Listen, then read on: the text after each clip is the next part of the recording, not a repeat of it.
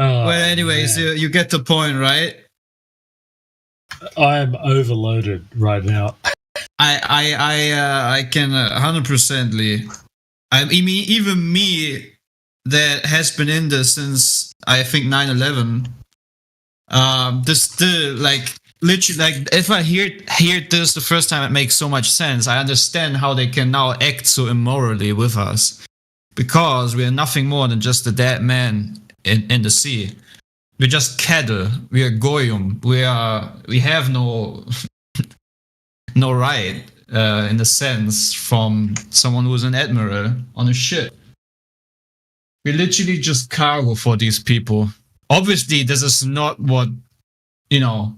That's why they hate Christians so much. That's why they hate us so much, right? Because we say we are made in the image of God and we are valuable, and this is in contrast to what they believe about us, right? But we're still in this demonic system. But we have a savior who has got us out of drowning, right? So I personally tell myself I'm no longer a dead man in the sea drowning. I have a savior. I have Jesus Christ, and they can, stick their chip system up there. I'm not a goyim. I'm not worthless. Is that why Jesus walked on water? He was showing contempt for that system. Well, it's actually crazy. I never thought about that, but actually, that is symbolic for that system that's all centered on this trade of water and water. It's actually pretty symbolic. Yeah, he put his feet on that system and just walked over it. Can you post a link to that YouTube video in the chat? To the full video? Yeah, sure. What is going on with this pirate costume? What the fuck? What? The ISS where it's like sitting at some sort of kitchen table with a bunch of Velcro everywhere and he's got an eye patch on. Oh, because they're pirates on a ship. It's a spaceship, right? Spaceship sailing over, whatever liquid there is. We live in a water world. And everything is surrounded around water. I mean, Skip Gradian just realized that, right? After the video.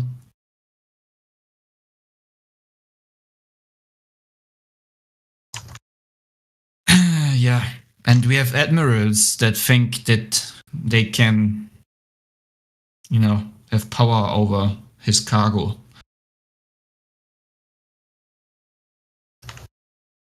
The only one I serve, the only one who is my king is Jesus Christ. I don't care about any other kings. He's the King of Kings, the Lords of Lords. And he is the one who walks over this water.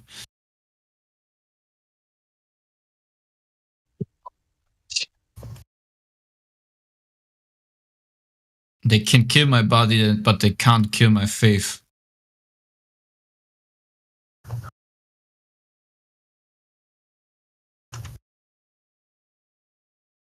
But what do you think, Skip Gradient, if you now dial this information back in to, the spaceship they're supposedly on? Gets a whole another meaning, right? Especially when it comes to the money laundering that has been done over the years with fake space missions. And then when you think about the name astronautical, astronaut, right? If you think about where does the name astronaut came from, then you get back to the waters. So it literally means astron means star and nautus means sailor or navigator.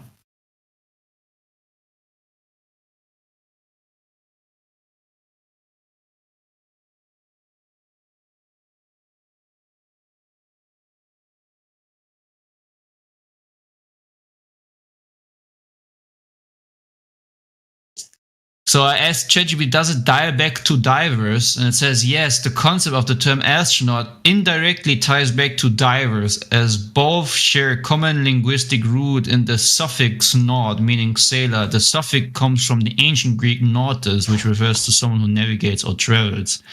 Aquanaut, this term is used for someone who operates underwater, especially in environments like submarines and underwater habitats. It parallels astronaut in its structure with aqua, Latin for water, replacing astro. Both astronaut and aquanaut reflect the idea of navigating and surviving extreme and hostile environments.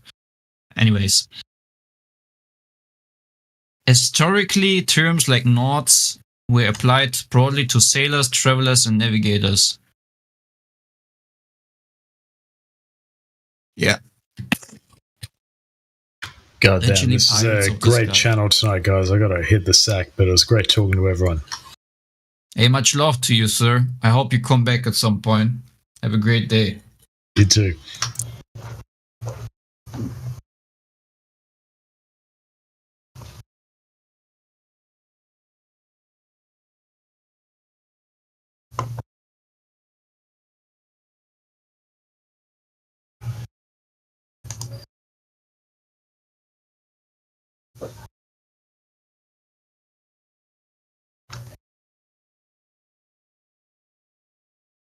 Anyways, I think I'm gonna make myself some food.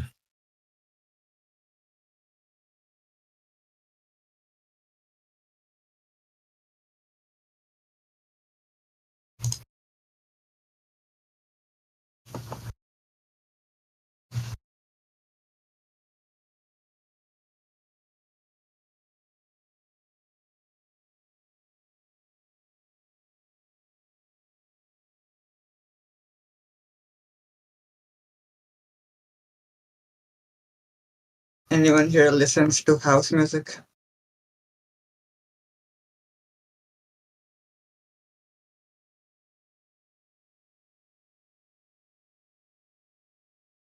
I'm guessing not.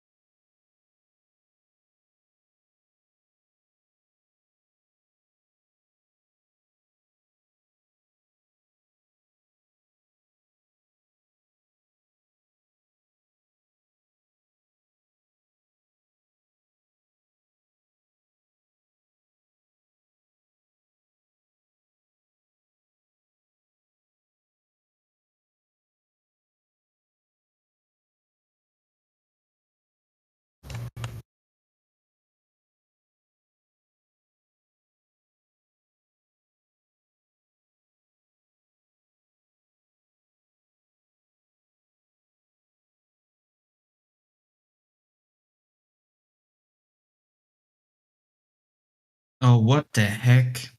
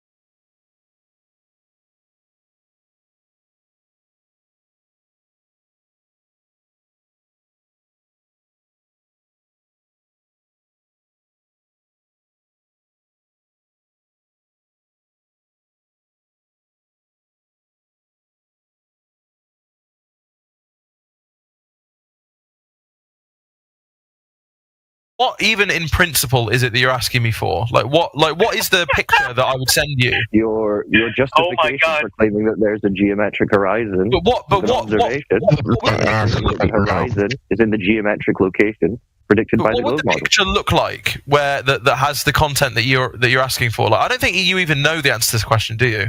Yeah, well, you would need to have a horizon, and you need to be able to verify the distance to that horizon and your observer height, and then confirm that it's at the distance that it should be. Pretty Right. simple. So the thing is, the geometry that I'm explaining to you, so that using Eratosthenes' observations of the shadows and the sticks, right, and some very, very basic geometry. That's not about geometry of the surface. That doesn't give you any curvature of the surface. You're talking about a geometric horizon. That has to be at a certain distance. Where's your observation? So the observations are twofold. I've explained it twice, but you haven't posted the picture I sent you, so I couldn't even begin to explain it. Oh, you But did send me something. Yeah. Okay, 2 seconds. It'll be in your message request or something like that. Hold on. Hey, heads up, real quick, admin note, Dr. Phil is in everybody's DMs again, it looks like. He just DM'd me, asking me if I still think the Earth is flat. So he's probably in everybody else's DMs too. Carry on. So, this is not the observation that you were asked for. So, Okay, this is crazy. Look what he said. If you don't mind me real quick, Boy. because I always Look have at this this. crazy stuff, right? Here's his geometric crazy. horizon proof. This is crazy. Someone went out into the field This and is observed absolutely that. That's a crazy. real raw observation right there. So, Or is this just step one? Are you leading up to the real life observation? well, so the observations were the observations of these angles, right? So I need the diagram to be able to point at what No, I'm but we're referring wanting to. the observation of the geometric horizon, remember? In reality. Yeah. So you can use observations and mathematics to draw conclusions about other things. You understand that, right? Are you saying you can use observations of a geometric horizon? You can use observations and mathematics to Of draw a geometric conclusions. horizon? So you can use observations and mathematics to draw conclusions Of about a other things. geometric You understand that, horizon? right? You understand that, right? Okay, but not a geometric horizon, right? Just to clarify. Well, about a geometric horizon, yeah, precisely. Okay, so you can observe a geometric horizon. Well, so I can make observations, use some mathematics, and then I can Of a draw geometric conclusions. horizon? Is that what you can make an observation of? But so can you answer my question? You seem to be deflecting a lot from this. No, claim I'm that answering you I'm answering your question. Yeah, I can draw conclusions about a horizon, right? I can made. gain No. My knowledge. question wasn't what you can draw conclusions. My question was, can you observe a geometric horizon? So Why are you deflecting again? observe a horizon. So there's two things you can observe, Oh, is it, right? is it And together- geometric? Is it a geometric horizon? Yes. Yeah. Yeah. Okay, send me that. That's what I want to see. You want me to just send you a picture Yeah, of the ocean? No. I want you to send me I don't the think anyone's gonna observation dispute. of the geometric horizon. What again? Like, what would that you even can in ask for 20 principle look like? Because the thing is, when you say Well, a you picture tell of me, the 'cause horizon, you just said you could observe it. So what does that when you look said like? so, when you say a picture of the horizon, right?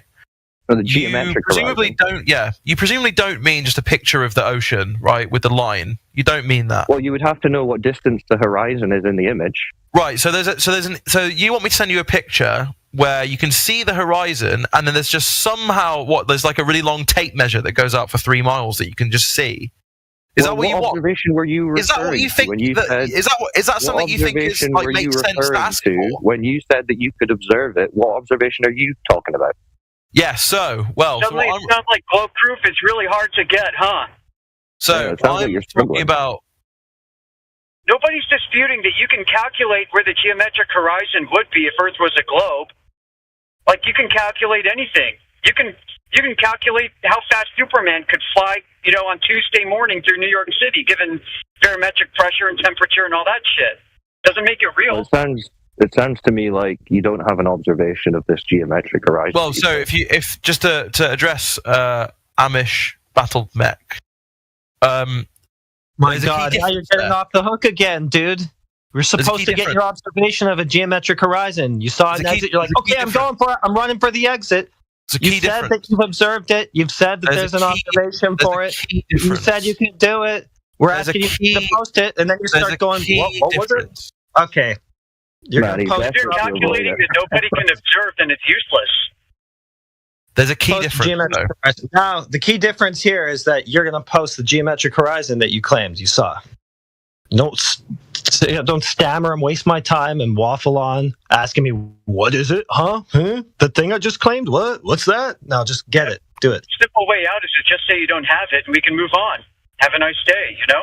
So there's a Be key honest. difference. There's a key difference between what Amish. Wow, this one's a real No. bot. Yeah, we just need the observation that you said that you had. So there's a That's a key kind of difference thing to do. between Amish Battle Mech, what you were saying a minute ago. No, You're saying the No. same thing. not gonna let you do it. Not gonna let you go on with that. Post it.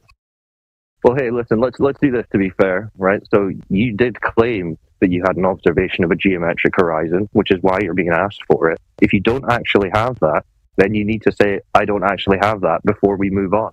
Well, so you understand that the observation I was referring to was just the observation of a boat disappearing under, like, we know when you look Right, out, but that- there's a boat. But you can't, right, you said that was optical, though, not geometric. No, I didn't.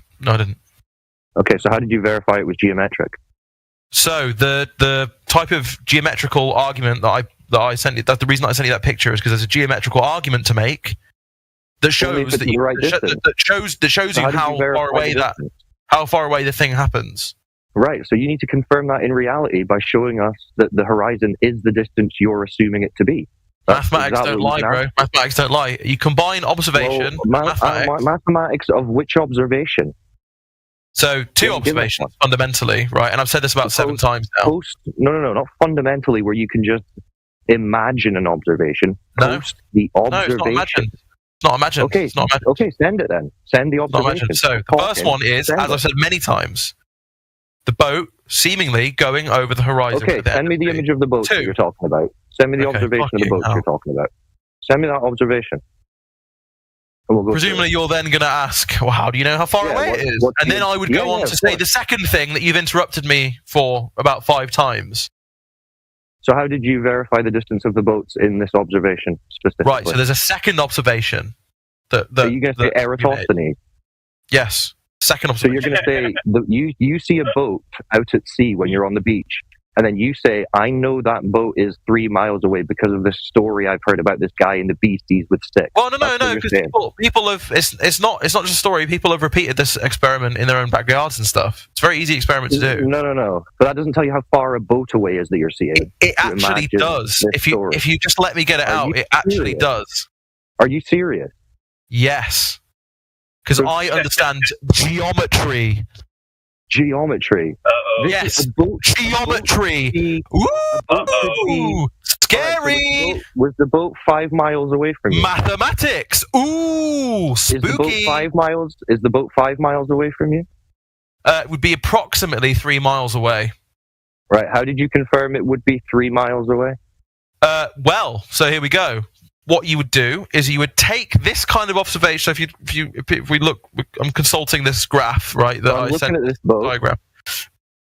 So you would have this kind of observation with the sticks, right? So you've observed these angles between the stick and the shadow that's cast by the sun, and you have this approximate 7 degree angle in here, which you know is a quote unquote similar angle. And when I say similar, I mean in the mathematical sense that it's actually an equivalent angle to the angle in the center of the Earth. You see the dotted line there. So you're already assuming a ball. Well, the horizon. So the point is that the boat going over the horizon is that by seeing that, you know, right, that there's some kind of curvature that it's going over, and then once You're you know assuming that, parallel rays, too. You're That would assuming be- parallel rays. yeah, they are approximately parallel. They do Yeah, bend a little so bit. is it They not bend a little flat? bit because of Is a it a refraction. really big They're flat sun to produce parallel rays? what? Amazing. Yeah, you're Yeah, assuming a so flat sun sending down parallel rays to a A round Earth. flat, What if, flat sun. yeah, What what did you if it's a flat Earth and a round sun instead? How do you tell the difference? Well, This is where if it's a flat- Eratosthenes if got it's a flat Earth, if it's a flat Earth, you wouldn't see boats disappear top up. That's why it's both of the observations together that make the argument. Wouldn't you go? Yeah, you wouldn't would. you We go can on something You guys like? have consistently failed to understand that there are wouldn't two you go observations going on at once here. Hold on. No. You're not. Your second one isn't an observation. It's you It looking is. at a boat at the beach and then imagining this story that you've heard. No, this has happened. People have done this. Not just Eratosthenes. Right. Modern Wouldn't you just people. go to like marine? You just put a stick in your back garden. It's really easy. Wouldn't you just go to like marinetraffic.com and see how far away the boat is to know? Yeah, you could do that. You're just claiming. You could do that. Okay, so could you show us where you've done that and it matches the claim geometric? I haven't done that, but I don't need to because I can do the thing that I'm talking to you Could about you show right us now. anyone who's done that? Could you show us anyone who's done that? I will, if possible, continue to talk about this because this is the actual No, because you're answer. just obviously... You've not let me finish. Because it's just illogical for you to say No, it isn't. you know the distance of a boat away from you by No, it imagining isn't. No, it's very, very simple geometrical construction. But you guys are shit at mathematics, so you have no fucking idea. You thinking about Eratosthenes putting sticks in the ground is not a measurement from the Yeah, beach again, to though, a people boat that you observe. People have repeated this experiment many, many times. Ordinary people in their back It's not garden. a tape measure. It's a story you've heard. No. It doesn't tell you the boat Modern is 3 people have miles done away. this. Modern people have done this. You don't know the boat is 3 miles away. You're just You can assuming. use the fucking geometry to derive the Well, then distance. show us how you work this out in a real world observation. Right, so the real world observation is the boat goes over the horizon. All right, The thing is, it's approximately the same distance every time, right? It doesn't actually matter in any particular well, no, case. that's what you're claiming. Look, where did he put the sticks in the ocean? This So- is How do you hold a this stick is what in we're the telling you that you haven't verified. You're saying they're the same distance. You don't know what distance the boats are. You haven't. Well, so this is where the geometry comes in, right? Because that actually shows you that you don't have to make any assumptions about where you, you are don't on have the the Earth. or anything like that. geometry. That's the assumption you're making already. No. There's an observation, right? So you look at the diagram again. You see that red triangle, right, where That's the the cartoon. sun's rays hit the stick That's begging and the cast a question. shadow. That's assuming a ball already. We're looking for a real. No, it isn't. It's not because you've observed the boat going over the horizon. So there you go. It's a ball. We know there's some curvature. No. You've only observed flat water, and you've observed the boat appearing to sink into the. Appearing to. So you've got some kind of. It's appearing to. So you've got some kind of alternative explanation. Because remember, some kind of illusion. The horizon is optical. Remember, you said it's the point. I never said that. No, I never ever said that. I never said that. I literally never said that. You've made that up. You've made that up. You said the so you're the one that's saying, "Oh, it appears to go over the curvature," but what does it actually not? Have you got an alternative explanation, sir? There's no curvature to be observed. So what's the alternative explanation for the boat? Horizon is a flat line. So what's the alternative explanation for the boat appearing to go out on a disappear? different day, see if you can reproduce it.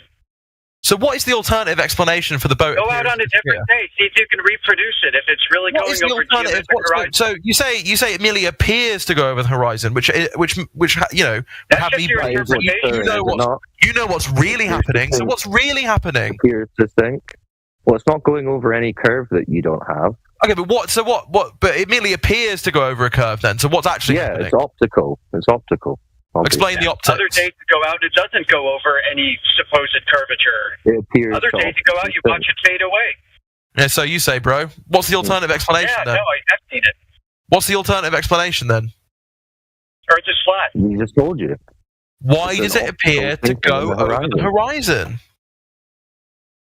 Why does it appear over? You're already assuming that geometry. Oh yeah, I said appear. Why does it appear? You guys were saying it only appears to go over the horizon, implying it doesn't appear to something else. It doesn't appear that to me. That's just your subjective interpretation, dude. It is just my objective interpretation, I suppose. It doesn't appear to go over a curve. You don't see the boat tilting over a curve. It appears to sink, if anything. Is an example of one. Oh, I can't post it. Converge into a horizontal line. So I mean, I don't have to post pictures of these things, man. Everyone on here has seen them before. No, you do. All night. Because you're claiming a geometric horizon and that you have an observation of it. So yeah, you do need to post that.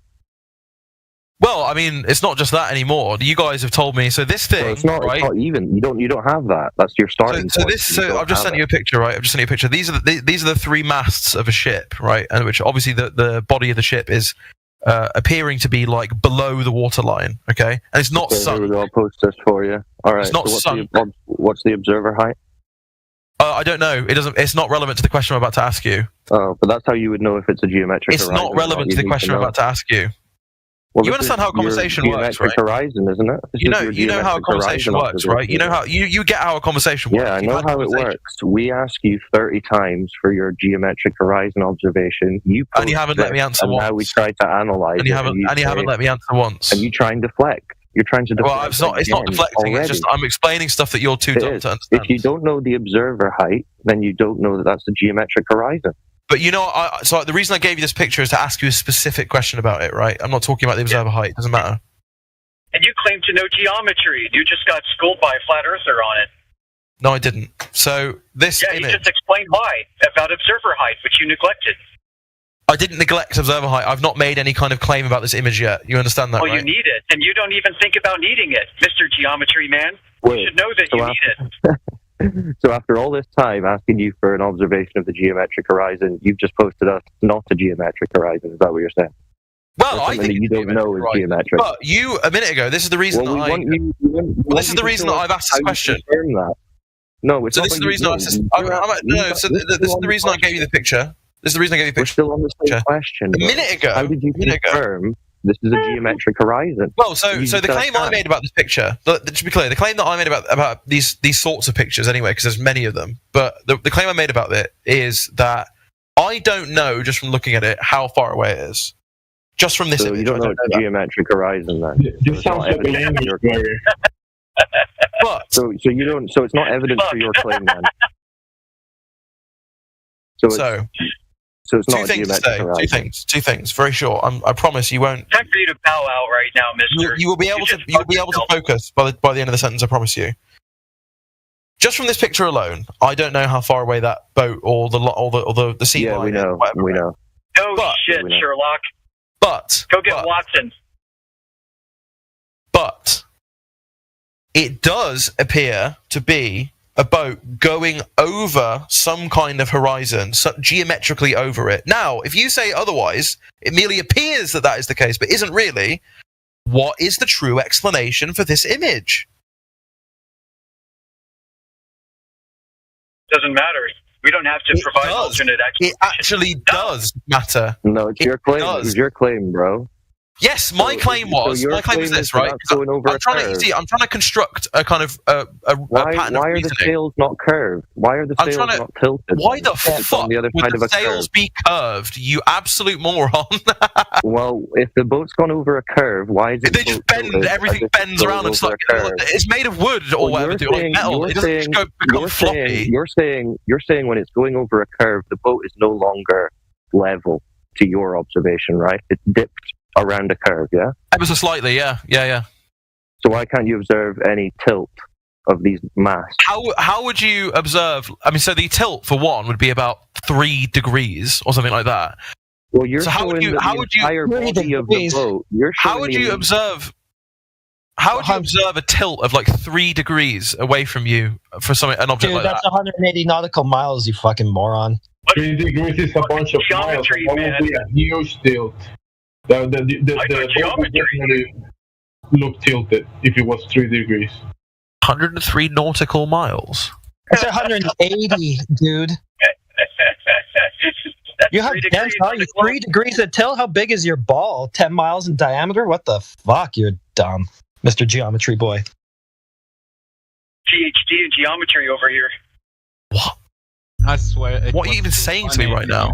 Yeah, that's going to be like 3 degrees of tilt for sure. It's nowhere near, like, it's not like it's 45 degrees. Okay, I got cut out for some reason there. Probably So even less than that, to be honest. going over, would the masts be showing vertical if you were to take this around a basketball? Almost exactly, yeah, they'd be vertical. Almost exactly. They wouldn't be quite, but they almost exactly Okay, would be. show us that. Show us you obscuring the body of a boat around the other side of a basketball and those masts. Oh, a basketball. Sorry, I didn't hear you properly there. Well, it's a ball, right? And the body is hidden, so it's already gone behind this curve to a degree. Well, the key there is that you would need an object. So if you're going to use a basketball to model it, you would need a model boat that is proportionally tiny compared to the basketball, as the real boat is to the real Earth. But if it's So I can't do that, can I? Because the boat, the model boat would have to be like the body of the boat. It would have to be like as big as a fucking grain of rice. I mean, not even that would work. The boat would be tilted because it's on the other side of this curve. Yeah, it would. It would be ever so slightly tilted. Boat in your observation is not tilted. How could you possibly perceive like a 3-degree tilt? Sunk. How could you possibly observe a 3-degree tilt away from you? Okay, so you don't have any evidence. How could you tell? Okay, so I agree. Well, there's none in this. So we don't have. But if there was, how could you even tell? You can't tell the difference. No, that's your problem, isn't it? Finding globe truth is harder than you thought. Yeah, actually wouldn't be my problem. How can you It actually wouldn't. It actually wouldn't be my problem, guys. You're asking it actually wouldn't be my problem. Yeah, this is your problem. How you could tell it's a globe? Okay, right. So you can't find the evidence. Your religion. So prove your religion. Good question. How can I tell it's a globe? So you can't. An image like this, certainly. I don't know how far away the boat is. I mean, I've said this a few times already, but you guys, you need help. I've done teaching before. I've done teaching before. I get it. You've presented an image that doesn't show us curve as far as you know. We get it. Well, so if you'd let me finish, right? This is like holding a child's hand through a remedial class. This is what. Yes, I know it is. You're lucky we're patient. So, you're actually not patient. You're actually deeply, deeply impatient. Yeah, this is very patient. If we weren't patient, you would have been muted half an hour ago. Yeah, you'd have saved me because my morbid curiosity with you people would be satiated by force.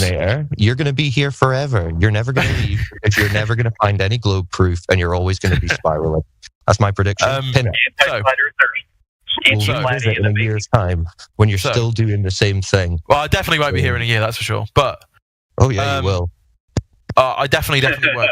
So, do you think you'll have found the geometric horizon by then, improving the globe? Well, no, but I would have gotten bored of you people by then, for sure, right? Nah, you can't get bored of always being wrong. You love it. So, what I suggest, because I came this image, I heard you being so funny from earlier, and I came from YouTube just to witness you live in here. Excellent. I suggest to listen to yourself. Go to the channel after this debate. When you finish this debate, listen to yourself. Is this a debate? You'll be ashamed, and you want to do that again. You will be ashamed, but that stupidity that you've thrown.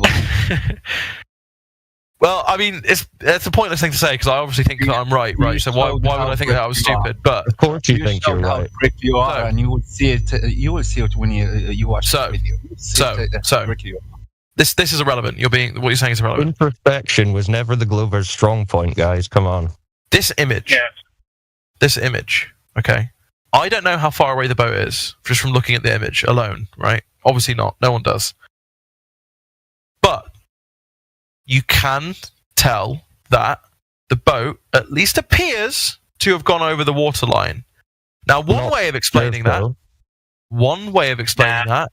is by the intervention of curvature. No, but you seem to think that is a shit explanation and is merely no tilt. And that this is merely well, how could you see the tilt if it was there? Exactly. You go to how could I prove that it's a curve? Exactly, you can't. So well, no. So here's what it is, right? Here's what it is. So you can see the boat apparently go under the waterline, right? You can see the boat on a flat. But the prediction that I would make if I believed I lived on a round Earth, as I do, is that you don't believe that. I do believe that. So you don't believe that. You need to let me finish the sentence. You see, otherwise it doesn't work. This conversation, it's not a conversation if you don't let me finish. It's okay. You go, bro. So here's the prediction. Here's the prediction, right? If it was curved, if hypothetically it was curved, you'd see some of the body of the boat go under the waterline, or apparently go under the waterline anyway. You wouldn't. You actually wouldn't, though, would you? Right? Because it's such a tiny tilt. See it go over the curve, you would see it tilt. No. So when you see a tall object like a mast of a boat, if it tilts to the left or the right in your field of view, you might see it, right? Depending on how much it's tilting. To be fair, if it's a small enough tilt, you won't see it anyway.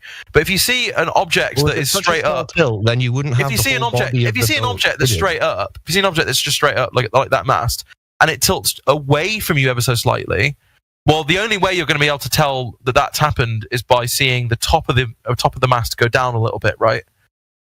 Otherwise, how are you going to perceive a tilt that's going away from you? How are you going to do that? That's side on. That boat is side on.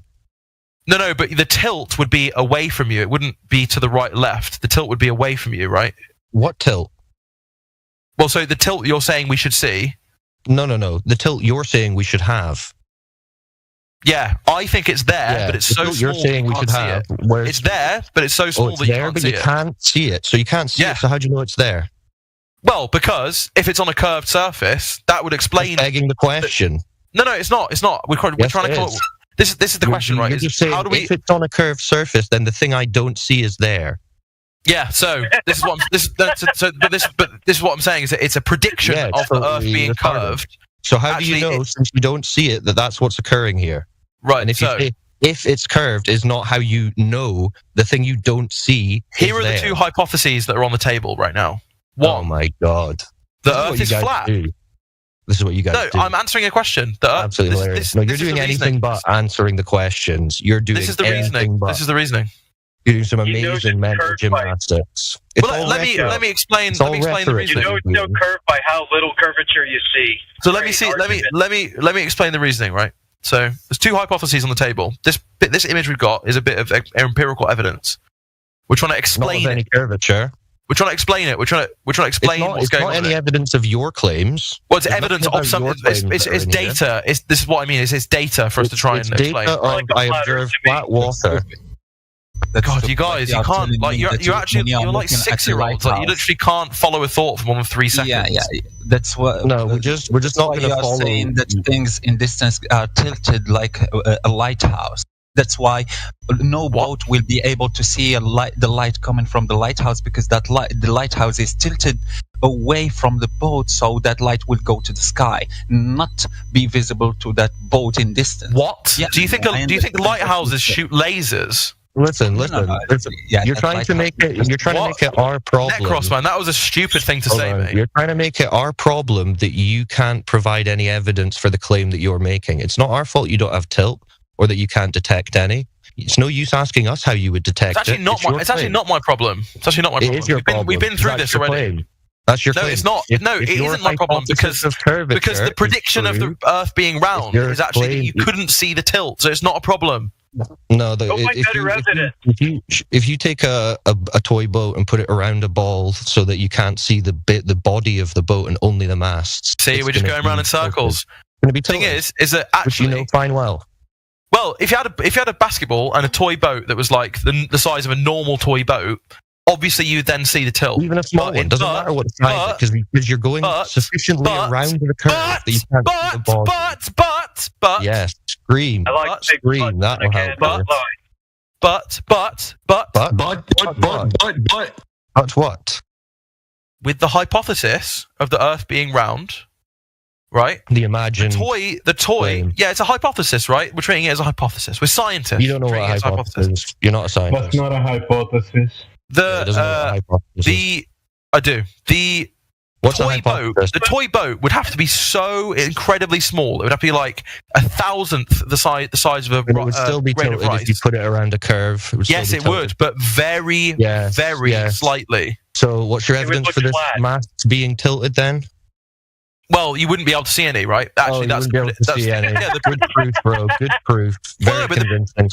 But sometimes. So I mean, look. Let's think about this, right? So, yeah, maybe you should think about it. We know it's there by how little we see it there. Well, let's think about hypothetical. Just another example. An example that's not got anything to do with flat Earth for a minute, right? Remember, you were trying to prove that there was a geometric horizon like 15 minutes ago. So. What happened to that? Oh, well, you guys can't follow a thought for more than 5 seconds. That's what happened to it. Actually, it was that you couldn't provide any evidence for it. You provided an image, which you then said, I don't know if this is a geometric horizon. I started trying to explain some basic preschool geometry to you, and you guys don't have a geometric horizon. You guys started like... You sent an image. We asked you for like 20 minutes for a geometric horizon observation, and then you sent one which you immediately said, this isn't a geometric horizon, I don't know what it is. That's not what I said. Unfortunately, it's not what I said. I'm going to tap out. It was fun. It was fun. But I'm going to tap out. You guys are very, very dumb. Yeah, you should tap out. Save yourself. more You guys are very, very dumb. Thanks for the clip. You showed that. Yeah, no worries, dude. You showed that you aren't dumb, but just Let's figure out how pendulums work. Let's not. Don't forget. What I suggest, just don't forget to watch the video, your debate with the guys.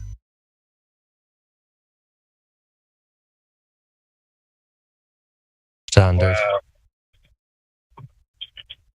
Wow, he just waffled and I don't. It's like ADD, ADHD. Yeah. Can't be feeling good about that one.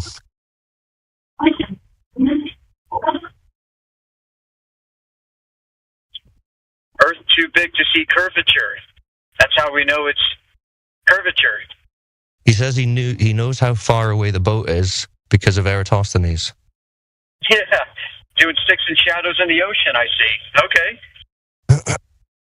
No, but he's not even claiming that he would apply the method of Eratosthenes to his observation. He's just saying, in abstraction, because he's heard the story of Eratosthenes, he can just claim the distance to the boat, and that's true.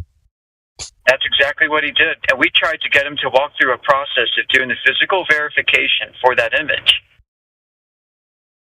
Yeah, that would require swimming out into the ocean. He doesn't understand that with that claim, he's claiming a perfect sphere. He's not going with the mainstream claim anymore. If you have an open sphere with that radius will change. And I know people don't like that tilt argument, but I'm sorry, if you've got a boat that's that far below a curve that just the top of the masts are sticking up, those masts should not be vertical. Right. I mean, it's like, is that boat moving away, sinking at 8 inches per mile squared? No, these Globers show us these videos even of these boats that are sinking into the mirage, into the heat haze, right? And the boat has maybe traveled 10 minutes and has sunk all the way down as if it had gone 30 miles at 8 inches per mile squared.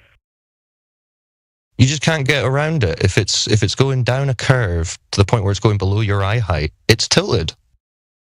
Yeah, that too, of course. Significantly, if you're just seeing the tops of those tall masts, it just wouldn't look like it's horizontal, which it always does. Doesn't make any sense.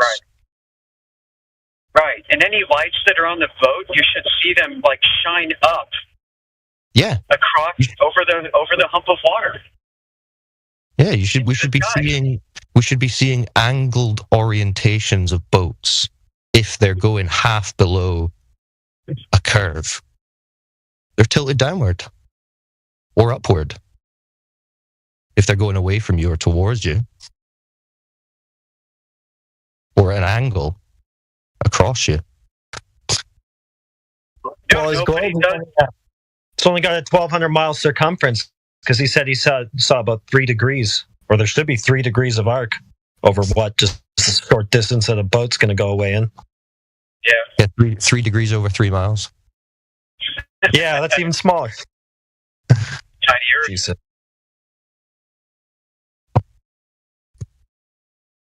Nobody goes to see their loved ones off on the boat.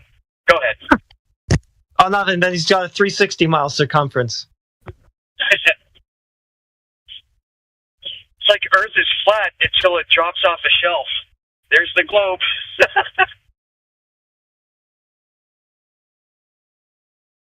Come on, kids, let's wave to Daddy as he goes away on the boat and over the curve. Wave to Daddy. Oh, he's going over the curve. Bye, Daddy. Nobody sees that.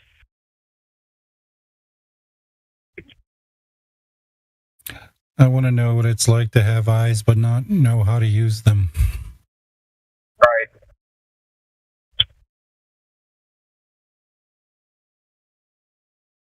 Yeah, the big value that I get from this community is learning how to align your senses with how you think about your world so that they're the same. They're in sync with each other. You don't have this cognitive dissonance all the time. It's great. Liberating.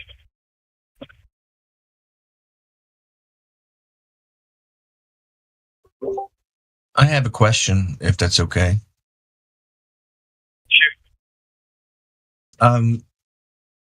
I would like to know any sources, even if it's YouTube. If you could link it in the chat, I would love to know where you guys read, stuff like that. And there's nothing wrong. There's no debate. I'll hook you up with a good resource. I'm just curious. So I'm going to send you a link in your DMs to our server, which has terabytes of information. Information overload. Awesome. I'll direct you to the information panel quickly. So if you join the server that I just sent you in the DMs.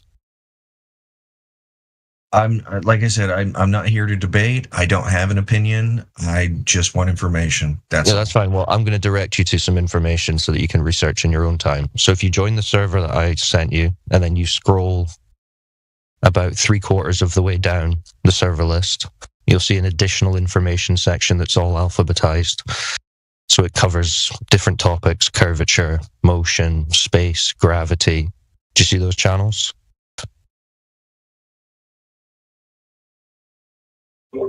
Yeah, sorry, I was reading. Yeah, I see it right now. You see the additional information sections alphabetized? Yeah. Right, so if you've got a question like, what about space? What about satellites? Check the letter S and then research what's in there, and it'll give you an idea as to what we're talking about. So it's mostly text, is it? No, it's text, not like it's documents, videos, audio books, whatever your preferred style of learning is. We've probably got something I get to what you're accommodate. saying.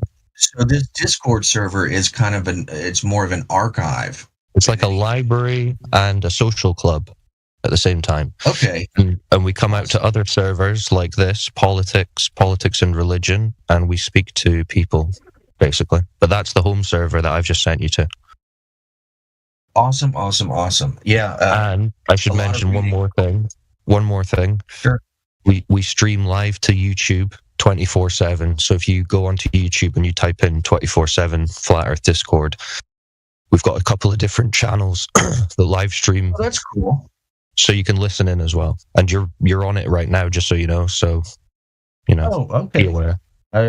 Even with this server. That's cool. Yeah. Yeah, I like that. I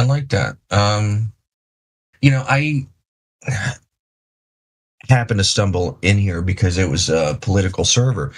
But your subject really interests me. And so I accidentally fell in here. And now you have provided me with so much info. It's going to take a long time for me to go through it. Yeah, well, this is the adjustment I would say that you're going to have to make when you're used to having political or philosophical or religious discussion and thought. This is more about empiricism and science, right? So this is about observation, measurement, testing, experiment in the physical, natural world, right?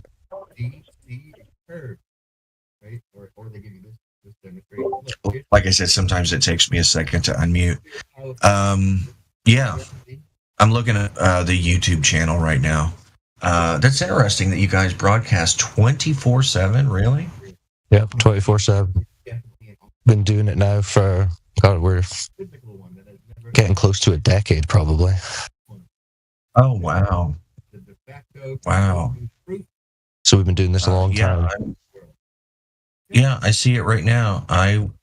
Well, it says no. Hold on, that's 24/7 NASA. No, here it is.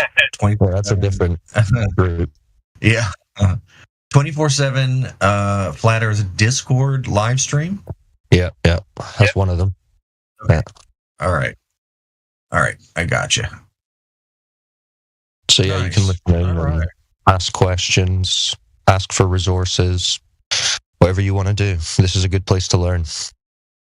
Now, I don't want to start a debate, and I am not here to debate, but have you seen the YouTuber that he's always trying to debunk flat earthers? Have you seen that guy? There's a few of them.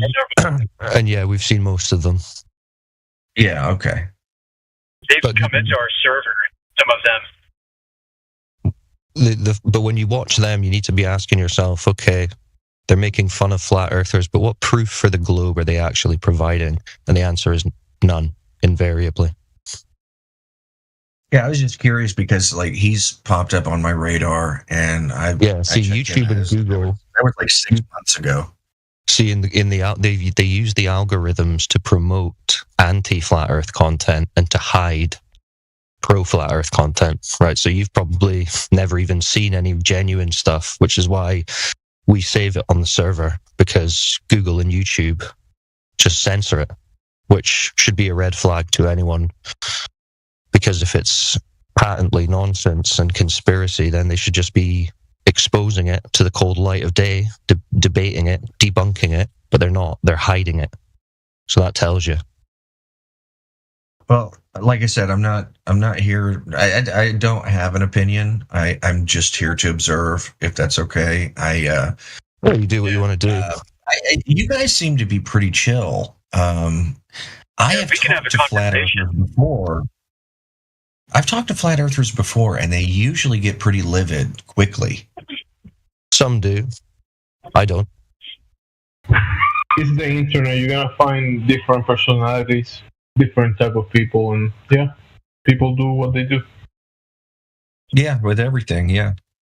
You know, what you may find in our community that triggers us emotionally is rampant dishonesty. Yeah. You know, so some of our questions are intended to get you to consider what you know and to be truthful about what you know. We already know the answer to the questions we ask. And when people start that guy, like 6 months. Why? Yeah. Like 6 months ago, I investigated this guy, Cy Man Dan. He posts a lot, and it was kind of exhausting. Isn't he boring? He's got to be on your radar, because that's all he does. Is he tries to debunk flat earthers. He's been in the server that the guy sent you. He's been over there just strawmanning our position. He's actually Strawman Dan. He builds strawmans to burn them and say, "You see, your strawman doesn't work." Yeah, see, we're less interested in the personalities. We're interested in the evidence. Yeah, of course. So that's awesome. Doesn't matter who it is. Where's the evidence?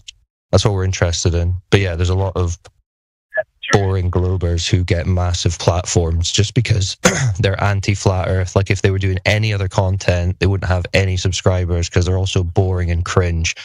But because it's anti-flat earth, YouTube like promotes their channel. Like Simon Dan's like the most boring guy on YouTube. It's not entertaining at all. With him several months ago, here I am sharing my opinion, but I did actually find him quite boring. Of course, he is. This is how you know they're artificially inflated. They're artificially inflated in the algorithms just because they are falling on their swords over the globe, even though they know it's bullshit. He seems to be trying to make YouTube his career. Yeah, exactly. And they can do it because you don't have to be a compelling, entertaining person to be successful on YouTube. Whoa. If you're a anti-flat earther, because they'll just promote you because they love anti-flat earth content. Yeah. Because it's a propaganda war at the end of the day, what's being fought on YouTube and Google. If you check his videos, he has like 600,000 subscribers or more, almost 700,000. Yeah. And most of his videos have like 10,000, 14,000 views. And the one with the most views, I think, is this topic. When he's building his strawmans and debunking the strawman. What was eye-opening to me was to see this heads of Google, YouTube, hauled in front of Congress to discuss how they were using social media and YouTube to shape online opinions. If some member of Congress specifically asked them, what are they doing to suppress flat Earth? And they said, well, we de-rank them and we add this disclaimer that says flat Earth is an archaic cosmology.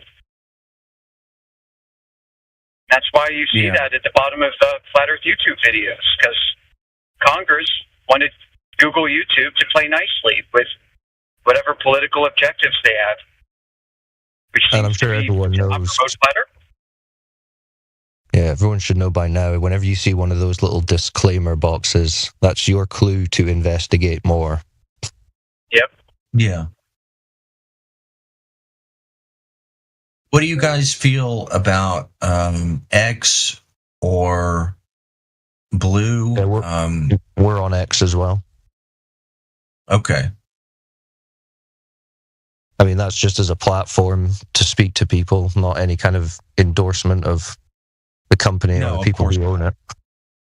No, of course not. I'm just, I'm curious, where you hang other than here. Discord primarily. So you'll find us on the home server there that I sent you, the politics Discord and the politics and religion Discord. And there's a few other adjacent Discords that we go around on. But we're generally open to any platform that wants to have an honest discussion about reality. Awesome. Yeah, there's a lot of reading in that Discord that you invited me to. There's a whole lot. Use a search engine.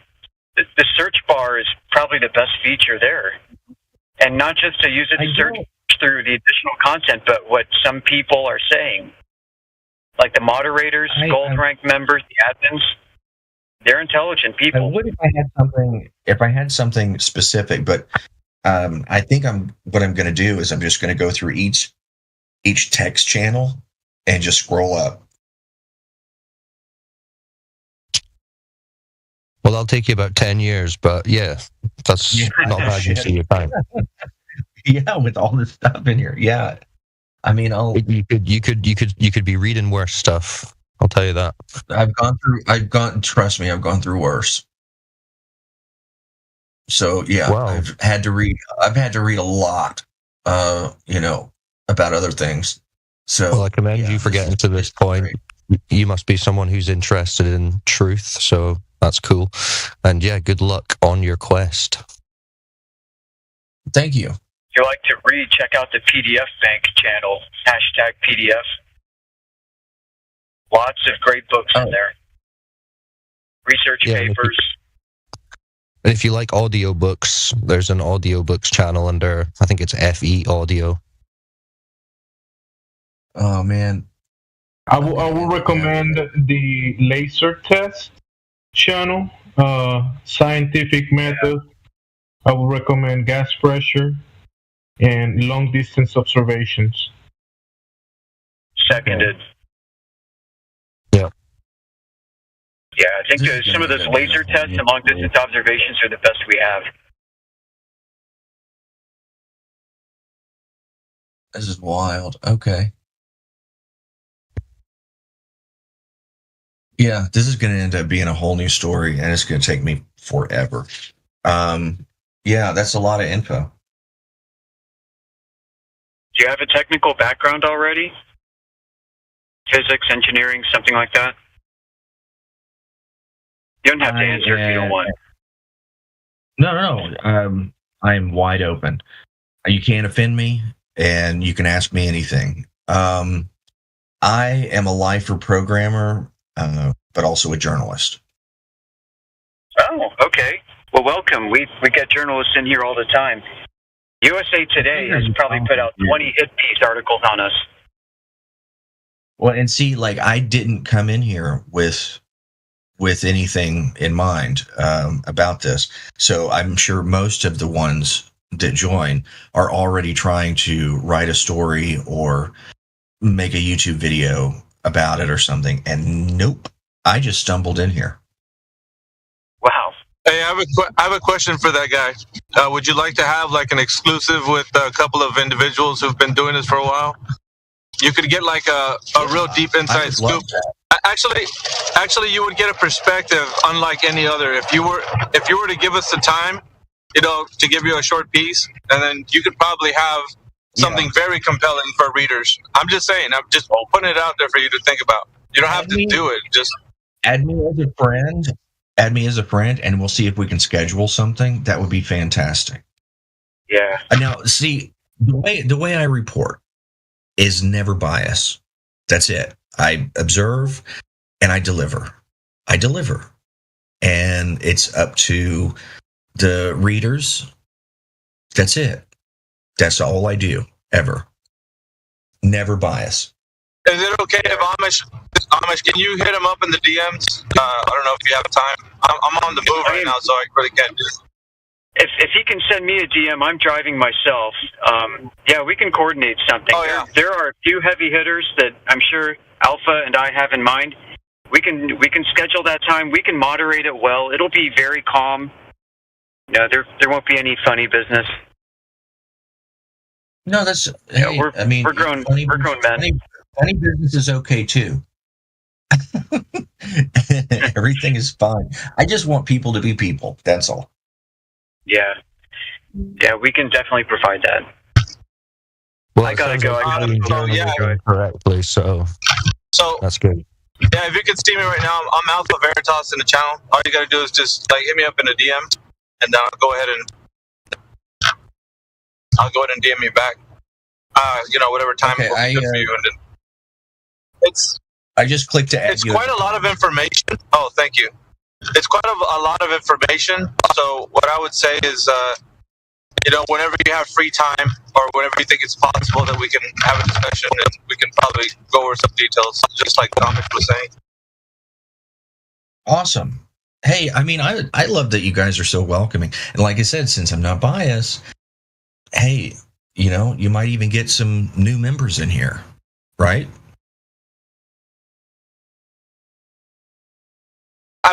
What we're looking for really is just to put the information out there. So when the information is consumable by the normal public, I think that's all we care about. It's just for people to take a look, not to convince anyone, not to change anyone's minds, just to put the information out there and let the people.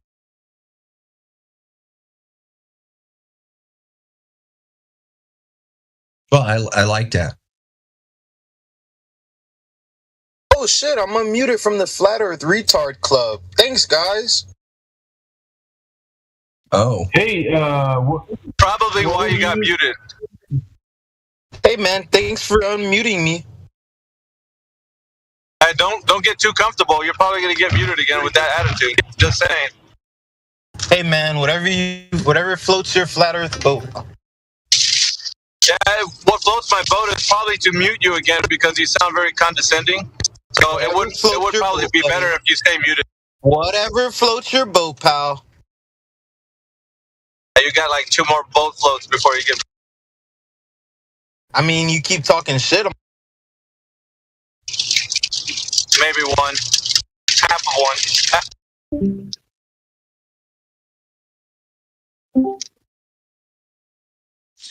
Would you say that's kind of normal around here? Like people pop in and just try to troll like that?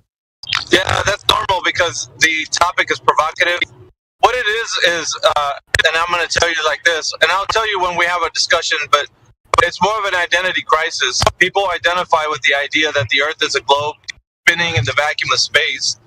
So when they can't see themselves in that type of paradigm, they have like a breakdown, right? And it's kind of like people grow up all their life thinking they're going to be astronauts and they're going to be doing all kinds of stuff. In the future, we're going to be traveling to other planets. So they're so well invested in that when we talk about that the cosmology aspect of it isn't that, they throw a fit and they troll and they do whatever they can. And it's just what it is it's a breakdown into like their mental faculties. They can't really realize why they just dislike it, but it's a deep hatred for anything that would make them think that we're regressing back to like, caveman, that kind of thing. What I found. So to them, it seems like. with pretty much every subject, especially politics. If you take a step back, a lot of human beings want to put their thumb on someone. They want to look down on that on that race, gender, religion, something. And here you guys are, pretty much an easy target. And so that's really just human nature. I don't know why, but some people just have to try to make fun of someone that believes in something that they don't.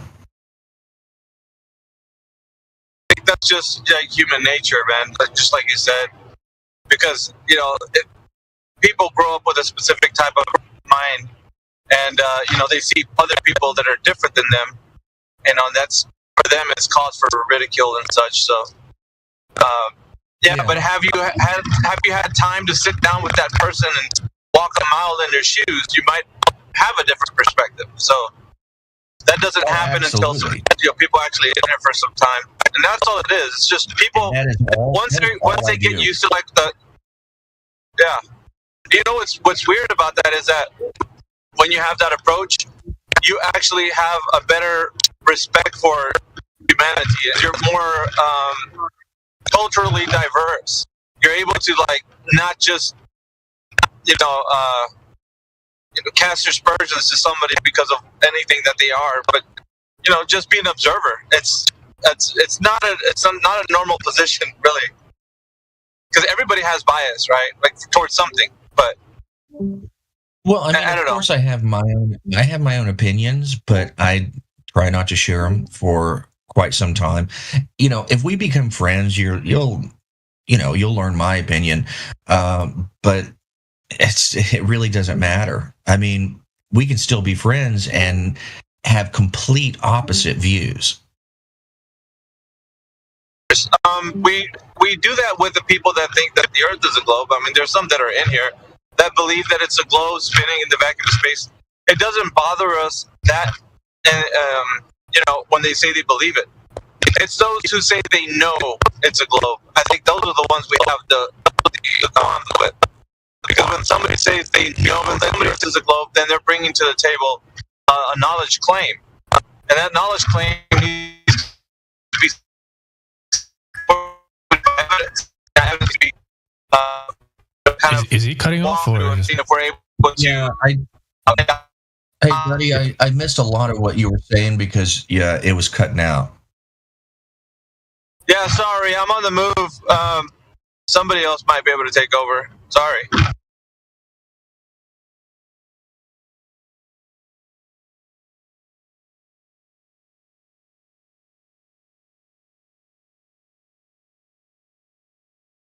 Am I still cutting out? You guys hear me? No, you sound fine now. I almost want to idle in here. I always idle somewhere while I'm working just to listen. I almost want to idle in here just to see those goofy trolls come in and say something stupid, and then get. You can hear me if I'm coming in. Yeah, if I'm coming in clear, I would say just sit here and lurk for a while. And come for a couple of days. Don't say anything. Yeah. Just be in here and see what happens. You can see for yourself. Just being in there. But yeah, like I said, I always idle somewhere. So yeah, I might have to. I do have some other servers and some other channels and stuff to check out. The story that I'm on is about politics and over moderation when people are seeking some political news and they go on social media. If new people are welcome, and if moderators are abusing their mod powers, that's the story that I'm on right now. What does that mean for you? That if abusing mod perms, what does that look like? Like what? Well, you get used to being in a community. Okay, let's take a Discord server for example. You've been there for 3 years, and you have close friends that are in there. And when new people come in, a lot of times they're unwelcome. People want to make fun of them. They want to ban them too quickly. Trust me, I've been through, I think, 7 highly toxic Discord servers where they do not welcome new people. Christ. And I come in as someone's trying to seek information. Never rude, nothing like that. And the story that I'm writing is about the difficulties when people are wanting to do a political deep dive into social media, especially Discord. How are they welcome? Yeah, I guess you're going to say people are welcome until they're not. And if somebody hears the word no, yeah, if someone hears the word no, like say someone joins a space, like say Flat Earth or any of the other spaces, and someone tells them, you know what, you've overstayed your welcome. You're no longer welcome here. And the person literally can't take the hint. They feel entitled to a space they had nothing to do with. They incur. They just think for some reason they're just entitled to speak in any platform they deem, like everyone here should be honored that they've graced their presence. At that point, sometimes you just got to let them know, like, no, you are not welcome, even more so with that attitude. If you got a problem with moderation... Man, I have... Not you, I'm saying it's a person. I seriously have... I have 5 servers, especially 5, that are absolute shit shows. And I will politely disagree with someone and then immediately muted or banned. Even though I was polite, it's because I didn't share the same opinion about this or that. Even though I'm not sharing my own opinion, I'm just saying I was just trying to say something different, just to see if I could trigger him. Very politely, though. You triggered them, and you got exactly what you expect. Yeah. So you got the result that you wanted, but didn't want at the same time. Like here, no, I definitely didn't want that. Well, you there are some good ones. There are some really good ones. There are some fantastic servers that I've been in where they just don't ban anyone. Unless like somebody comes in like that guy a minute ago who was just talking about go sail on your boat on your flat Earth. I don't know what he said. Anyway, like that, you want to mute that or ban that because that's just useless. It's not entertaining in any way. It's not informative. Well, here, think of it this way. There's so many people in this channel. Almost every single broadcast minute is going to be used by somebody. If you've got someone just saying completely inane, worthless garbage, and they don't get the hint, like, hey, dude, why don't you take a break, let another speaker come? Sometimes you got to bounce them out. You got to show them the door. And if they don't like that, they want to be part of the server, then you tell them, hey, this is what's expected of you. And if they still don't get the picture... then like, hey, Alpha gave them like 3 or 4 warnings. Even that's fantastic. That was a lot of warnings.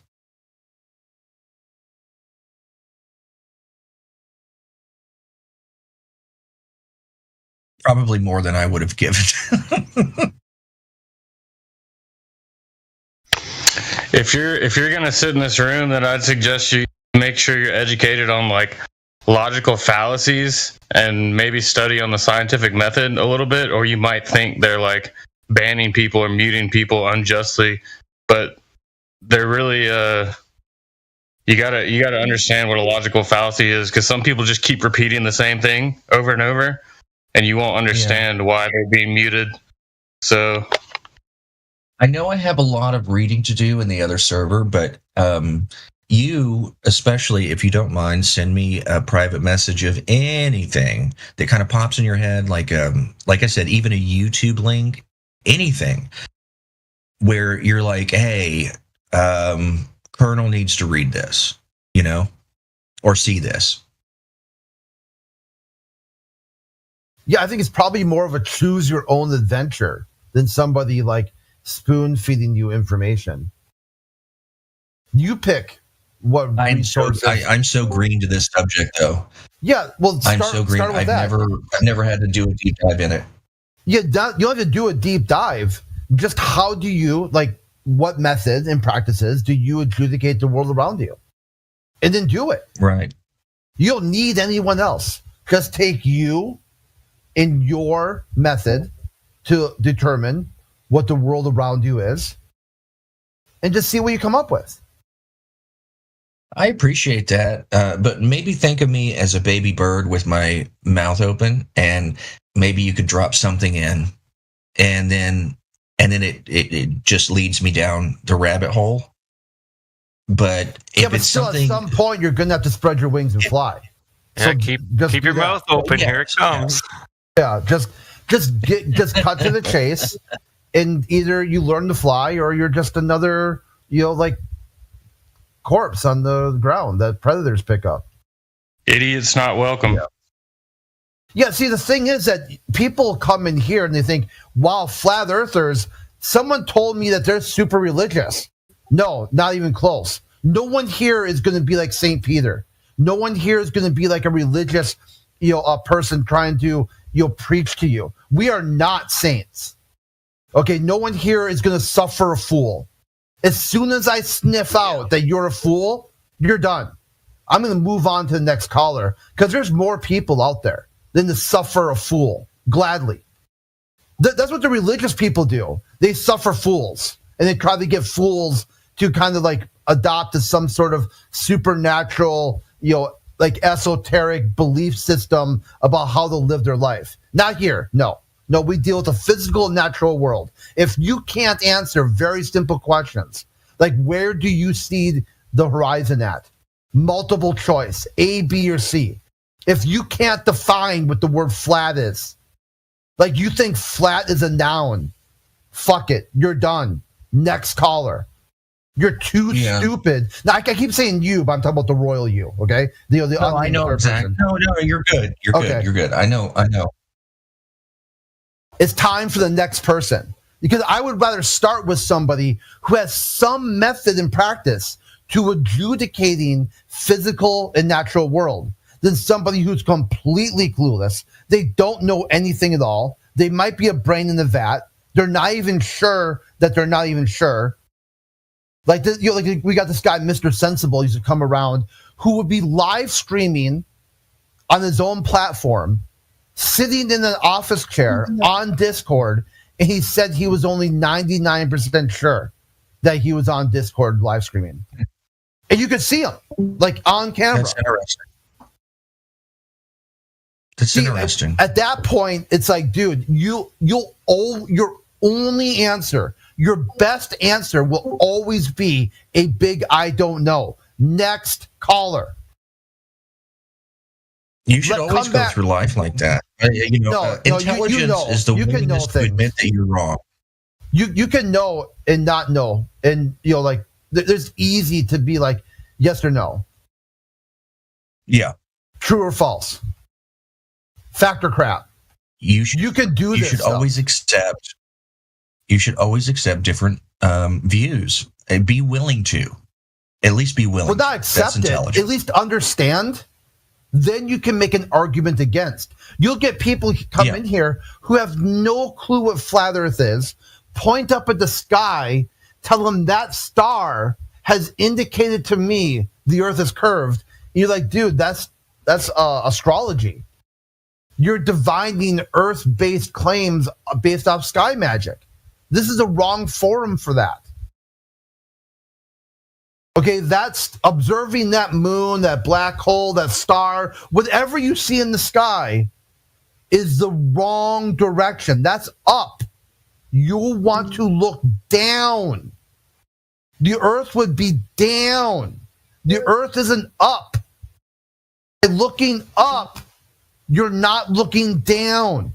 And if they still don't get up and down, Next caller. You're too stupid for this conversation. I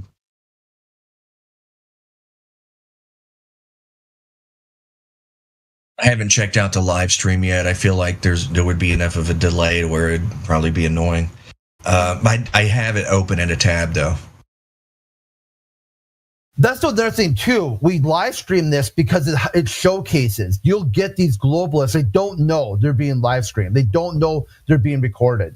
They'll come in here, say something, and then 1 minute later, say they said something else.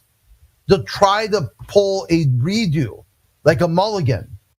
And then you clip it, play it back to them, and they still act like, wasn't me. You're like, what are you talking about? It goes like, I feel violated. I wasn't told I was being recorded. And you're like, there's a bot right in the top of the channel, big red circle. They don't even know what the fuck that means. These people are dumb, stupid with what basic, they have no way of adjudicating anything at all. They don't know very simple things. Like if you look at the pinned comments. Unless I say that I'm not. No, I mean, you only need to for that. The channel, the server rules talk about, right here, there's two bots with a big red circle on it. They don't know what that means. They're that dumb. They'll click on the channel, see a bot, YouTube bot 2, with a big red circle, completely clueless what that means. Yeah. No clue. They'll see another bot, 24/7 live, with a big red circle next to it. No clue what that means. I have no idea. What would that possibly mean? I don't know. Do you think you're being recorded? Do you think you're being live streamed on YouTube? Maybe. Like, these guys are so stupid that even simple things like that. That's what hilarious. Do you think that means? I've heard that I feel violated quote so many times. Trust me.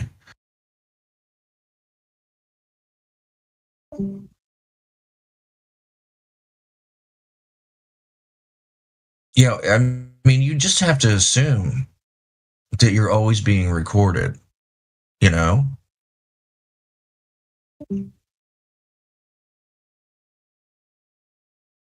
I mean, you only need to assume that. Just be like honest with what you said. And what, like, if you come into a channel and then try to play little fuck games like, oh, I didn't say that. That's not what I meant.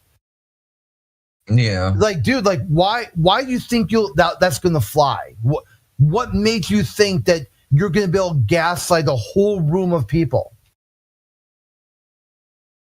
For shits and giggles. You're going to get mocked. You're going to get ridiculed. You're going to get clipped. It's not like it matters, but... Oh, go ahead. No, it's not like it really matters, but the second that I saw that this, basically when I first joined, that I saw this channel wasn't so political, I just listening just a little bit. Yeah, I already stopped recording. I'm not recording shit. I'm just chatting with you guys and learning. That's it. Yeah, even still, you don't need to waste your recording. We live stream it, and then it's recorded and documented on the YouTube channel. You can go back later on and clip the pieces you want. And it goes back years. All you got to do is just have a notepad out, write a timestamp down, go back, oh, that was a pretty good exchange. Let me go clip that. Yeah. This is by design. You see that when you go into globalist servers, they don't have anything recorded. They keep it like the most dark, dankest spaces where no one knows what's going on. And they're constantly plotting and scheming. They've got some radical agenda they're pushing, and they need to do it from the cover of darkness. They won't stream their channels. By the way, thank you so much for the links. You know, it'll help get me started. Like I said, Baby Bird, thank you so much. And yes, I will check them out tonight. Cyclone gave me a couple of things to start with. Why are you a baby bird? You don't know anything about the world. No, it's more. There's another guy called 2 Day Dave. I'm saying that who does the same thing. Like, hey, pretend I was born yesterday, and he wants all the information, kind of like that too. And I kind of respect that. No, not all. Just a start. Just a start. That's just a start. I don't want all the information to meet. I don't need that. I don't need you to waste your time trying to be a professor. I'm like, hey, what is your favorite YouTuber, or which person do you follow on X or something? Just Dude, you don't need to be a baby bird. It's simple. The Earth is measured flat. That's what they say. They measure the Earth to be flat. It really doesn't get. There's no way you think the world is flat. Did Cyclone send you a link to our main server? Because there's a bunch of information there. We got like a whole documented, a PDF organized, flat Earth proof. And we're also a VIP partner, which you can find in the VIP partner tab of this server. Okay. Yeah, I'm still checking out that other server. Look at the bottom. Yeah, look at the bottom. Additional information, alphabetized. Whatever topic you want to look up, there'll be like almost endless amount of resource. You could spend the next years just going over that content. Yeah, you guys put a lot of work in this. Oh yeah, for sure. So I'm saying it's kind of a start, but just it's a start where you can find what special interest topic are you looking to, do you want to look up? And then it's alphabetized. Yeah. Just go A through Z, like A through M and then M through Z. Yeah. Okay.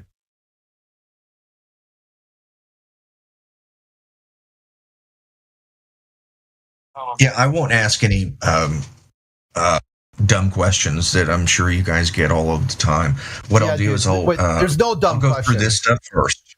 The only dumb questions first. Yeah, the only dumb questions the one you don't ask. Like, dead ass. If you've got a question, other people have it too. It's just like there's a lot of questions you get over and over again, like, why would they lie? Well, if that sort of thing. Then all right, now keep in mind, fire away. I'm very green here. Yeah, fire away. Very green. All right. Do you believe that the ISS is real, or what do you think about, like, what's your opinion about the ISS and space? And, I'm not asking for, like, you to waste too much time answering that, but do you think the ISS is real, or I don't know how that works? What do you got going on so far? Well, I mean, if the Earth is flat, I wonder what space, what the opinion is about space, and I'm not going to say other things like the moon landing and all of that. The ISS, like, what's your opinion about the ISS? Yeah, where is the ISS? Where do you think that is? My opinion that it's not here. It's not on the ground. It's real. Is it the sky? And it's how far away? Right. Up? It's above the sky. Yeah. How far away is that? Oh, I don't know what the altitude is, but just guess. It's up there. Don't, without looking it up, use your noodle, not your No. No, I'm not going to look it up, but I really can't say. Just guess. Just take an educated guess. How far away is it? Because the best part is you'll get people who come in here and say, like, the ISS is somewhere between the Milky Way galaxy and the Andromeda galaxy. They're boldly going where no one has gone before. No, that's I don't believe it's that far out. I was going to say like 20 miles. Like 20 and that miles? was a guess. Yeah, that was a straight guess. Maybe 10. Isn't it like fucking 30,000 feet or something, or 40? No, that's not right. Yeah, 30,000 is where planes are. Yeah, planes fly. That's what I'm thinking of. Yeah. Yeah. And I think it's like 4 times higher than that because they have to get out of the stratosphere, which is another question. I have so many questions because I just said stratosphere. Yeah, well, let's just go on like one by one. So the ISS is about 20 miles up. Why would that be a problem on the flat Earth? Oh, it isn't. I didn't say it was. I was just asking if you thought it was real. Yeah, I mean, there's something up there. I don't know how high it is or where it's at. You could just guess. One of the big anti-flat Earth debaters, Leo, he thought the ISS was 8,000 miles away. And he did this because he looked at the live stream video. He says, hey, here's the curve of the Earth from the ISS. To see that much curvature, it must be about 8,000 miles away. I mean, but you can see it sometimes. Sometimes it reflects. It's a little shiny from the panels. But yeah, you can see it. You can't. Yeah, I mean, you can't if it's far 8,000 miles away. Yeah, how big would it be for you to see it at that angular size? That you would see a shiny object. It's a football field, isn't it? Yeah. How big angular size would it be if it was 8, like say a football field, 8 or 20 miles away? What? I think I did this once. I think I did this calculation. Yeah, you can't see that. That's too far away. Yeah, so it tells you it's a clue, wouldn't it be? Wouldn't that be a clue? Something like 100 yards or 100 meters, 200 or 20 miles away would be too small to see. The International Space Station, the angular size is 1 foot 3 inches. According to this Google, I just Googled. Since there are no dumb questions, there's no stupid questions. Is it kind of balanced or imbalanced about your belief on the moon landing? Is that it? Well, is not that belief. Anything that's belief is not required. And the best part about the moon mission is you don't need flat Earth for that. The vast majority of the people who believe the Nixon faked that shit, 60 years ago, 56 years ago, they hate flat earthers. Literally, they hate them. Like there's a guy, Bart Sabel, the guy who did all the documentaries about astronauts gone wild and whatnot. He believes that flat Earth is the CIA. He says that flat earthers are CIA meant to discredit truth movements. So people go into like the lunar mission, they think the Earth's a globe, and there's no way America went to the moon 60 years ago and never again. They destroyed that technology. Like, some of the quotes from the astronauts. Hey, astronaut Dom Pettit, how come NASA no longer goes to space? Oh, we destroyed that technology, and it's a painful process to build it back again. And you're like, dude, that's incoherent. How do you destroy technology? How'd you do that? Dude, that's always been a little fishy to me. Oh, we lost the technology, or we don't have it anymore, or we destroyed it. Like what? Like what? Like, I'm not a flat earther by no means, but I think that's a little fucking weird. Yeah, that's what I'm saying. You don't need flat Earth to discuss how the federal government, 50 plus years ago, faked a moon mission for world peace. And that's what they said. Nixon said he's going to do this for world peace, which caused Carl Sagan to say the moon mission was the most ironic token of all of human history. It was so ironic. He can't think of anything else. Like, if you were to look up, what does irony mean? It means Richard Nixon landing on the moon for world peace, then carpet bombing Cambodia because he was mad at Vietnam over their spending philosophy, their government spending philosophy. For flat Earth, it's just par for the course. Everything Richard Nixon did was illegal. He was a criminal. He was basically a white-collar criminal in the executive branch. And he got to president by being a white-collar criminal and a crony for the military-industrial complex. And the Apollo program was no different. It was just weapons testing, brought to you by Nazi war criminals from Operation Paperclip, von Braun, an SS agent who was brought over to America. And this is things that people should call conspiracy theory. That's a conspiracy theory. There are no Nazis in the U.S. federal government. What the fuck is Operation Paperclip? Yeah, look it up. You'll blow your mind. I'm looking it up, man. That's fucking wild. I don't blame them, though. Like fucking German scientists and fucking whatever. Like, they were smart, man. Like, Nazis. Yeah, but it's about weapons.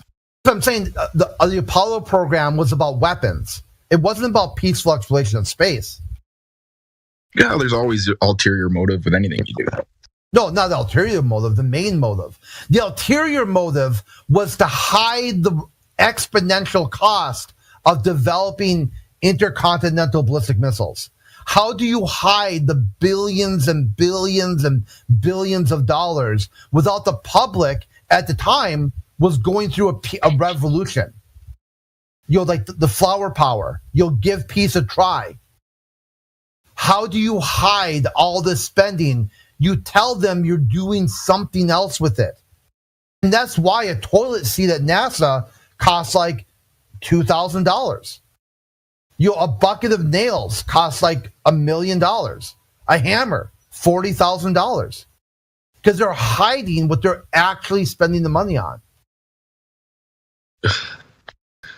Which is weapons. I can see that. It's always been about weapons, which also tells you that if you look at all these spacefaring nations, all 7 of them have nuclear weapons. It's a direct 1-for-1 correlation. If they claim to have a space program, they have nuclear weapons. This is a direct contradiction because inside their model, they're saying there's a visible universe and there's no life in it. Do you threaten to destroy all life in the known universe if you don't get your political way? And they will. They will do it. You just got news today that Russia launched a secret weapons platform breaking 40 years of treaties. Supposedly, if you believe their story, they have low orbit weapons that now cannot be intercepted with intercontinental interceptors, missiles. They can rain down death from above, and they did it without anyone knowing.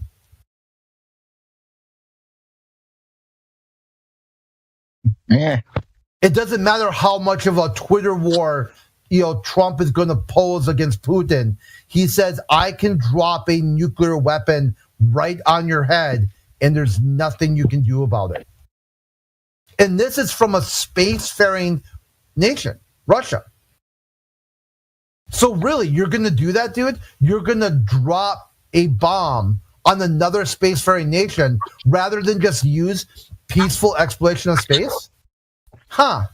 How ironic, as Carl Sagan said. It's very ironic that these peaceful exploration of space has resulted in endless, continual arms race. So when you ask flat earthers, hey, what about the Apollo program? Yeah, dude, that's weapons. It's always been weapons.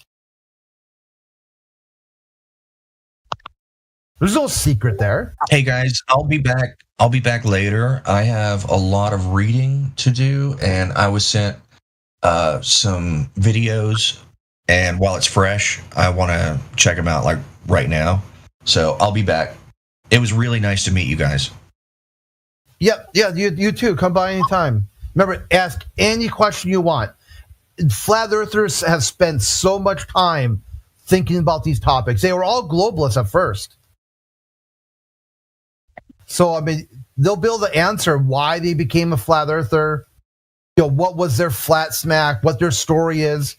So you can take it any direction you want. You can take, hey, what's the human element here? What's the political element? What's the scientific element? What's the spiritual element?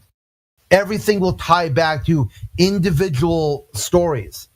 And you'll hear the anti-flat earthers as complete freaks. Like just complete spazzing out over content they added.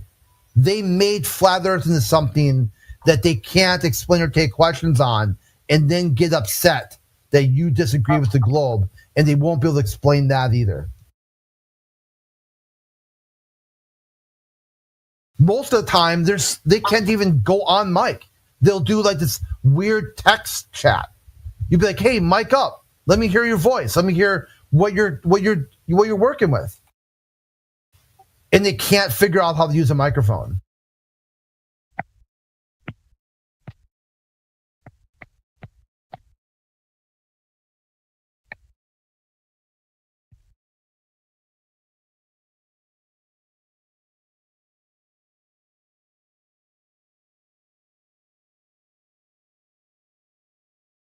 Yeah.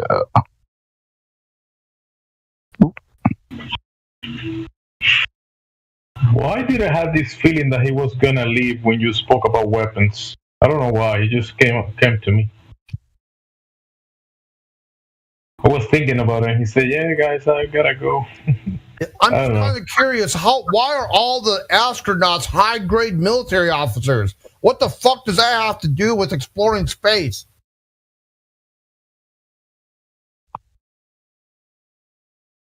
I don't know, man. I don't know if I'll ever know. I know I gotta show up to work tomorrow.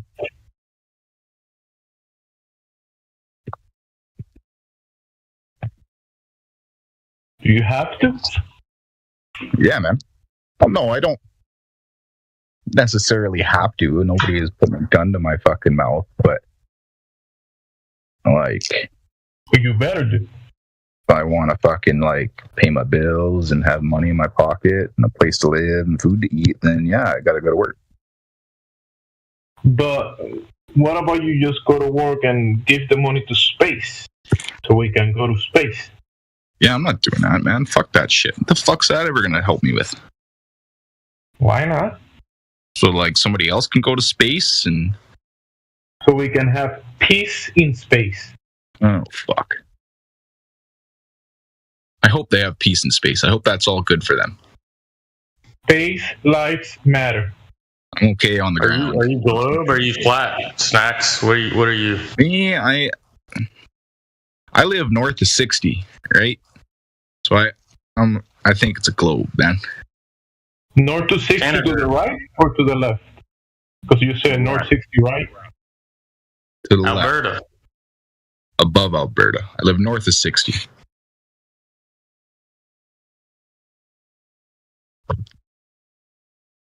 I'm about, so I don't know, whatever it says, fucking 60K out of the Arctic Circle. So you think you're on a globe? I'm in the circle, but I'm fucking just outside the circle. And you know, like the sun behaves fucking just as it would if it were a ball, man. You know what I mean? So. What, it doesn't work if it was flat? It's mutually exclusive?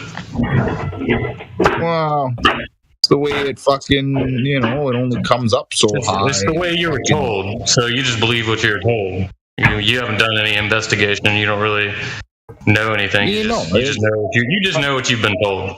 100%, man. It could be one big game of telephone. It absolutely could be. You don't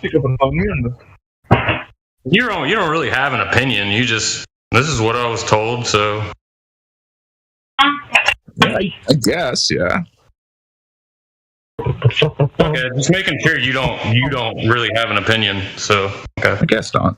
But I mean, you know, the things I observe and how the sun sets at, you know, a certain time, at the certain time. Yeah, you don't know if that could work on a flat, that could work on a ball. You don't know. You just know what you've been told. But it all does point to being. Who's that? Snacks? Oh, yeah, wait a minute. Yeah.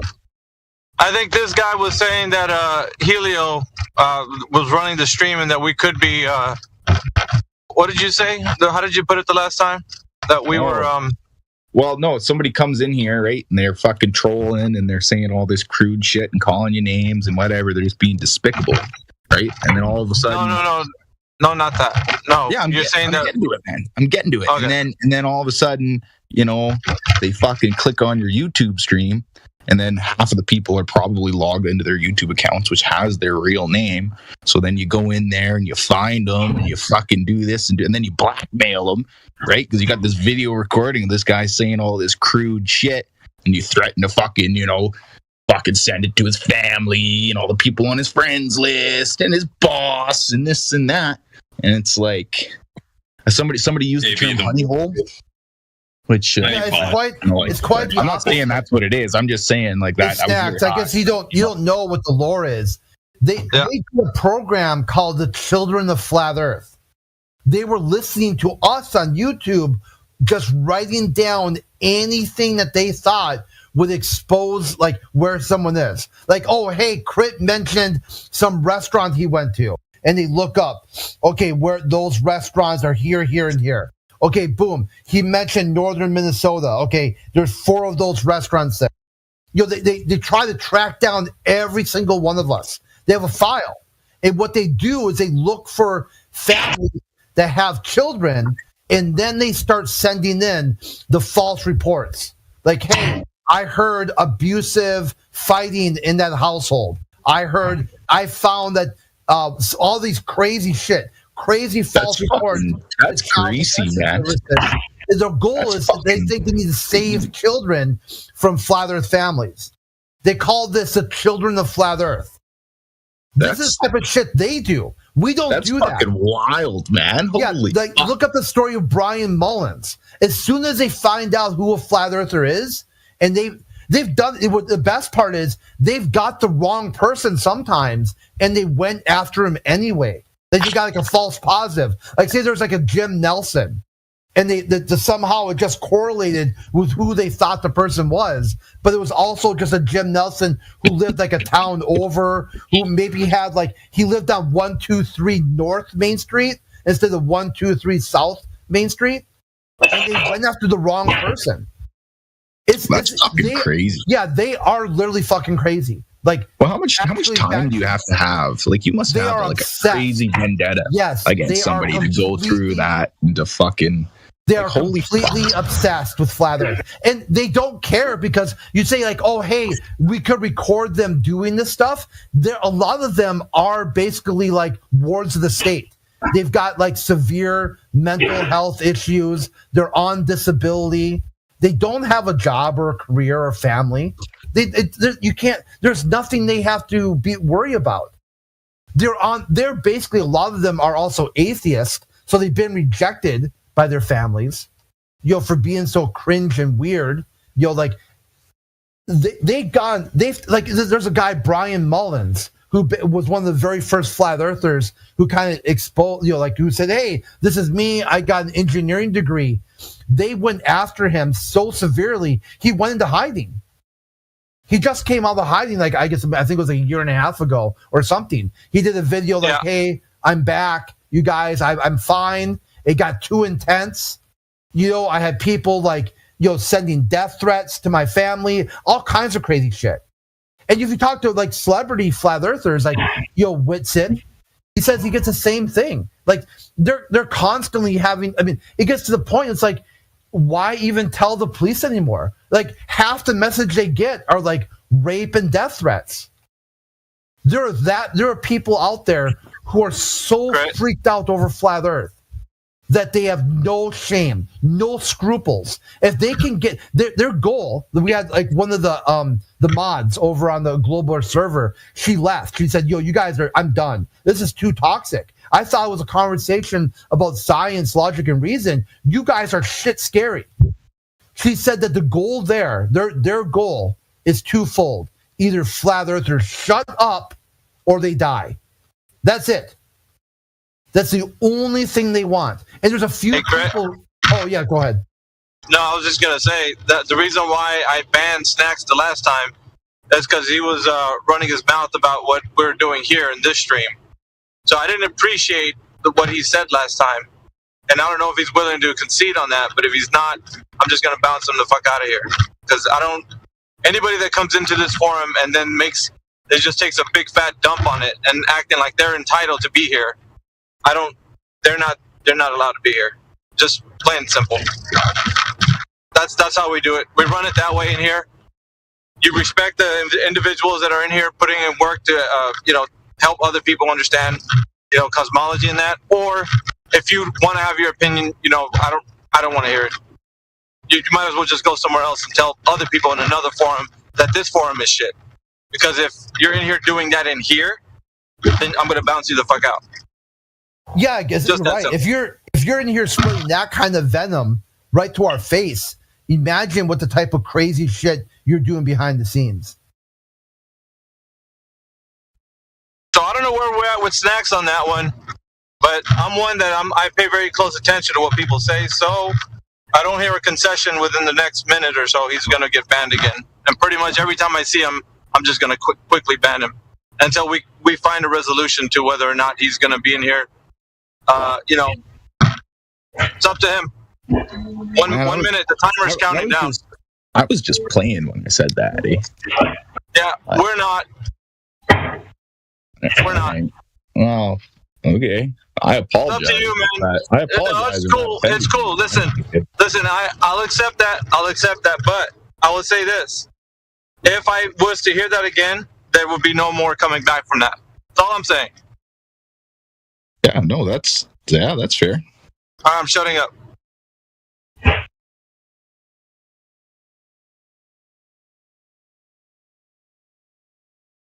This is why I can offer.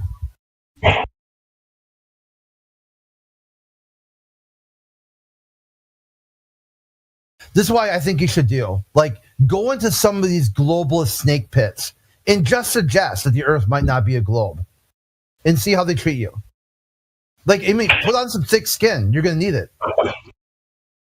Or maybe you won't need it because maybe people like that don't. For me, I find it pathetic, that they'll freak out over just a little bit of disagreement.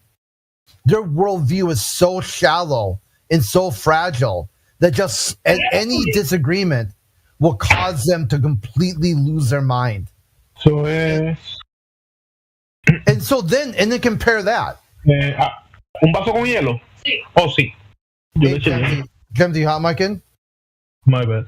Mic bro.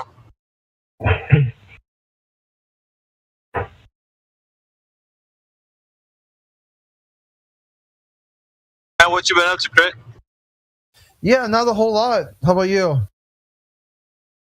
I got my nose to the grindstone, but I'm trying to make some, some extra ends. Do a little crypto dabbling at the moment, but that's why I would have the extremes, but I've been working at night. Well, on my days off, I've been kind of putting in work, so I really had to have but I do want to get to the extremes. Like we're on a good roll, and I am gonna go back on there. I'm just probably gonna accumulate a little more money and then do that. Oh yeah, those X streams have been like super popular, and a lot of people from there find their way here too. Yeah, we're promoting, and I don't know why Politics has a beef with me actually putting a link to over there because I only we promote this channel and people coming here into Politics. So whatever traffic flows into our rooms over there, we just direct them over here or to our home server or PNR. So I don't know. It's kind of weird that they don't allow us to do it. But yeah, they'll come around eventually. Yeah. Oh, you know what? Once they see the value of it, they'll be like, "Oh, yeah, that's actually a pretty good deal." You know who we could tell is what's his face? I am. You know that guy? He's a senior mod here. We could just maybe. Yeah, that's Oliver. I don't know if you remember. It used to be called, or used to use Oliver as his name. I did. Last time he popped in here, I was like, "Who the hell are you, man?" He's like, "It's me. I can't believe you forgot who I am." I was like, "Fuck, I don't remember," because I don't know. He had a different name and all that. So anyway, I was thinking maybe we could just shoot him a text or something saying, "Hey, you know what? Can we drop some links to the X because they don't like cross pollinating unless it's like through an official join. Yeah, the main thing is if it's anything's going to be cross advertised, you want to make sure it's following their guidelines of like full inclusivity. They want to be open to minority groups. They want to be like a kind of a non-hostile like place for speakers. So I think at the point that like their first answer is always no until they got like a real good understanding of what's going on. Well, I hope they kind of change their. I implore them to reconsider because what we're doing over there is just bringing traffic over here anyway. So, I mean, they're getting their numbers from what we do over there for sure.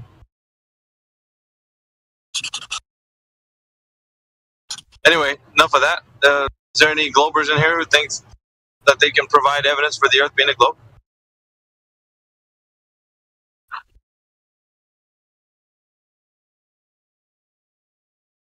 He just dipped after I said that. Yeah, he's still here. Snacks. No, not him. There was another guy in here. He left when I said that. Who came by like 2 days ago was that Planet Peterson dude. Oh, is he still coming by? Yeah, he comes by, like pops his like little snaky head up every so often. Refuses to join the VC. Fills a text with a bunch of inane comments and questions, and then says like, ban me, or whatever. And we're like, all right, fine, get the fuck out of here. He's got a little audience on TikTok. That one. Yeah. At some point, we're gonna cross over to TikTok and see how well we do over there without getting kiboshed.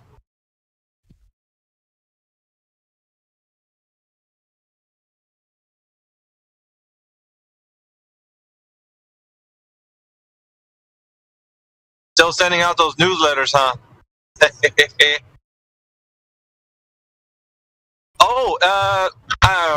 What was it? There's some guy that was a well-known person who just admitted he's a flat earther. Let me look him up real quick. I'll shoot him in a DM to you, Crit, so you can see who he is.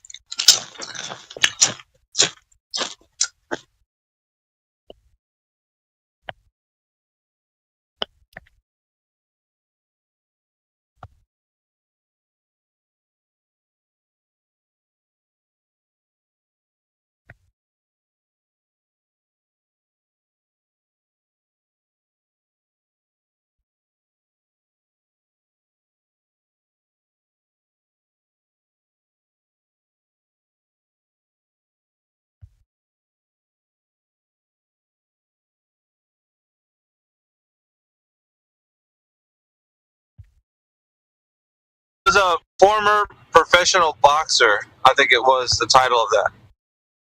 And I have the article, which I'm probably going to give it to you guys. Like, once again, I'm on the move, so I'm not able to do it. But once I stop somewhere, because I'm going to be heading to work, I guess I'll shoot it to you, Crit, if you don't mind. Yeah, no problem. I'm back too. I had to go AFK for a second there.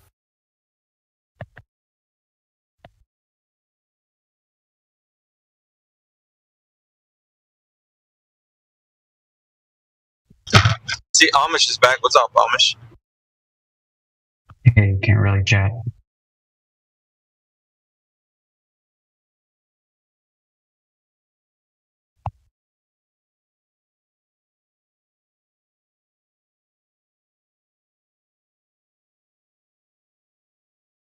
Lloyd in the house. What's up, brother?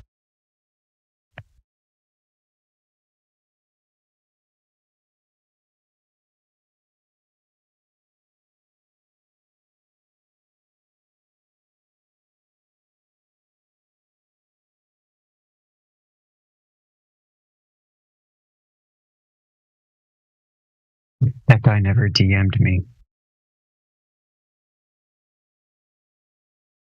Check my DMs. Oh, he's in here now.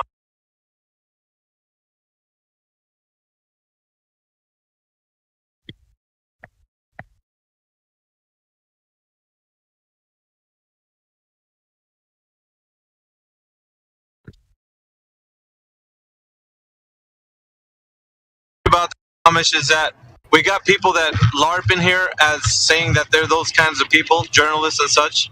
I'm not saying him like he's this way, but we've gotten so many of those who would claim that. Then all of a sudden at the end of it, they're like, dude, I believe the earth is round, man. You guys are idiots at the end of it all. I was just saying that just to see what you guys would say. I'm not saying he's doing that. I'm just saying we've been through this, that whole process before. So I don't know.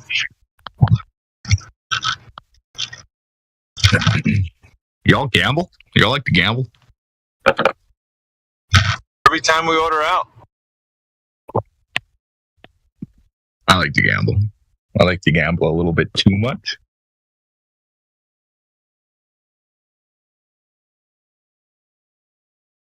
I got paid on a Friday. I got paid this Friday. I'm broke.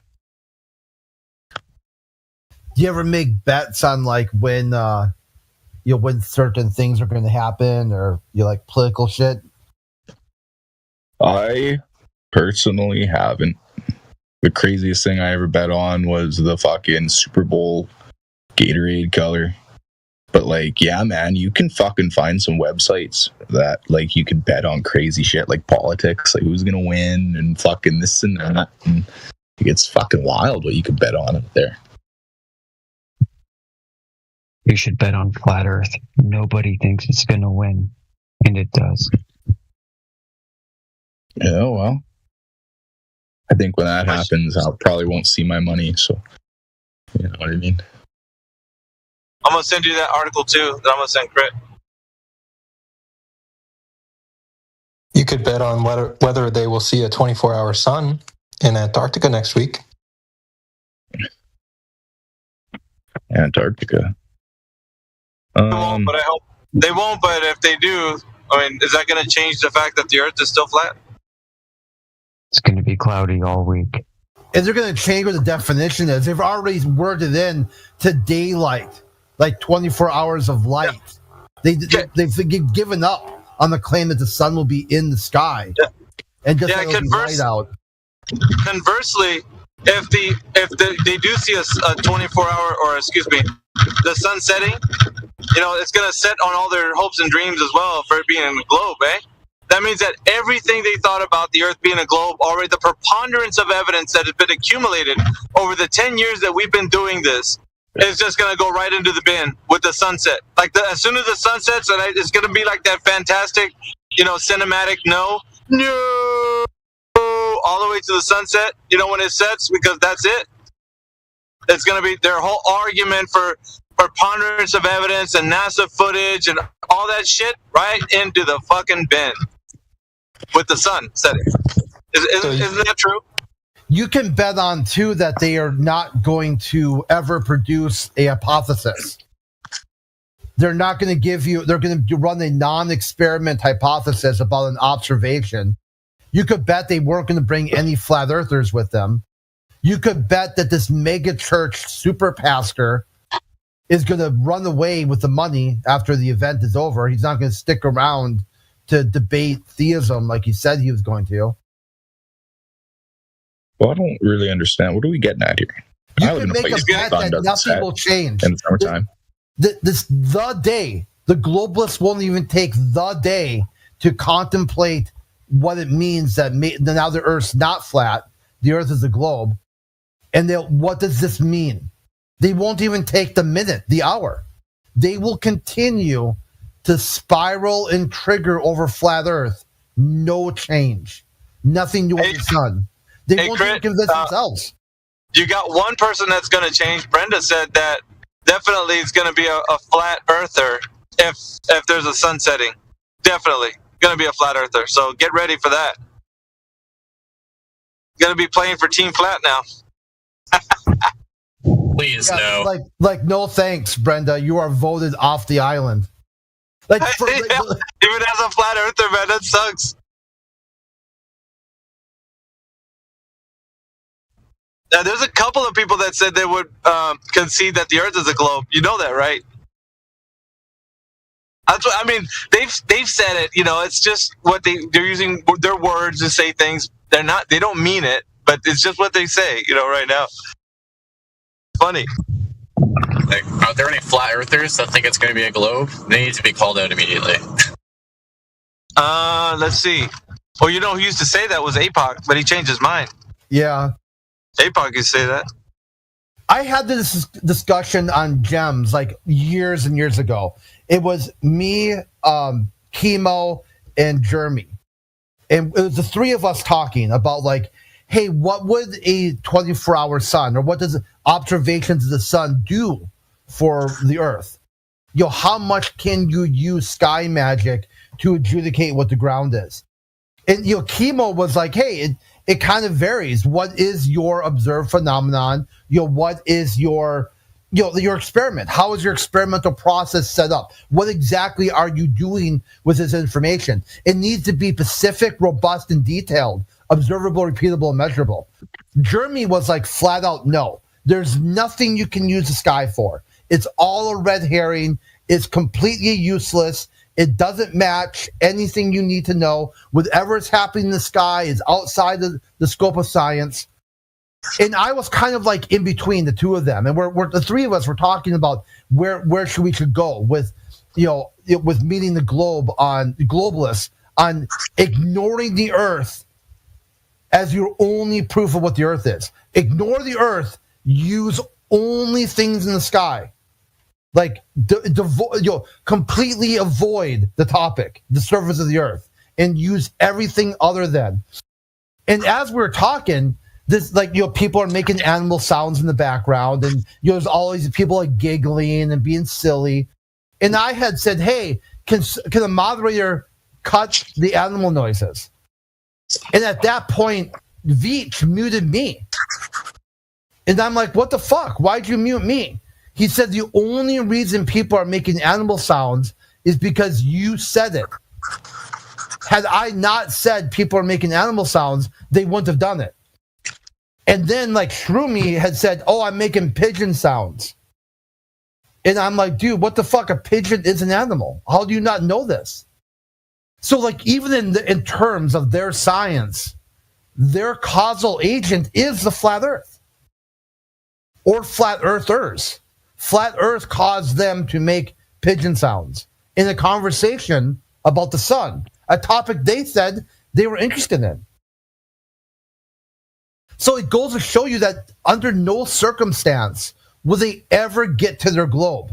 They'll always be pie in the sky. Look at that moon. Look at that black hole. Look at that sun. It'll be impossible to get them on back to the surface of the Earth. Well, without the sun, you wouldn't be able to measure the Earth because we need light. So it doesn't make sense to exclude it because we wouldn't be able to make the measurement in the first place without light. Yeah, you say you need a flat Earth. Sun gives us the ability to do that. To make an angle measurement to the sun, you need a flat Earth for that, or a locally flat Earth.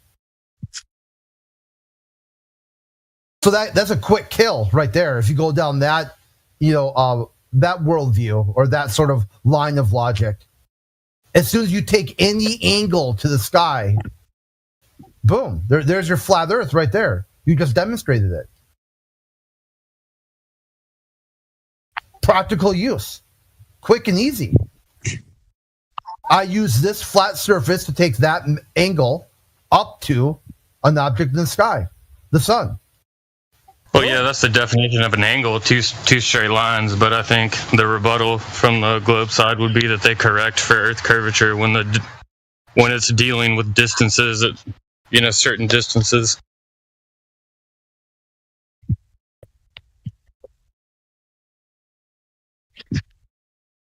I'm saying where they walked themselves into a contradiction, flat and locally flat and not flat at exactly the same time.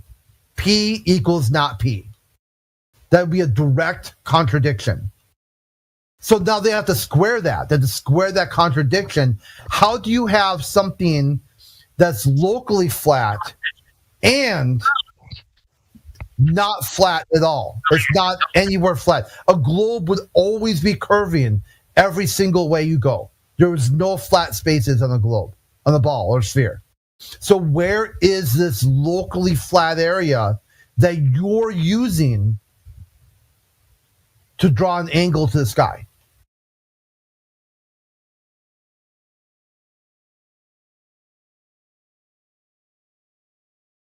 What they do then, maybe I'll give you the answer there, is they draw that line all the way to the core of the Earth. You're like, okay, well, sure, Toby, how far away is that? How do you know that? How do you get that radius value? Where's your drop over distance? Which is the first question. Who measured it? Who measured the drop over distance from ancient times until now? What was their method? And how did they do it?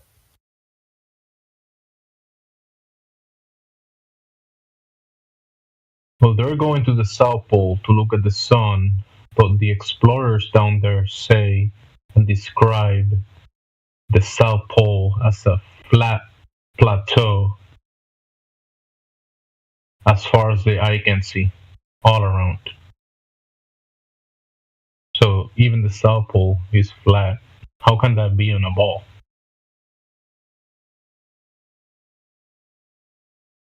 It's impossible. Yeah, this is the thing, too, about going to the South Pole. They're going to be at the South Pole, supposedly, Antarctica is flat as hell. So they're going to see flat terrain everywhere they go, tell you it's not flat. As they see flat, they measure flat. They're practically using flat.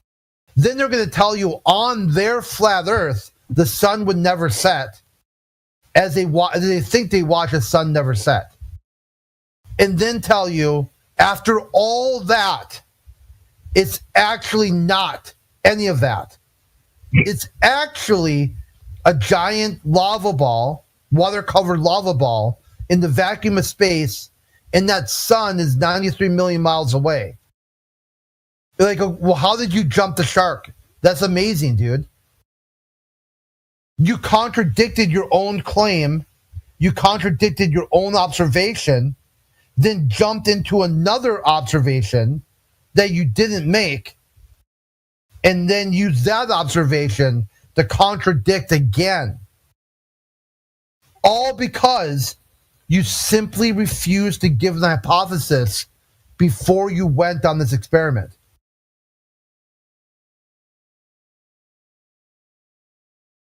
And this is brought to you by a super church, mega pastor, guy being investigated for financial crimes. Like, wow, the globe side is just a joy.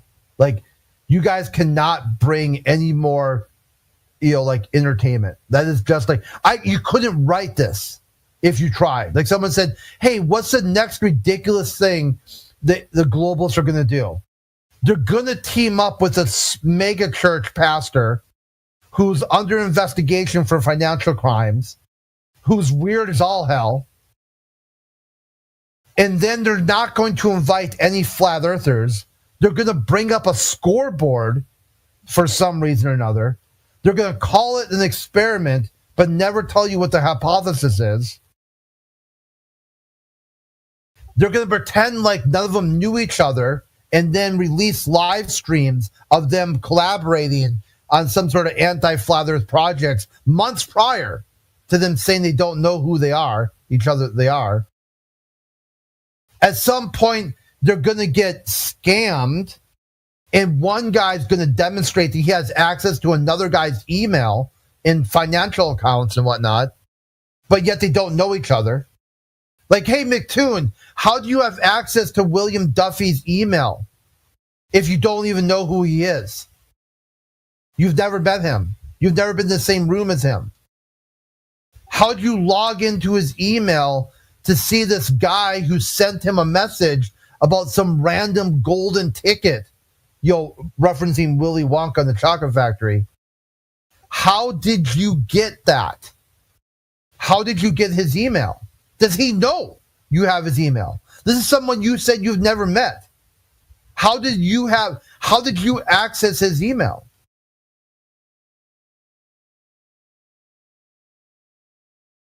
When you advertised the event, you said you want to bring some normal people in a flat earther. Does that sound like you're going to catch very many flies with that much vinegar? Talking about, hey, here's some non-normal people. Let's bring a bunch of normal people in this one non-normal person. Does that sound like a good time to you? Like, hey, let's go on vacation. Oh, sure. Where do you want to go? Well, come with us on this road trip to Antarctica, and we'll fill the boat or the plane, whatever, with a bunch of normal people and you. That sounds like a recipe for disaster.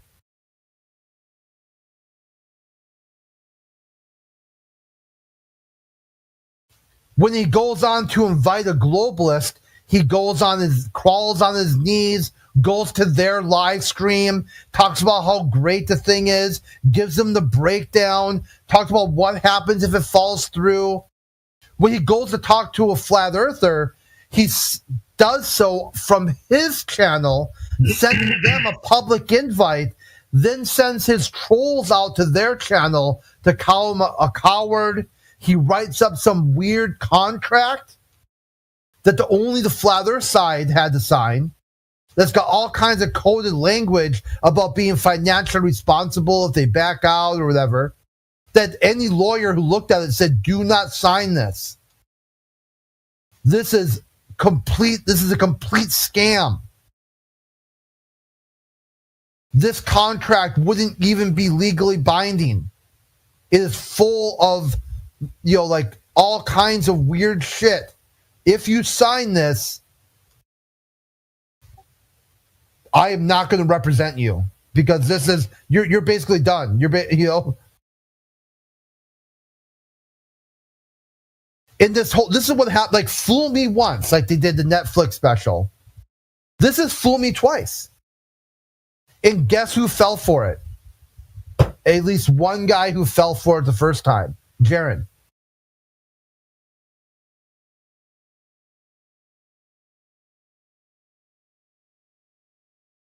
So yeah, it's going to be great to see exactly what the globalist does.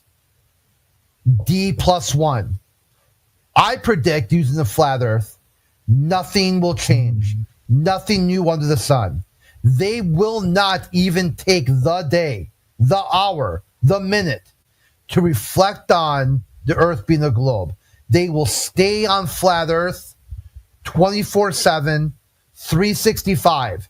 This will not change a single thing. The same people in here constantly freaking out over flat earth will continue to freak out over flat earth. It doesn't matter. They will not convince themselves that the earth is, quote unquote, not flat. They'll never be able to even understand what the word flat means. Inside their worldview, either you defend a pizza planet in the heliocentric model, or it's a globe. That's it. That's the only adjudication process they have. This is why they think on a flat earth, the sun would not set. And then they're going to go to a place where the sun doesn't set. They're going to demonstrate they are incapable of using any level of science, logic, or reason. It would be on full display that they are unable to even follow their own experiment.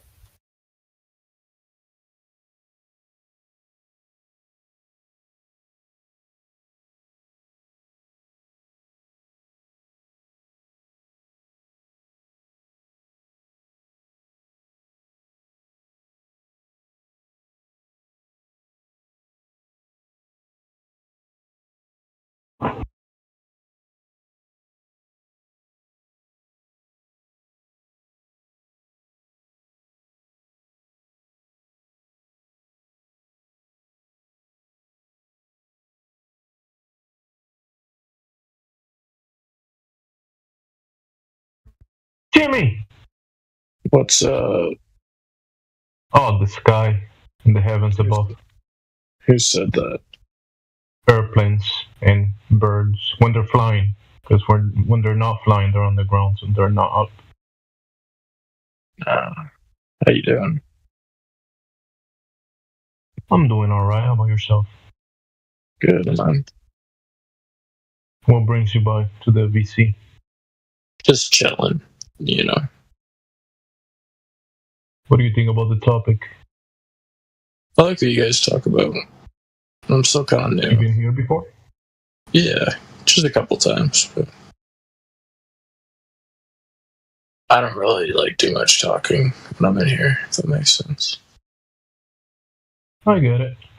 Have you thought about it? Like, you know, like does the globe nonsense make any sense to you? I'm kind of deliberating, right? Like I kind of like am enticed by the theory, if that makes sense.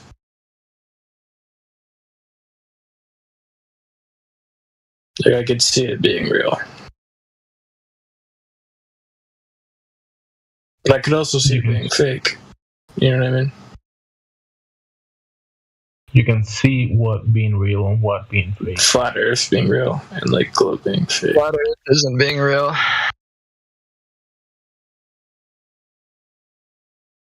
The Earth is flat, man, guys. It's true because I said so, and I create fallacies to make it true.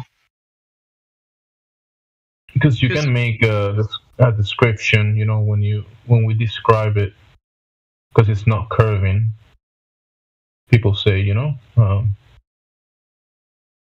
there is no curvature over the water as well. There's no curvature, so people describe it, you know, as flat with a tolerance because we have topography, up and downs, but horizontally, frame of reference, there is no curvature. So the claim on the table, the globe is not there. So people use the term flat Earth. Oh, it was.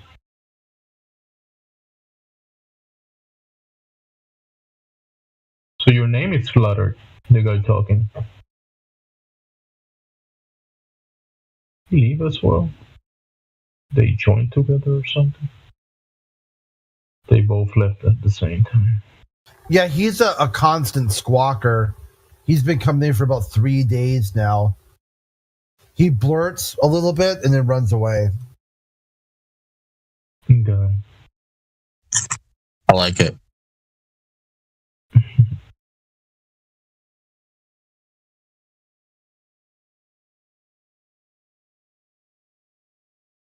Oh, well, Jimmy left as well, so bye, Jimmy.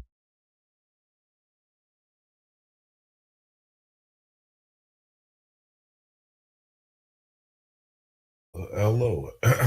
Excuse me. I have a cold tonight. 24/7 flat Earth curvature. Not detected, right? Yep. Yeah, I agree.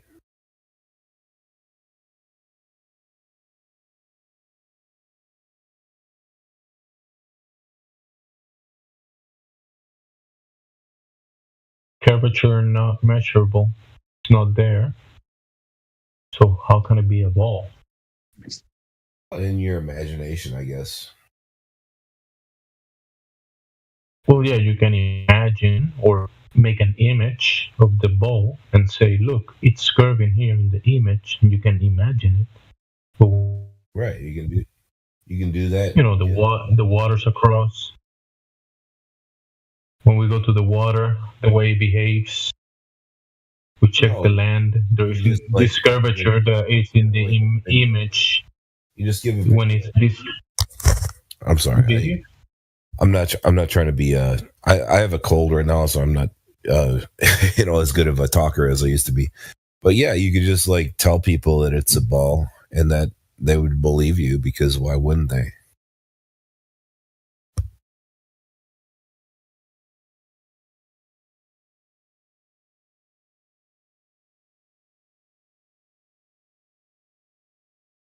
Kind of like the way the world works.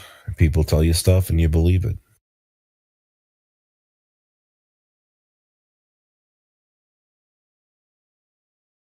House of Wisdom.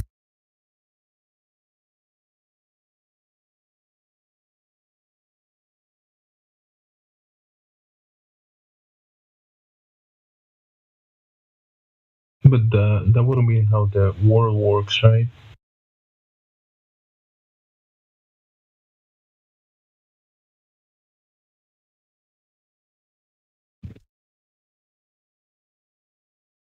I'll do.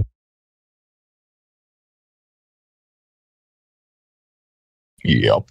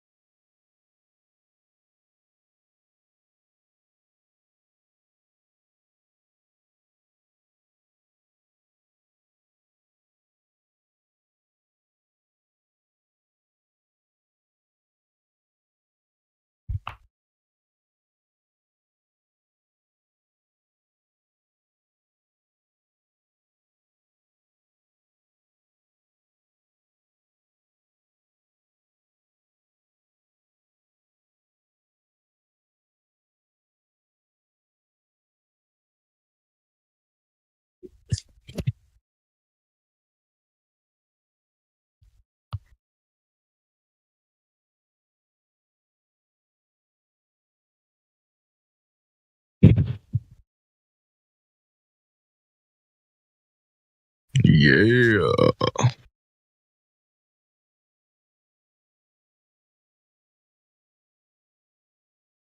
I'm moving into this new place. And it's we use fucking like heat and oil up here, right? It's not like electric fucking heat. I mean, I guess you could get that too, but yeah, man, heat and oil.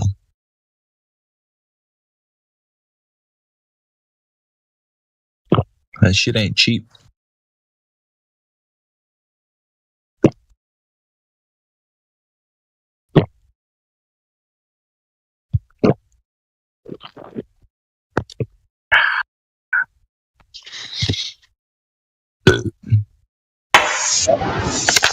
Why don't you just get a stove? It's way cheaper. You got a bunch of trees up there. You're right, man. You're right, but I'm renting and I can't just toss in a wood stove willy-nilly, and your insurance goes up and you have to get them to come and fucking sign off, and you got to take pictures and make sure your house is safe for a wood stove, and right? Like, you can't just toss. I mean, you could just toss one in, but wet inspection. What's that? Doesn't sound like that much work. It's called a wet inspection. Yeah, there you go.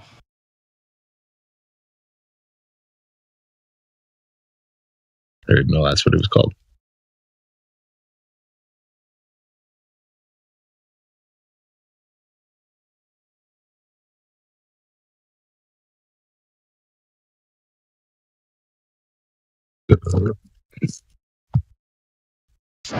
You mean they just don't believe you? Isn't that how you said the world works? You just say things and people believe it? Didn't you just say that? No, I didn't just say that. But generally, that's kind of fucking how it goes, unless you question what you. Yeah, you did just say that then. I didn't say that. Some other fucking guy said that.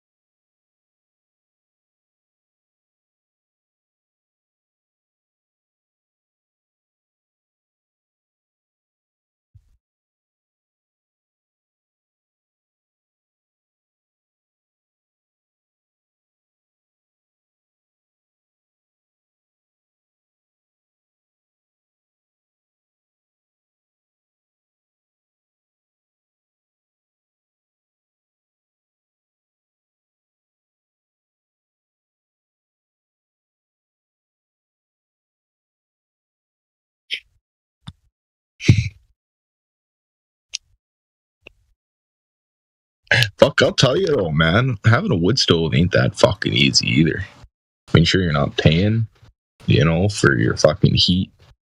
But there's a lot of time that goes into fucking going out and getting your fucking logs and bucking them up and then splitting them and then stacking them and then bringing wood in from the fucking wood shed. There's a lot that goes into it. But instead of fucking money, you're just paying your time, right? Like, the colder the winter, the more wood you go through. And that's it too, right? You got to make sure you have enough, right, to go through the season. What's that? Is there a Glober on hand? Yeah, what's that? We got Nuck and Futz. He thinks Bedford level is the proof of the globe. Okay, good. That would be better than listening to people's fires and stuff. We might just be chat skanking.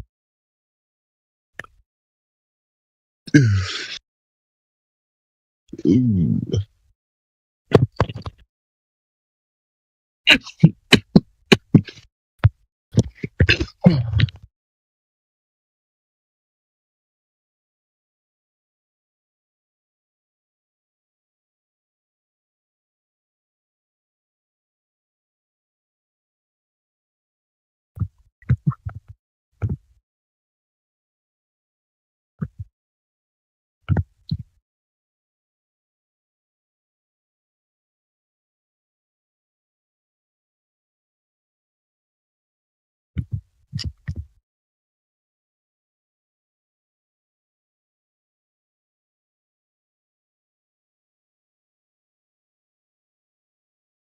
No, he's in VC. He needs to present.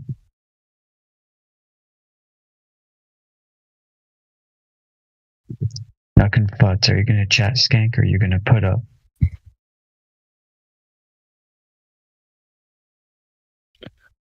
Knockin' Futz. What a funny name. I just get muted when I talk in here, so I'm not really doing that much anymore. Do you say rude or stupid things?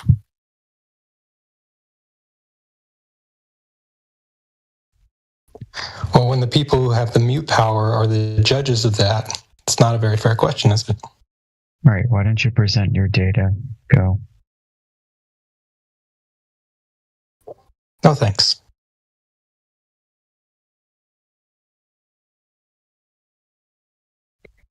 Anybody like cream soda? Nobody gives a fuck about cream soda, dude. What? I think it's fucking pretty tasty.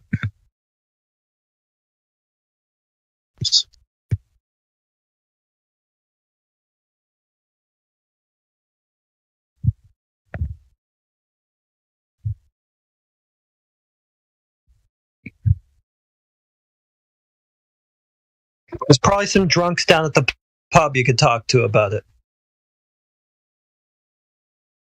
About cream soda?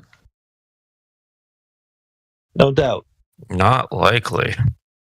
Hey, nah, pub ain't open. Nothing's open, dog. Bars closed, Legion's closed. So it's my problem. No, man, I never said that. Well, it ended up being it. Yeah, he's saying it's his problem because you're here talking about cream soda as opposed to there. Oh, I see. I see. Well, we can open a new channel below. It'll be called 24/7 Cream Soda. I bet you that would get a lot of good.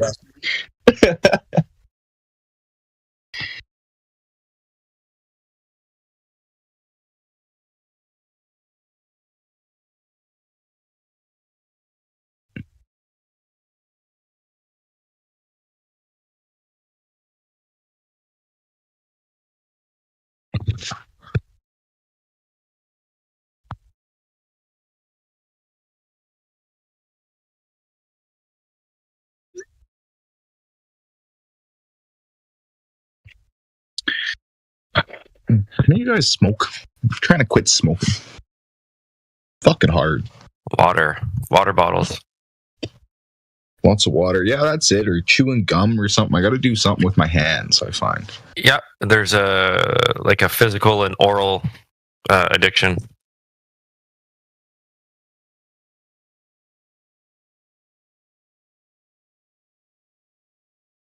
Like things that you guys do would be a police state over here in the States, dude. What all that activity is it would just be a police state. There would be no ifs, ands, or buts. There's just you'd wake up in the morning, you already know what's like. 100%. But okay, is crime down? Is crime down? No, crime's higher than ever. What? Crime's higher than ever. Our crime rate match the US. Our crime rates are probably higher in the US. The police have a no pursuit policy here, so now all these kids are stealing cars and ramming cop cars off the road and doing burnouts at the police stations, and it's crazy. Damn. They'll only get you if you're going to pay the fine, yeah? We've even got seatbelt cameras that shine in your windscreen and take a photo of whether you're wearing a seatbelt. They have these mobile phone cameras, bro. They have these mobile phone cameras. I was driving and I had my phone on my lap for 2 seconds, and it took a photo of me, and I checked the photos because I was going to lie my way out of it, and the photo shows my face, my whole body, the phone on my lap, everything. I can't even say it wasn't me. I wonder how many truck drivers they catch batting off. Oh, the thing that you think. Look at AJ. He's like, I wonder if that one's gonna be doing it. Man, he don't have his skivvies on. We got one, boys. That's what I'm saying. That's like that joke. Crazy. What does the government do to an unarmed populace? They molest us like they've been doing for the past 20 years. Whatever they want. Whatever the hell they want. Yeah, and dude, they were talking about that what was going to happen if Kamala was going to win the presidential debate, and they said that they were going to enact something akin to that. But over here, it's like I don't fucking think so. You know what I mean? But anyway, It is what it is. You know what they've started doing here? They've started issuing firearms prohibition orders to everyone just so they have a reason to search you. Like, they don't need a reason to search you. Like, they can issue one and come into your house and search everything. Hey, we got this. We've got to check if you have any firearm or not. Yeah, 100%. Nope. Even if you don't have a license, they can issue one and come into your house. Oh, that's the worst. That's the worst, dude. Mm-hmm. That's like you have to prove you don't have a gun, rather than them proving you do. Like, even if you're unlicensed, they'll issue you this, and they'll come into your house and search your entire place, and they do this to find like little, pouches of, drugs or any of this. And when they find the drugs, bro, unless you're like a known crack addict, you're screwed. Wow. And they love crack addicts. They're treated like kings out here. Why? 100%. Wait, why? Well, I'll give you this one really annoys me. I'll give you an example. I'm actually diabetic, so I have to buy like insulin, and I got an insulin pump. Got to buy all the needles and all the shit. If I was a junkie, I could walk into the chemist and get all of the stuff I needed for free. I pay hundreds and hundreds of dollars a month. Yeah, it's wild. They literally give you drugs here just because you're like a crack addict. And if you're a crack addict, they give you, money for food, money for accommodation. They give you money just because you exist. They give you free health as well. So I would say represented in each individual country that looks like a bit different. So in Jedi, where he is in the UK, I've seen what that looks like. In the States, in the States, I've seen what that looks like. Because over here, the southern border in the States, like they do that with the people coming across. They give them cell phones. They take them to a state that gives them asylum, and they can get a free place to stay, and just room and board, all kinds of stuff. But you got to have that status. But if you are an American like citizen, then you're on your own kind of thing. Well, the thing here, Alpha Veritas, is right. If you're a crack addict, they'll help you find a job, right? But if you're like 6 months deep, and like, you know what, we don't think you're gonna get a job, they'll classify you as a write-off in the system. A write-off is someone that doesn't have to do anything. You just sit there and get paid to exist. Free housing, free money, free everything. That's not real. That's not real. I'm with you through. It's crazy. It can't be real, dude. We have blocks of apartments, like little, like 3 or 4 story old brick apartment complexes, literally dedicated. They're called housing commission. It's dedicated for those people. They live there. They do their crack in the side lanes. It's wild, and they live better lives than everyone else. Like I think there's a saying here: why would they work for $300 a day as a laborer when they get close to that, just living off welfare? Yep, 100%. Madness. Verify that, Alpha. So I sort of grew up in that situation. Yeah, not in one of those unit blocks, but in government housing like that. My mum was very poor, and the people that lived there, the grandmother was on welfare, lived in government housing, never had a job. Mm-hmm. Then the kids my age, their parents exactly the same. It was generations. They were just living off the government welfare and the housing.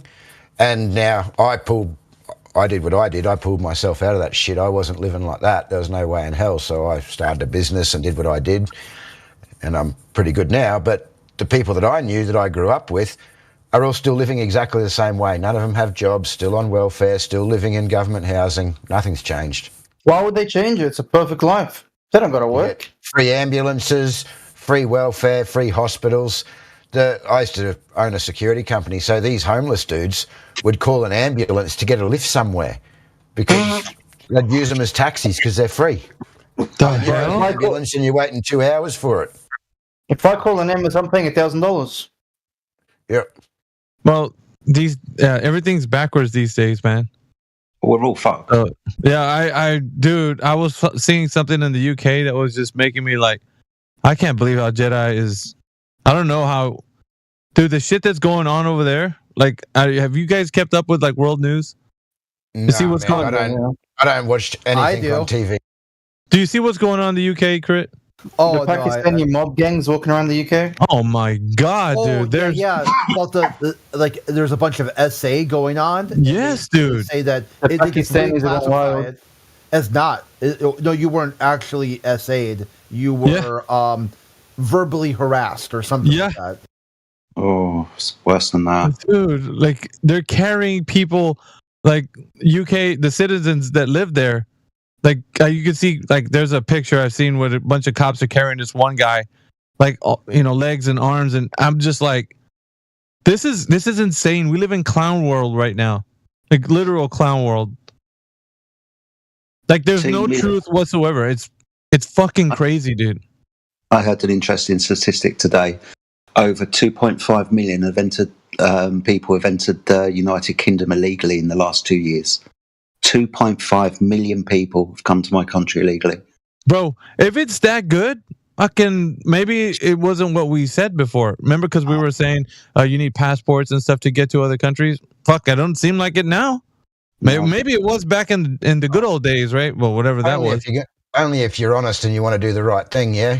Otherwise, I'll screw you. No, but I'm saying, like, if I wanted to, go over there where Jedi is, I can just say, look, man, I'm seeking asylum. I'm like, oh, sir, here's a phone. Here's a nice place to live.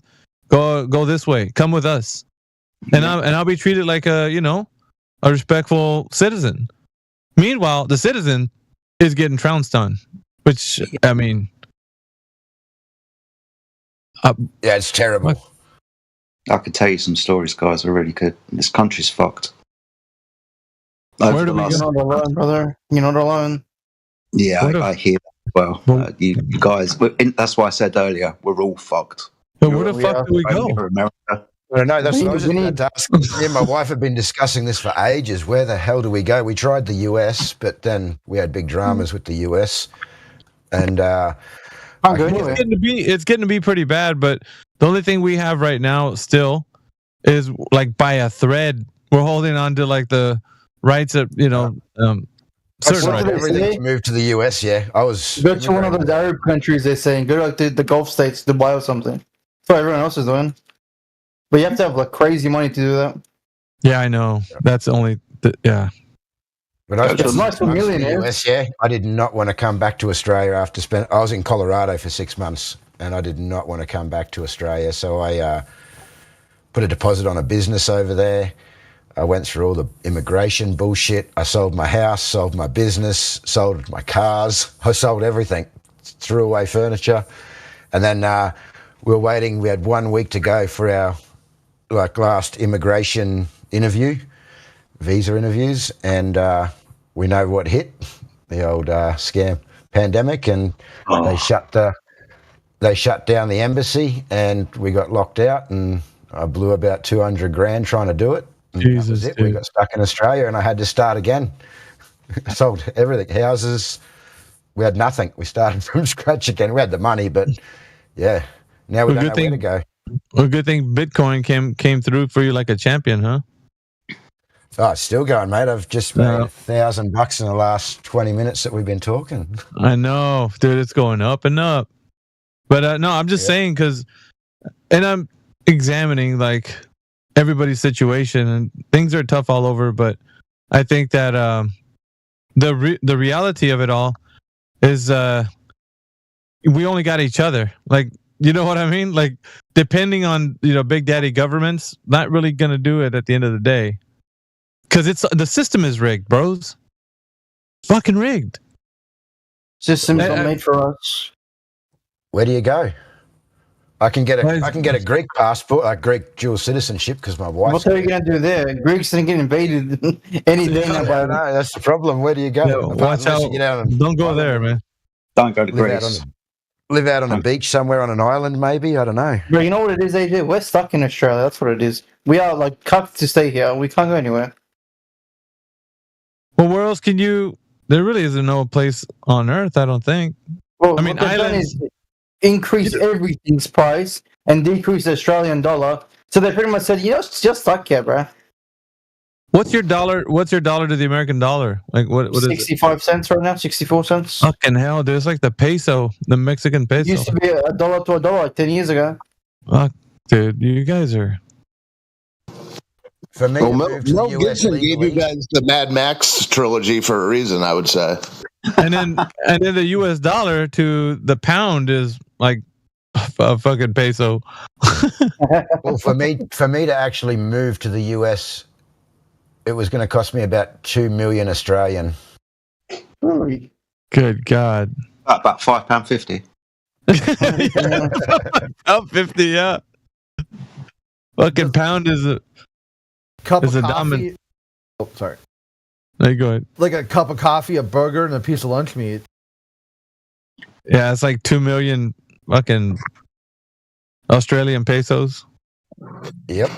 Fake money. Yeah, AJ, I remember the first time you were talking about that, where you were so close, you had already agreed to, over the next decade or so, hiring all these American employees. That was part of the whole. I found that fascinating. That here you were going to move, us forward. Well, I don't know whose end whose end the trouble came from, but yeah, it's interesting that. Yeah, if you just want to be a vagrant, you can walk on in. But if you want to be help progress society, it's wild. The hoops they make you jump through. Yeah, they're running around with fucking swords over there in the UK. I was telling Jedi, I was like, dude, I'm just flabbergasted, dude. I'm seeing the shit. Like, I mean, it could be fake news, like Trump, fake news. It looks pretty real. But they're walking past, like, mobs of these guys are just walking past cops, and they're just standing by. And I'm like, what is going on, dude? Why are they? That's also happening in Australia, maybe not to the same extent, but they're just walking into jewelry shops, whatever, and just taking what they want and walking out. And no one's doing nothing. We had an issue with Ugandan machete gangs and African machete gangs in Melbourne for a while, but they deported every single last one of them. See, you guys are quick to do that, though. Oh, you guys they'll like get rid of you, but they'll keep us and make us suffer. Yeah, they keep it Australian, man. They don't want to make any other race suffer. They just only your own. We don't want anybody else to suffer, just our own.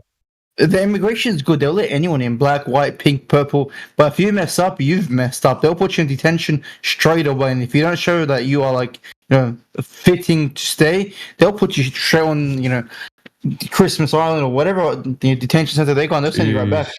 They don't care. They'll put you right back on the boat. I don't know, dudes. You'll have to organise a trip, Alpha. Mate, I don't want to be here. I'll tell you that. Indio's in the chat. We'll have Indio build us a what do you call it? A compound. We'll just we'll start it there. But somewhere in like Alaska or some shit. Alaska ain't no better. Damn it!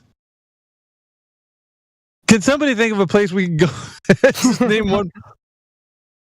Name one place. Not many places we can go. The saying is, where you're born is where you stay, because they can't kick you out. But if you go to a different country, they'll give you the boot the first time you breathe the wrong way. Where's that place we can go where there's no taxes on crypto, AJ? I got no idea. Oh, that might be over in United Emirates. Yeah, but that's where you need to go when you get like 10 mil plus US. Not Costa Rica. I'm not sure. Panama? It's one of those somewhere. It's an island. There's no start a business over there. Yeah, no taxes on crypto. Get some mail sent over there. Well, they're talking about now over in Australia taxing us on unrealized gains. 50%. Oh God, dude, you got to get away from that. It's a problem for me because you have a gain in crypto that you haven't withdrawn or realized, and the price drops after you've paid a gain on it. What the hell do you do? Are they going to give me a refund? No, because it went up. So you could have cashed out because you didn't. That's your bad. So they still win and you still lose. That's crazy. That's how that works. Oh. Trying to find ways around it. Well, I can't tell you, but yeah, I can't even say anything. No, we won't talk about it on here. Yeah.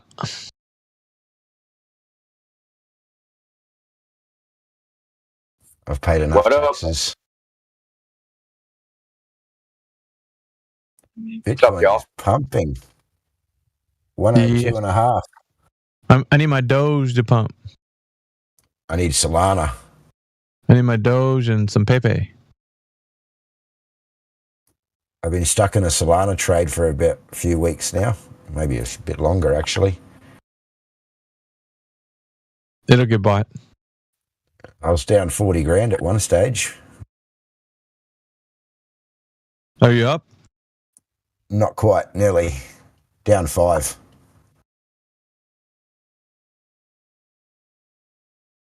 There's going to be the bulls are going to start running again once after the inauguration over here with Trump. Yeah, because I entered all these trades ages ago, yeah, and I've stayed in. I've just been taking 90% profit at the top and then DCAing all the way back down. And I DCA'd too quick on Solana. It was my fault. Loaded up too quick and it had a big drop. Uh-oh. But yeah, I'm not running any stop losses or anything. I just keep DCAing all the way down, then take 90 at the top. And it keeps your buy-in down pretty low. At least while we're still in an uptrend anyway.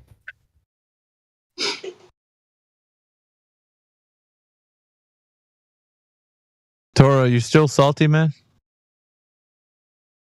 No, not at all, brother. It's all good, dude. I'm Bullshit, dude.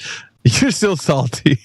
I thought we got somewhere. I don't hold salt like that, brother. Yeah, dude. What'd you do to him? What'd you do to him, man? He thinks he's a Rhodes Scholar and he got shellacked in here like 9 ways a Sunday. I would say that sounds a little salty, honestly. No, that's the assessment of what happened. I can't say it any other way. He ended up saying, well, you're right. Physically, like in the material world, you guys are spot on. But I was talking about the immaterium dream. The metaphysical. Yeah. The metaphysical. The metaphysical dream. Bro, really? Oh, that's it. That's the escape out of this conversation, huh? Now we're gonna hold you to empiricism. Hold on, Alpha. At least it's better he didn't run to his brain in a jar thing. No, I'd rather be like, yeah, reality's real, but it's mystical. Then it's better than brain in a jar. Well, I mean, he thought he was standing on. Yeah, he thought he was standing on business when he was talking about logic, but he found out that he's speaking out two sides of his mouth, because on the one hand he wants to defend the Glober, like Grim. Grim was in here. He was trying to because okay, let me just tell you. We said fire is hot, right? Grim says fire is probably hot. I believe fire is probably hot. He didn't know if fire was hot or not. And I said, okay, Grim, 100 years from now, will fire be hot? Probably. So if fire is hot, and you know it is, so knowing something means that it's not going to be true later. Is that what that means? Like, are the laws of nature going to be suspended just to accommodate for something in the future where fire will be like ice cubes? Yeah, you don't know that fire will be hot in the future. There's a possibility it might not be. No.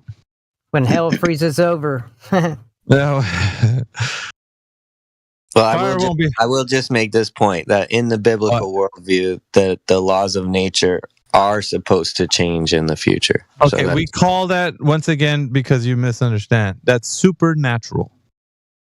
Yes, beyond nature. That's what my argument was that your argument is not valid in the arena that we were talking about then, is it? Well, I need you to answer, sir. Once you bring in the laws of logic, you are also here comes the old Dunkaroo. The supernatural. The Dunkaroo is your argument was invalid to have with me, wasn't it? Come on now, coochie coochie coo. I gave you the definition of belief, and I told you already to say I believe fire is hot or I know fire is hot is the same statement. No, dude, you're doing it again. Did everybody hear what he just said? I'm perfectly fine with agreeing to disagree on this because I read you. No, this isn't an agree to disagree genre. This is right and wrong genre. It's not the same thing. You're wrong. Okay, bro. That's cool. No, it ain't only cool. It's right. Yeah? I suppose you could believe fire's hot until you stuck your hand in it for a while. Yeah, I told him. No. I told him that. I was like, okay, check this out, Grim. You don't know what fire is. You believe it's hot. Put your hand over fire. Ouch. Okay. Does your belief go away? Me think so. Hey, we don't talk about beliefs in here. So that's important, right? Because if somebody has a belief and then you find out that it's not what you believe, then what happens? You still believe? Got to put that one to think upstairs, huh, Torah? Well, there's that song. It's like, don't stop believing. So you shouldn't stop believing, bro. All right. Do you think the Earth's a globe? I'm on the fence. Okay, we don't talk to on the fencers or agnostic earthers. He's on a journey. Yeah, that's good. Journey. Keep what you did there. Keep walking. Keep on trucking. You'll get there eventually. Maybe. Maybe not. I need to see compelling evidence. I haven't looked into it, okay? I don't know.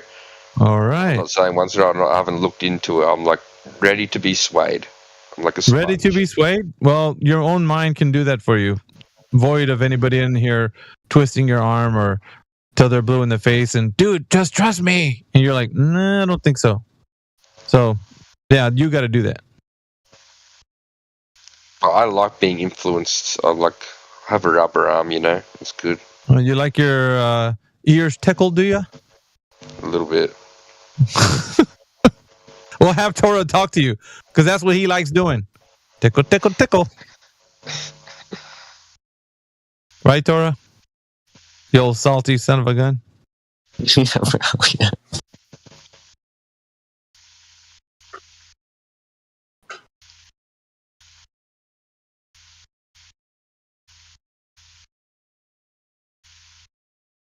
You can never defeat me, Torah. Because I'm Batman. Freaking Globers, dude.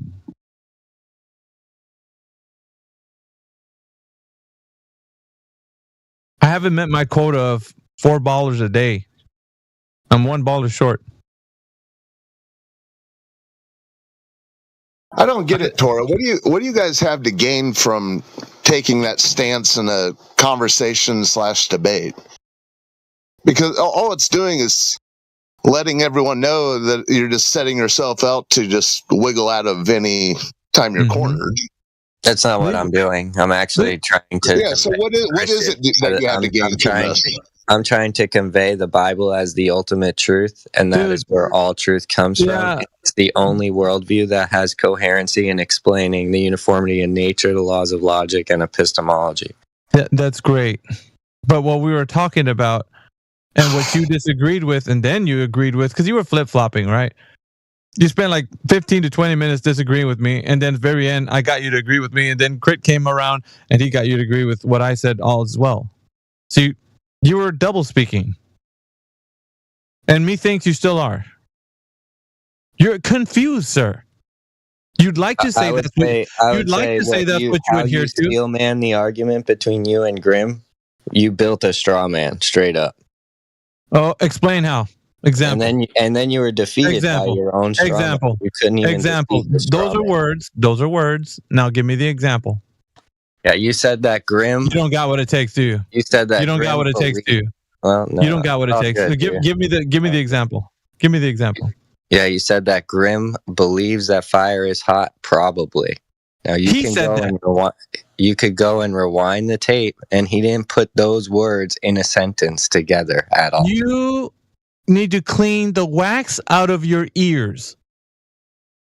That's what you need to do. That might be true. Well, yeah. Because I asked him. Yeah, you believe that to be the case. No, it's not a belief. It was something that occurred within the conversation. Oh, about an hour, maybe 2 hours ago. Who knows? But it did occur. So I don't need to believe. It happened. Yeah? You want to know what was said? Yeah, you could rewind the tape and listen. I don't need to rewind the tape. Don't need to do that. I told Grim, do you think that fire will be hot 100 years from now? What did Grim say? Do you remember? Come on now. Probably. Yeah, there we go. See how hard was that? Did we need to rewind any tape? No, I don't think so. No, I think we got there. It was long and painful. And a lot of crying and squealing, but we got there. We ended up getting there. By the grace of God, Crit. The Most High, yeah. Patience. God teaches us patience, and that's what prevailed here. He also teaches against the behavior you're portraying right now. Oh, salty man. Oh, salty man. What are you talking about? What are you talking about? Like just jibing you a little bit, like the manosphere, and now you're all worked up? And I feel like he's so salty, but I'm like, dude, why are you so salty when we got all these flavors? You know what I'm saying? So many flavors. And you choose salty. Sorry. Anyway, but it feels good, right? Inside, when you speak the truth, it's like, I don't want to say it. But then you said it, you're like, oh, shit. He did say probably. Damn it. I thought I had him. Nah, you ain't get me, son. You got to get up pretty early in the morning to fool Uncle Alpha. That doesn't refute what my argument was in the first place, that he didn't put the sentence together in the fashion that you stated. Oh, really? You led him there. That's correct. But you didn't lead him to say that fire. Why do we have to do this? Why do we have to do this, Torah? Why? Go ahead. He led him back to the previous conversation that we'd been having with Grim for a while, with regards to his previous statement about fire not being hot in the future. So he led him back to that previous conversation. Maybe you weren't aware of that previous conversation, but that's what he did. Yeah, that could be the case. I was not aware of that previous conversation. So if Grim has said that in the past, then dude, you're right, man. Well, no, he said that in the context of this conversation as well. But I think that you were out to get a pimento sandwich with milk, and you forgot all about our conversation that I was having with Grim. So meanwhile, you're getting your delicious sandwich. You forgot about what I said to him, or you didn't hear. So that's your bad. And now you're making it sound like it didn't happen, or it didn't happen. You know what I mean? Do you agree that when you make a belief or when you make a statement about something in the future, you're using inductive reasoning based off the uniformity of nature in this moment right now? No. You're just guessing. Yep. It's just a hope, a prayer, a belief. Mm-hmm. If you say, hey, tomorrow, something, I don't care to think of an example. All that is just borrowing worry. Instead of being present right now in the moment where you can change and manipulate things, you're kicking the can down the road and taking worry from the future and applying it right now for no reason whatsoever. Yeah, I don't think that anyone argued that fire wasn't hot in this moment. He did. He did. Literally did. In this moment, he said, fire. He knows fire is not hot in this moment. That's what he was saying. Nah, see how you're twisting, dude. What is this? Why do you have to resort to doing things that Globers do? Because I don't know if you're a Glober, but I think you are. Yeah, Tora, you're resetting. We just got through all this, and it was like right there. You were like 99% like your a software update. You're either there or you're not there, Crit. What are you talking about, bro? Yeah, it was almost complete. You just had to restart your system. Wait, what do you mean almost there? That doesn't make sense. You're either there or not there. He's telling you that once the 99% on the computer was saying that, it's just like somebody unplugged the computer. You powered down. So do you guys disagree? Do you guys disagree that when you make claims to the future that you're using inductive reasoning based on uniformity of nature? No, I'm saying that if fire is hot, it's hot. Even if you believe at some point in the future it'll be not that. Yeah. It's still that. It's still that. Yeah, and I agree with that. Well, then that's the okay. I'm not, Crit. Patience, Alpha. Restraint. He was making the claim for 100. You asked him in 100 years, will it be hot? He doesn't know what he's tangled up, Crit. No, I think so. This is a problem. He's channeling Jay Dyer, but he's fucking up Jay Dyer's argument. Jay Dyer's argument is you can't philosophically justify the uniformity in nature. Okay, that's a different thing than saying it's not uniform. It's a totally different thing. No, I'm not. I wasn't stating that. I was saying once you make a claim towards the future, at that point you're using inductive reasoning, which inductive reasoning gives way to strong or weak arguments. It doesn't give justification like a deductive experiment or something like that. That's all I was saying. Yeah. So I understand that because you can't justify the uniformity of nature philosophically, it becomes an inductive argument.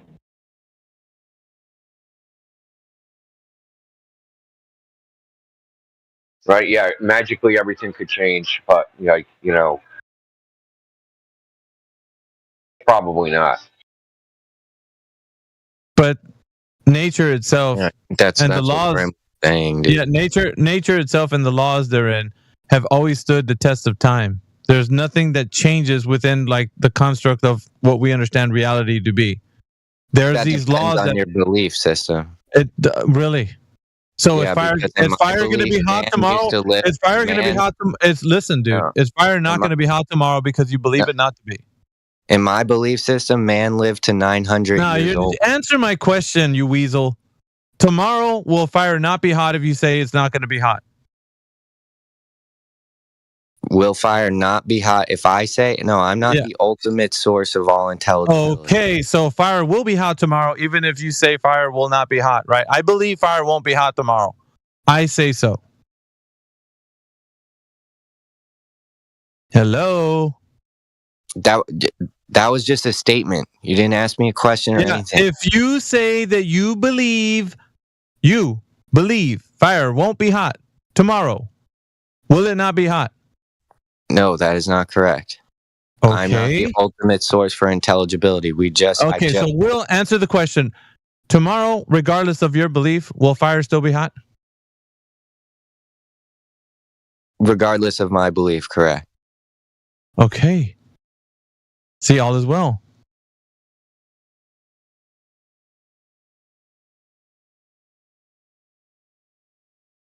So what's the problem?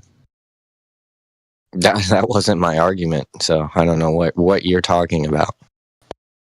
You are a very confused individual, aren't you? That's an argument from incredulity. No, that's an assessment of a conversation that you and I have had over the past now going on 2 hours. Yes, you're admitting that you do not understand my argument. I'm admitting that you are confused because you sound like you're speaking double, one way and the other. You want to sit on both sides of the argument. You can't. You got to pick a lane, sir. One lane.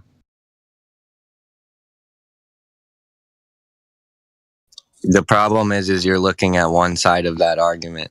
If the ultimate source for all intelligibility decided tomorrow fire would not be hot, supernatural would not be hot. Yeah, it's not the natural, physical, natural world. It becomes supernatural because he suspended the laws that he created.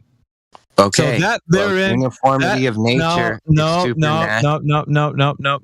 It's not supernatural. It's natural. It becomes supernatural when he suspends the very laws that he created. India literally just told you how uniformity of nature is supernatural. I didn't say it was supernatural, dude. No, because there's no philosophical justification. I see the problem. I see the justification is for your subjective viewpoint. That doesn't mean objective reality ceases to be. I didn't say that objective reality ceases to be. I says uniformity of nature appeals to the supernatural. Okay. Appeals to the supernatural. I wouldn't say that. Yeah. What is keeping nature uniform? What is concrete about nature that's keeping it uniform? The laws. Let's go back to the key thing. Okay, so then you have a law of nature. Let's go back to the key thing. Key thing is, how do you justify your belief in the uniformity of nature? But when you say the word justify, you're talking about an individual, a sentient being, subjective experience. How do they justify it? That things are not going to change forever and ever and ever. But your belief is independent of the objective external world. That's what I told him. That's exactly what I told him, Indio. I understand. I said those very same words verbatim to him. I understand exactly that. You agree? No, I don't think you do. It would make sense. I understand that. Do you agree that it would behoove you to have a worldview that can justify the uniformity in nature? Yeah, you want him to say that he needs a foundation for his understanding of the uniformity of nature. So, which means that you want to give him a paradigm in which you say this is a trustworthy way of thinking about the uniformity of nature, and that is through a sentient being, such as God, keeping things together. Yes. Yeah, that's what you want to tell him. You're greasing the skids for that conversation. I know. But the thing is, though, when people are looking at this uniformity of nature and see that it's all like cyclical, right? Everything runs in cycles, life, death, things live, they die, all kinds of stuff, right? Regardless of the belief that exists, I get it. Yeah. So that's what I was saying a long time ago. I agree. That you disagreed with. I would say, though, if you do not have a coherent, logical way to explain why there is... No, you weren't saying that at the beginning. You weren't saying that at the beginning. You were not saying that in the beginning. You weren't. You wanted a reason to argue because I was talking to Grim and how fire. He said, "Well, fire could probably be hot in the future." And so here comes you thinking that you want to insert your 2 pence when I was having that discussion with him. Someday you'll be able to take a flaming torch, stick it in your freezer, and freeze all your food, right? Yeah. And he was a weasel in the way he did it, trying to be slick. But I shellacked him nonetheless. And I'll do it again. And again. And again. And tomorrow I'll do it again. There's never gonna be a scenario where you win, dude. You can think of one if you want. Fact is, though, fire isn't never going to change, and I'll tell you why. Because if we saw the phenomenon of fire, right, that looks like fire, but it did something different, we'd call it a different name. We wouldn't call it fire anymore. And fire wouldn't change. There would still be fire.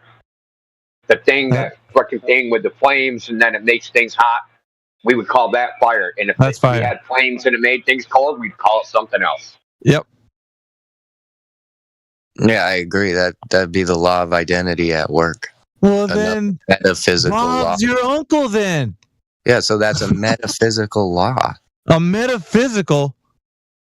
So are we talking about fire being in the laws? Hold on a minute. Wait a minute. Wait, time out. Is fire metaphysical or physical? No, the law of identity. Is fire metaphysical or physical? Answer. Is fire metaphysical or physical? Are you saying there can't be fire in the spiritual world? I'm not gonna move from this point. Is fire physical or metaphysical? I don't know. It could be both. Oh, you're a weasel, aren't you? Look at you trying to squirm. You're a worm. You're squirming. How do you know it's only physical and not metaphysical? Because the physical nature of fire we interact with in the physical and natural world. Okay, Stop talking. I'm still going. Have you interacted with fire in the metaphysical world? Torah for Yah? Have I personally been to the metaphysical world? Is that what you're just answer my question. Don't restate it like your own numpty way. I already explained I believe the physical being part of the metaphysical. Stop talking, you weasel. Stop talking, you weasel. Stop talking. Now answer my question. Have you experienced fire in the metaphysical realm? Yes or no? Yes. Really? Yes, because my argument is that the overencompassing of everything. I want to know where. We live in a metaphysical Stop. Where? Anytime you interact with anything in the physical world, the metaphysical world's laid on top of that. So you would be okay. I'm calling you out. You said you interact with fire in the metaphysical realm. I want one scenario where that took place. Give me one. If it is the case that no, it's not. No, don't give me that. No, stop. It's don't not. Give if you it a is logical argument. No. I only want a scenario, not if it is the case. No, that's suggestive. If this could be the case, no. Give me a scenario where you interacted with fire in the metaphysical realm. Right. Anytime you interact with fire in the physical realm, you're interacting. Okay, you lost because you don't interact. The thing that I needed you to say was that you interacted with fire in the metaphysical realm, and you said every time you interact in the physical realm. So you lost. You didn't give me one scenario where you interacted with the fire in the metaphysical realm. You lost. And you haven't given us a scenario separating the two. Again, I dunked on you. You see how easy this is? I told you. You're using laws of logic, which are metaphysical, in order to make your argument. So you're obviously interacting with both. No, are you obviously not using your consciousness? You're wrong. So is your consciousness, sir, in the physical world? You're wrong. Is your consciousness in the physical world? We're not talking about my consciousness. Well, then how are you interacting with fire without consciousness, bro? Because fire is hot, and it's in the physical realm. Yeah, what told you that? What do you mean what told me? Nobody's whispering in my ear. Nothing told you that fire is hot, bro? No, fire itself is hot. Bro, you're lost. You utter moron. Fire is hot. It's in the physical realm. It's not in the metaphysical realm. Okay, there's people that get in car accidents and get hurt, right? And they end up in with brain damage and vegetative states. They can react to senses, heat like fire, and pull their hand away, even though they have no brain think to know what fire is or anything like that. Yeah, that's right? So you don't have that. And so the law of identity and all these laws of logic don't even exist in your mind. They don't even have a mind for all intents and purposes. They're just basically a bag of meat sack of fucking reaction. How did you determine the mind is found in the brain? All right, you're getting away from my point, dude. That's what you're doing. We can give these people tests, right, to see if they can express things like the laws of logic. Correlation is not causation. Just because you shut down, dude, no, I'm gonna stop you. I'm going to stop you. You say the mind was the brain. Where are you at? There's no discernible mind present, right? But you said to have fire and know it's hot, there has to be a mind. No, because the hot is a sensation of the senses. There is a separation between mind and senses. I don't know why you people just deny this. You can sense things and not have thoughts about them. All right. Once again, Torah for Yah. You didn't give me an interaction with fire in the metaphysical realm. Until you do, you're going to lose. So I need one interaction. In what sense? In what sense would he use? Does he have metaphysical senses? The metaphysical touch, taste, sight, hearing? Go on, Torah for Yah. Okay, you guys at this point have stated. No. Don't be assessing what we've said. Address the question. How can you interact with fire in the metaphysical realm? Go. I don't know where sensation turns to perception. Dude, just answer the question. You're doing what Globers do, not answering. It was your claim. Now you carry this shit all the way to the end. It was your claim. Yep. If the metaphysical world is laid on top of the physical. If. Do you hear yourself? If the metaphysical realm is laid on top of the... How the fuck do you know that's true? Go on. Because of consciousness. And it does. Yeah, so consciousness. So if you're interacting with something like a block of wood, fire, getting in your car, all that's in the physical realm. Physical. How did you interact in the metaphysical realm with fire? Go. With my mind, which is metaphysical. So you're thinking about fire is hot. I thought about in my mind, like when I went camping when I was little and there was a fire and I put my hand, oops, it's hot. So that's how I interacted with fire in the No, we're not talking about thinking of something or experiencing it in a dream or any other thing. Fire that's outside by the campsite. That fire. You know the one that you can burn paper with? That fire. The real fire. Not the one that you think about or dream about or any other thing that you can conjure up. How can you take that fire and interact with it in the metaphysical realm? Go. Yeah, the one that requires sensation to turn to perception. Yeah, that one, that fire. So, yeah, your senses, essentially. That fire. Which come from where? Which comes from where? Sensation. Okay, where does sensation come from? Feel, dude, it's an interaction with your body. Okay. What do you mean? Where does it come from? That all these sensations when you. All right, dude. You're regressing back to it's like infinite regression fallacy. So it's a point where you're gonna have to be able to say the physical body is interacting with the physical fire. Now, you made a distinction between what is physical and what is metaphysical, so you know what I'm talking about. Right? Yep, and I said there. Okay, so yep. So now that you made a distinction, I want you to identify that the physical body is interacting with physical fire. when is it interacting with the metaphysical fire or fucking metaphysical body? I don't know what the fuck you're on about. Wherever sensation turns to perception in the mind, that's what. Okay, so the actual fire is not what you're talking about anymore, right? No, I'm talking about the actual fire, bro. Okay, so the actual fire that burns, that's what you're interacting with, and it's going to burn your hand if you get too close. Yep. Right. And then you're going to have here's your sensation mistake, Tor. You're making a fundamental mistake. You think that the sensation exists in the mind. No, your mind becomes aware of the sensation, but it doesn't exist there. It exists in the body. Yep. Okay. Right? That's why people do this weird thing, right? Like the mind affects the body, and they're all like blown away. Oh my god! If I have in a bad mood, I'll get fucking cancer. It's like it blows them away. Even the idea of it. It's like some deep fucking metaphysical understanding. But that's actually not ever been proven. To some degree, the mind will affect your body because it affects your behavior and what you're going to do. So you pound junk food and then you get fucking fat and then you have a heart attack and die. So yeah, in a way, the mind does affect the body, but not directly. It's indirect. So our sensations that we have with our senses don't reside in the mind. Okay. I don't know why you think that any more than the mind resides in the brain.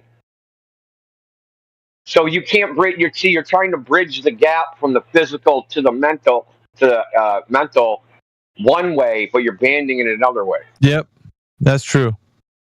That's why you're never going to win this argument. I'm not here having an argument. I'm having a discussion. Bullshit, dude. No, you think the senses exist in the mind? You think you're some type of intellectual with this idiotic idea where you're trying to separate. Poor man's Jay Dyer, dude. He's poor man's Jay Dyer. Jay Dyer's trying smart. so hard. He's taking up his argument. I mean, he's doing an okay job, I guess, but I don't know Jay Dyer. But... Yeah, sure you don't. You're making the transcendental argument for God, dude.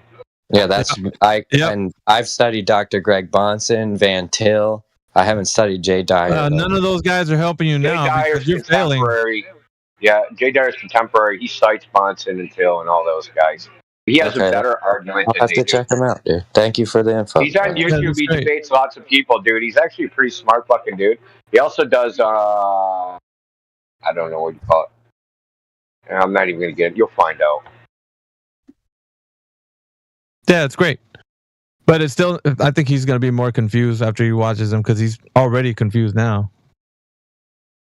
Yeah, dude, you can't confuse the metaphysical part of mind with the body, and it's just like they're separate things. They're separate. Yep. They're very separate. They're not the same. How do they interact then? What do you mean how they interact? Nobody knows, dude. That's a big mystery. Yeah. Just like you don't know what causes things to go down. Just like that. Yeah, we do. No. Here we go. Yeah, we do. Oh, shit. Here we go again. No, I don't want to. Brenda, get out of the way, man. I'm talking to Tor for y'all. He seems to be somebody that I want to actually thoroughly slash and thrash. Well, Jay Dyer is a clown. Okay. Then go debate him, Brenda, and wreck yourself. T-Jump did that. T-Jump embarrassed himself, dude. Didn't T-Jump rage quit? T-Jump didn't even understand 90% of the words Jay even used. He's got to be the worst fucking Dunning-Kruger on the internet that does debates. Yeah, all Tor is doing is greasing the skids for his argument for the creator, and that's all he wanted to do in the beginning. That's what he's trying to lay out. He's trying to lay the roadmap out for it so that we can. Yeah, dude. But you're trying to lay out the roadmap to anybody that speaks with you to grease the skids to have that conversation. And I think, honestly, amen, brother. Amen. But it's probably a weasel way to do it because if you were actually going to advocate for the creator biblically, you should do it biblically. Which I am, yeah, with the transcendental argument. Yeah. No, that's not biblically. Go ahead and point to the scripture where that says reality requires everything in reality requires a concrete, the source point for all intelligibility. And But if, like I said, if you were gonna do it, you need to do it from the Bible, not from your numpty way of explaining your bad argument. I did it from the Bible. I did John 1:1 and Genesis 1:1 with you. Yeah, that's great. But like in the way that things were created, there's a separation between the spirit and the mind. Or excuse me, the mind and the body. There's a distinct difference between the two. You're right. There is a difference between the spirit and the mind as well. Yeah, well, yeah. Right. But I actually meant to say the mind and the body, so that because he was trying to conflate them and saying they're one and the same, and they're not. They're both uniquely different.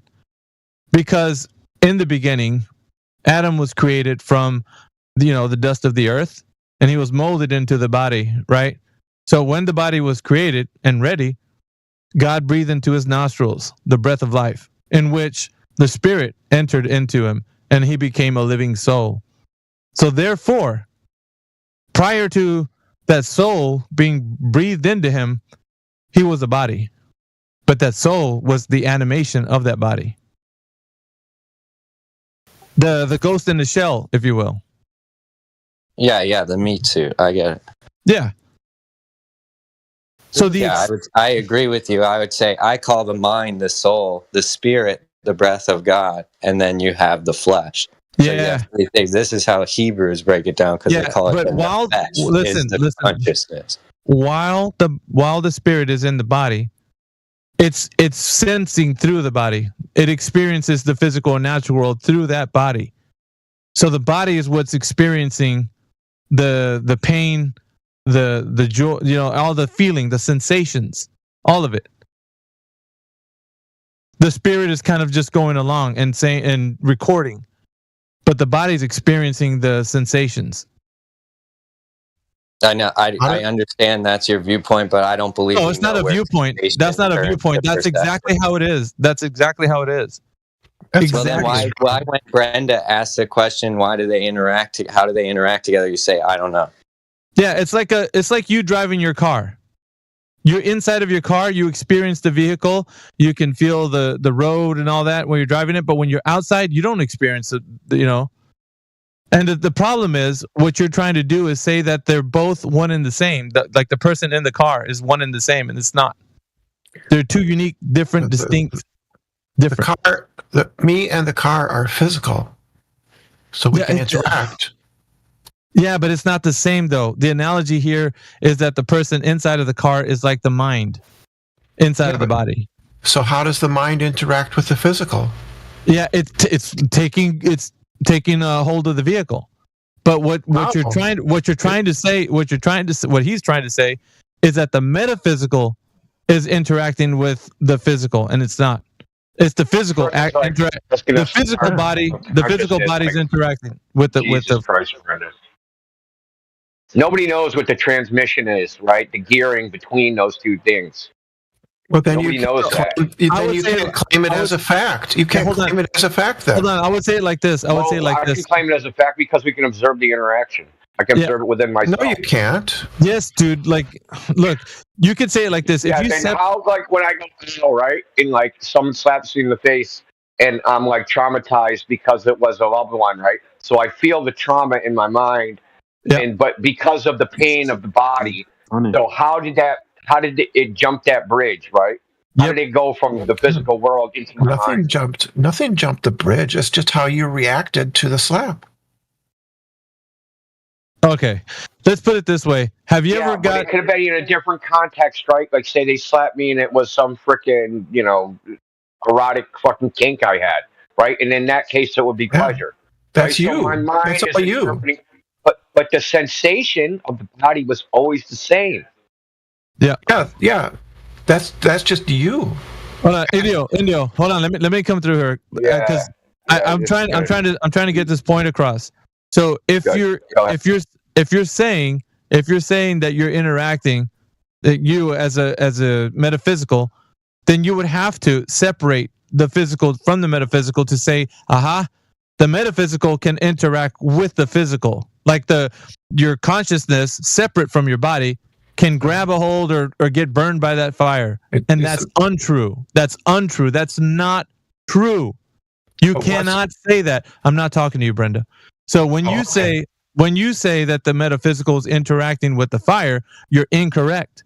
Your body is what's interacting with the fire. The physical is interacting with the physical. Yeah, but how does that signal get to the spirit? To you. It's just like when you're in a car and you get in a car wreck. You're inside the car. Yeah, because I'm physical. If the car got in a wreck when you're outside of the car, you're not in the car. So you didn't experience it. You didn't go through that. So if his statement was true, I'm in the metaphysical experiencing the physical. No, because if that were true, separate your mind from your body and see if that's the same. Go ahead and touch the fire and see if it's hot with just your mind. Or at least see a fire from a distance and then close your eyes and then imagine yourself touching it. That would be the metaphysical interacting with the physical. And you didn't present that. So the metaphysical is imaginary? Not talking to you. Sheesh. I'm trying to point out something to Torah.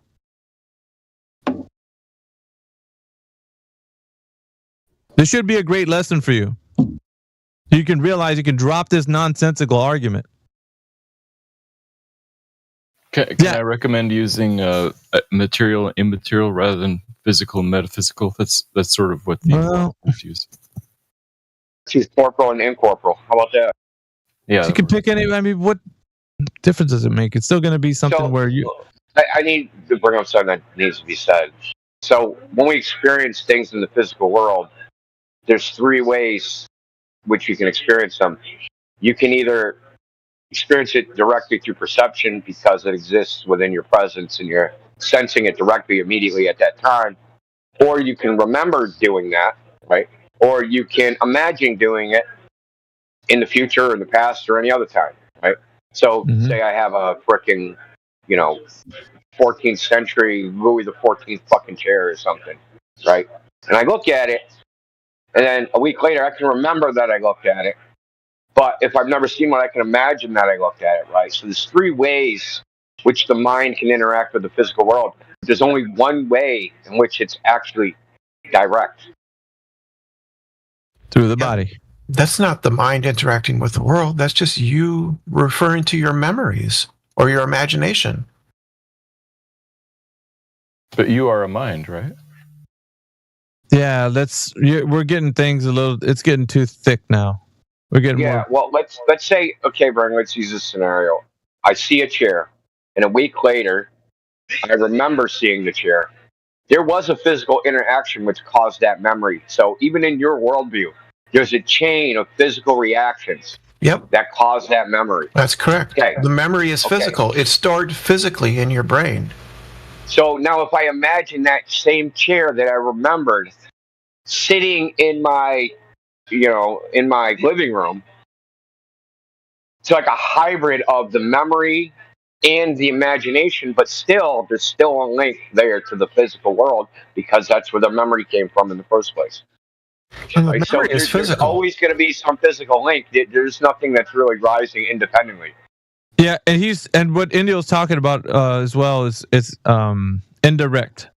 So it's the remembrance of something, which like people saying firing the neurons in your mind. Memories are physically encoded in your brain. Yeah, but still, what I'm saying though is the interaction. That's what I'm telling the other guy. The interaction. He seems to have dropped off. No, well, he's silent now. I don't know why. He's probably eating something or not even here. Sorry, I was brushing my teeth. Yeah. Anyway. Metaphysically speaking, or were you? Yeah, try doing it. Yeah, try doing it without using your body. You guys have me all wrong. I think you guys think I'm taking the solipsist position. No, you're brushing your teeth with a metaphysical toothbrush, man. Yeah, listen, you're not going to get anything done metaphysically. You better get your real body up and doing something. Well, then you don't read your Bible, bro. Dude, imagine going to a job and they're like, dig that ditch, and they're like, the whole day goes by and they're like, I dug a metaphysical ditch, man. It's like, I thought about it. Straw man, you're building on my argument. What I'm saying is, when you're interacting with the physical world, it's a joke. When you're interacting with the physical world, dude, when you interact with the physical world, your consciousness interacts with the physical world. Is your consciousness physical? Listen, man. Yes, it is. Your body is the buffer between you and your mind. I would tell you to actually separate the two and then tell me how your metaphysical mind, your consciousness interacts with the whatever you want, like you're brushing your teeth. You don't know anything about astral projection or nothing. Okay. Now you're astral projecting. That's very biblical. It's actually called divination. But if you're saying it just doesn't exist, then you're ignoring the fact that it exists. So you're telling me. So now you've gone into divination just to prove your point. Is that true, Mr. Following God's word? No, I'm just stating that obviously if it was told to us as divination, it exists. Mm-hmm. So you think divination is physical? Yeah. Is it? Divination. What did I say that made you say that? Astral projection. That's what that made me say that. When did I say that was physical? You're the one that's proposing it. Why did you bring it up? Because I'm stating to you that people can astral project. You see? Doing it now. Feel fire being hot outside. Really? No shit. When have they done that, and how can you verify that? Joe Rogan did it. This guy is reaching. He's grasping at straws to make his point. Dude, you're not going to win. Give up the ghost. You just deny astral projection. So you deny the divination the Bible talks about. Okay, it doesn't even exist, right? All right. So you're dipping far down into the... You're warned to keep from these things, and you're like, those things don't even exist. Okay, prove it. Prove it. No, prove it. Right now. Prove it. If God says do not, no, wait a minute, stop. It's possible to do. I'm asking you to prove it. How are you going to prove it to me? Go on. You've never had a lucid dream. No, you said astral project. I'm only talking about what you said. You're dreamwalker. So you've never had a lucid dream? Did you astral project and brush your teeth when you did it? No, did you astral project and make you're salty at this point? No, salty. No, I'm actually punishing you for saying the dumb shit that you just said. Okay, so you're saying when you astral project. No, when you astral project, can you make your morning eggs? And you're like, I don't feel things when I dream. Can you scramble some eggs in the morning when you astral project? Can you do that? Have a good day, bro. Don't leave. I'm telling you is that there's a distinction, dude. Whether the astral plane exists or not, it doesn't exist in the physical world, and you can't scramble your eggs there. Which is what your argument was all about, dude. Okay, so if it doesn't exist here, where are they going, bro? No, not in the physical world. Okay, I don't know. Because it's on the plane of experiences existence, right? happen all the time. Why are you asking me that question, out of their body and can read serial numbers on the back of the equipment. Key part, you said out of their. You missed the key part. Out of their body. Yeah. Yeah, and still obtain sensation, like seeing. Really? How do you... Dude, can somebody call him out? Can somebody call him out? They will literally tell you the serial numbers on the back of an instrument that they can't see from their position, bro. You've never read near-death experience? Can they pick up the instrument and play it? But they're not actually seeing with their eyes, though, dude. They're not seeing. They're not gathering light fucking photons with their metaphysical eyes. So this guy is crazy. How are they able to repeat? Why'd you ask him a question, bro? You're supposed to be bringing evidence. Why are you asking him questions? Why are you asking me questions? Do you want me to give you all the near-death experiences of people able to see? But the seeing is an analogy. They don't know how to express their experience, dude. And the only thing how do they express it to somebody that's limited by their senses? They have to use something analogous that you would understand. They wouldn't be able to use I sensed it with my fucking soul. Like, that wouldn't make any sense. They literally read the serial number that they could not see off of the back. Did they make their morning eggs? Did they make their morning eggs when they astral projected? Yeah, you're done. Obviously, you're done. No, you are, dude. I just cooked Did you. you notice with the morning font egg. type and like how it was printed? Like seriously, dude. Did they change the? Did they change the channel? Oh yeah, you guys. Did they change the channel on the remote with their astral projection? They go outside their body. They see a serial number. They're able to repeat the serial number. Or you're upset, and bro. now you're like, do you make eggs in the morning? Yeah. You're done, bro. You're out. Yeah. So did he astral project and change the channel on his TV? Did you do that? Do you accept that this is what this? Hey, AV, do you accept that this is what happened? Do you accept that this is what happened? What are you on about, Brenda? I'm not talking to you. That the person astral projected and read the serial numbers. Do you accept that? No. I don't. Okay, ask him. He read the serial numbers on a instrument. Did he pick up the instrument after he read those numbers and played, the Flight of the Bumblebee? No, I'm asking, do you accept that that's what happened? No, the answer is no, because he can't do it. Why? Let me scratch my head on that one. That's because he's not physical. In the physical and natural world. Duh. So he's playing a big joke. Yeah, I was just trying to clarify. I was just trying to clarify it for you. I don't need you to clarify. You just make shit more confused. Kind of do.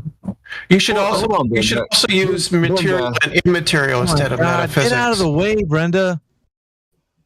All right. Yeah, you guys forget. Hold on. It sounds like you guys have listened to a lot of Coast to Coast. I mean, so have I. But it's in the term remote viewing. It's occurring remotely. Yeah. Yeah, which is using a sense of yours. Which one? Which sense is that? Viewing usually is with the eye. With the eye. What eye? The eye is physical. You have a third eye. Yeah, but the eye is the third eye. He said the third eye. Veritas, you ready, bro? Okay, so he said astral projecting so far. Third eye. We're all over. You're a hot mess, dude. You've been hiding in here. You know that, right? You're a hot mess all week. We got a contender. What's going on with you? Oh yeah, we got another one. Who is it? I'm on a roll, baby. U.S. State It's time Department. for you to come out that closet. Oh, it's just what's his name, dude? There's no room in the closet with you in there. It's Tracksuit Timmy, dude. That guy is the flatness. It's Timmy. The roundness. Did you say Tracksuit Timmy? That's hilarious. Where did that name come from? So we can. That's it. That's what he used to name himself, like when he first came in there. Tracksuit Timmy. Your mic stinks, State Department. And if you're gonna troll, do it so we can all hear it. Dude, baby, I'm on fire right now, man. I got Torah for y'all all twisted up in the game. Like he thinks, dude, for over what? It's going on 3 hours, dude. Just nonstop dunks, dude. Nothing but net, bro. Just so you know, you've provoked me in all these conversations. I hope so. I hope so, dude. I want to provoke you every time you're in here, dude. You're saying like I've been dragging the conversation on for 3 hours. You're the one that's dragging. He's us. Hold on a second. U.S. State Department. Alpha Veritas is server deafened. So I'm muting him. He's server deputy. He can't even hear what we're saying. No, shit.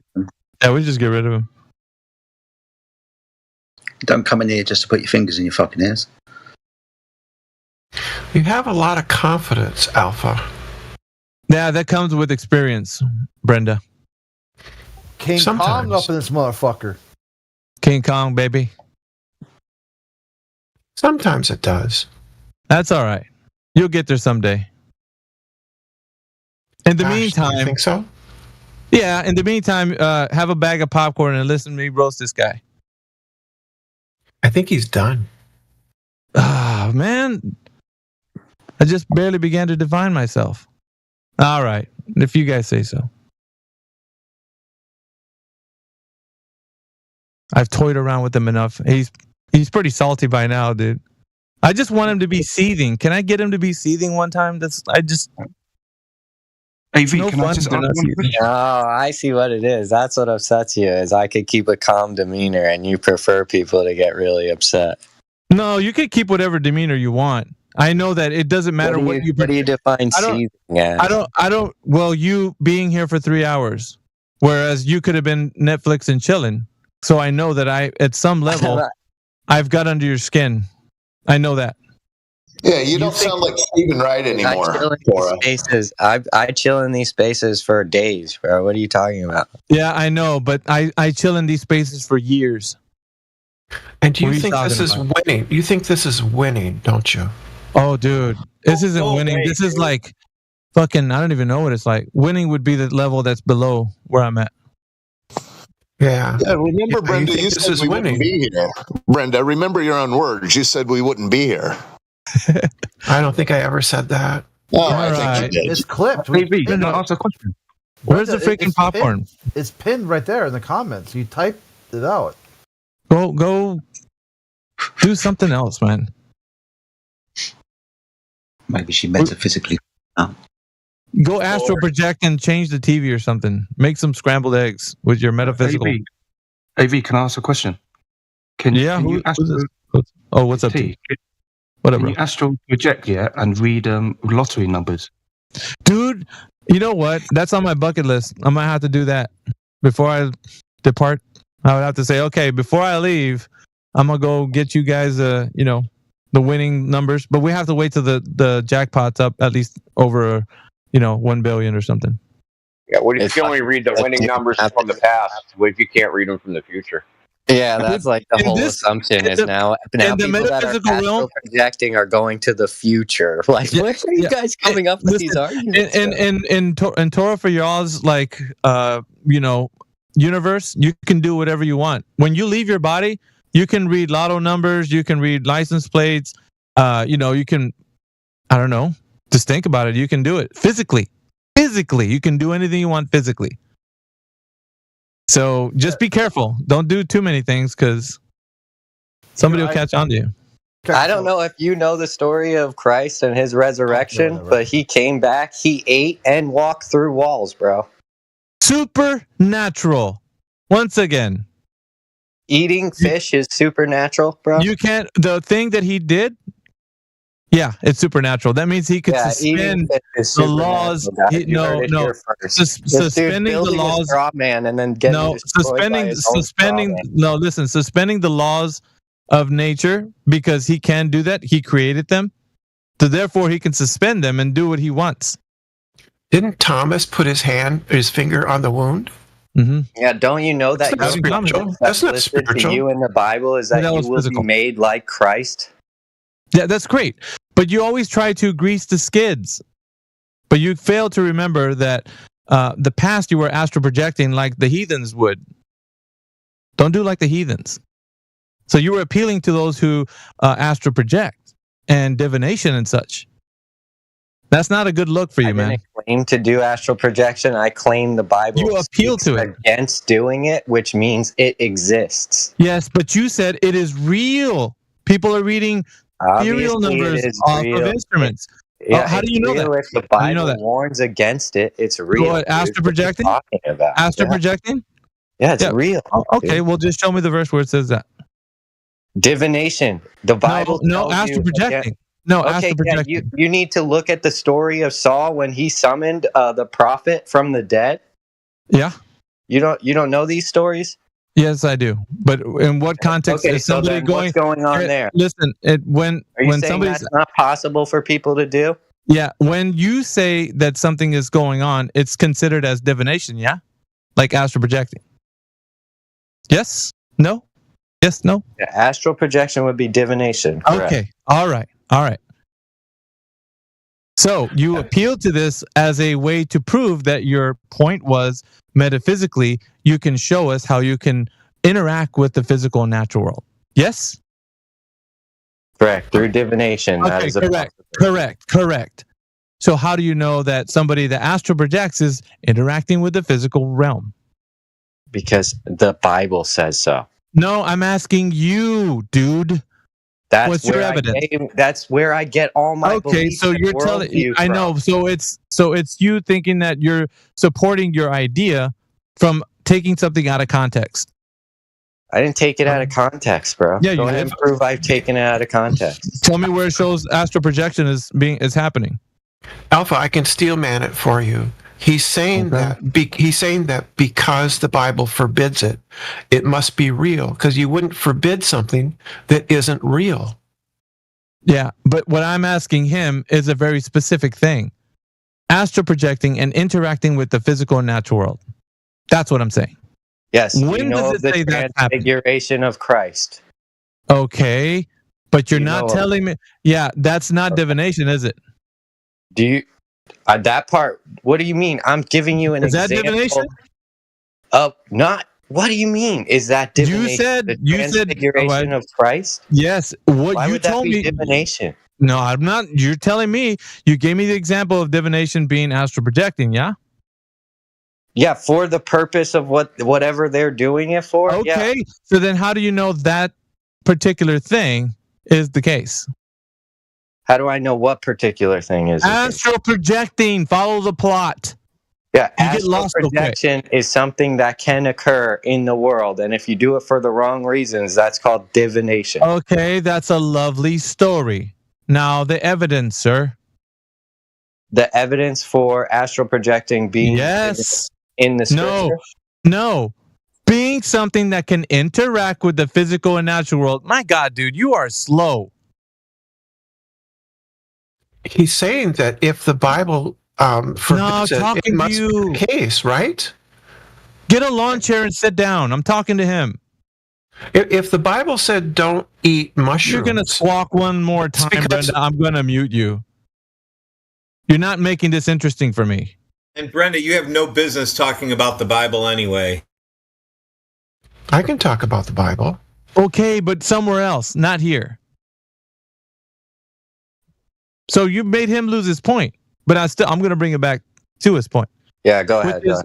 Which is astral projecting with divination, proving that you can interact with the physical and natural world. Go. Have you read the book of Revelation? No, don't tell me if I read something. I need evidence. Okay, what is Revelation? Not stop the book. Telling me the word Revelation. Stop telling me about the book. I need you to tell me an example. No, not that book. But can okay? So no example. So just tell me you don't have. Just tell me you don't have an example. Can man receive revelation? No. Yes no. You're right now. What you're doing? You're getting lost.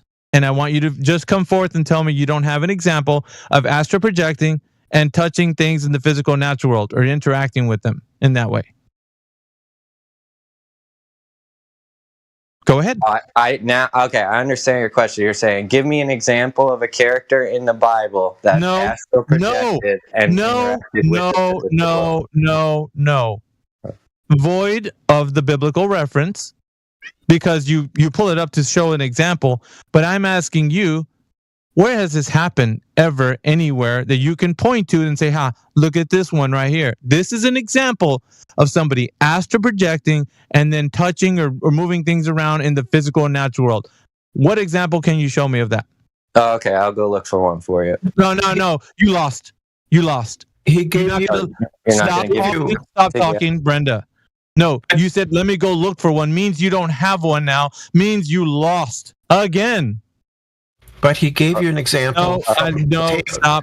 From stories of astral projection. Muted. Okay, I lost. Alpha. You lost. You lost. W, bro. Live your life. All fucking day, Torah. All day. Divination is not astral projection. Where you got that idea? All day. A type of divination. No, not really. Depending on what it's used for, like summoning of the dead and whatnot, is strictly against the Torah. It still wasn't. There's actually like you're like taking all of like magic, sorcery, and just like mushing it all together. They're separate things. I literally just did the separation. I said if you're astral projecting for reasons like to bring back the dead or visit with the dead, that would be against the Torah.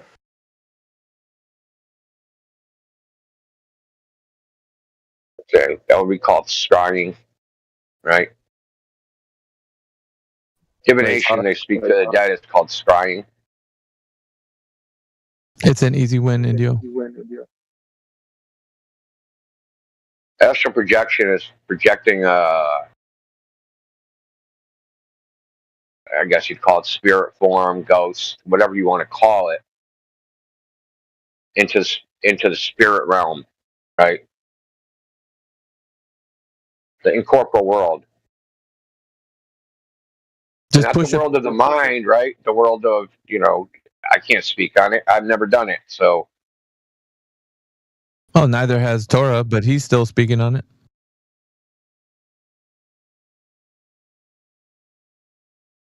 Yogis and fucking all sorts of mystics claim it's possible, but maybe it is, maybe it isn't. I've heard of people that come close to like death and like imagine themselves go out of their body. Like they like this one dude I work with, he was like, yeah, I was a kid, I was robbing the store. This guy came up to me, it was the owner, and they knew the owner, like they knew him, but they were trying to rob the store when it was after hours, so they wouldn't have to worry about him. But they knew the owner would like actually hurt, he was about his business. Well, they got caught. The dude had a 12 gauge to the back of his head, and he said he saw himself before, like he didn't get shot or anything, but he said he saw his own life flash before his eyes. And I said, so what did that mean to you? He said, well, I went up above the ground and everything. He said, I saw the earth, it was flat, and my projection of what I thought I saw, he, seeing his life flash before his eyes was just him going astral projecting like upward and then coming back. Yeah, so that's how he explained that. So, and it's weird, Democ. According to this guy, it's divination. Yeah, I don't think that. I think it's not right. No, it's not right. No, it'd be this guy's claiming that, even though he doesn't know what he's talking about. On top of him saying that you could interact with the physical and natural world while you're in that state, he's all kinds of wrong. But there's that. Yeah. When you get scared, you might scare yourself to a thought bubble. like in the cartoon. Basically. You think you can teach me how to do that? How to astral project? Because sometimes I don't want to get on a lift and I could just astral project into the ceiling to look at some devices we have up there. Right. Yeah. Right. Yeah. That's what I asked him. He said no, he just went straight up. He couldn't really, he just kept going, then he stopped, then came back. So yeah, it was nothing he could really like. It's not like I'm gonna write down 17 numbers in my pocket and there'll be the $1 billion lottery numbers and Torah's gonna go get them right. That ain't never gonna fucking happen. That's never gonna happen. I don't know, man. I mean, it's possible. Well, let me tell you, he is not gonna astral project and read the numbers on a piece of fucking paper that I put. It's damn right possible he could get the right them little numbers, right? 17, I said. That's just that's another pseudo intellectual that thinks themselves so wise. This is another pseudo intellectual in the chat. I'm sorry. Yeah. What did I do? Well, I'm just saying. What are all the numbers? You think you're the center of attraction? Everybody needs to stop and talk to you. We all know gravity isn't real, so that'd be silly. You're not the main character. Settle down. The bean count. They would never Jesus lose Christ, a bean he's count. the main character. He died for our sins. He's still alive though. You would never lose a bean count or any kind of contest like that to know the number that's already placed in the thing. So if they have a set number and there is a set number, you would never be able to lose if you could astral project. You would never lose at that game. Well, maybe you can change the channel, astral project. Well, I know that was my next thing, lotto numbers. The things that are getting ready to pop up but haven't popped up, but everybody's waiting for it that exact time, and you get them, and, you got, like, I don't know. Like, yeah. I don't even know how you're going into the future with it and reading, lottery numbers. Yeah, I don't know. So it's just a past thing? It's only past? It has to be it's just esoteric bullshit. That's what it is. Right. Yes, sir. No, I know. I'm just saying. I'm just pointing out that like it has to be something like so they can only astral project and see something that I have written down and put on a piece of paper and having the thing. They can't like astral project like the answer to a question. That's fucking weird. So Democ, if you have an apple on your counter, if you astral project, can you lift that apple? Hell no. Do you think Torah could? No. Can you count the seeds inside the apple? That would be a interesting astral projection. Well, you should be if you can astral project through roofing materials and concrete. Apple should be no problem. Exactly. That's what I'm saying. Like, get to the inner thing. Yeah, exactly. 100% like the lotto number. You'd have to get to the very core of the second that it was flipping and then be like 2, 9, and it's 2. Dudes, look what he put in the text chat. You don't believe me, man? Look what he's put in the text. That's from an article that I was reading because you were asking about specific instances that people have interacted with the physical during. You actually went to go look for an article. So I can't believe people walk through walls. Dude, when are you gonna learn? When are you gonna learn to stop, dude? Dude, you just asked for. To read what it said, Alpha says the etheric body. Well, that just goes along with everything, don't it? Dude, this guy's a glutton for punishment. I don't know what to tell you. No prison will hold him. Dude, you know what is funny? Is you enjoy the whipping boy. And that's sick and sadistic, bro. So, how do you verify these stories that have been told? You're a nihilistic, sadistic person, bro.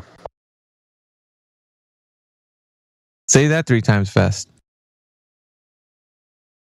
You're misinterpreting everything, dude. But honestly, dude, you're misinterpreting his point.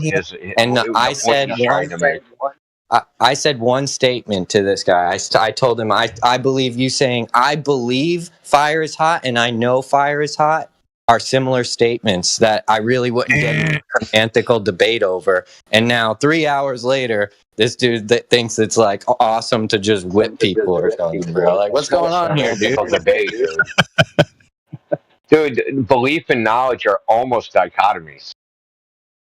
Not quite. Okay, can you go ahead and just break that down for us, what you just said? Belief and knowledge are almost dichotomy. Indio. Break that down. Well, belief was defined up top, right?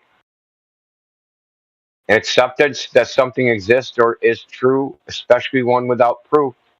Knowledge, you know it's true. Damn, that's what I said, bro. I've been telling you that from jump.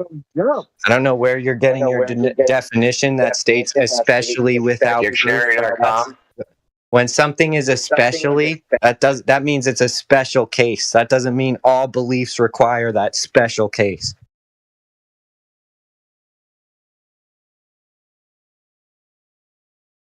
Can you have a belief and it's been proven? Of course. Okay, then. We're done here. Told you. Stop the cap. I didn't come in here saying there's levels of certainty. I said it's either true or it's not. But to get semantical over someone saying I believe fire is hot or I know fire is hot is ridiculous. Can I give you an example? If you've never touched fire before, you believe it's hot because a bunch of people told you. But then when you stick your hand in the fire, you know it's hot. That's what I said. Yeah, I know. I heard you say it. That's why I'm repeating it, because obviously he wasn't listening.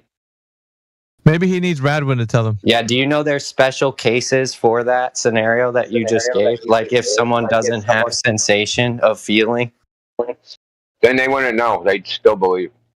But their hand will still burn. Now you're claiming that someone can't know that fire is hot until they put their hand in it. You know how ridiculous that is? No, until they have the sensation of fire being hot, then they don't know. Yeah, okay. They know at that point. Absolutely ridiculous. They need the input. They need the input data, right?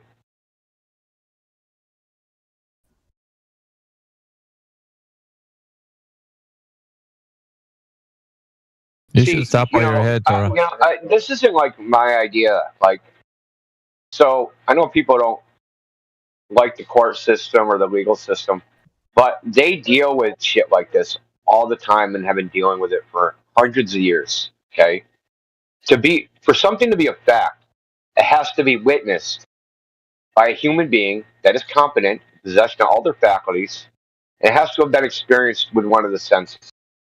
That's how something is established as a fact. You know why? Yeah, and how do you determine someone's competency of by consensus based? Yeah, that's fine. That's fine. That's immaterial. That's immaterial. You're missing the point. The point is how a fact is established is that it has to be experienced with the senses. So if they try to say XYZ is a fact and they didn't experience that, that's hearsay, and they're not a competent witness. That's how they establish facts in the law. You know why they do it that way is because if you've experienced with the senses, you know it, you don't believe it. You can't have a trial based upon a bunch of people's beliefs to figure out what actually happened. You can only have a trial of facts. You can't have a trial of beliefs. This is not the only way to gain knowledge. That is incorrect. You're making it as if there's one way to gain knowledge, and that's not true. You can use inductive reasoning also to gain knowledge. No, you can gain belief. Okay, so then you guys believe there is a container that's containing the gas pressure. You don't. I knew you were a Glober. I knew you were a Glober. No, I believe in the firmament, but I can say inductively I've proven it because gas pressure requires containment. So I know for a fact there must be a container. And you're saying that's not good enough. You don't know it. You just believe it. No, it's not inductively. It's deductively determined because it's a necessary condition, which I know you're aware of because you're aware of the transcendental argument. So it's a necessary condition of pressure to have a container. You should have known this. You didn't know this. Sucks to be you, I guess. Yes. The necessary condition is fucking so. It's like a fucking samurai sword. There's a lot of things we can figure out deductively because we can know that it's necessary for some other thing to be true, for it to be true. So for gas pressure to exist, we know that there has to be a container. It's a necessary condition. No one can demonstrate the opposite, that it's unnecessary. They can talk about it. They can imagine it. They can come up with all sorts of inductive reasons. But they can never show it actually why that's the case, why it's not necessary. Mm-hmm. They can define it, but then the demonstration will precede that, and that's where they're going to fail. Then their definition is going to be moot at that point. Yeah, like, okay, demonstrate gas pressure without a container. The container is necessary. You can't even demonstrate that it exists without the container part.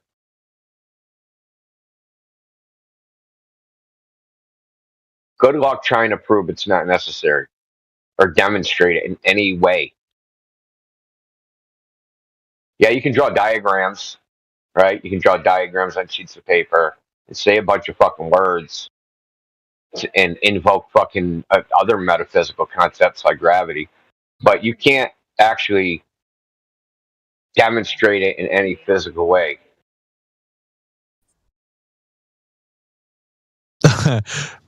Freaking T's telling me in the text chat, why don't we just astral project and go touch the container?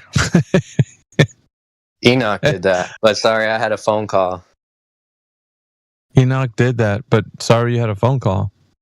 Yeah, I had a phone call, so I missed. So you didn't hear any of what Indio said? Okay, thanks. Let me ask you: is a container a necessary condition for gas pressure? What's that? I missed it. Is a container a necessary condition for a gas container? Yeah, inductively. For gas pressure. Yeah, it's necessary. So it is deductive. It isn't inductive. No, deductive requires experimentation or putting hands on.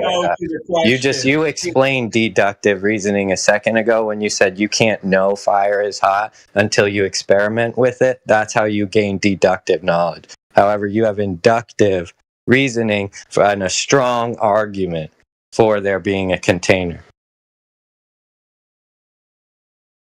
It's almost a tautology. When you say pressure, you're basically saying there's a container. I agree. I agree with you 100%. I'm not disagreeing with that fact at all. I'm just telling you that's So wouldn't it be just true because of the law of identity? So now it's a fact? I thought it was a belief before. Now it's a fact for you? Because you can come to factual knowledge with the inductive reasoning process. He double speaks, by the way. Been doing it all morning. The scientific method is not the only way to come to absolute knowledge. Inductive reasoning also is a method for coming to knowledge.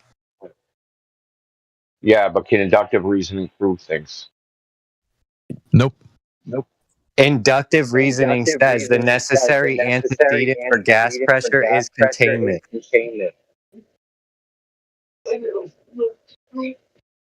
No, that's not inductive. Okay, then form that deductively.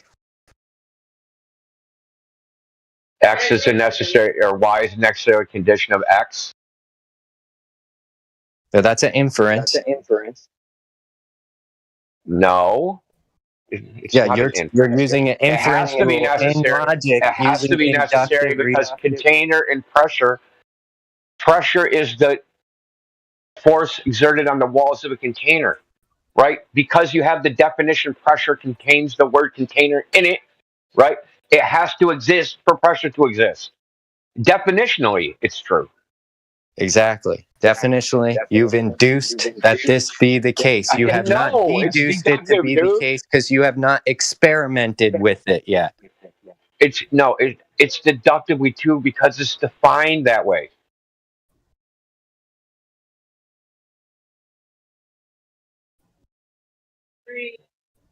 I would research inductive and deductive arguments because it sounds you're asking him to research? That's rich. If pressure is a characteristic, so basically you have a container, and pressure is a relationship of gas to the container.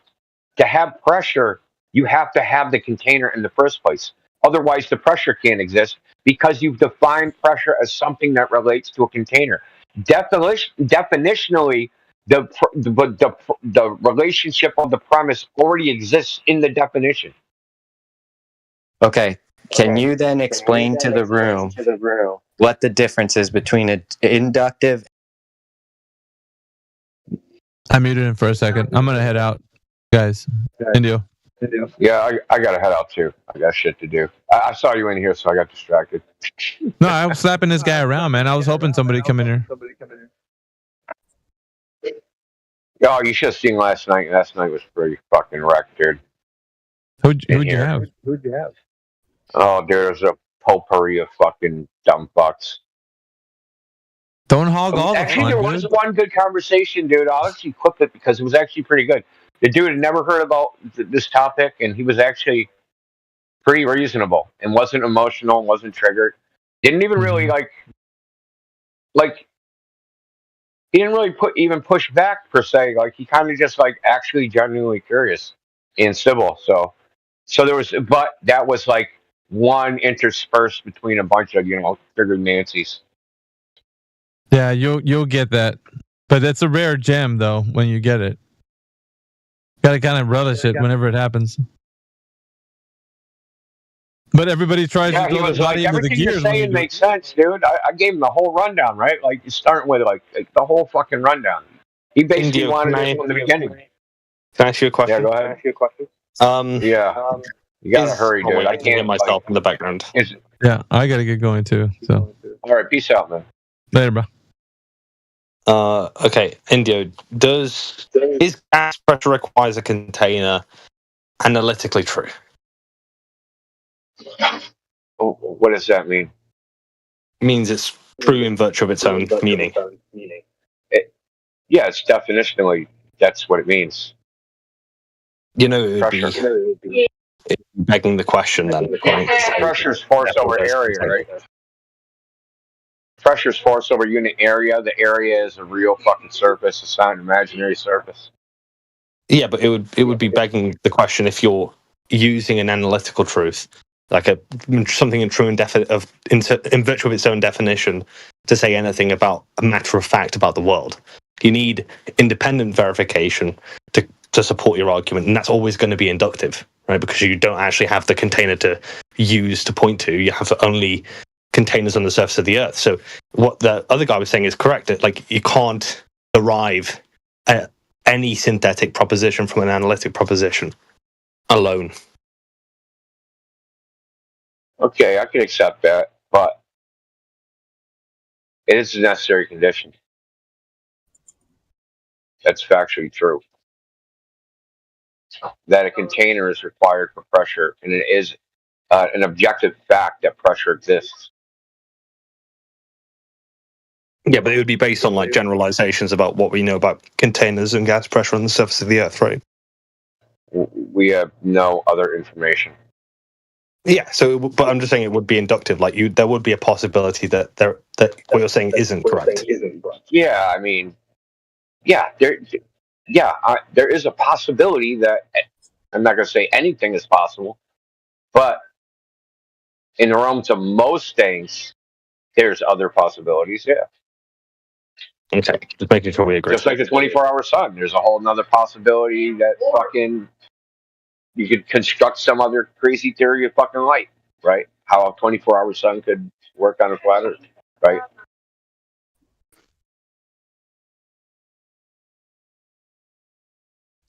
If we go down the anything is possible route, dude, like that's a big space to frickin' cut weeds.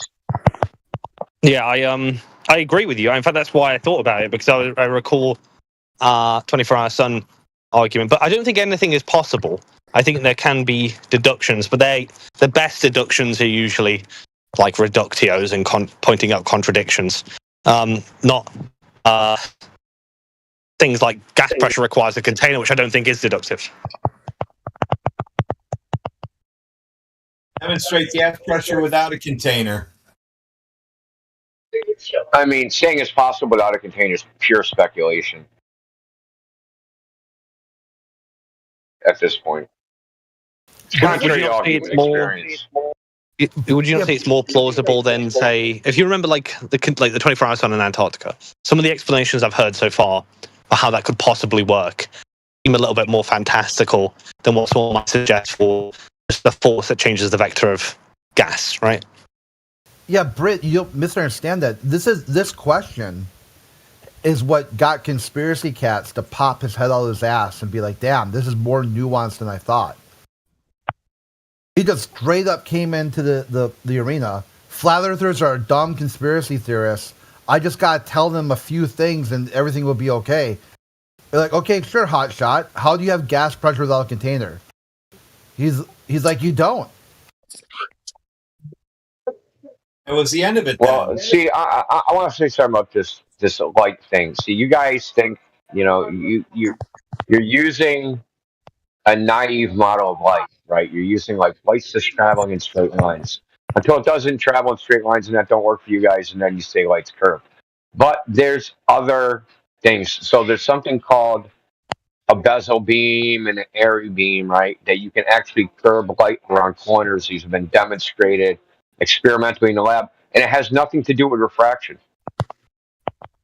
It has to do with the source. So you can look it up. It's called an airy beam.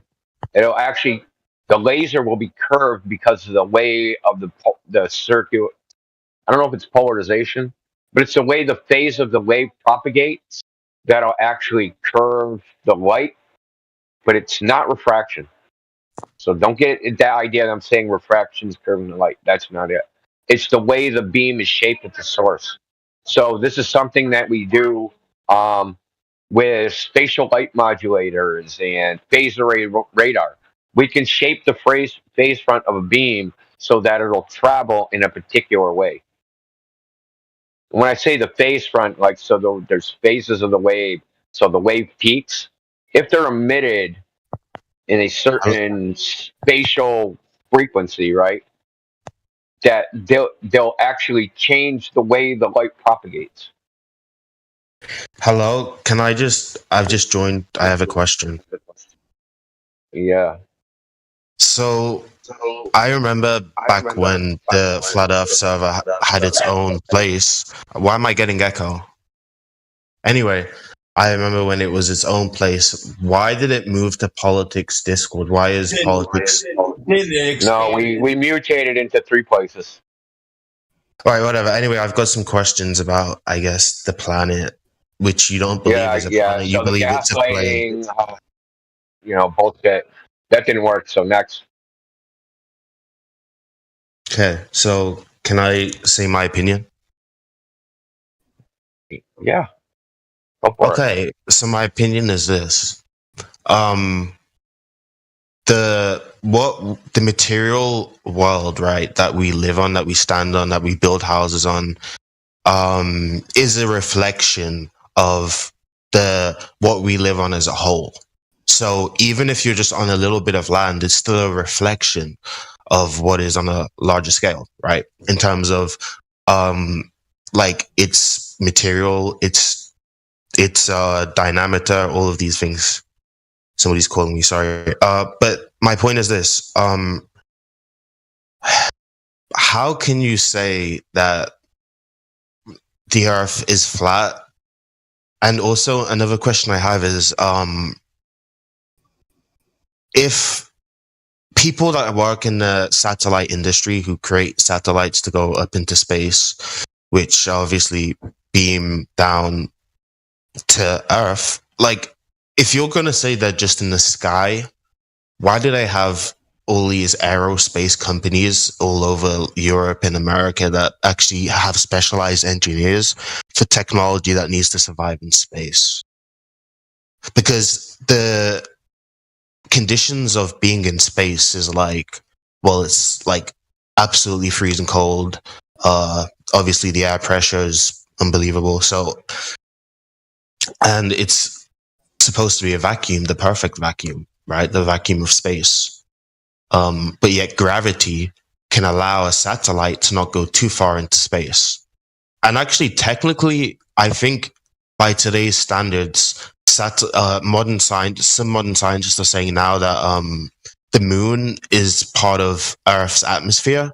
So really the moon isn't even space. It's still part of Earth's atmosphere. So this gets a little bit complicated because I think technically satellites are in Earth's atmosphere. I don't think they're actually they're not actually in space, right? They wouldn't be able to survive in space. They have to have some atmosphere. They have to have like the gravitational pull of the planet.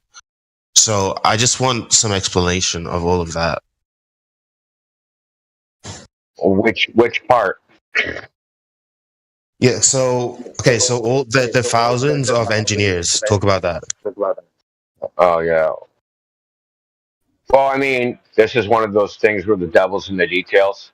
So you just believe that there's thousands of engineers and they're out doing something. You don't know what they're doing. Have you ever talked to anybody that worked on a satellite? Actually, no, but I know engineers that have worked on bridges. I have. And this guy who made some of the biggest bridges in the world, he told me that he has to account for curvature. Because I asked him, do you account for curvature? He told me that he did. Okay. He's not an engineer that worked on the bridge then. He lied to you. Yeah, you should ask him. You should ask him how much does that bridge change in size from summer to winter time. Dude, he was a very special engineer. He had many buildings, many bridges, that were created. He also taught in a university, and he told me personally that he had to account for Earth's curvature when making a bridge. Why? Why did he have to account for Earth's curvature? Because for obvious reasons, like you have to have the bridge following the way of the planet. You cannot have because if you have like, bro, it's obvious. It's the only way. No, it's not obvious because you didn't hear the question, right? So bridges have something called thermal expansion, and it's on the order of feet, like 10 to 12 feet. So like the Verrazano-Narrows Bridge thermally expands 10 to 12 feet. That means it expands. It gets bigger and smaller. The correction for curvature is something like 2 3/8 inches. Now, why would they have to account for 2 3/8 inches over the span of the bridge? But the bridge varies in size 12 feet. That doesn't make any sense. You don't need that level. The point is, you don't need that level of precision when your uncertainty is 12 feet. When you have a bridge to be made, you want to be as precise as possible. People don't want bridges that are not precise. People want very precise bridges with accurate dimensions. You're making shit up.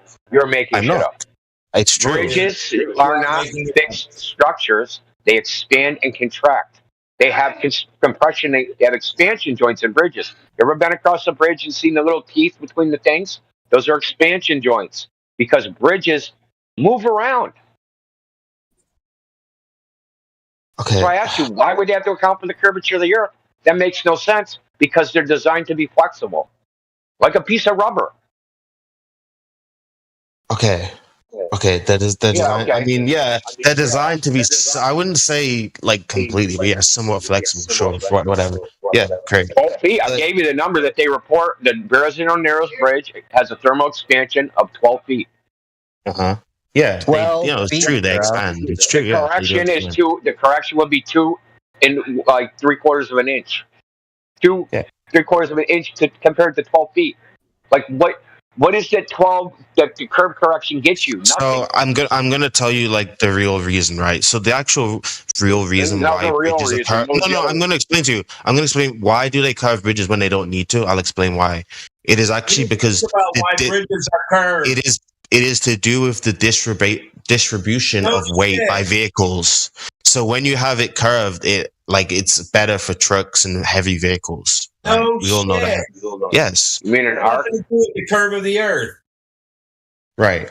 So yeah, this is why I'm saying it's not really a great argument anyway, because there's reasons that they do it that are not to do with like the earth. So your chatbot corrected you. Now what's your next one?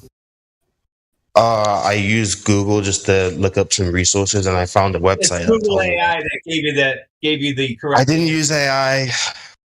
It's Google is powered by AI. Well, yeah, technically you're right. Yeah, so you used AI and it corrected you, and now you believe it. I know who's also powered by AI?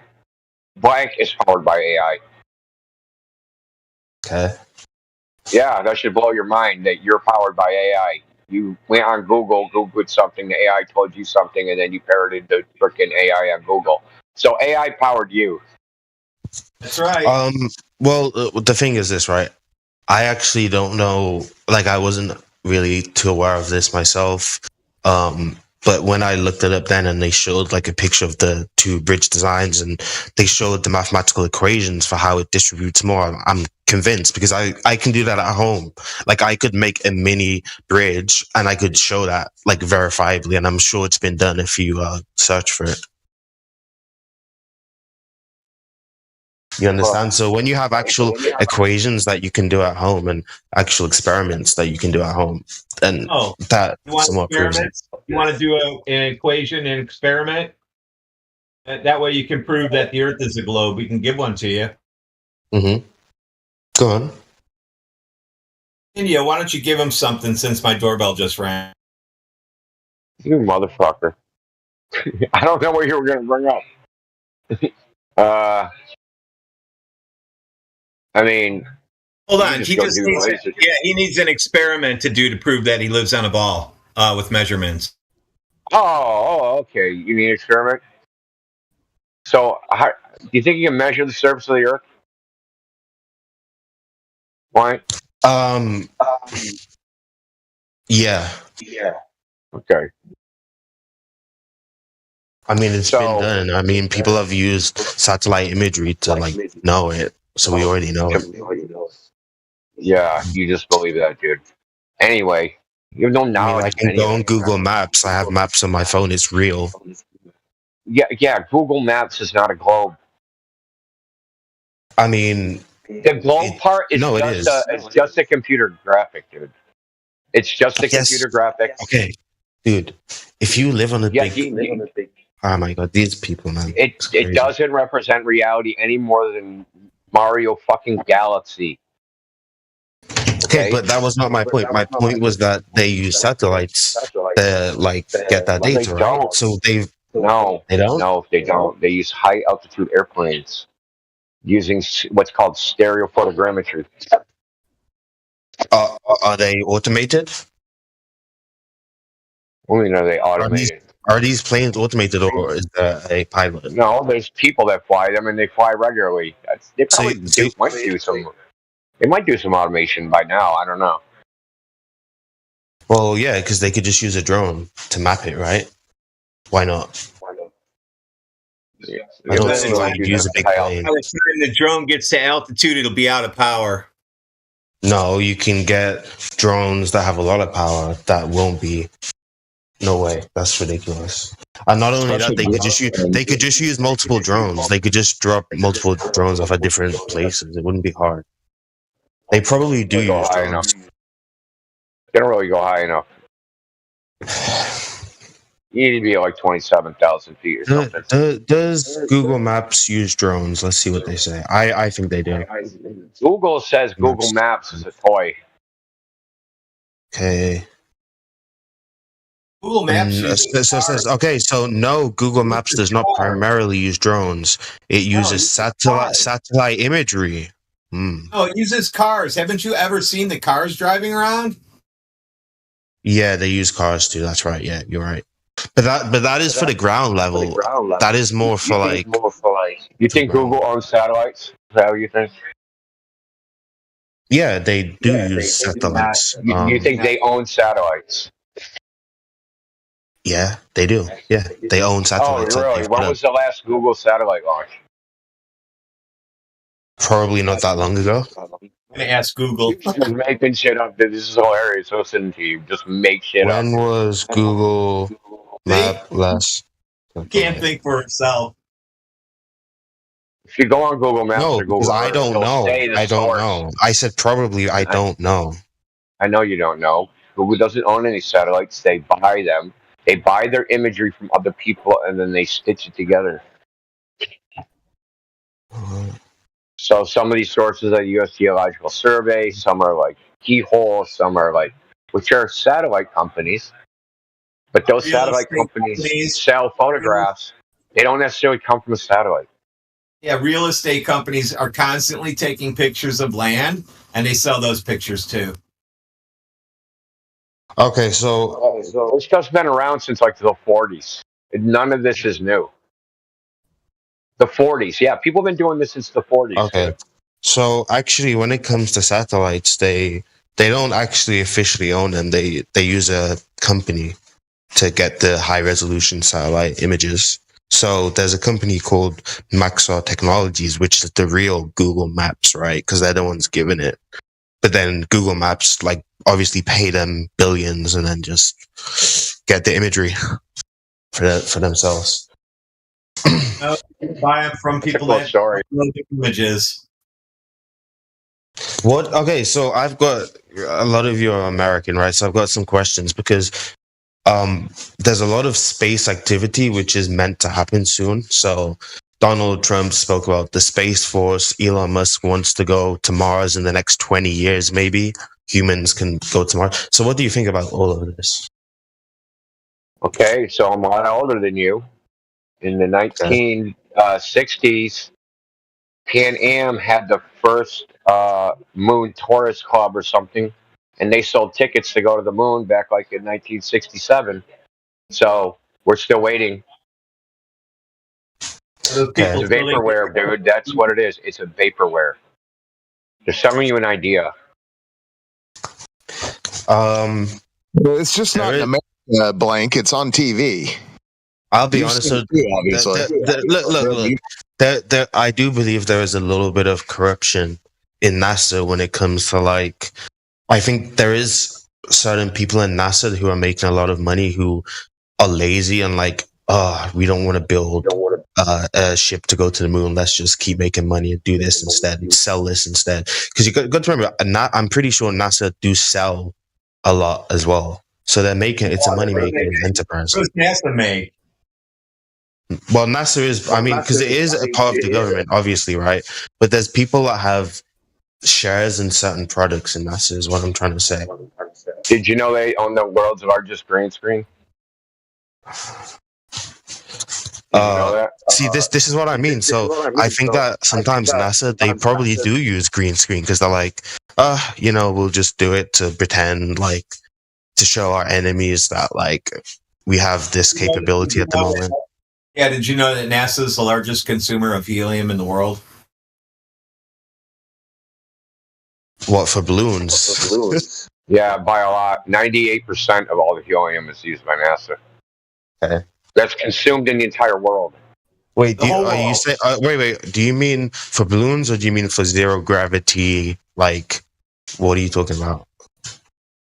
Ask NASA what they use it for. Okay. So this is a really it is a crazy conspiracy because everyone is in on it at the top. Yeah, NASA is a conspiracy. Okay. So, do you believe that humans have ever been in a rocket on the moon? No. Even if you accept that the moon is not in space and it is in Earth's atmosphere, you no. Listen to him ignore the answer. I love it. I also want to say this because I've looked at the moon at night very clearly at high distances with like a telescope, and I can clearly see like that there's like these whole type of dust things on it. It looks physical. It has all these it has bumps. It has like so do you agree it's physical? Also, the moon is there. I see it. I take pictures too. The P900. Yeah. Okay. So is there like a thing that you have to do when you're initiated in the flat Earth that you can only get a P900? Is there no other camera or telescope that you can get? Well, that's what ruined the globe for everybody is the P900. That's why we make a trophy for it now. You can also pay. You can also pay like a $1,500 for a Sony lens that is 200 to 600 millimeters, or what is the other thing called from Japan? Anyways, yeah, you can pay even more money, but to get some good zoom, I would say the best budget would be the P900 or P1000. So the P900 is for the poor man who watches flat Earth videos online to act as if he's involved. That's not what I. Okay, that's not what I said. It's not what I said. It's not what I said. Clay, hold on. This guy's starting to spiral out of control. All right, I said it's the most reasonable camera when it comes in terms to budget, because if you want to get 200 to 600 millimeters lenses from Sony, for example, you will pay around 1,500 euros or dollars, and if you want to have a good camera for that, you at least gonna pay another 1,000 or 2,000. So in this case, yeah, it's a good choice to pick a P1000 or P900. Pretty good price for what it can do. Okay. Yeah, I posted a picture of the moon at 42 after the hour, moving. It's an image. I shot that, and the moon's there. I took a picture of it. No wonder why they choose to not produce a new version anymore. But imagine if the US government sued the company behind the P900 and said that they were involved in spreading misinformation of the flat Earth. Why would they? The government itself is spreading flat Earth imagery every day. Yeah, because there's flat parts of the planet. Yeah, I mean, sure. Well, no, NASA is the biggest contributor to flat Earth. They literally have, I have hundreds of pictures of flat Earth from NASA. They even have it on their website. I just said that even NASA in their own documents, they assume that the Earth is flat and stable when they're going off with rockets and satellites because the atmosphere is at such we are spinning at such a speed, but the atmosphere and gravity is making it so we don't experience it when you're blank in their moon travel stories, they slingshot around the Earth. So they need it to be a ball in that part of the story. Kind of like when you're in a vehicle, you can have a fly, but the car around it acts as the atmosphere. Not kind of like that. Yeah, it's kind of like that. So it makes sense to a rocket slingshotting around the. Listen, a rocket slingshotting around the ball Earth that you've imagined is kind of like a fly in a car. I can send you a video of a sniper saying that he had to factor in the gravity of the Earth. Wow, amazing. Yeah, contacted the guy, Shepard Humphreys, right? He did the 4 mile world record sniper shot. He said he didn't factor in any Coriolis. Well, he's not. That's funny because he's not even talking about Coriolis. This blank guy, the Curry. Sorry, they're talking about a camera without a level on it, and they're like, "This proves the Earth is flat." Wait. So this guy just stated that snipers have to take Hunger into Forces account here. the curvature of the Earth. Is that what you said? That's me. That's what he said. Aqua Okay, how Teen far are Hunger they Force. How No, far the are they problem shooting? is- How much do you think your Earth is curving, bro? Like 1% per 1%. Yeah, the problem Not is talking to you, Shake. I think he meant to say they account for the spin of the Earth. Oh yeah, I think No, now it you're gonna spins. talk- I think now we're you're a gonna spinning answer for pizza him? box, just flying through space. No, let him Yeah, sorry. flounder. Hey, Shake, No. let Blank flounder on his own. I correct myself. I think I meant the spin of the Yeah, globe. make up your mind. It would have to be both. The spin of the Yeah, globe It would have to be both. is about that, though? All right, yeah, brother. it's both You know because what's the spin hilarious of about the that? globe is Oh, completely okay, so you in did line mean with what the- you said the first time. I Got it. corrected it for you. I corrected it for you because there is the other side of this debate that there are snipers that say they don't account for that. So if you have a guy that says he does account for it, and we have a guy that says he doesn't account for it, this is Then we're at a not stalemate. Then we're at a stalemate, apparently, right? No, you can just look at a hovering helicopter. The Earth isn't moving below it. Relax, everyone. No, but like as I said before, like the fly doesn't know that it's moving like all around in the vehicle. No, it probably thinks it's still. bro. You're all over the place, Blank. You think Google Earth is your globe? How many times do you have to swipe Google Earth to get all the way around once? Well, I don't know. That's Not a a good lot. question. Not a lot. Hey, Blank, do you think that Google Earth represents the Earth for its true shape? It's a computer generated. It's meant to look as close as they can to what it. Okay, be. but I don't think it's completely correct, but it's probably very true. Yeah. But do you think do you think it's kind of close? It's a good model or something like that? I wouldn't know. Okay, so I can give you one. 100%. I can give you one experiment you can recreate yourself, right? They say that the ISS is approximately at 400 kilometers above Earth's surface. This is the camera on Google Earth, 400 kilometers above Earth's surface, and you see the red dot. It's pointing at Lake Onega, right? And the same thing on NASA website from the ISS, which is at 400 kilometers supposedly, is this picture from Lake Onega.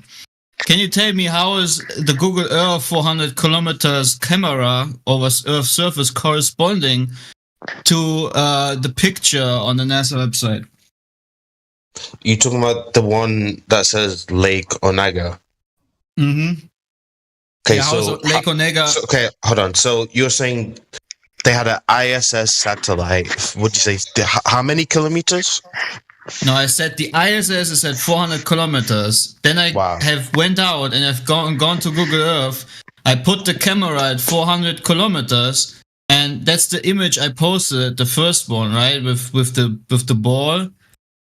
Okay. And supposedly it's the same height as when the picture from the NASA website was taken from the ISS at 400 kilometers. It's the same picture. Okay. Man. So maybe they share technology and they share pictures. I don't know. Like, why is that such a big thing? God, don't you get it? This is the Google Earth globe, and the camera is at 400 kilometers. That's the same height as the ISS. So if the ISS is at 400 kilometers, why does the lake in reality looks like this when photographed from 400 kilometers? When on your globe Earth model in Google Earth, it looks like almost half a sphere. It doesn't make any sense. Have you? Okay. Wait. Okay, so you posted that before. That's the one. Okay. So I didn't see the one above. So you're the one who brought up Google Earth, Blank. Did you guys tell him to go to Google Earth Pro and then you can do an elevation, a side view of what you just measured, and it'll show that it's flat the whole distance, with mountains in the middle. I really. Hey guys, trust me, it's flat at 500 meters. I listen. I promise you, what flat earthers need to do, and what's already happened, is you need to make your own space company and make your own rockets and own drones and see for yourself. It's already done, man. There's NASA has already done it. Space is fake. Now what do we do? No, but you can prove it. So if you make your own rocket and you go and you can do it. I proved it in here live 3 times. So now what do we do? Well, if the Earth is flat and everything is alive, we might as well just kill ourselves, according to you. Why? Wow, you are spiraling like nuts, huh? Because what is the reason to live if they're lying about the universe? What the heck? You want to go to space? Amazing logic, bro. That actually gives reason. Like, what are you talking about? Wow. What is your reason to live? He'd rather be a complicated rock. Told is true all the time. I just took being an astronaut. No, I don't. I'm not even that interested in space. I just know basic space stuff. You just said that we live, right, because of the universe, right? That's your reason to live. And if that's taken away from you, you'd want to kill yourself. No, but okay. Please don't kill yourself, okay? Okay, this is insane. Okay, pilots, no. That last statement you made was insane, bro. You said if people are lying to me, I'd off myself, bro. Be careful, because people lie to their children every year about Santa Claus. No, okay? I didn't even say that. I said. You can track Santa Claus through NORAD. You can do all of the same stuff you can do for NASA with Santa Claus. How are you determining Santa Claus is not real? Okay. All right. Anyways, So, okay. I was just gonna say, could the universe as we know it be different to what no, listen, I'm saying that, is it possible that space and like everything that we've been told could be a lie or not the complete truth? It is possible. Yes. Because what you have been told about space is a lie. Yes. If a bunch of people, let's say, found something on the planet or out in the atmosphere of the planet or space, they might want to keep it under wraps for whatever reason. So it is possible that there's things about our universe which are being lied to, and it probably is true. But I just don't see it in the flat earth. You literally just walked yourself through it, though, and you came to the conclusion it is a possibility, and then you go, I just don't see it. Well, you a second ago you did, because you said it's a possibility, but now you're saying you don't. Like, what's going on here, bro? It's not a possibility because there's too many people in high positions of. You just said it was a possibility. That have to account for using their measurements, so that like there has to be measurements. There are no measurements. There's no measurements from space, dude. Dude, think about this. We're told the equator is 24,901 miles around. How would you go about measuring that?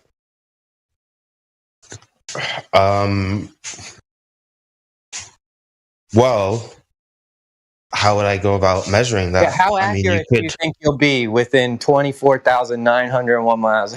Could you be off by a couple thousand maybe in human error? I think with ships and that type, and also satellites, I think we can. How are you measuring with a ship? How are you measuring? You know, the water's moving, right? Yeah. So literally, wait. What are you going to be measuring with? So where you start, right? You start counting the miles, the kilometers from there, and you keep a system. How do you know what miles you're doing if the water is moving underneath you? Miles in reference to what? You're out in the ocean. There's nothing else you can look at. All you see is water all around you. What are you counting in reference to? Okay. Well, in reference to northeast, southwest. I mean, we can have ways of identifying where we are on a ship in the middle of the sea if you have satellite connected to the ship, right? You're begging the question. You're using a system called a global positioning system. So I'm talking about measuring to make sure they're correct in what they're telling you. So you got to throw the instruments away, bro. Yeah, I mean, it's probably very hard to do, and I don't know if it is possible. Oh, okay, so it's unverifiable. But so you're telling me we've been given information that is unverifiable and unfalsifiable. Is that correct? Do scientists agree with you on that, or do they not? Nobody can measure 24,901 miles from the surface. It's impossible. Nobody, you already know you're being disingenuous because you know that people that believe in the globe, but people that believe in the globe do not say that we've perfectly measured the planet to like the precise millimeter. Like no one, I don't think anyone says. Okay, so then you're in the same position as flat earthers. You don't know what your planet looks like. You just think that you can put a spherical coordinate system on it and go, this seems to get us everywhere. And hey, when you have troubles in the south getting everywhere, here's a magnetic declination chart to fix all that. Because we're not telling you what the actual map looks like. Because just like you said in the beginning, why would they? Maybe they came upon something and they said, whoa, we're going to keep this part of the earth hidden from people, and we'll just hide it over here. We'll throw the spherical coordinate system on here. Every time they start going this direction, we'll magnetic declination correct them to go the opposite way.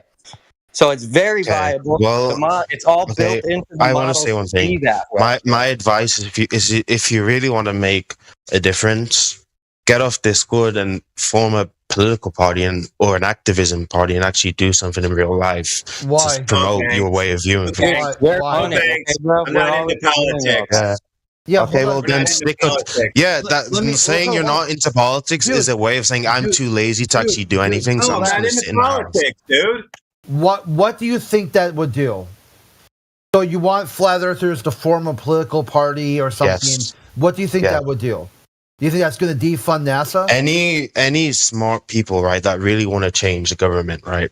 You would do what's called infiltration. So you would make a party or a society of people that are like-minded, and you'd have a plan to infiltrate positions of power. That's what everyone else does. That China does it, America does it, Israel does it. They all put their infiltrating agents in other countries. So into positions of power. So you need to have a similar type of structure where flat earthers can get into positions of power.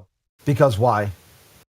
Because you're saying that all these governments are literally lying and stealing from the people. That is unacceptable. You cannot have that. That is a reason for people to revolt, right? Wait. Hold on. Are you saying governments have never lied to people? Hold on. Let me get this. Let me get this, all right? Okay, so you think that suddenly people will realize, oh shit, the government lied to me. Yeah. And they're going to come to this truth via flat earth. Well, what is the point of even discussing it if you don't mean to make a change globally? Dude, I don't. I mean, your whole here's the thing, right? Pay attention. I don't need to do anything.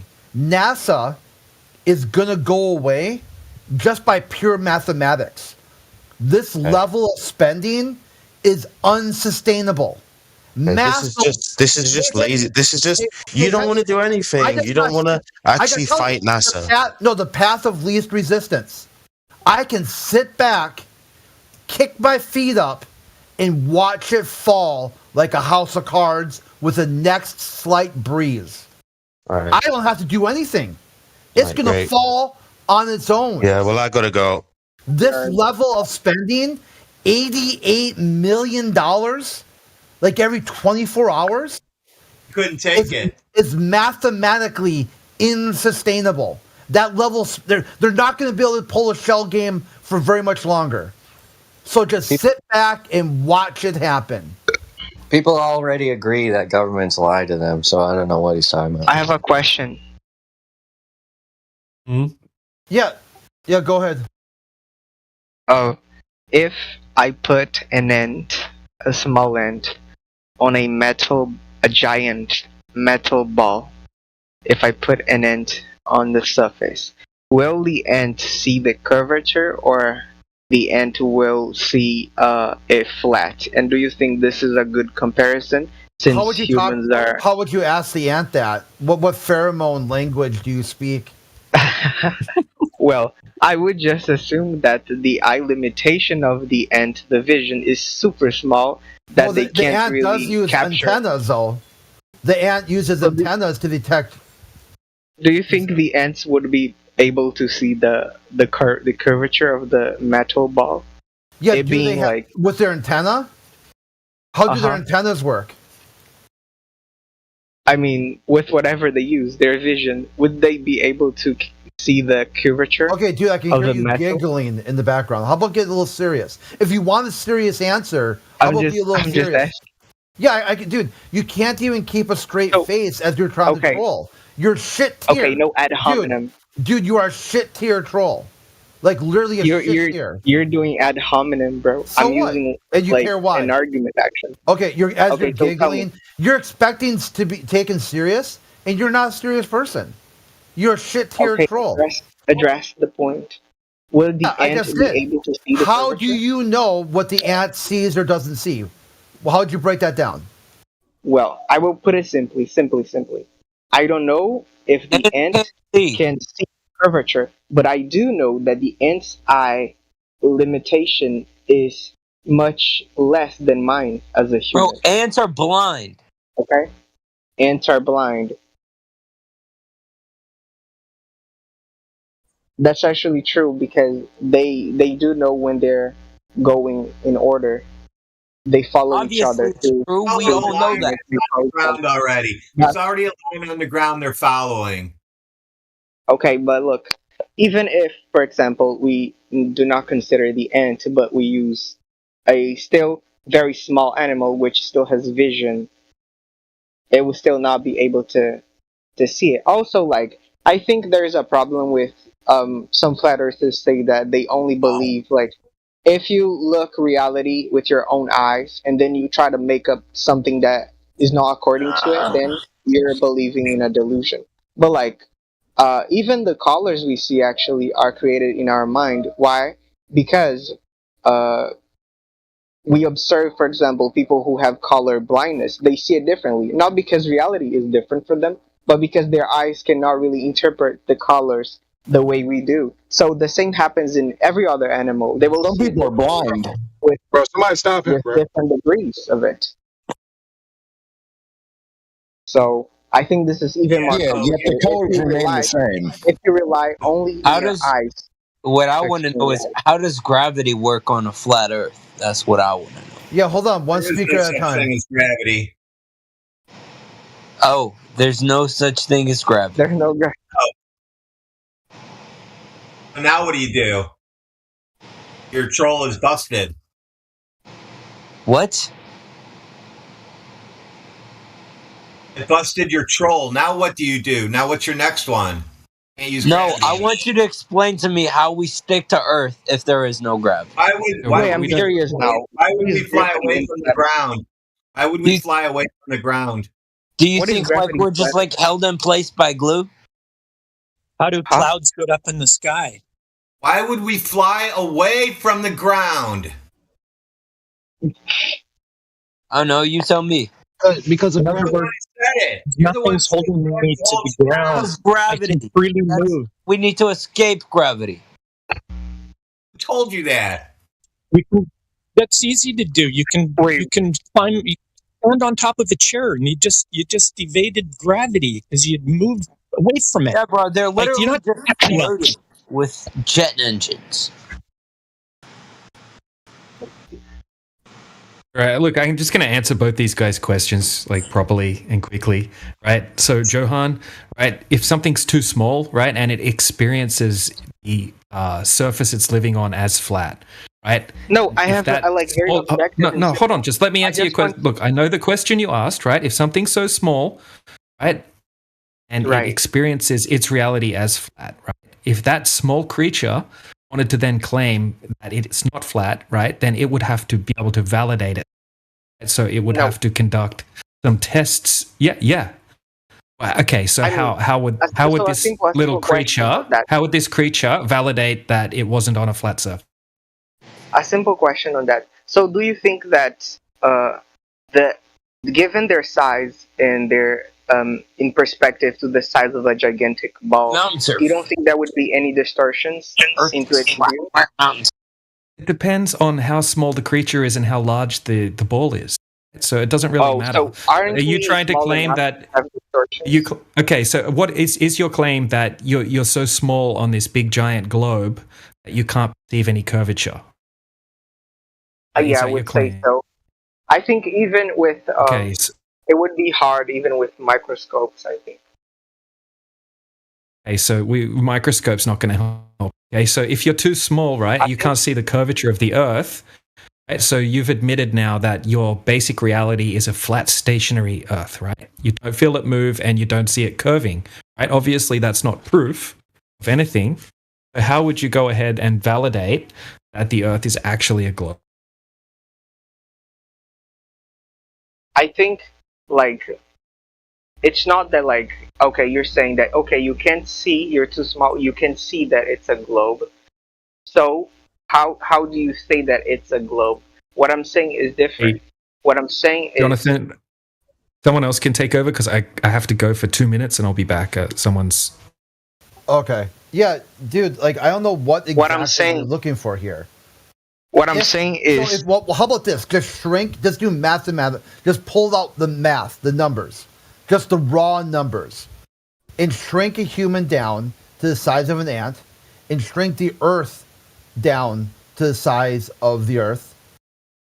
That ant would be 100 miles high if you just did a basketball.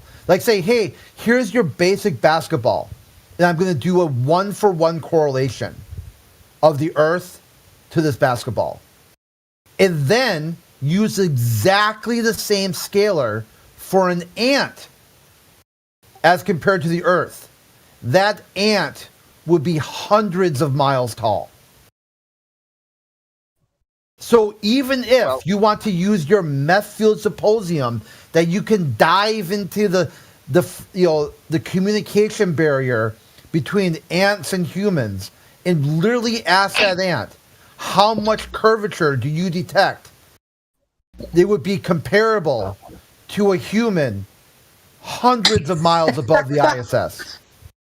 We cannot compare that. Okay, see, I told you. Your troll was just dumb. Okay, no, one simple question. Dumb on his face because you didn't understand.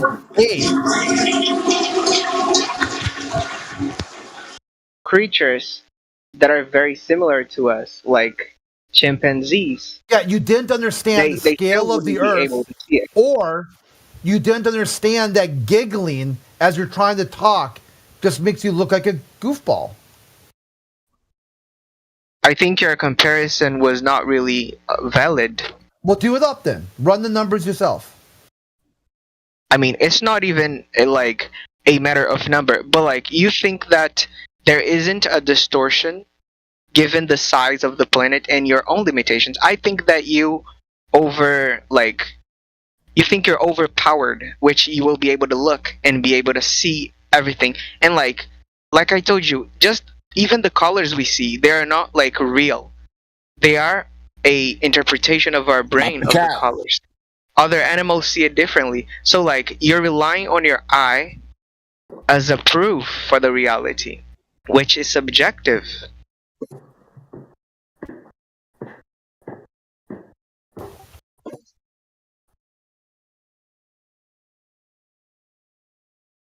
So Johan, if I had two color wheels and I cut them up and I had two different people put them back together and I had them all numbered according to the original makeup of the original color wheel, what do you mean it's all subjective? He's gone.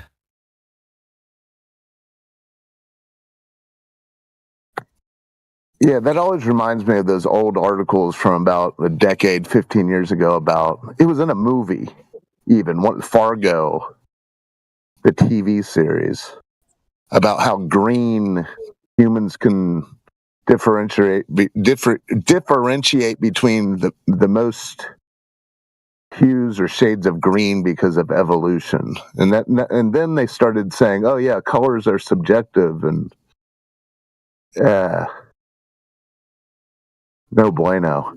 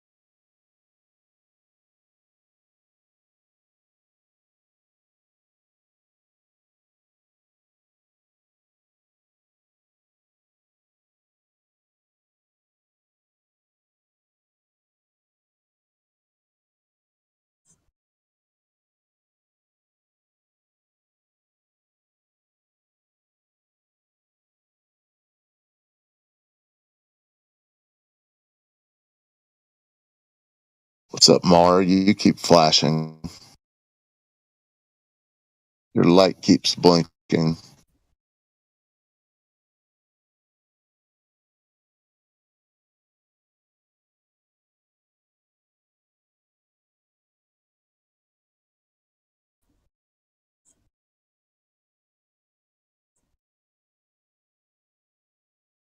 Yeah, it sounds like there's some background noise that they're picking up. No, I was just saying if you wanted to chime in. And as Hin knew, quite the PFP. It's been a busy morning. Yeah. The last two callers, I mean, that was some pretty dumb shit. It's like, I think you flat earthers should like change the system. I'm like, are you happy with the system? No. Then why the fuck you waiting for? Right? Like, I got a reason why I don't give a fuck. I can't change it if I tried, and I can just watch the downfall happen anyway. Any political goal I'd want to accomplish, like, is going to happen on its own. I don't need to do anything. Meanwhile, you think the whole system is corrupt, awful, and horrible, and you're telling me to go do it for you, and if I don't, I'm lazy. Get the fuck out of here. And then some dude comes in here giggling. I got a question. Oh, ants and basketballs. Like, dude, seriously, you think you're cloaked? Maybe try push to talk next time and like bite your tongue or like put a tack in your shoe or something to try to maintain some sort of like, like resemblance of like, oh, I've actually got a question here, without blurting out Baba Booey or some other nonsense.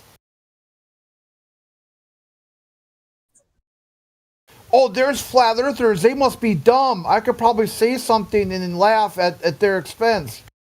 No, it's probably going to be quite the opposite. We're going to be laughing at your expense.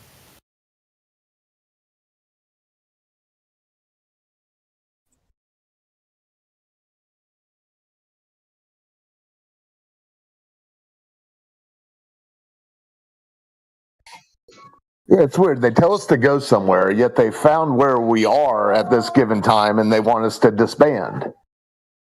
Bizarre.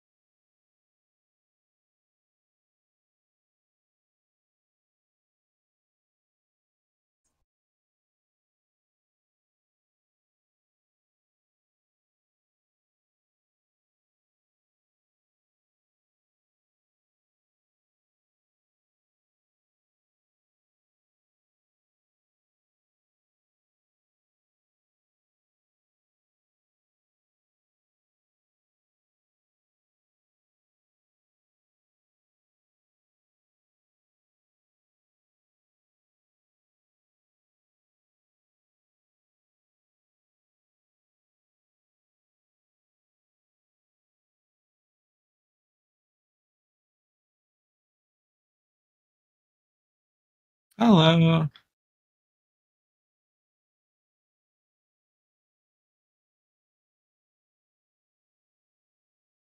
Oh, is the flat chat gone on lunch break? That's kind of cute. I'm picturing all the like flat earthers at a table like having lunch, but it'd be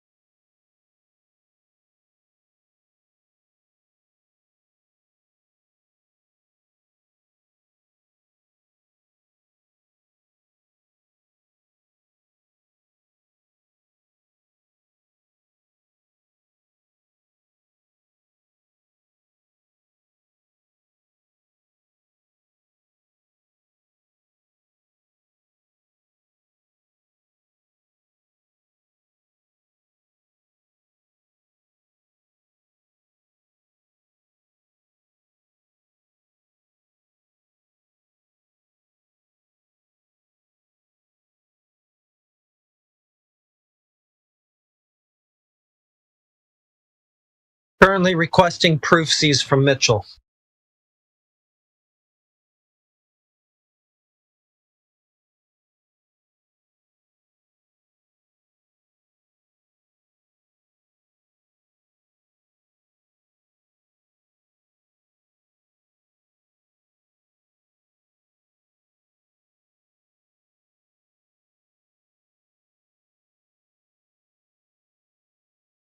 Mitchell, how would you have seasons on a globe?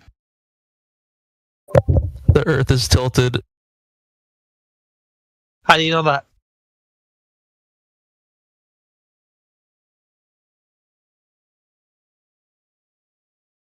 How do you know that?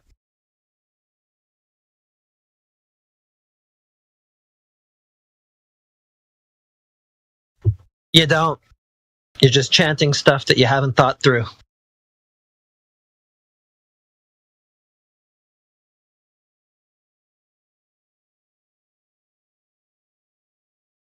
Oh, Mitchell, how do seasons work on a globe and how do you know that? How do seasons work on a flat Earth and how do you know that?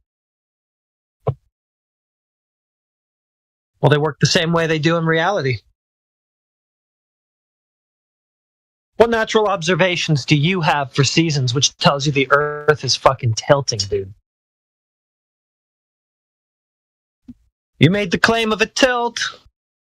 Quit burden shifting. Hello, Mitchell. How do seasons simple argument for what his argument is, if he sees it or if he doesn't see it. And then there's McToon, Dave Twiangles McKee guy. There's and Jaron and Whitsett are going. So what do you think will come from this experiment they want to do? They'll do another hit piece. They'll do another mockumentary hit piece like they did with Behind the Curve. Okay, so sorry, because I'm not really understanding what you mean. Like, what do you think will come from this? Absolutely nothing of benefit to humanity, but Will Duffy and his investors will get a little chunk of change from Netflix. Okay, so when they go to Antarctica and they look for this sunset or whatever, right? Like, what do you think it is that they'll see?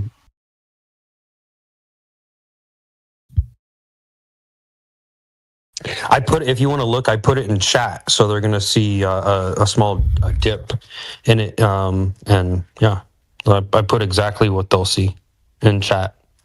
Okay, guys, goodbye. All right, hey, bye, Arvin. Have a nice one. So how does this dip work? Because I can't analyze everything that's going on in this picture. How does this dip work? Well, the main thing you need to see how it's flat. See the flat horizontal plane. That's and then the elevation angle will be from that. See how it goes up and dips. That's the main thing you need to see. The elevation angle. The final experiment, they are going to prove that the Earth is flat no matter what they see. Well, as long as they see the sun and they're doing an elevation angle, they're going to be proving it's flat. And the sun doesn't set. You're supposed to. By elevation angle, what do you mean it's been elevated? The sun's supposed to set every day, and if it's not setting, you're not on the globe. Okay, so sorry. So in the flat Earth model, what do you guys say that the sun doesn't set? No, on the globe model, in the North Pole. When the sun goes around your head and you watch it do a complete lap circle for 24 hours and it doesn't go down vertically anywhere, what does that mean to you? What's that mean? Not okay. Doesn't mean okay. What's that mean to you?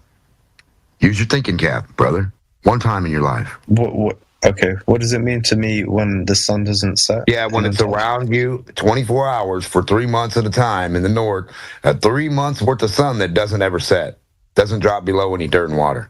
What's that mean to you? I mean, I suppose. For a globe, what's that mean? Should be impossible, shouldn't it? I don't know. I'm just looking at the surface. Well, every day I see the sun, it goes that way.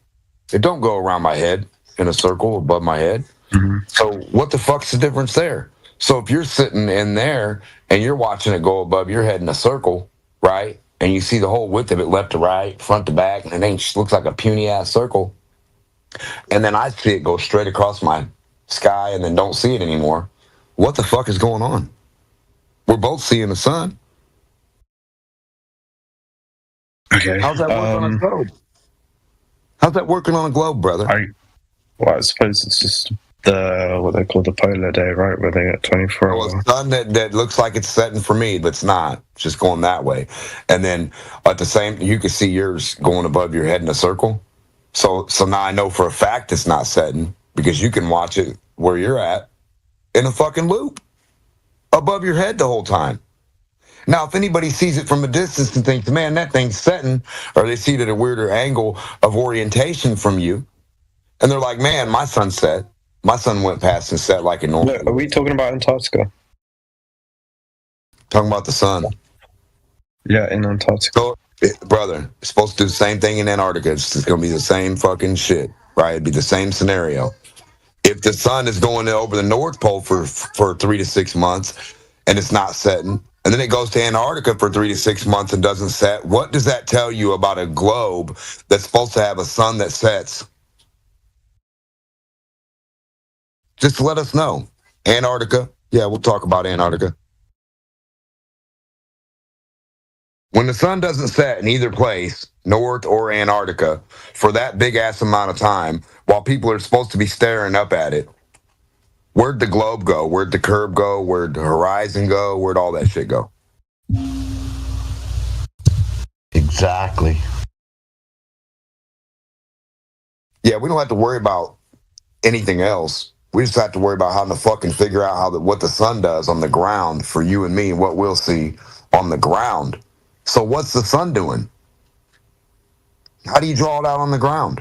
Which map that you have, which globe map do you got that shows the sun's path on the ground? Go from the north to the south. I haven't seen that one. I haven't seen your globe map that has the sun going into Antarctica for 24 hours and then in the north for 24 hours. I haven't seen that map. So if you guys could like find at least one globe map that made sense, that'd be good.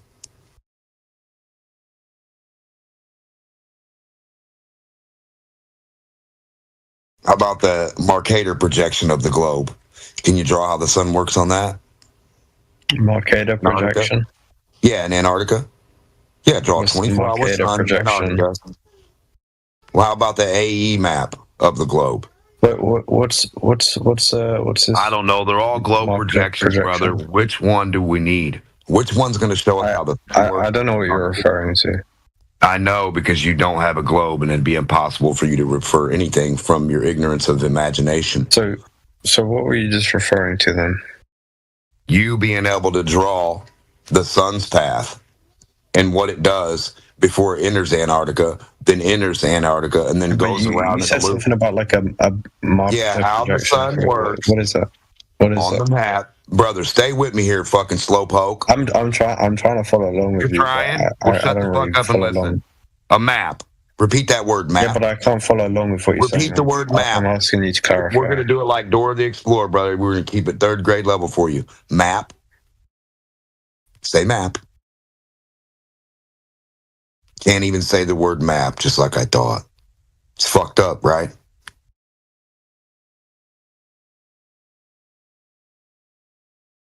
And then you say, do you want to have this conversation or do you want to project? Map. Can you repeat words or not? You don't understand what I'm saying. I want you to repeat the words, each one. Can you clarify what you're talking about so I can... Yeah, I'm trying to. Say the word map. I'm doing it slow as I fucking can for you, brother. Okay, let's do this. Let's start stage 1. Say the word map. No, we're not going to let you do what you say, shitface. Say the word map. I'm gonna say map for you, map. Yeah, we don't care. Say the word map. You said it. Map. Okay, now sun's path on that map of your choice, whatever one you say matches the globe. No, I don't know what you're talking about now. This is why I asked you don't know anything about a globe. Now you're just rambling like a schizophrenic. So you don't know anything about a globe map? No, because I'm trying to follow along with you, and yeah, we're looking for the globe map that shows you how the Antarctic fucking sun works, the path across the ground that the humans. So are you talking to a wall, or are you trying to have from one side to the next? Surely you can't hear nothing while you're talking over me, retard. Not when you're just chatting shit. If you said something cohesive, and you could clarify what you're talking about. You're a fucking retard, and you can't follow a sentence. Okay, it's not my fault that your wife left you, is it? So don't take it out over me on Discord. Brother, it's not my fault you're retarded. Don't take that out on Discord. I think you're projecting. Yeah, I said the guy who can't repeat words. I'm not doing anything but telling the fucking whole truth and nothing but the truth, non-word repeater. So when did you become a flat earther? So when did you not know how the sun works? So when did your wife leave you? I don't even know what the fuck that around means. the time you became a flat What does that even mean? What does that mean? Repeat after me, Matt. Does that mean you know how the sun works? Repeat after me. Repeat the after sun me, wife. On a globe, you can't Repeat after me, wife. Repeat after me, wife. Your mama sucks a good one. Repeat after me. Your repeat mama. After me. My wife left me. Repeat after me. Your mom left you. You thought it was your wife. Leave your fucking mom alone, you weirdo. I think that hit a nerve. Yeah, she doesn't want to marry you. It's always going to hit a nerve, weirdo. Stop chasing her around in a fucking wheelchair. You're a weirdo. You shouldn't sniff by either. I think I struck a nerve with the wife. Yeah, with your grandma. You did. You always struck her nerve. You sound old and lonely. Yeah, you sound like you're striking old ladies' nerves. Nerve striker. So anyways, I think I came in 3 years ago and you were recycling the same bullshit that you are now. I believe I came here every time that you fucking worthless motherfuckers have nothing but just... How old are you? Have you got anything to show for your life? You're worthless. Do you just ramble like a schizophrenic on Discord? I don't know. Is that your mom you're talking to? You shouldn't do that. How old are you? You're making mom jokes. If your mom is fucking rambling schizophrenically on Discord, that's pretty stupid. You should put your mom on the Discord call. She's probably a better conversation. Put your wife on the Discord, or did she leave you? We're talking. Yeah, put your mom on the Discord. How old are you guys? How about you put your kids on the? We're talking to you, no son. Have you got anything to show for your life? Yeah, Proctology boy, put your mother on. Proctology boy, put your mother on the line. How old are you? Put your wife on the mic. Put your kids on the mic. Have you got anything? You know what a wife is? He's asking everybody else what a wife is. Hey, do you guys know what a wife is? Have you seen a lady before? He said waifu. Yeah, we've seen a lady before. It's not a robot and it's not a Trans Am. Okay, you sound like a trucker. I don't care about your prostitute. Yeah, you sound like you sound like you hump tree holes. Shut up. You Glober should go back to mugging nuns instead of being on here wasting. Go start a fire with your two sticks like Eratosthenes. Go have fun in the sand. Two boys with two sticks. You actually ramble like a schizophrenic. I bet no one could beat you. You ramble like Eratosthenes with two sticks in the sand. We had joy, we had fun, we had sticks in the sun. You sound like a sun sticker. So what's your globe evidence? None? Oh, okay. Nothing, just asking me what a woman is. He doesn't know what a woman is. He doesn't know stuff. You're right. I don't know what a woman is because I don't. We know this, brother. About the prostitutes that you pay for or you truck about. No, that's not a woman. That's a fake woman, right? You tell me about a woman. Well, I mean, that's a wannabe woman, you know what I mean? She got lost along the way doing something wrong, right? So she's on the fucking corner doing something crazy or whatever the fuck. She's a woman, but she's not a woman. She's not a woman that you would want to be your woman. I hope you wouldn't go looking for crack whores on the corner. That's pretty weird. This is embarrassing for you. How old are you? It's embarrassing for me that you look for crack whores on the corner. You think that's what your woman is? That's weird.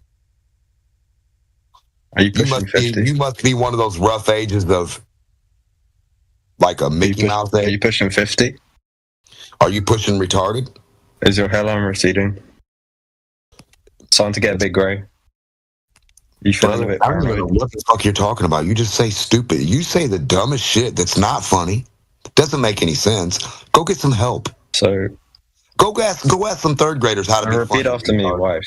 Repeat after me. Repeat after me. Third graders will help you be funny. I want to start stage one with you. You are not funny, you retarded loser. When are you making mother jokes about? The only joke you have is talking about what you don't know about ladies, and you wish you could find a wife. You're probably a fucking weirdo. Nobody wants to be your wife. So have you considered going to Thailand and finding a ladyboy to marry? I don't even know what that means. I'm glad you know all about that. So you're here to waste time, no globe evidence at all. It doesn't seem like you're getting to that point in your life. You're just acting like children in here, eh? Interesting. Hang up the hat. No, I tried to have a conversation. But globe present. Otherwise, stop doing this bullshit. Acting like a child. We've had 14-year-olds. So how did I act like a child? How did I act like a child? We've had 14-year-olds. And tell me how without condemning your friend. Hey. Shut your Dorito shoot for 5 seconds. Wait, how about? Can you guys shut your Dorito shoot? So he opens it right away. He opens his shoot right away. We've had 14-year-olds in here that act more mature than you do, buddy. Okay, so tell me what I did that was immature that your friend didn't do. Yeah, be fair to him. Just get him back on track. Hey, it's okay, bro. He came in here asking about TFE. Just get him back on track. Yeah, so back to the topic at hand. Thanks. The information. Okay. You got global for no? So back to the topic on Demuch's wife. So did she leave you this year or was it a couple years ago? Dude, let it go. Let it go, bro. Let's go. Let's move on to the topic at hand, okay? Yeah, you don't know how to not be a douche, I guess.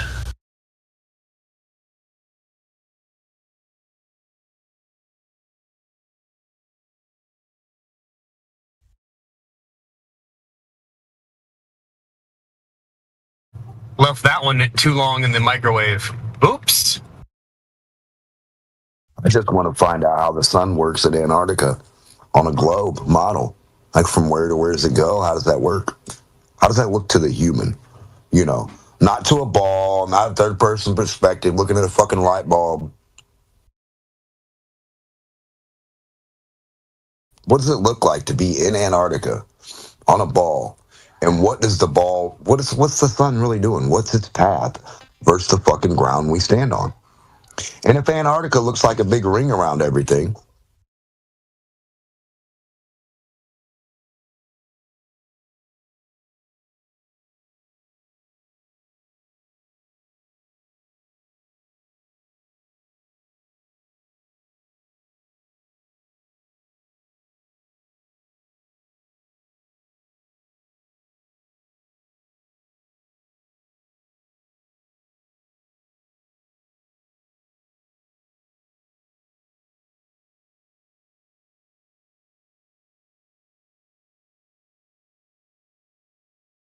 and they say the sun's 93 million miles away, but then it does a fucking circle that you can just stand right there and watch the whole circle of it just go circle above your head in Antarctica or at the North Pole. And you think that circle looks like 93 million? Compared to the same idea of what sun you see like in America or Africa or fucking Russia or anywhere. I mean, and you just see it go across the fucking whole skyline that way, and it doesn't fucking dip, and then it keeps going that way. Like, how many miles is that? That's like fucking way more than just watching it do a fucking circle where you're standing.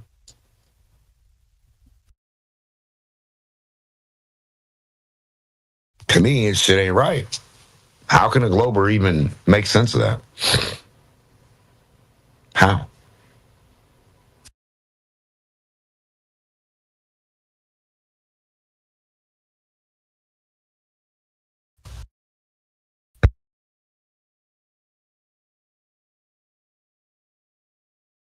And then why don't they do their 2 sticks in fucking Antarctica when it's above their head? Where's the 2 sticks in Antarctica or South Pole? North Pole. Yeah, we're going to Mars. Angles? Huh? We're going to Mars. We can't even go to Antarctica. We're going to go to... We can't even clean up Bum City. What the hell? Tent state.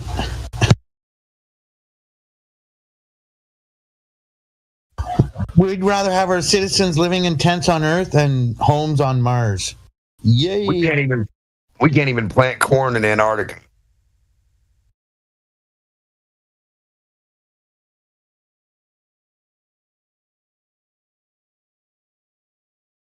Where's the Antarctic garden? Outside. The fuck? There's a lot of shit they can't even go to the bottom of the fucking ocean. Talking about they're going to go to Mars. What a bunch of idiots.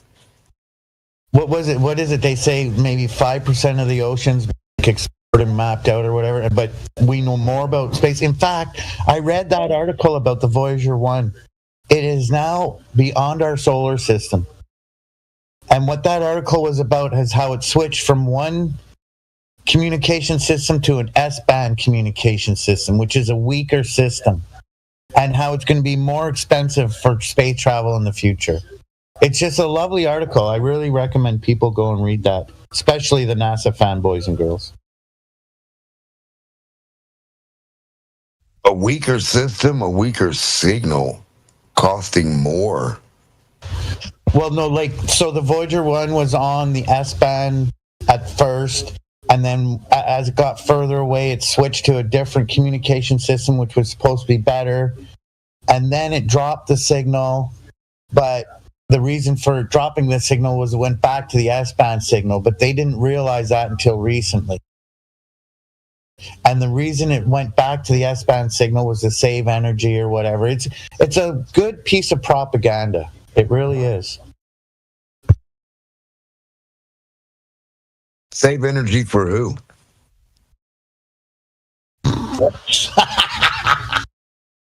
Exactly.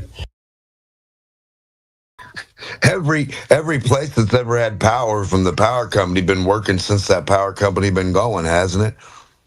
And then every bit of power that's went to ground from that source has went to fucking ground, hasn't it? So what do you mean wasted power? There's no such, that's all power is wasted. It has to be wasted. It has to be wasted before it ever gets fucking used. It has to have a ground, or it has to have an out to get in. What are they even talking about?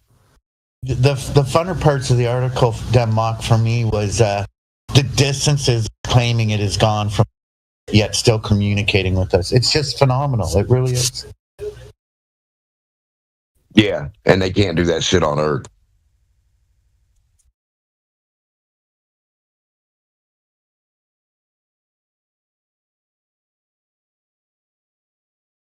You can't just send something down in a cave you've never been, thousands of miles away and down and whatever, and then be like, oh, I can still get the signal right to her.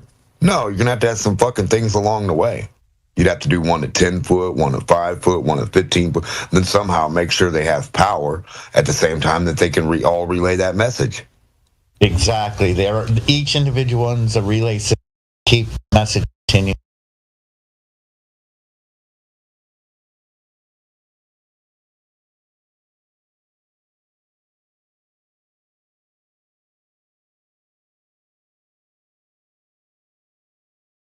Yet these fools will be like, $80 a liter for gas? No problem. I love space exploration. 3,000 for a one-bedroom? Yeah, 3,000 for a one-bedroom. As long as NASA is advancing, I got no problem spending that on rent. Every time the mainstream comes out and says they discovered something about a fuel or a different type of fuel, the gas thing should have went from $1 to 75 cents. To 50 cents, down to 10 cents, to 5 cents, to a nickel. Every time technology changes, all our gas bills at home, our electric bills should drop. How the fuck is everything fucking rising and rising and rising and rising and rising and rising and rising and rising and rising?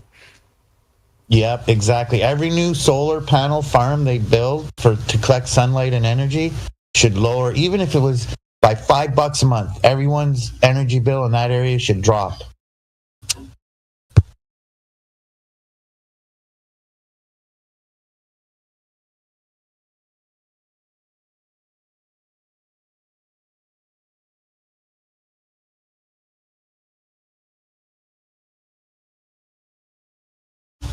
No, they'll spend all your tax dollars building this, and then they'll use that energy to power factories and businesses and stuff, and still charge those businesses and factories for the energy.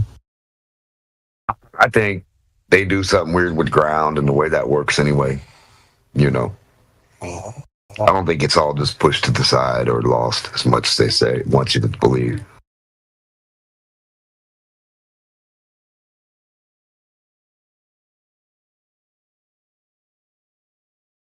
And regardless, it's so abundant, there's never really an ending amount to the energy, right? It never stops coming in, does it? Yeah, and then so if the clouds are covering the solar panels, the wind turbines are picking up the wind and getting energy. They're always grabbing energy from something. Oh, the waves moving in and out on the tide line. They got energy collectors that go on the top of the surface to collect that motion, that grabs energy from the motion of the ocean and shit. It's like they should have a crystal ball dropped in the ocean with a wire connected to it, and the pressure of the ocean just gives you unlimited power to the crystal being squeezed, or granite, or what. Oh, I'll shut up. I'll shut up now.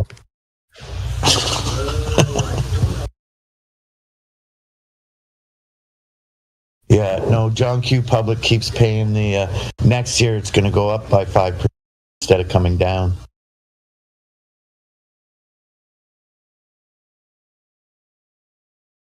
My power company family has had 577 new power plants this year, and every time it goes up. The most sophisticated technology known to man in this here power plant. It keeps everything here so efficient and cheap, but your bill goes up more and more. Jesus. I know that college course was 1,000 last, but it's 8,000 this year because a janitor needed a raise.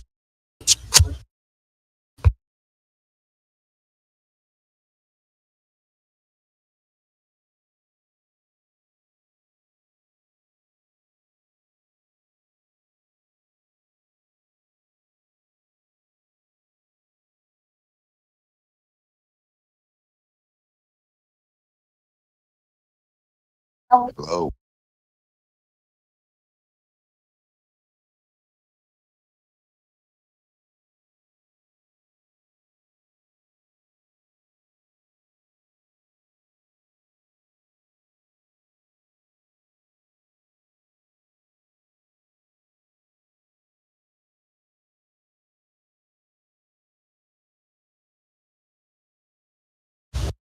It's amazing the amount of decomposing dinosaur bones we have for all that oil we're pumping. It's amazing.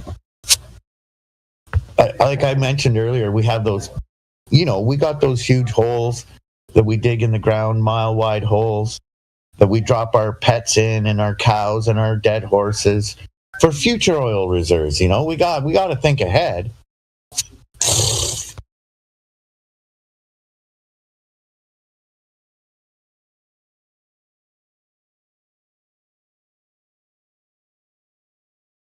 Oil, leaves, dirt, soil. Doesn't sound too complicated.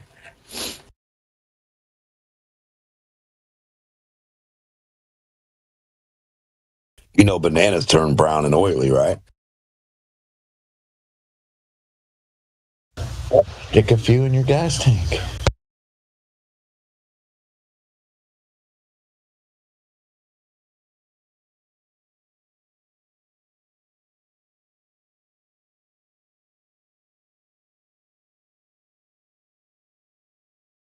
Saying everything's got oil in it.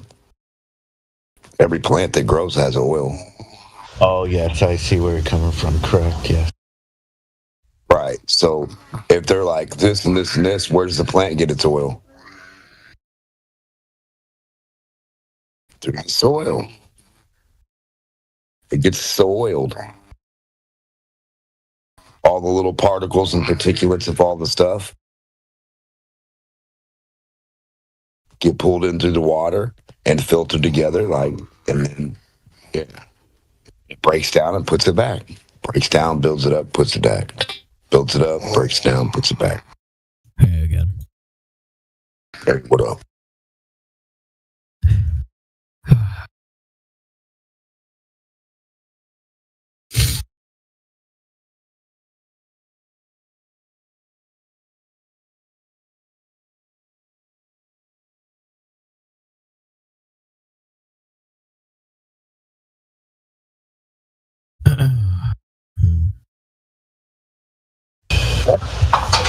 I don't know.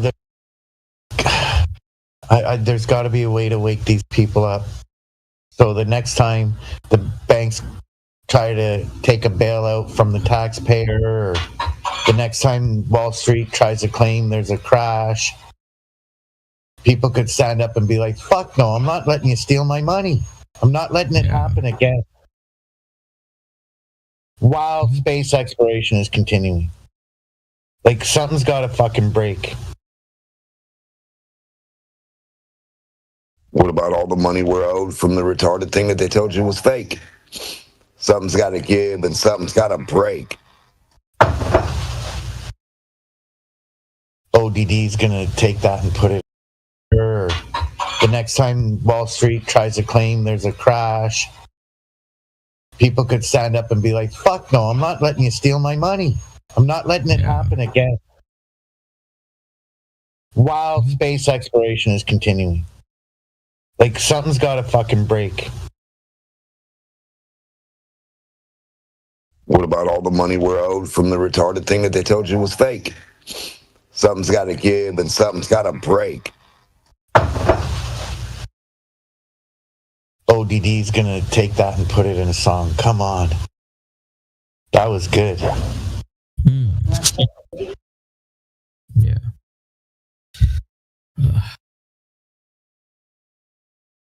Everything you build is everything they take. Something's got to give and something's got to break. Preach.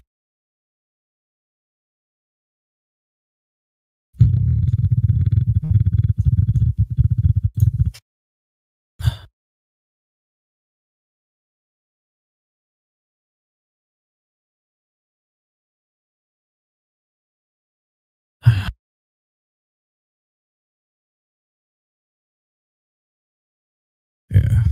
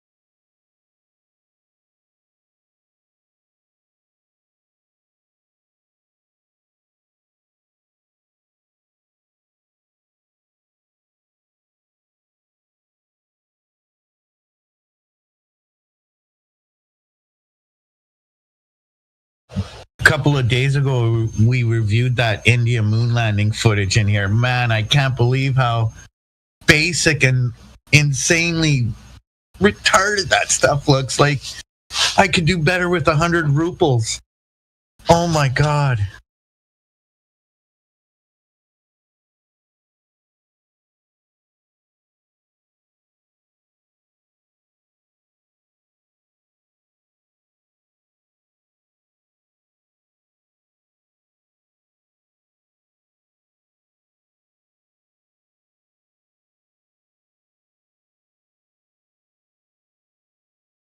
You know, I get it. A lot of the globe believers and not believers, heliocentric believers, people just taking whatever the mainstream sells them and shoveling it down their throat. I get it. In a way, for them, what's the difference? But for me, every lie exposed is more truth for the public, you know? So I find that my time spent here is important to get my voice out there to say, look, man, they're not addressing your homeless issues in your city or your other, like we were just talking about, lowering the cost of your energy bills or whatever. And you're letting them still lie to you about this other stuff. Like, at least if you can expose one thing, maybe it might help the other stuff to start being fixed. I don't know. I know sometimes I feel like I'm swimming upstream, though.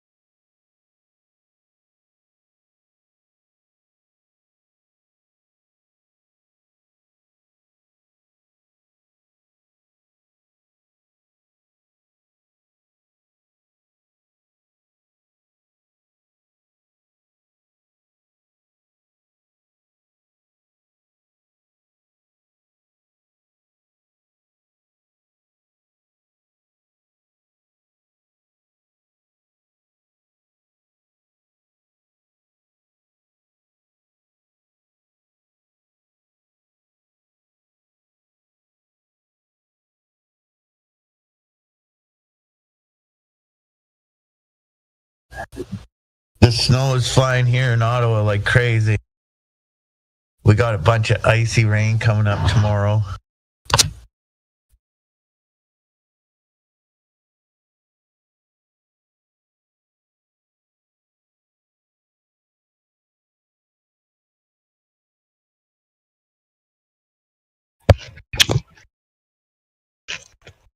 Be safe, brother. Be safe.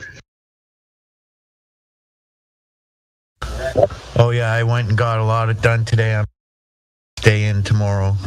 Quiet.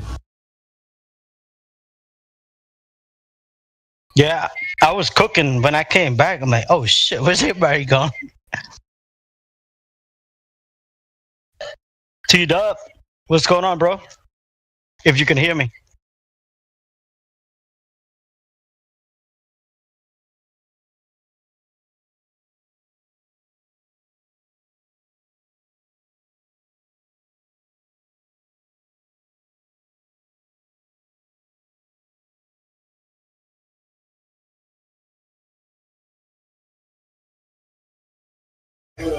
He must be busy.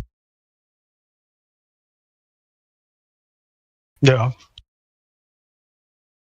What I was saying. Well, wait, where are you from? Canada, right? Yeah, it is. It is Canada. Vancouver, whatever.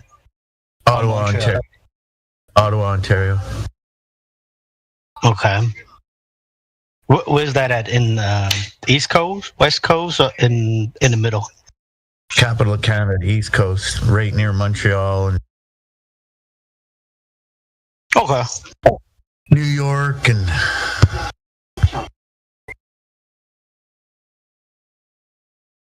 I went to Montreal, I think around 2007, and it was fun. Don't get me wrong, it was fun. We went to Montreal and we stayed there for a week. We went to Chinatown, and the food was sucked. Within that Chinatown, the food was awful.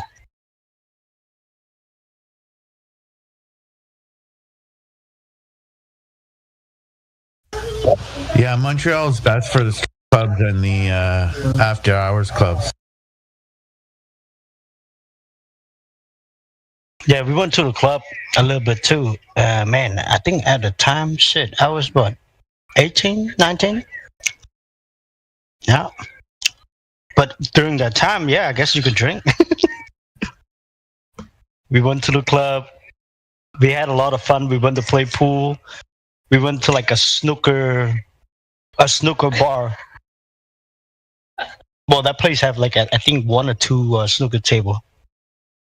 It was awesome.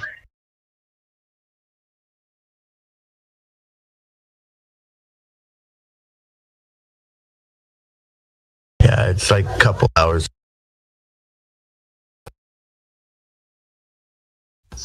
I lived in Quebec for about a decade or so.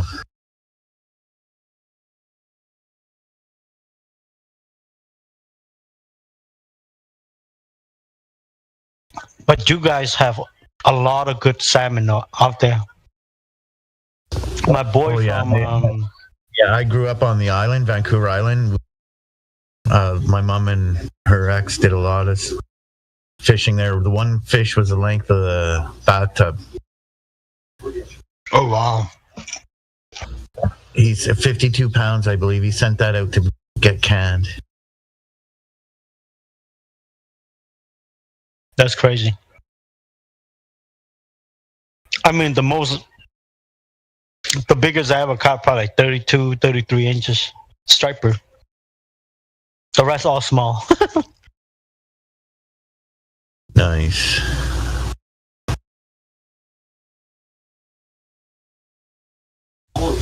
First time I went ice fishing, I grabbed.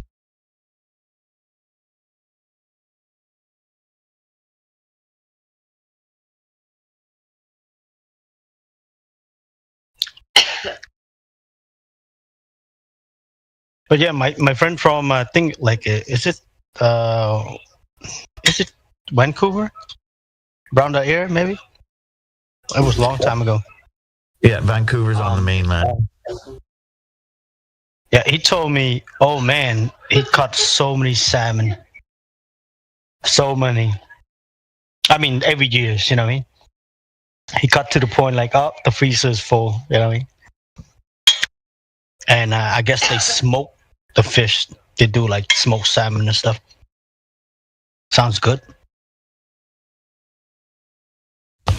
Oh yeah, I highly recommend trying.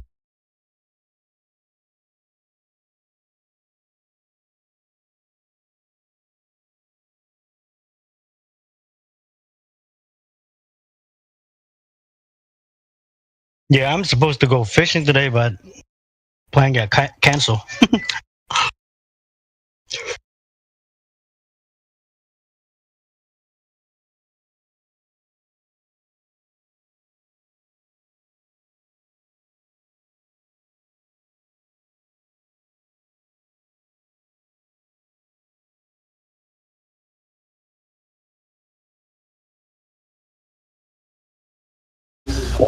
I'm watching some paranormal stuff.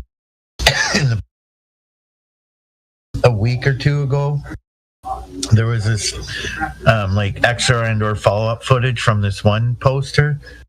Oh my lord, man! Woo-wee. There's some crazy shit that happens. When I was living down in Windsor, I had a spirit in the apartment I was living in, and I was describing to my neighbors that I met across the street and whatnot what was going on, and they told me the history of my apartment and the building I was living in, and that at one point the apartment in the back of the building I was in was just one unit instead of two separate one bedrooms, but that there was a fire and a young child that died in the fire. So I guess that's the spirit that was still there and doing these odd things like switching light switches or whatever, opening and closing doors. And then I moved out of there for a while. And when I moved back in, well, actually, while I was gone, I had a friend that was still living in the building that I would visit, and he moved into the unit under me, and he would experience the things I had described to him while he was living in the front of the building in a different unit. And he would relate to me that he would experience similar things in his unit. And then while I wasn't living there, but he still was, he told me that the spirit had left. And when I went and moved back into the apartment, those things that used to happen weren't happening no more. So he was correct. It had moved on or whatever. Thank God. Pretty well.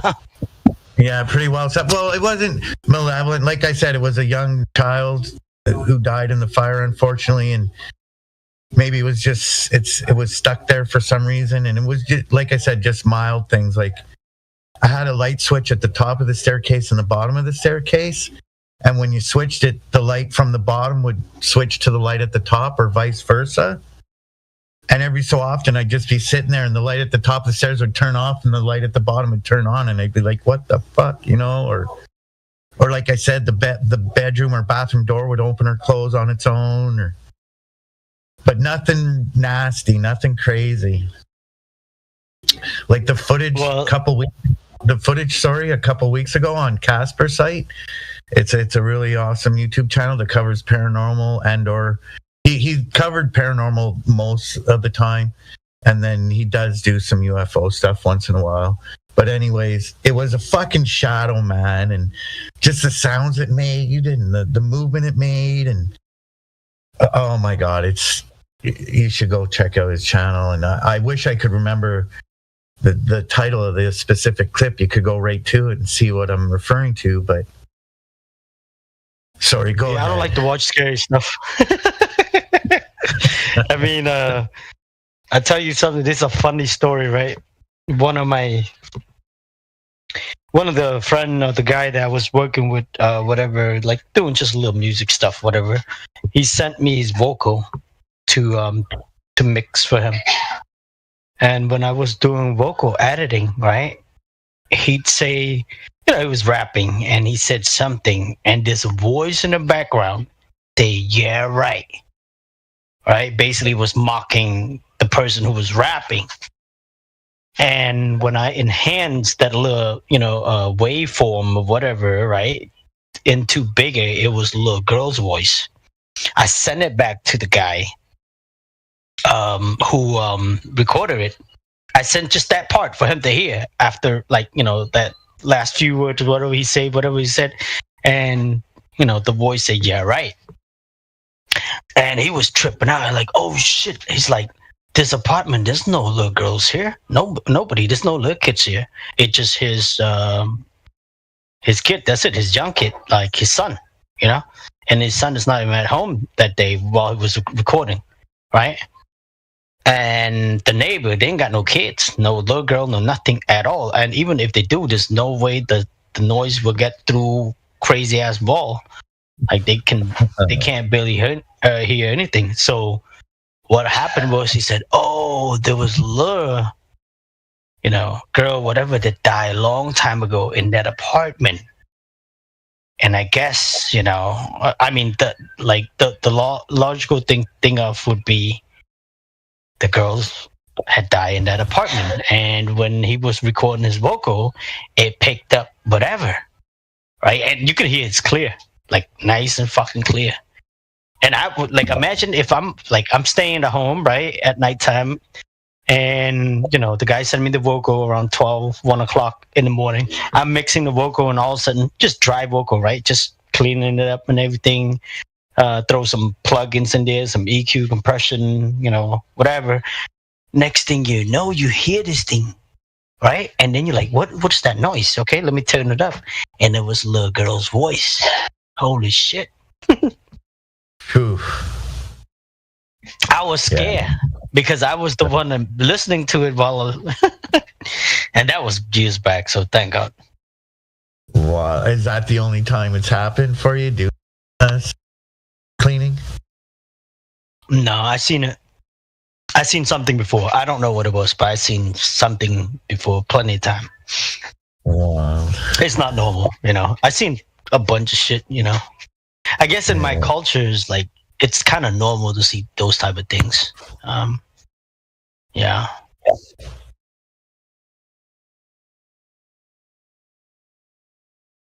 Interesting.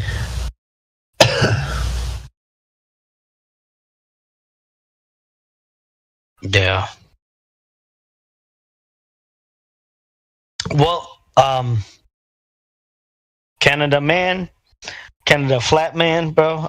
Good talking to you, but I'm gonna get going now. Shit, gotta work tomorrow, so gotta go do some work real quick, and then probably try to fall asleep after that. But good talking to you, T-Dub. You can hear me. Have a good night, brother. And right on, the YouTube bot would be Helio. Good night too. Bless up, man. All right, man. Take care.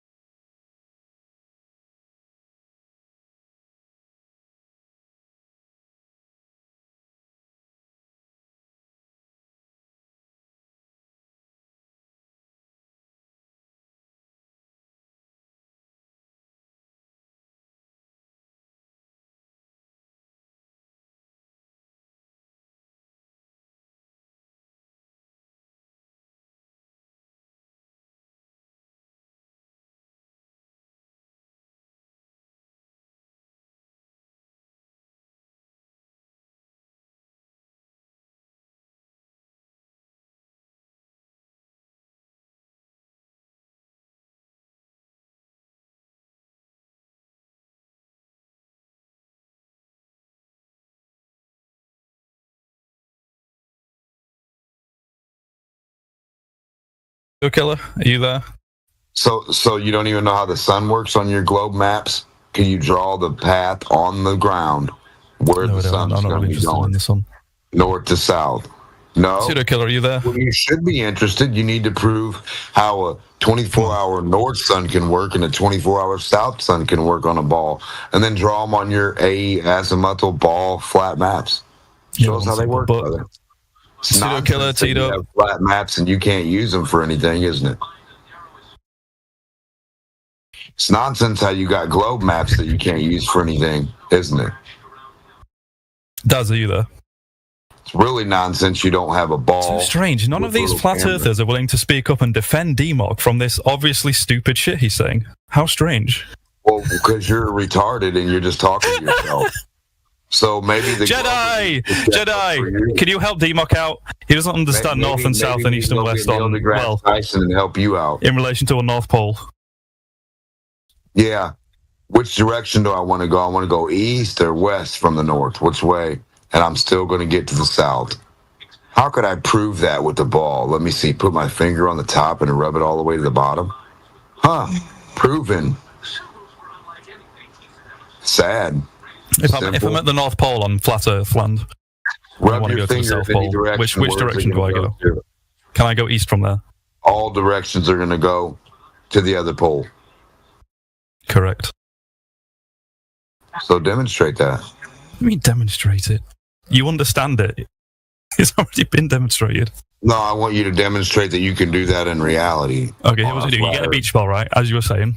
No, you get a flat earth and you go travel. Say one side of that is the north, the other side is the south. You and your buddy run your finger along it. Every direction you go, right? It goes from the north bit to the south bit. No, you and your dumbass buddy. You were just saying, oh my god. And then you meet up, motherfucker. Are you stupid? You and your buddy leave going different directions and meet up. You fucking idiot. That's what you do. Yeah, what else would you do to do that? Correct. Exactly that and only that, if that's what you're trying to do, is leave each other's location and still end up back on the other side of the fucking ball. So you leave each other in the north, all four of you and your stupid fucking friends, go all four different directions, stupid ass, like I told you, and you should all meet each other. You know what's not going to happen, fucking Dumbo? That. So the sooner you can do that, the better. Right. I'll just get if me and a few of my friends to fly to the North Pole and then walk all the way around the planet to the South Pole just to prove you an idiot. Just keep hoping you live on a globe then. Don't be able to prove it. Just get you and your buddy and you'll fucking suck we don't need to do that to prove the pole. Well, listen, if you pair your buddy and want a fucking cracker like Polly, you live on a globe too. Glober want a cracker? Yeah? Pull the string. Oh, he's real smart. This Glober's real smart. He wants a cracker.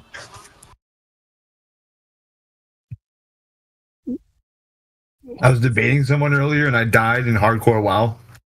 I was fucking mad. That's what you get for playing WoW. Right? It's like, why do I do this to myself? I don't know.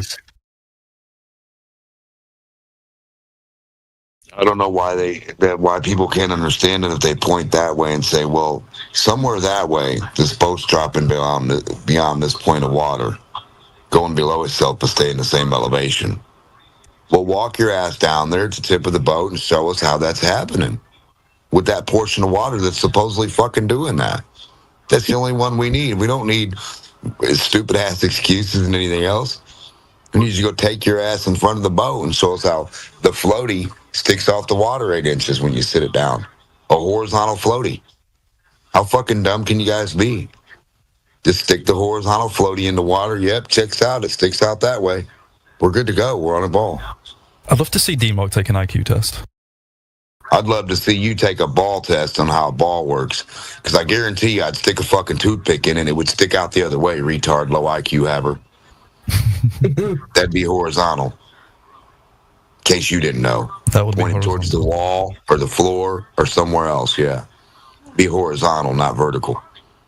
Be horizontal from the top of the orange pill where you stuck it. I think DMOC is one of the few flat earthers that I genuinely think is a flat earther because he's just too stupid to understand this stuff. Yeah, you're too stupid to understand a fucking orange. People like Jedi, he's like smart enough to understand it, but he's just like in denial. Oranges and toothpicks got you guys pegged. An orange and a toothpick is smarter than any Glober I've ever met. Crazy as fuck. It's crazy, brother. Yeah, I can demonstrate it. Shows what you idiots don't even understand about your ball. An orange and a toothpick. Stab her through diagonally, retard, pop out the other surface. Go down in the water and just come out the surface. You'll be on a globe, idiot. Same way as your toothpick and your orange peel. Don't be shy, guy. Prove it. What's happening? Yeah, you guys are going to prove it. Demo's giving everyone a headache. I'm giving you a lecture on how a sphere actually works. Wait. Who's a Glober? I'm a Glober. Yeah, go ahead with them, Mr. LC. Yo, Matt, is you a Glober? Yeah. Well, I can't post pictures. Let me post pictures. I'm still silenced. Oh, okay. I have the no media role. First off, I want you to tell me, Mez, what is the curvature of the Earth? What is the curvature of the Earth? Yeah. Well, the curvature of the Earth would be the amount that the Earth curves. Do you even know? You could say you don't know. It's okay. It's crazy that I know your own argument better than you. Are you expecting there? Because it's kind of a only one answer. A malformed question. I'll let you Google it. I'll just say the Earth is 3959 miles in diameter. Yes, correct. The radius. Now, if you ask Google, what is the curvature of the Earth? What answer do you get?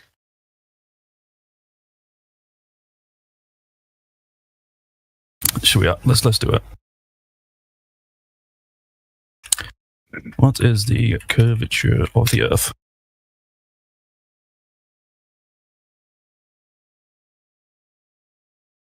Oh, I got some AI answer.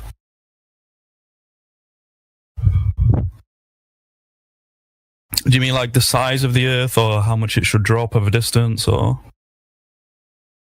Just what's the curvature? That's not a sensible question. It's like asking what is the sound of red. It doesn't make sense. This fucking dude arbitrates how the dictionary works and how everybody talks. This is crazy. This guy doesn't know shit, dude. You must know God. You must. Because you tell everybody how to talk and how they're supposed to talk and what they're supposed to mean and what they're supposed to say. You're pretty fucking weird if you ask me.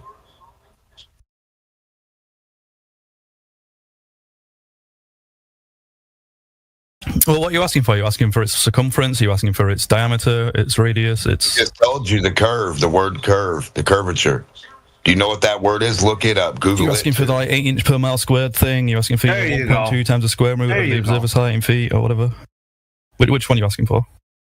Hold on, can someone repost that image? Because I still can't. Oh, are you looking for the black swan? Yes, the horizon appears to be behind a thing which is 9 miles away. Blah, blah, blah. So what's too hard about that? Hold on, Pseudo. I'm PMing you? Yeah. There it is. What about that? Don't you Pseudo, I PM'd you? Pseudo, post the one that I posted.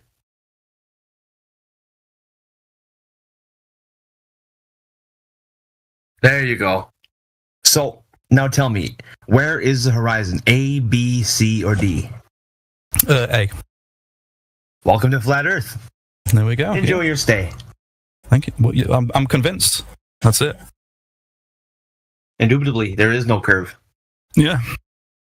Ignore the fact that boats drop over distance. Well, anything drops over distance. Oh, they don't. Boats disappear bottom up as they sail away. There's a linear relationship between the zenith angle measurements to stars and distance along the ground. And you can do the same thing with the fucking point on your kitchen table. Mechanical gyroscopes.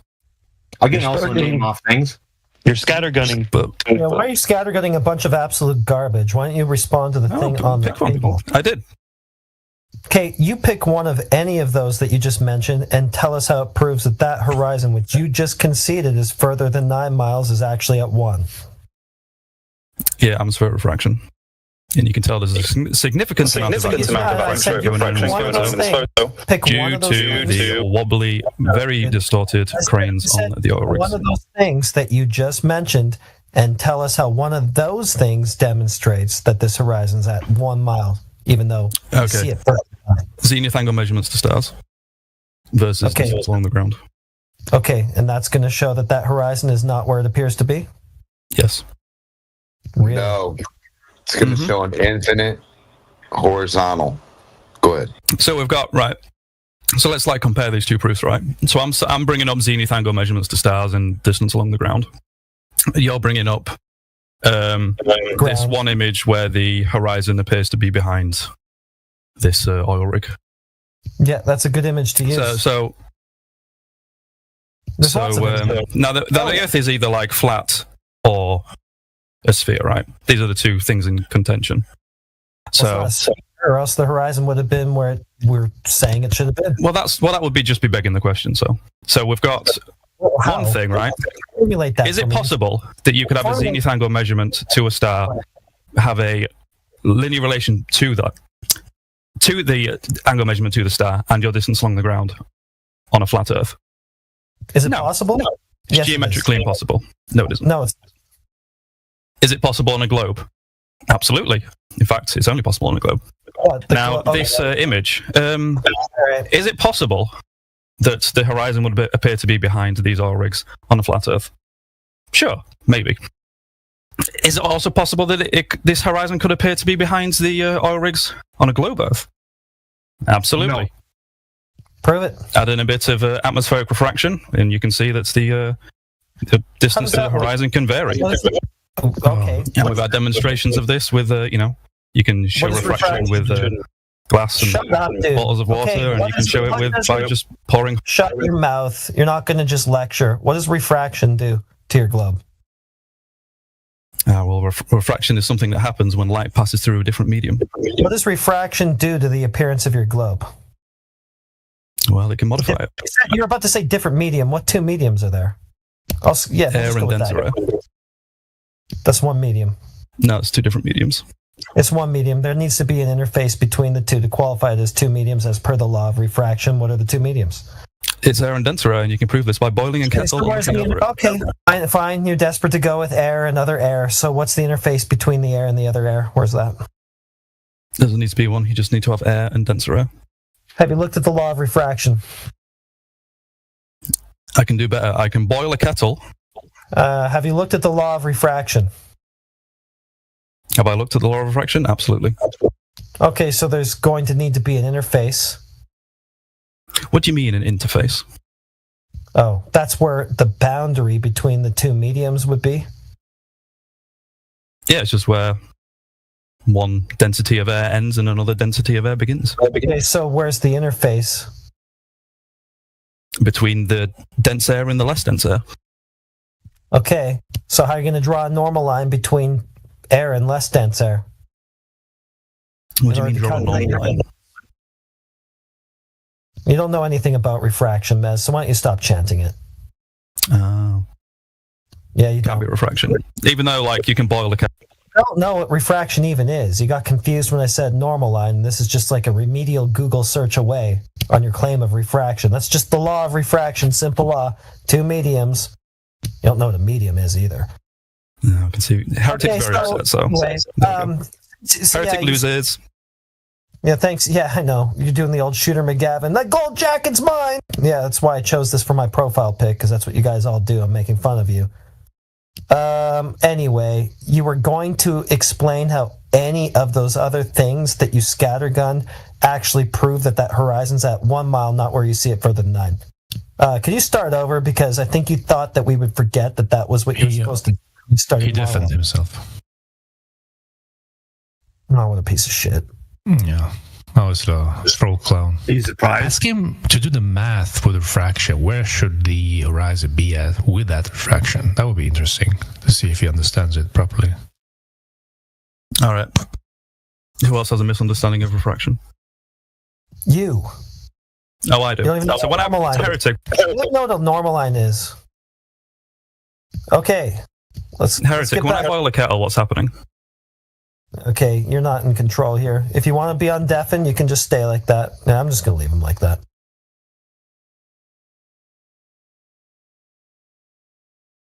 He can have fun with his red mic since he wants it so bad. In fact, we'll just make sure as a time waster. Yep. You just want to yap and chat, regurgitate. It doesn't prove anything. You're not providing any evidence.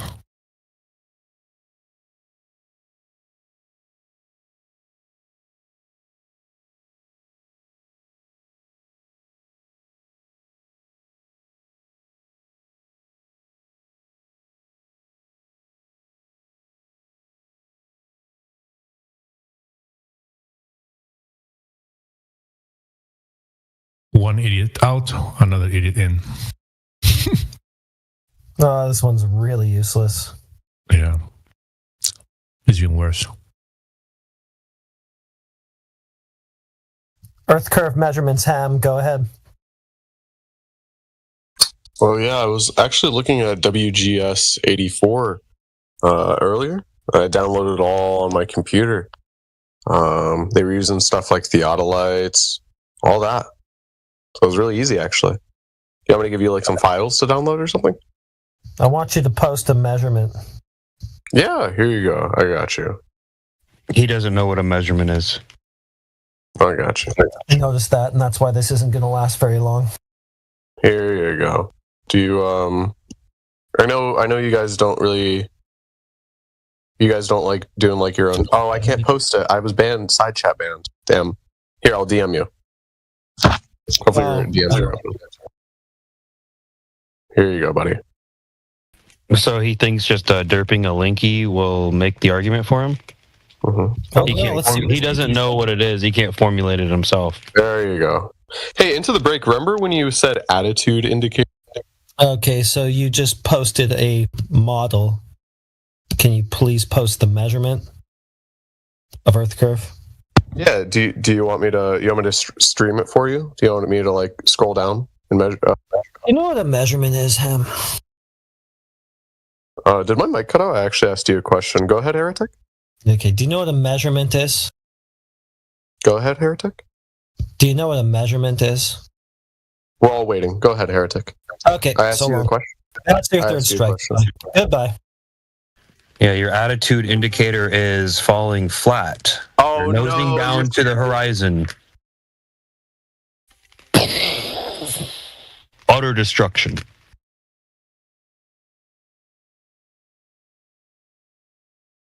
Yeah, we're not doing that. Oh, look at this little slime ball who just clawed his way back in. His little deafen tactics didn't work. Gonna deafen yourself now while you still got that red mic? Yeah, so you said a whole bunch of crap. You started scattergunning all sorts of baseless claims that you can't... Yeah, well, enjoy your deafen time. Really funny. That's cool. Join a VC that you can't talk in, that you also plug your ears in. Spend as much of your free time doing that as you can.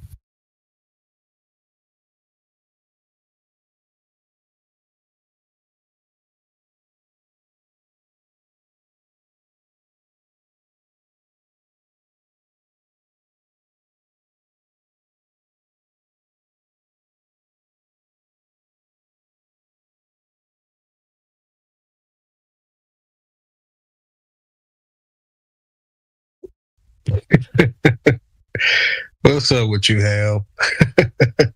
They're freaks.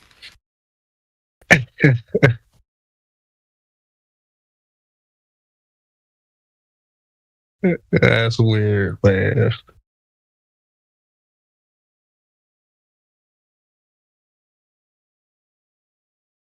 I think it needs to be like 4 times.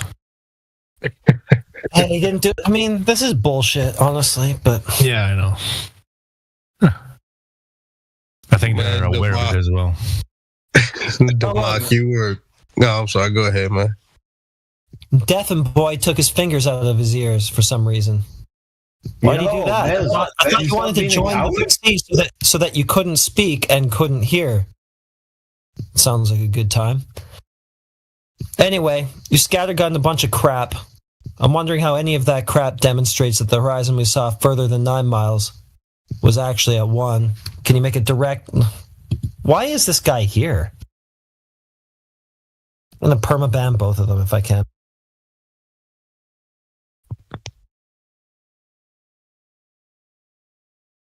I can't change my nickname on this server? That's cringe.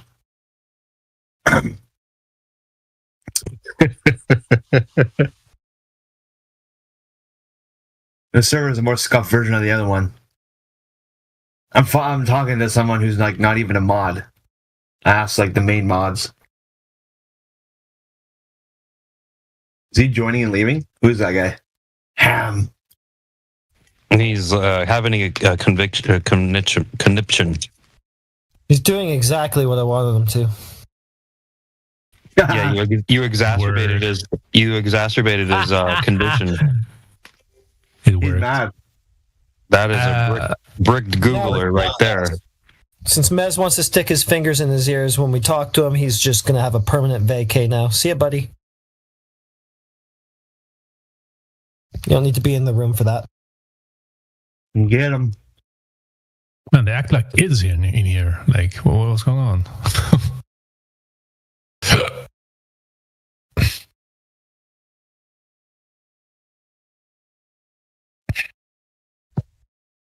Oh no, Mez is gone. Oh, is he? Oh no. Oh no. I miss him already. Oh no. I'm back.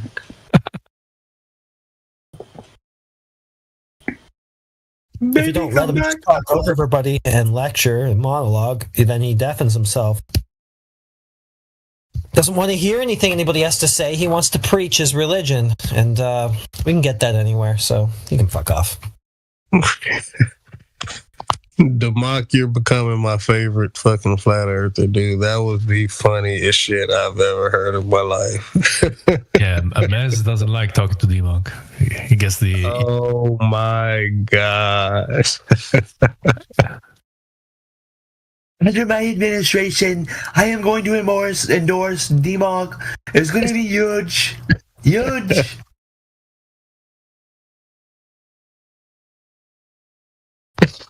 Democ's comebacks are so brutal.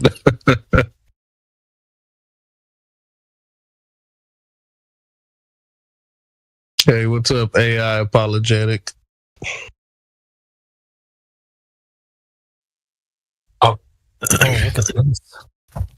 I couldn't hear you, man. I don't know. I couldn't hear what you said, AI. Hello. The hell is this? What's up, man? You new to the room? New to the chat? No. What glow proof did you bring us? You said what? You brought us glow proof, Shirley. Huh? Never mind. He asked if you brought any glow proof with you. What is that?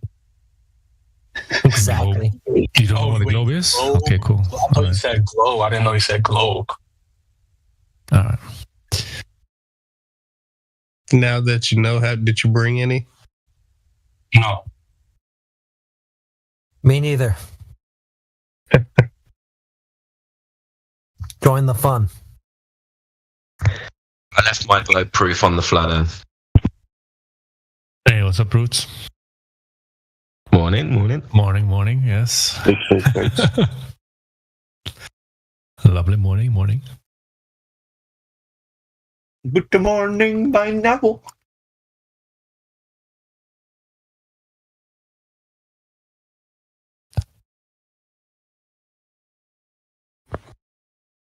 Who's this myth guy? He never speaks, but sits and park himself all day long, doing nothing. Not chat, nothing. Yeah, I've never heard of it. Kind of weird. Maybe this is someone we know.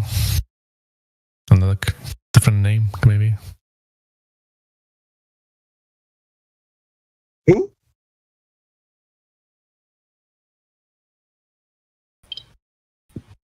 Have you guys spoke with Keysmo? No.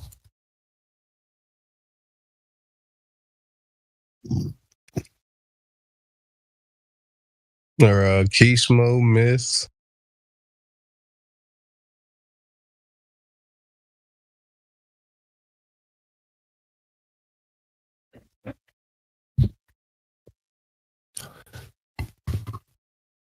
Don't know. Don't think so.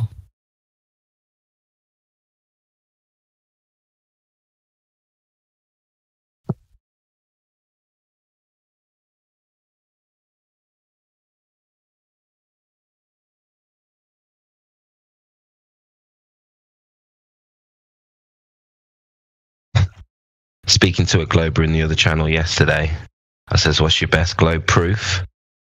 I shit you not. He said his best globe proof was that all of the planets revolve around Polaris. Oh. I was like, wow. That's not globe proof. So Polaris is the solar system then. Yeah, I said that's not a globe proof. That's more of a flat Earth proof, because on your ball, the whole sky revolving around one star doesn't make sense. Actually, blah blah blah blah blah blah blah. I bet you ain't heard that one before, Heretic. I nearly face planted after hearing that. Mez just joined and left again. I kicked him out. What's up, Rick Joe? He's there again. Look, he's there again. And he's getting kicked out. Yeah, it doesn't matter. Forget it. That's so hilarious. I'd rather focus more on the fact that Globers think that in your heliocentric model, the whole sky revolving around Polaris is normal. That's not normal. That's a flat Earth thing. 1,000 miles at the equator, 66,000 miles in another direction, another 135,000 miles in another direction, yet the whole sky rotates around the North Star. In one direction. It's just so big. Thank you. We're One Direction flat earthers. I can't see who's talking, but it sounds like a troll. That's just how I sound. Are you making fun of my voice? Yeah. No, I'm making fun of your dumbass comments. But what's up, dude? Under my administration, we are going to make everyone a flat earther. There's going to be billions and billions of them. Well, that is interesting that Trump defunded NASA and then he opened up the new operations of Space Force, which deals with cyberspace. Wait, I thought it was actually supposed to be space. No, it's cyberspace. It's communications. Oh.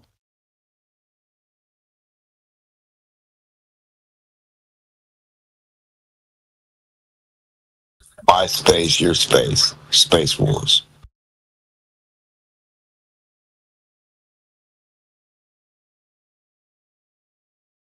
Where else do you argue about space at? Not in space. I know that. Can't even touch the thing called space.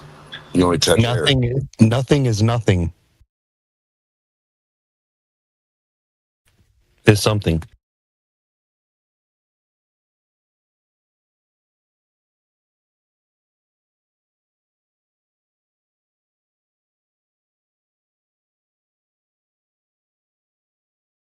From immaterial to material. Space herpes.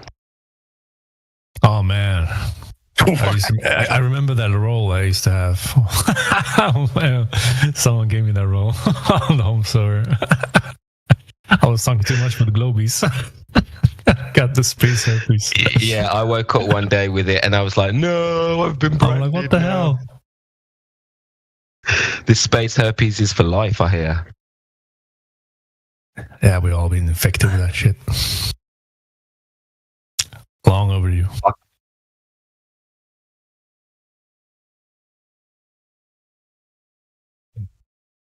Yeah, I tried to get some cream for it, but it just came back.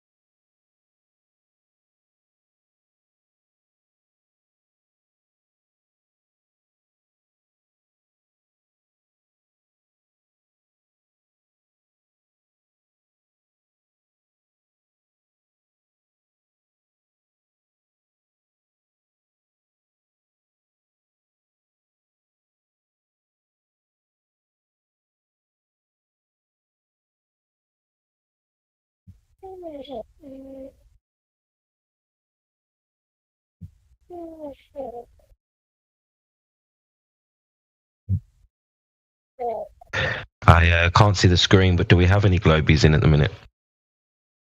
Don't think so. There's one called Blood's Thicker. Well, you already know him. Do you? Yeah, apparently he's on the fence, I hear. Oh, really? That's what I hear. You can only have a horizontal on a perfect globe. Well, any derailment artist who challenges us with mountains and stuff must be struggling to, cope for the globe.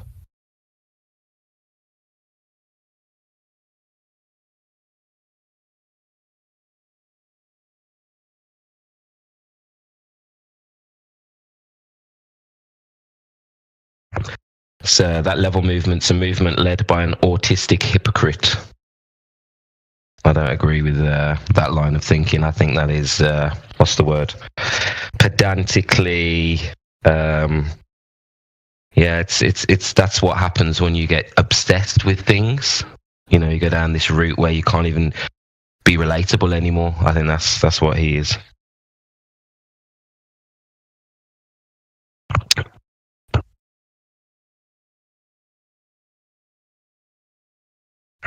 I haven't seen him for a while, actually. Wonder what he's doing. It's been around, coming and going.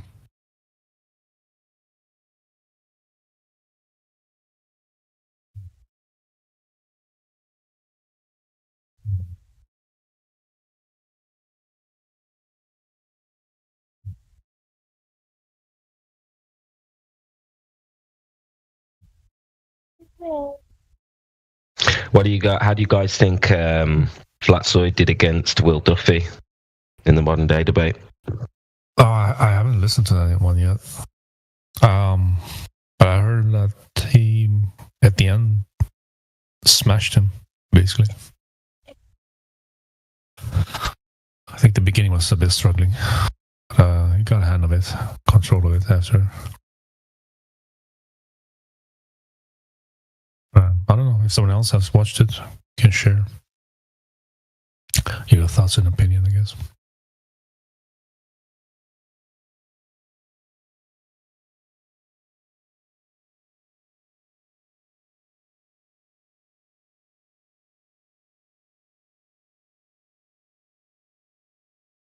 So which globe flat map is accurate with the distances?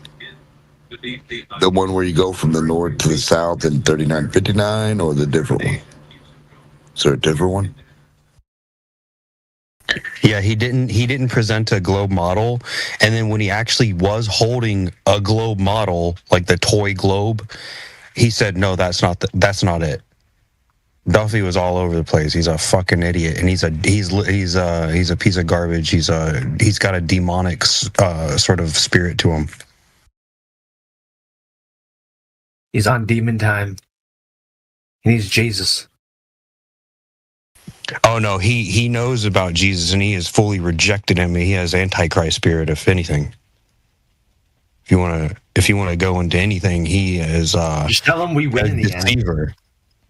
He's a deceiver. Isn't he a pastor as well? Yeah, that's what makes it so demonic.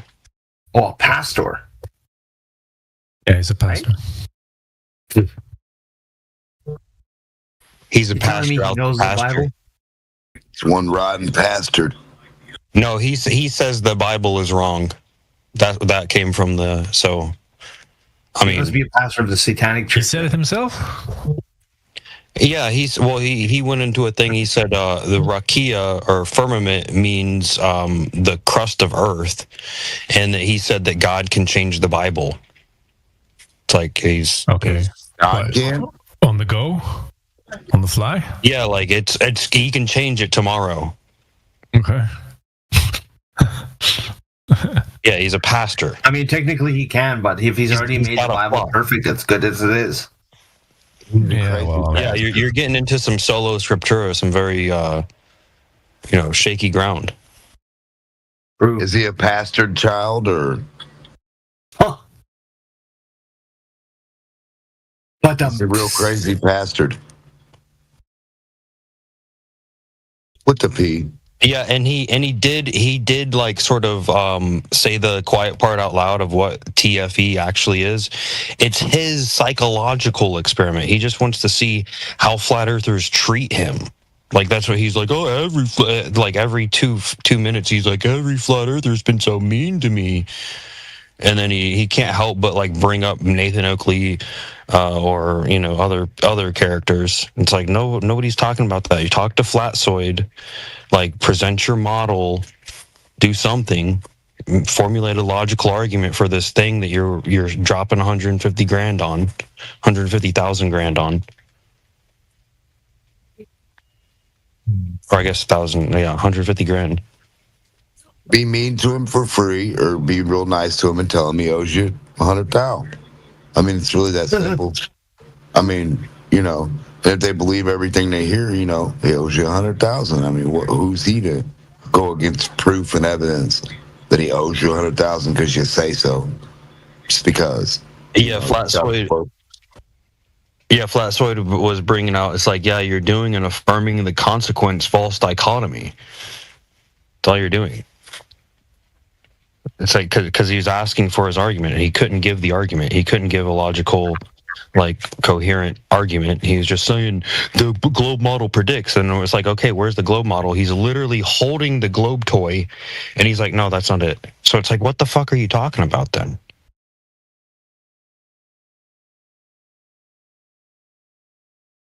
And he's definitely not neutral. In their mind. It's in their mind. The globe model only exists in their mind. It can only exist there. Correct. That's why I don't understand where they got anything that they're talking about, no reference frame. The literal little model that they produce would be their reference frame for everything. That would give us a reference. We'd see that. Look at how a ball does. Look in the air, look in the sky, and see how a ball does. And they would match 100%. They'd match each other. Ball can't do different than a ball. I mean...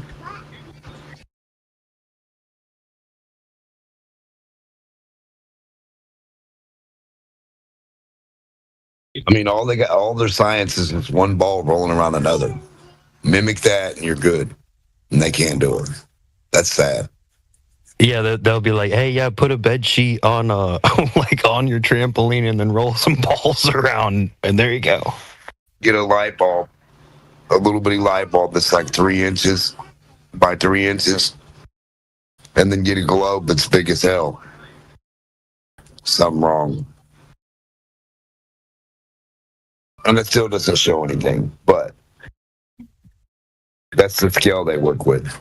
They want to talk shit to us about scale, and then they want to use a fucking light bulb for their sun and a globe for their earth. It doesn't match.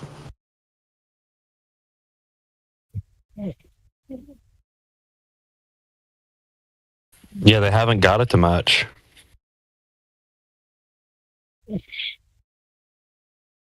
Match what? I don't know, because he said that little toy piece of garbage made out of paper mache isn't the model.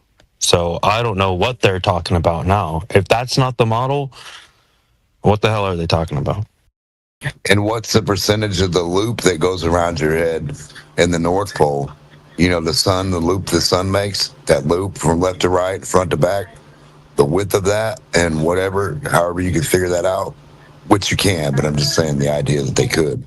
And then every day seeing the sun go past you for only so long, and then you know it's going that way. You know what I mean? And going back and coming back around. The distance and it's just like, they're not comparable, man. Can't be the same thing like what they're saying. Can't be. Can't be something to fixed position that way. And they say the attribute of how you feel like the way it moves is giving you a 5 million mile difference. No, it'd be way more than 5 million miles. Roots, you're hot micing. And then Oh, my bad. I am on mute, but my phone has played up, so let me just go mute via the phone. Sorry about that. It's alright, man. Sorry for the interruption.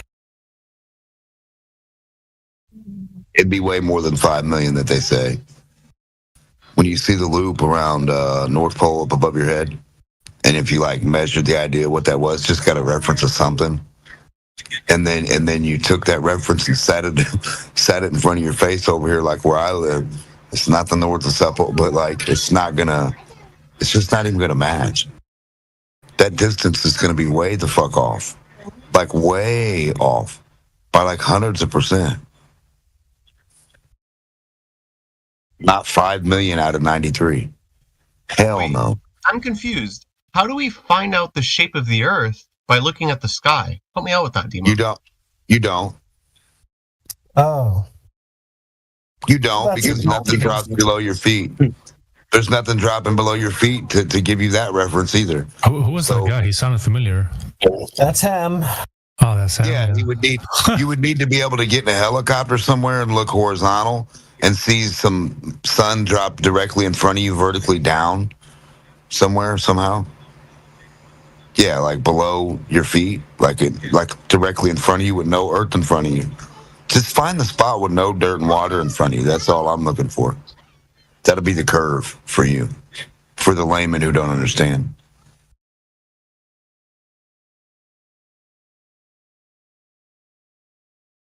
I mean, you got to be able to go 35,000 feet or 29,000 feet away from the ball horizontally, away from the horizon, into the fucking air, right? Horizontally. You got to be able to increase 35,000 feet at least, or else you're not flying in an airplane around a ball that I know of. Unless you fly your airplanes 1 foot high or 1 inch high.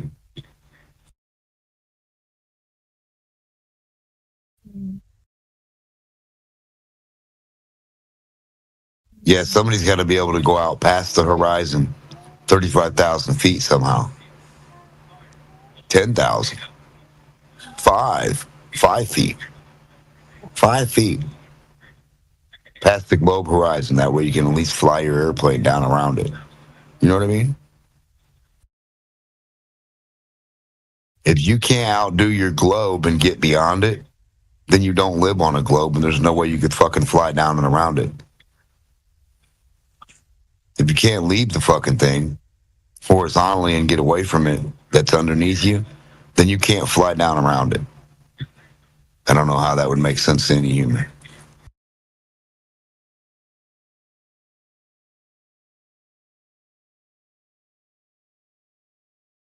Because in order to fly down around something, you can't have that something still underneath you. It'd have to be behind you.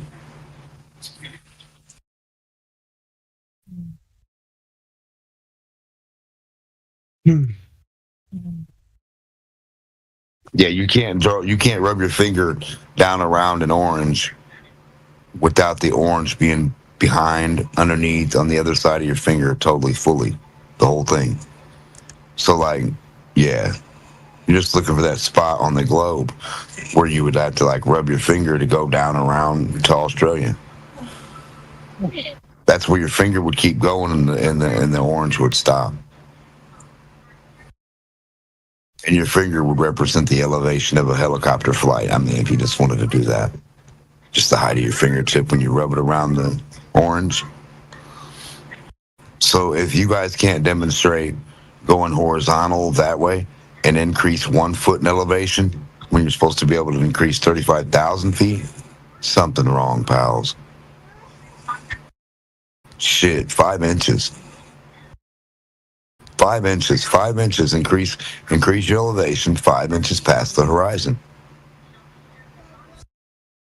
Take 2 altimeters. Take a vertical one and a horizontal one. Your vertical one's not going to change, but your horizontal one will. Should.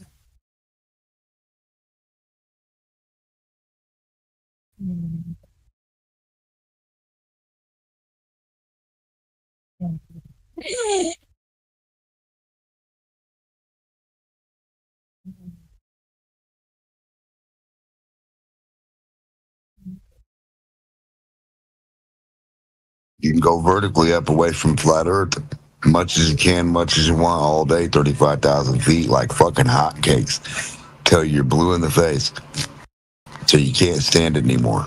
But on a globe, you're supposed to be able to go north, south, east, or west and do the same thing. You're supposed to be able to go forward 35,000 feet in front of the dirt and water of the fucking ball that you think you live on and you're flying around. If there is no thing where you can travel a foot above the dirt and travel horizontally and get 35,000 foot increase, something wrong. If you're always 1 foot away, welcome to flat Earth.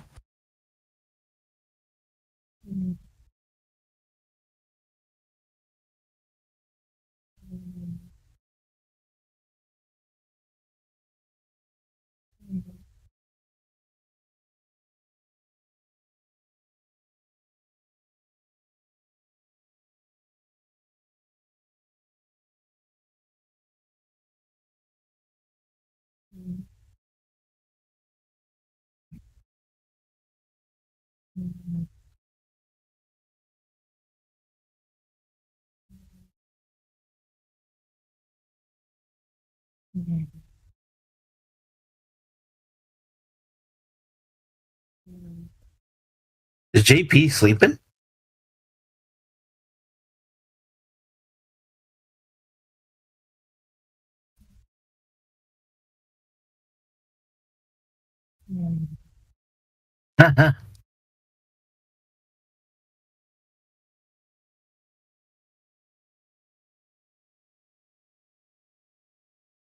Get shirts made that say rotten bastard. I'm not a bastard child. It's not really a dig at religion. It would be the Duffy dude to dig at him.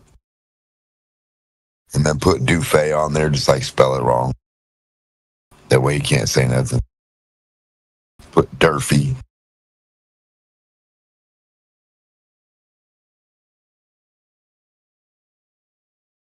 What a rotten bastard. Durfee.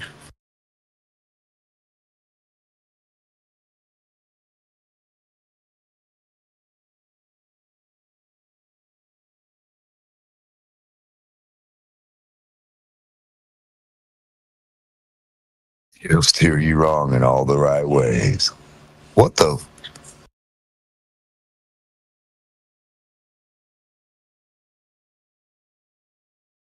What's that one pastor that looks like a demon?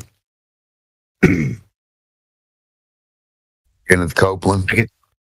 Yeah, him. Yeah, I like how I say that and everyone automatically knows. He's got way too many teeth. He's got too wide of a smile to be a human. He's high on something. And then what is his buddy's name? Creplo Dollar. Get the fuck. Did you see the blood ritual he did? No, but his name says it all, though. Copay Land or Copy Land. Go ahead, though. He's coping. Yeah. No, he and a buddy on stage, they cut their hands, bled into a cup, mixed the cups, and then drank the cup. Weirdo. Now he's got hepatitis and herpes. Yeah. That's some fucking Satan shit right there, I say. How is that okay to do if you believe diseases are real? And you can get AIDS from somebody, or gonorrhea, herpes, syphilis. I mean, there's so many things supposedly you can get from people, and these dudes just drink each other's blood. No, weird. They don't find that weird? Yeah, he's a Satanist, bruh.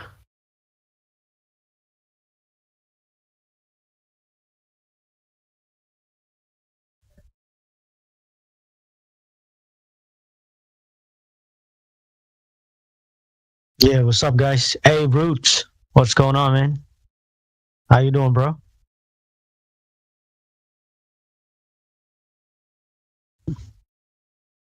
Well, I guess he AFK. Yes. No, he was here earlier, but yeah, he's AFK.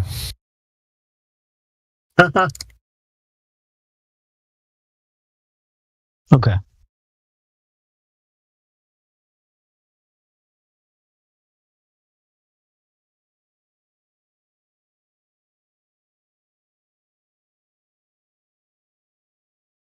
All right, I'll be back.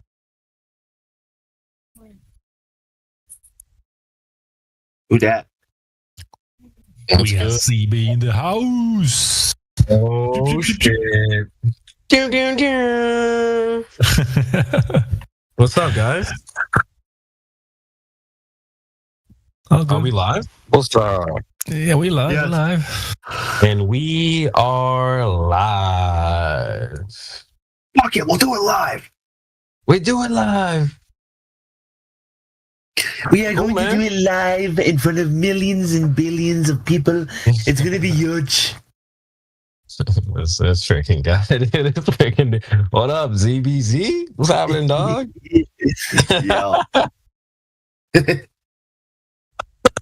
All right. What's going on? What y'all doing in here tonight? I love the fact that we move around, man. It's a floating panel. CB, I died in hardcore while debating a guy like a couple hours ago. You died? What, he cook you, bro? Yeah. No, like in hardcore. In hardcore World of Warcraft. I was so fucking mad. I was so pissed. All right, nerd. Relax, dude. World of Warcraft. I was ready to start streaming, bro. Come on, dog. You're better than this. Quetz, who's the Glober in here? Who should we cook? Oh boy. Bud Sticker. I mean, Bud Sticker. Bud Sticker. Oh, he's serving me it? Yeah. I still can't post media in this server. He doesn't like flat earthers, but he keeps coming back. Oh, really? Yeah. Doesn't like. Wait, I thought they were. Oh, really? I thought that was. He's part of the Bev Tard crew. Oh, Lord. Yeah. That's rough. That type. That's rough. Yo, sadly. Low-key, Quetz, that's my least favorite type. That's my least favorite type. It might be worse than any baller. I don't know. Maybe. The Bev Tards are retarded, dude. Yeah, they're below average. So below average. Like, oh my God. I genuinely think that they were just scarred or hurt. They were hurt by somebody. Like, like Quantum Eraser or somebody hurt them to the point where they're like, they don't want to be like you no matter what. Even if you're right, they don't want to be like you. You know what I mean? It's weird, bro. It's like a hate boner to the max. That's what the Bev crew is all in. They're just hate boners.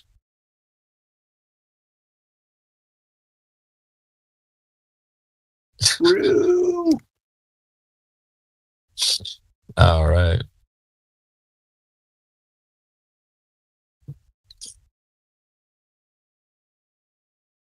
I don't remember if Dirty Dan maybe he was a Glober. He can correct me. I'm not a Glober. I'm not totally convinced that the Earth is flat, though. But Here we go. I don't believe in the globe model. You're a good candidate then. Okay. I don't have any compelling evidence, but the reason why I do not believe that the world is flat is because I've seen the curvature of the horizon at high altitude. What? Stop the cat. Wait, what did he say? What did he say? He said he saw curvature, bro. Yeah, I've seen it. All right, hold on, Dirty Dan. I got a question for you. Oh, fuck, I can't post pictures. Bear. Bro. I need you. I need you, Bear. Oh, God. Oh, no. No way, bro. All right, hold on. What's the curvature of the Earth, Dirty Dan? Oh, I have no idea. I'll let you use Google. Use your Googles. I don't need to. Were you in an airplane, or where did you see it? Yeah, I was on a high altitude flight going over the Arctic. What was the altitude? It was probably like 46,000 feet, something like that.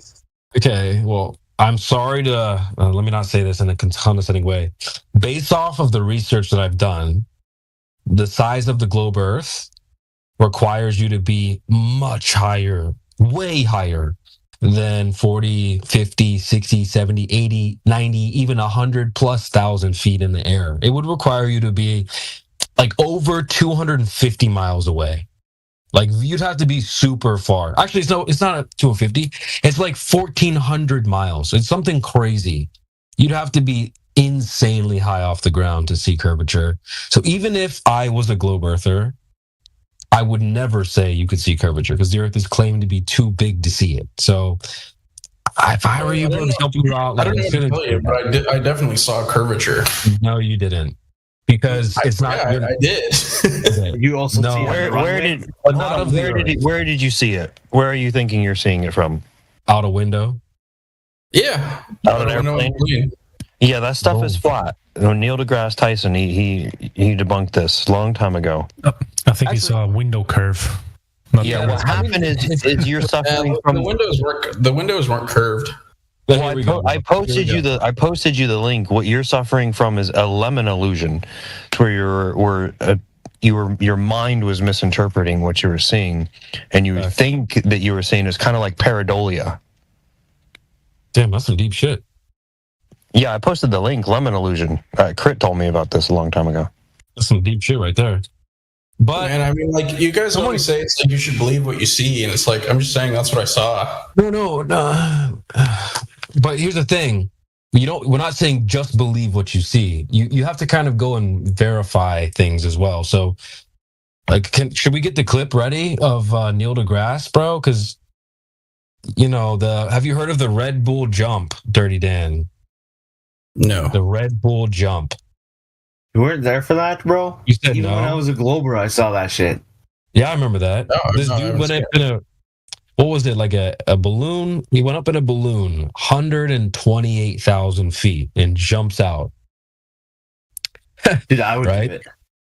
Right? So now Neil deGrasse Tyson comes out because they used a bunch of cameras and stuff. They recorded the guy, and then people were like, yeah, look, there's the curvature. And Neil deGrasse comes out and goes, and he's like, hey guys, look, I know you saw curvature in the video, but that, like, the Earth is too big to see curvature. You'd have to be much higher. 128,000 feet's not enough. And we have a clip of him saying this. Now, it's not true because he said it.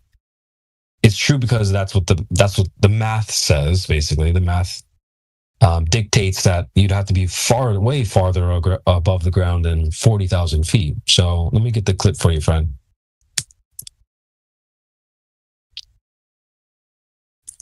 This might be helpful to hear. I used to have it on a soundboard, but hold on. I got the quote for him if he wants to check the chat. Yeah. Man, I mean, I just believe my own eyes. Like, I saw the curvature of the horizon. Well, would you be open to the idea that the window was the reason why you saw curvature, or would you be open to what the dude posted in the chat? I mean, I'd be open to the window, but why would the window impact it? Bear, check what I posted in your DMs. Hold on, guys. Can you hear me? Yeah, we got you now. Yeah, I just want to make sure that this guy is aware that every single aeroplane window in production is curved. There are safety reasons, there are all sorts of reasons why, but you don't have flat aeroplane windows. They don't exist. Damn, I didn't know that. I don't know. The ones that were on my plane seemed pretty flat. I don't remember. No, dude. Bear Tricky DMs and post that picture I sent you. Dude, Google this shit. You can find this out pretty easily. They don't do flat airplane windows. I'm just telling you what I saw, okay? Like, it's not a matter of me Googling or not Googling. But how about you? Like I said, I'm not presenting this as evidence, but I'm just telling you that's why I believe that the Earth has curvature to it. We're trying to help you understand that, like, you didn't see curvature, though. We're trying to help you understand you didn't see it. Yeah, we've all been in airplanes before. Your roots. Yeah. Hey, what's up, bro? And if you look, I put a thing, Dan. If you want to look at that, there's two options, A or B. So when you're saying you're seeing this curve, which did you see it like, A or B? Oh shit! That's some deep shit. It was really more like B. That's cap, bro.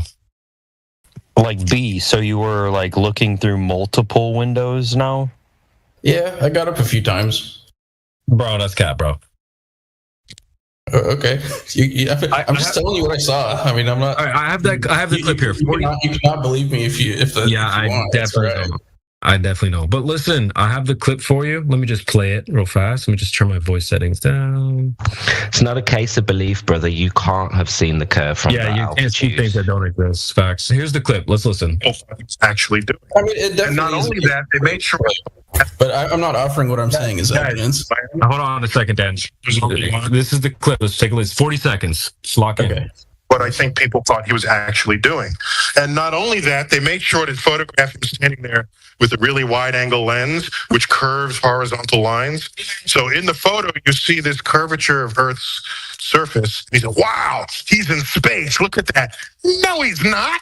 At that height, you don't see the curvature of the Earth if you are 2 millimeters above this beach ball.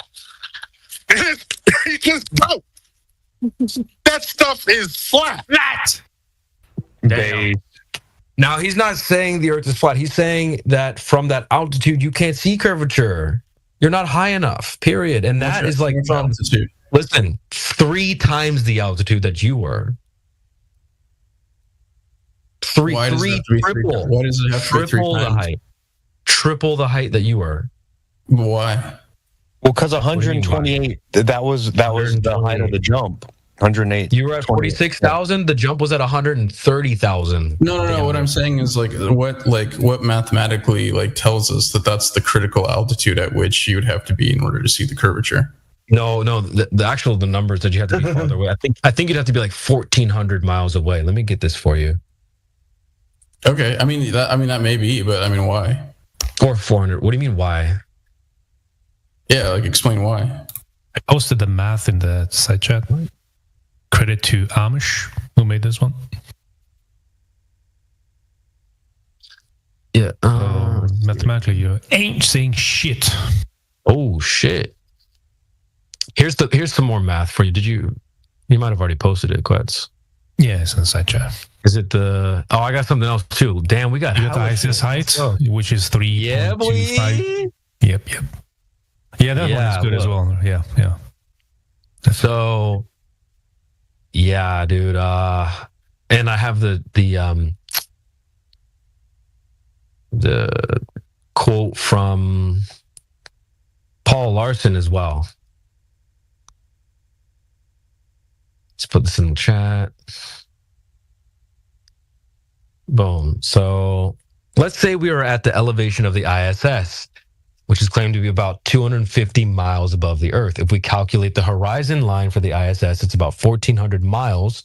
If you're sitting at that point looking 360 degrees, what would the horizon look like? It would look flat. That's from 250 miles. 250 miles, right? Not 46,000 feet. 250 miles in the air, and it's still no curvature, bro. Come on, man. Something accurate, man. I know what I saw. That's you didn't see it. You didn't see it. Oh, didn't no one, see it, period. you saw something, but here is the explanation. You didn't actually see the Earth curve. It's the window curve. You don't get it, do you? I don't think it was. If you're actually being honest about what if you saw curve at this window. I don't know. I don't think you're thinking at all, bro. We've given you the math, we've given you the data. What, do we need to give you the fossil records too? Like, come on, man. Well, what's interesting is a lot of globers ask for a bigger globe.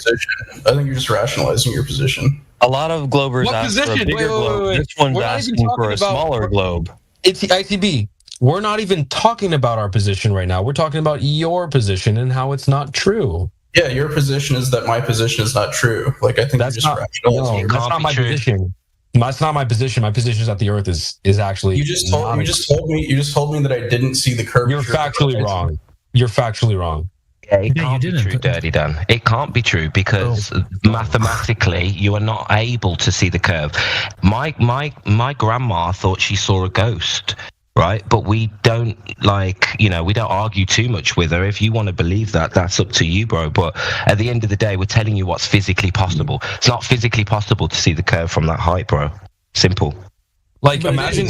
Let's say we basically sent in a globe Earth expert to tell you the exact same thing, and you're like, no, he's wrong. Yeah, no, dude, you're wrong. I don't think I am. You are, like, factually, mathematically, you're wrong. Okay, you can think that. Yeah. I believe my own eyes. Dude, I don't think 2 + 2 is 4. I know 2 + 2 is 4. Dan, you're being intellectually dishonest right now. Dishonest, bro. Like, we're showing you stuff. We're showing you the math of your globe, telling you it's impossible to see that. You still want to hang on to the Earth curve. Bro. How? You're doing the same thing. You're doing the same thing with the globe. Nah, we're not. You're just throwing math at me. Like, I'm just telling you what I saw. You saw. Oh my god, you still don't get it. You didn't see it. It's fine. You didn't see it. Fucking hell. You guys are just throwing evidence at me. How dare you? Yeah, I mean, you're just repeating the same thing that you say to the Glovers. Like, how dare you provide? Not evidence? Really. Yeah. But do you deny the math? I do. Okay, so that's a you issue. Then. Okay, bro. All right, bro. Bro. I don't even know what to say to that. Yeah, he has no position. That is a big He throws the globe under the bus, basically. What you say to that is he's suffering a lemon illusion. It's a psychological interpretation that his mind is deceiving his eyes. And it's really a post. It's attributed. That's the most plausible argument that you presented. Yeah, it's attributed post because you're trying to re-remember. And now the globe is getting more pronounced in this memory that you have.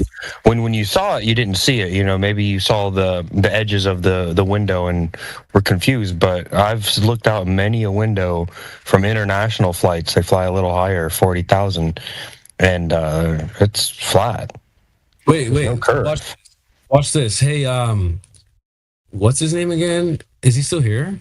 Dirty Dan. Dirty Dan. He's a good guy too. I mean, so no one's disparaging. I didn't go anywhere. Just how many pictures do you have in your phone right now? Like a couple thousand, couple hundred? Why? Just curious. I mean, I got like 1,000 or so. What about you? 7,000. Holy shit! I got 7,000 items in my camera on my phone. So what about you? I have no idea. How many photos I have. I would imagine you have a lot, right? Screenshots. Sure, I have a ton of photos. I got 58,000. Hold on. So, how many of those are pictures of the curvature? Probably none of them. Oh wait, so you saw curvature and you didn't take a picture? No, probably not. You got pictures of like everything else, and you saw something that nobody's ever seen in human history, and you didn't take a picture, my guy? Well, people have seen it in human history. No, they haven't. But and just like they'll say that they'll be like you, and they'll say they saw it, but they didn't take a picture. But they got pictures of everything else. I saw a unicorn once. I told you at the beginning of my commentary that I'm not presenting evidence. I'm just telling you what I saw. That's fine. You didn't see it, and you didn't take a picture of it because it's not there. I did see it. I did not take a picture of it. I don't have any evidence, but I did see it. Not take a picture. Why would you not take a picture? Yeah, you thought you saw it, bro. Flying pig ones? Okay. I mean, yeah, no, maybe that's the explanation. Maybe I just thought that I saw it. What was going through your head? Like, you're like, wow, this is amazing. Like, I got my phone right here, but I'll just remember it, I guess. You didn't take a picture, no video, nothing. What was going through your head? I was just relaxing, man. Slept most of the trip. Yo, if I saw curvature, I'd be like, holy fucking shit, I'm taking pictures and videos.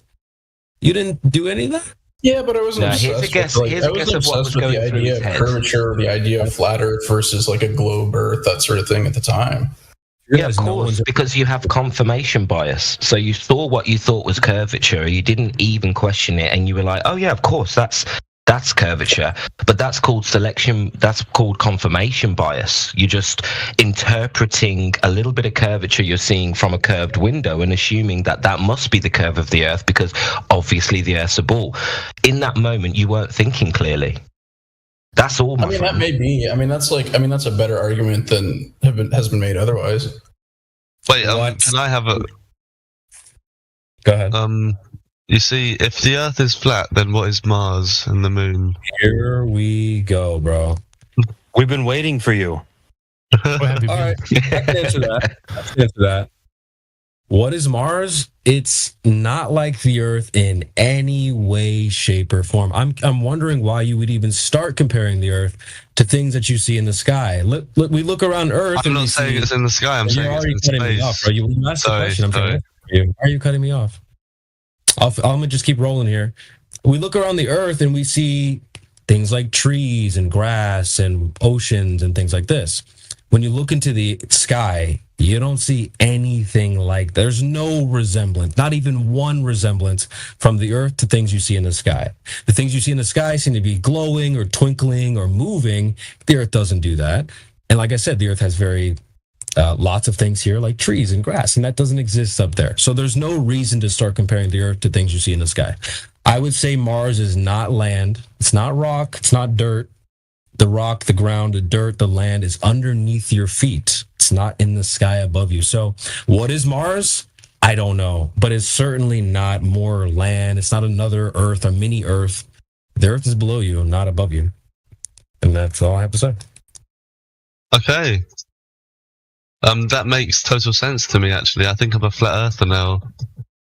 Hey, welcome. Wait, so here's the problem, though, because when most people think of flat Earth, when they're new, they start thinking of the solar system where we have the sun, Mercury, Venus, some sort of flat Earth, Mars, etc., right? All these other balls. Pause. Is that what you were thinking? Oh, no, I was thinking that basically most of what's living on Earth right now is either Martian or Venetian. And we're in a constant struggle. Answer the question I asked you. When you were thinking of your question, when you were presented with flat, you were thinking of a solar system with spherical objects and then a flat Earth somewhere in there, right? Yeah, that's what I was thinking. There we go. It's propaganda that's worked really well. What's funny to me is, not to offend you, but you fell for flat Earth propaganda. We didn't. Right? So you go to hold on. You go to Google and search flat Earth. You're going to be presented with this flat pizza disc, whatever thing in a solar system. That's something you fell for. That's actually not. You could ask any single flat earther in this panel and be like, "Is that what you think?" They're going to say no. So that is actually not our position. This flat object in the midst of a giant universe of spheres. So there is no solar system. Correct. Actually, that's a good question. As a flat earther, our position is that the Earth is the universe, basically. The Earth is the reality. In the same way that you might think of the universe, that's kind of, to me, when I was a globe earther, I thought of the universe as like the pocket of reality that we exist within, basically. And so the totality of reality. So for a flat earther, the Earth is the place. It's not a thing inside of a place. It is the place. Do you think you could be persuaded on your to think that the Earth is a globe Would you? I'll answer that. But would you say the same for you as well in reverse? Like, do you think you could be persuaded that the Earth is not a globe? I'll answer your question in good faith. I'm just curious to see if there's any double standards there. I could be persuaded. The only way to prove to me that the Earth is a globe is to why do no planes fly over the South Pole? That's not really a proof, but because if they don't fly over the South Pole, it must be the wall at the edge of the Earth. The South Pole goes all the way around the edge of the Earth. Come on. You don't have to troll, bro. I'll answer your question in good faith. Yes, flat earthers they've already been convinced of another, they're open to being they're not locked into any worldview. So yeah, if we're presented with curvature measurements, there's no questions that any flat earther in here would go back to the globe in a heartbeat if we had the evidence for the globe. But the problem is we went out and checked, and the Earth is actually not curved. It's measured flat. So I'll stand on that. I know the Earth is flat. So could I be convinced? Yeah, but you'd need to measure the Earth to be curved, and it's measured flat. So it's kind of an issue. I'd need to maybe send you to Mars to prove that it's not flat. That's retarded. Because that's what if things go the way I think they're going to go, we're going to start sending off the wrong uns to Mars to work for us. That's never going to happen. So what's funny is that you want me to do something that you pedophiles and rapists. Hold on, what? Yo, pedophiles and rapists, we send them to Mars. Yo, chill. We're on YouTube, dude. Relax. But you're requesting people in the panel to do something you never have done, never will do, to believe things that you believe. You realize that sounds kind of silly, right? Yeah. Are we not allowed to talk about sending people to Mars on YouTube? It's the grapest comments. That's probably not really necessary right now. Wait, can you put in the side chat a link to the live stream, please? And say, if you just click on the YouTube. Don't even say the other word. Don't even say with a G. Yeah, exactly. I don't know. Anyway, bro, can I send you to a rainbow? That link doesn't work for me. Why are rainbows dome-shaped? Oh, I see. It says the page is not available. All right, we'll have to update that. Maybe if I just search for the 24/7, 24/7 flat Earth or something like that, it should come right up. I found it. Cool. But can I send you to a rainbow? You think? Can you go to a rainbow? Where's the chat for this stream? It's the side chat next. It's the bubble chat. Oh, they don't want me seeing the chat for some reason. Oh, really? Yeah. Whoever's in control of YouTube. How many viewers? Only 17. The chat's in Discord, bro. We're chatting in Discord. My money's on user error. What, is the chat saying anything interesting? Yeah, facts. Bro, side chat of this fucking VC. Live. But can you answer my question though? Yeah, what was the question again, please? Can you go to a rainbow? Yes. Okay, how do you do that? You find the leprechaun with the pot of gold and you found the end of the rainbow. Yeah, exactly. So in the same way that you can't go to a rainbow, you can't go to Mars either. It's the same way you can't talk flat Earth with trolls, CB. Facts, I'm not a troll. Honest to God. You are 100% a troll, my friend. He could just be really, really confused. Facts. I mean, he was trolling, but he has a chance to redeem himself. Come on. No, honest to God, honest to my God. That's at cat, least. Or... That's cat. Your God. Who's your God? Are you just gonna lie to God now, mate? That's not doing well, are you? I am my own God. Wow. And which God is that? Oh, so he's a Satanist. Wait, is Heretic trying to No, I'm not a Satanist. I might be the devil himself. Let Heretic cook. Ooh, that's even worse. Edgy. I don't know what to do with this troll. He's not going to engage in good faith. No, the question is, Just season him up a bit. If I Season can't him go up ready to a for the rainbow, barbecue. what would you say, Mars? If I ever go to Mars myself, which I plan. You're on not. doing. I remember my first epistemological breakdown. Oh shit, that's some deep shit. That was some deep shit. What did he say? Mars again? Or there? Here we Yeah, go. he thinks he's Okay. going to go to Mars. Okay, how much do you guys want to bet me that I won't go to Mars? 0. Everything, yes. Facts, everything. I bet the house. Dude, you're just wasting everybody's time right now. What are you doing? Roots, are you British? Sure am. Are you ashamed of your globe? Is it because you have no evidence for it? I'm ashamed of my fellow Brit right now. Online, we have a good rep. Come on, dude, do better. Bumper Clark. Look at this guy. That's not better. This is a good stream. I'm gonna give 24/7 Flat Earth Discord a subscribe. Yeah. Like, subscribe, comment below. You got a like as well now. Yeah, share it with all your globy friends. Yeah. I don't have any globy friends. I'm alone. I'm alone.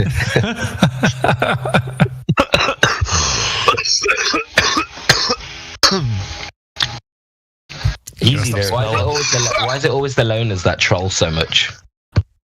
I'm not actually a loner, but I try not to bring up flat earthers in front of my friends because they call me crazy. So what? Fuck them. Fuck them, bro. They don't know what fuck is anyway. Fuck them.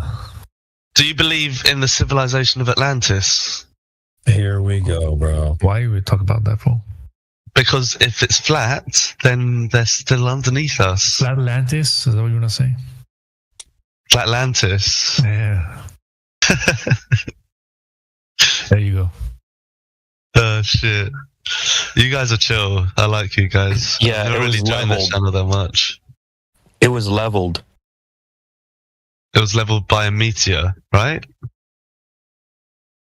That would create a crater, not a level.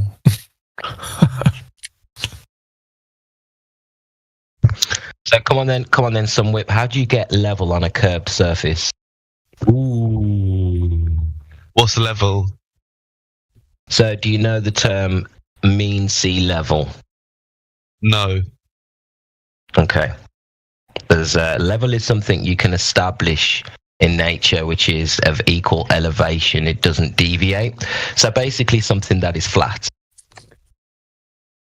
Yeah, you just have to be on flat land, right? Right, but we have a mean sea level. Do you understand? Do you know what I mean when I say that? We have an average sea level. Yeah, and it's rising because of global warming, right? What? Well, that's the rumors, but in reality, that's not what we're experiencing. But that's a whole other conversation. A whole other conversation. The point Let's is save that conversation for another time then. Yeah. The point I'm trying to make here is that water always lays flat. It will always seek its equilibrium and aim to rest at level. Does that make sense? Yep. Yeah. Okay. So we get a mean sea level. We get an average across the whole realm. The average level of water. You follow? Yep. How do you get level on a ball? You have to blow up the moon. What? This guy is an absolute clown.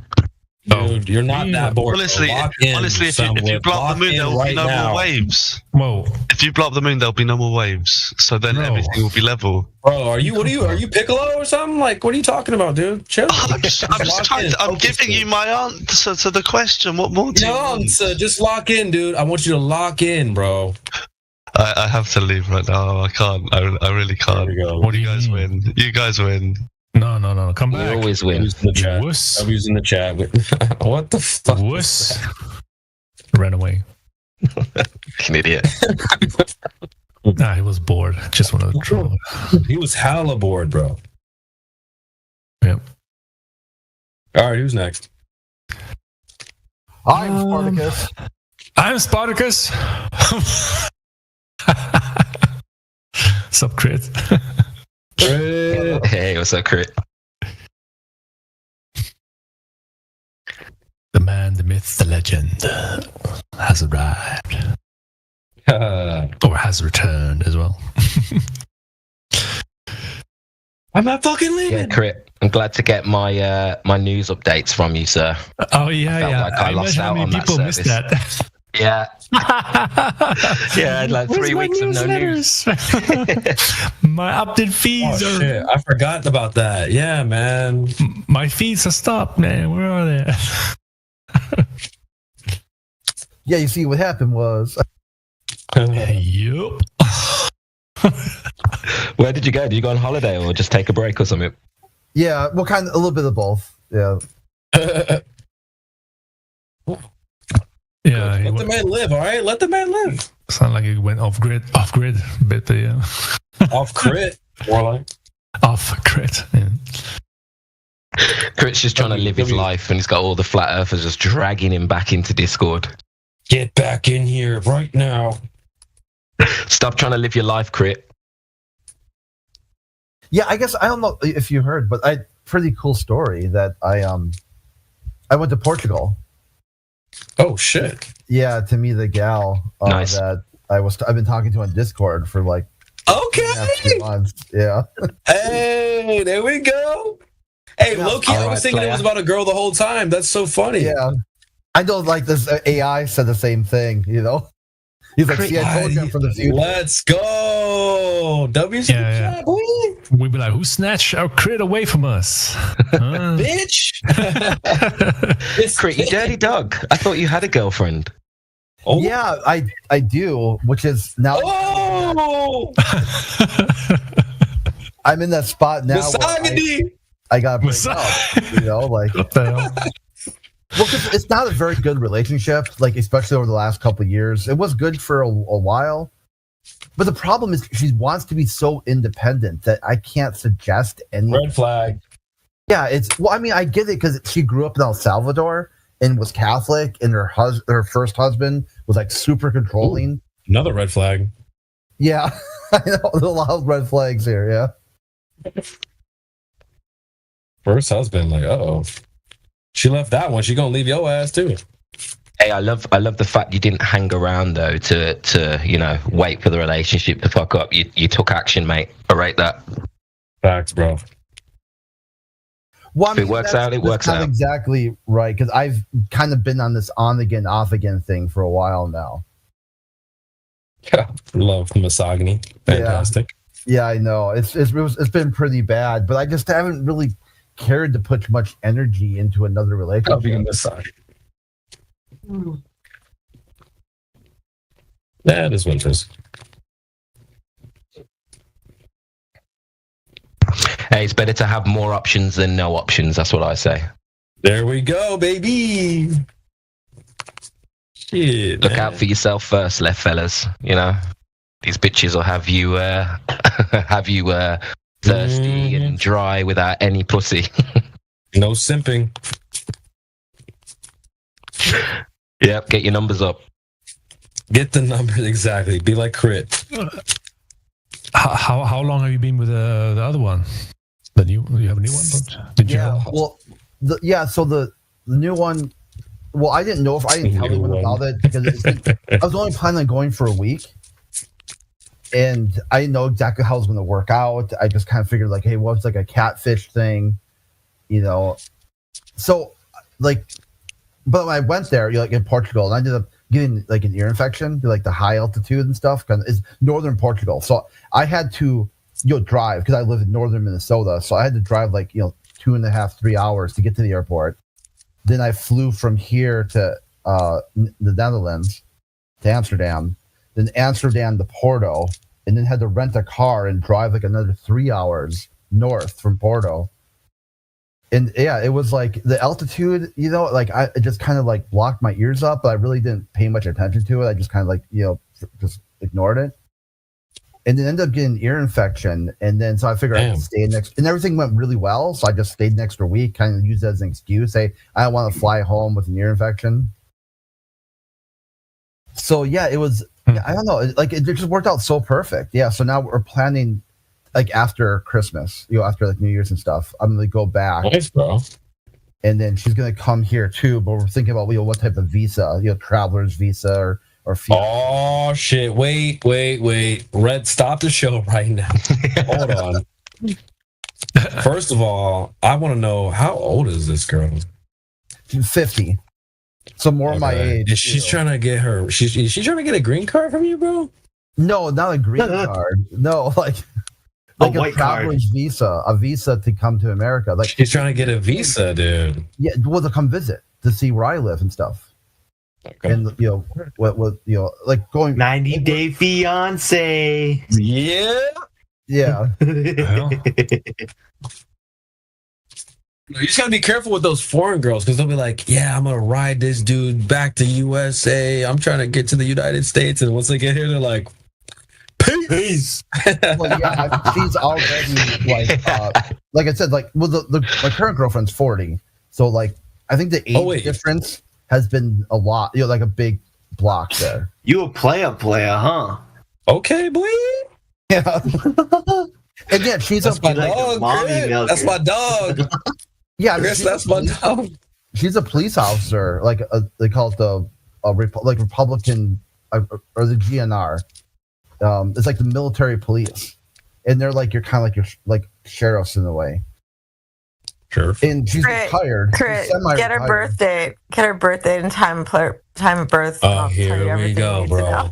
Oh yeah, here we go. Freaking go, bro. Here we go. Yeah, bro. Ask her get her crystals out, and get the tarot deck, all that. Get the crystals. Oh Lord. Jeez. No crystals needed.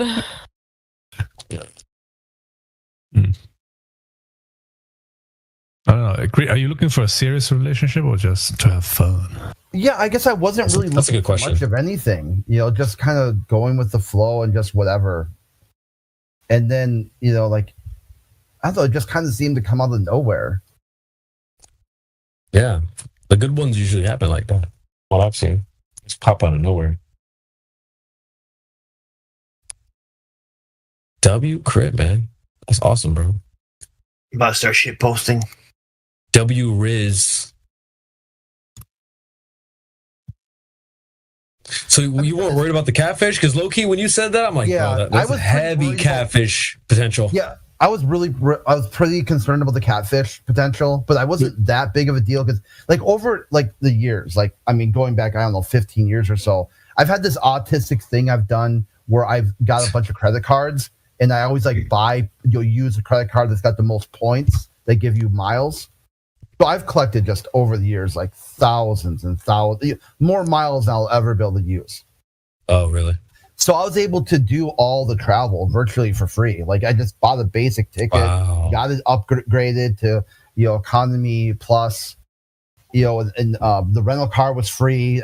Everything was basically, The only thing that's smart. Yeah, and even I have a friend in Minneapolis, so I was able to park my car in her property, and then she drove me to the airport. On the way back, I took a lift to her house. So then, it was all like really easy. And I said, what's the worst thing? I just traveled to northern Portugal and hang out for a while. It's like true. So, wait, so you didn't get on any voice, like video calls with her before? Well, yeah, I talked to her on Discord. So I met her on another server that talks about policing issues and just kind of like, government type stuff. And she had posted the question, why is I Can't Breathe? Why is that so important to people to graffiti it? It's like on walls and stuff. And I didn't know at the time. I just figured she's an American. Like, hey, I'm from Minnesota. I Can't Breathe has to do with George Floyd. Yeah. And, police officer basically kneeling on him while he was suffocating to death. And bystanders wanting to help, but the other police officers pointing guns at bystanders. So all they could really do was videotape it and watch. And it kind of became a rallying cry about, the whatever. We went back and forth. I can't really condense the conversation in just a few seconds. Yeah. Because then I found out that she's a police officer in Portugal in one of the cities called Braganza. that she's part of, there's graffiti in different parts of the city. Like, I can't breathe in English, and they're getting pissed off about it because like it's a huge problem, because the city is like kind of a historical landmark, and they don't want like that sort of crap. It's like one of the tourist areas, like, but not now. Like, it's got a really special season when they do a bunch of pagan dances and stuff. So. Okay, so I kind of thought it was a little goofy, and at first, I guess some of the discussions went a little toxic, and then I just said, okay, I looked at our shared profile, and that we had another server that we shared together that had to do with board games, like a YouTube channel that evaluates board games. So I said, hey, let's talk about board games if it ever gets too crazy.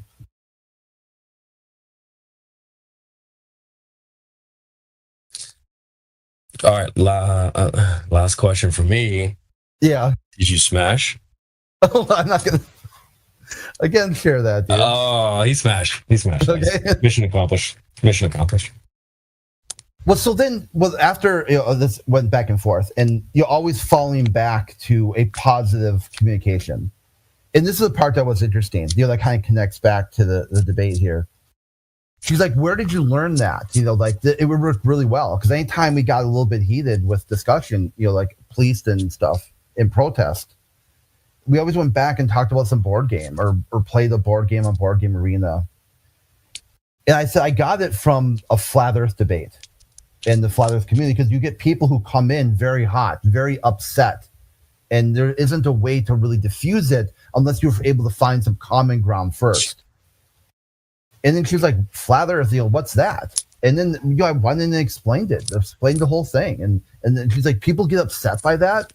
And I was able to show screenshots. And the one particular funny was the one with Mr. Sensible, who's like, I'm only 99% sure that I'm on Discord. She's like, what an absolute reject. I go, yeah. And then here's the guy's YouTube channel. He's in a full freak out over flat earth. And he doesn't know anything. Yeah. That's good. So wait, she's a good candidate for flat earth? That's what you're saying? No, yeah, she's like definitely not flat earth, but she kind of like wasn't toxic, was like, hey, what is that? That's good. More about it. Like I said, that's a normal, healthy response. Like, you hear something, you don't know what it is, you don't understand what it is. Let me hear what it is so I can tell you why I disagree.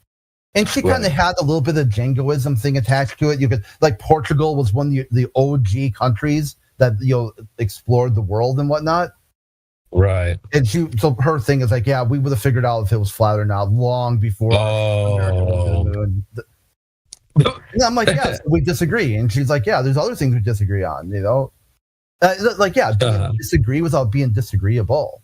It's like, it's funny because I would show her. I'm like, this is the type of stuff that, like the level of spazzing out, and then it became kind of funny because it's like, no matter how much that we thought we were disagreeing, I go, it's never that on my end, because I've talked to people who basically refuse to recognize your humanity because you think something different than them. Yeah, that's crazy. I hate when that happens, right? It doesn't make sense. Because they don't apply that same thing across the board, Chris, right? When they go out into the world, they interact with people who have different religious views. They have all kinds of different views than them, and they don't treat them negatively because they might believe in Hinduism or some other religion. But when it comes to flat earth, they're like, oh, well, they start trying to draw lines and like, oh, well, we all have to be the same in this regard. Like, what? That's, to me, that's weird. They need a global mindset, a hive mind.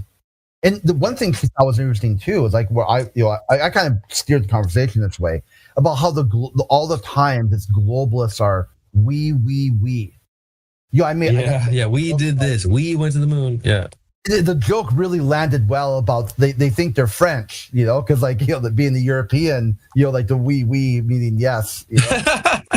So that's really funny. All over, That's the first time I've heard that. It's a good one.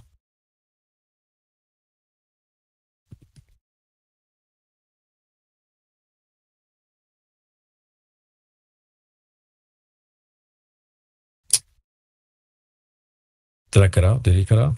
No, yeah, I'm just trying to think like I wanted to go through like some of the photos I took, but it's like, I don't know, man. Like globalists are weird, dude. It's like facts. They do weird shit. They bring the weird. They actually bring the weird. So it's like, how much of your personal life do you want to disclose? Like, right. And show. Yeah, but I guess my main thing is right now I'm being kind of a chicken because I've got to tell the current girlfriend that it worked out well because we had no plans over Thanksgiving to be together or anything. Red flag. Yeah, I know. I said it's been kind of a weird, toxic relationship, and part of it's our age difference. So like. But she's 40 though. Like she should get with the program. Yeah. Hey man, hey. You hit up my boys Fresh and Fit for some advice. We got you. Yeah, I mean they're not really, I think, prepared for like older people, like senior dating and stuff. They're kind of. Yeah, senior dating, bro. That just took me out. Yeah, they're more kind of like the start of a life, like getting two people who are about to start a family and go for the long, buy a house, make some huge financial decisions together. Yeah. I mean, you probably don't need advice at this point. You've been around the block. You don't need no advice. Yeah, I mean, I guess I always thought like because the reason why I had probably like dating problems when I was younger, I heard it was like the best explanation that you really don't fall in love with a woman until she's the same age that your mother was when you were born. What? That's interesting. What? Interesting. Say that again. You don't fall in love with a woman until she's the age your mom had you? Yeah. What? Damn, it's gonna be a while for me then. Holy shit. And that's what I was thinking too, because like all the way like through, I just kept having some, like these really sort of like superficial relationships and whatnot.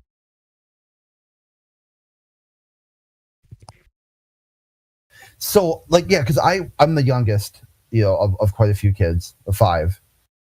And like my next older sibling, like 7 years older than me.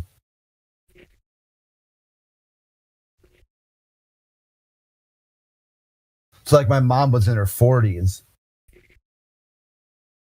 when I was born. We're pretty close. Damn, bro. Yeah, and then so basically my sister, my mom was pretty much checked out. So my older sister did a lot of like kind of like my mother, and that wasn't a very healthy relationship either. And but she got we sorted out in the once we got older.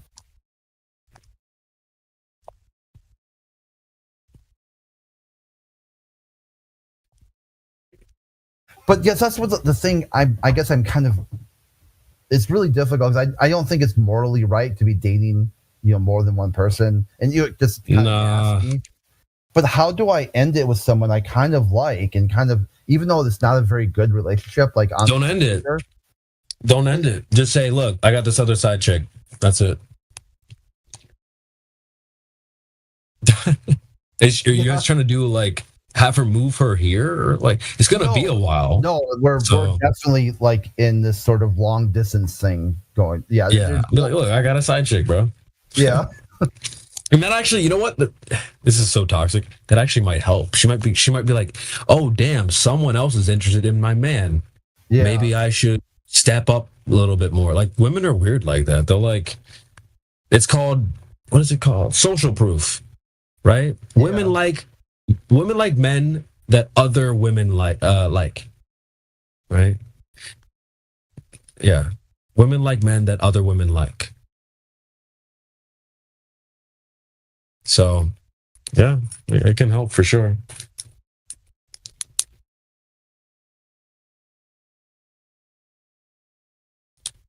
This is great. Man, we need a Glober in here, dude. So, who is this Star Life character? Does someone want to tell me about that? Yeah, did he figure out how to join?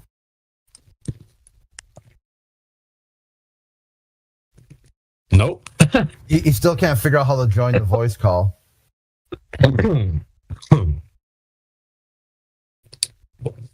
Why are they saying, like, I saw some of the things they were saying in y'all's DMs. Like, what's did you hurt them or something? Yeah, he's damaged. He's very damaged. Damaged goods, yeah. Yeah, he's got all kinds of anxiety and worry issues about flat Earth. Like, flat Earthers have ruined all of humanity.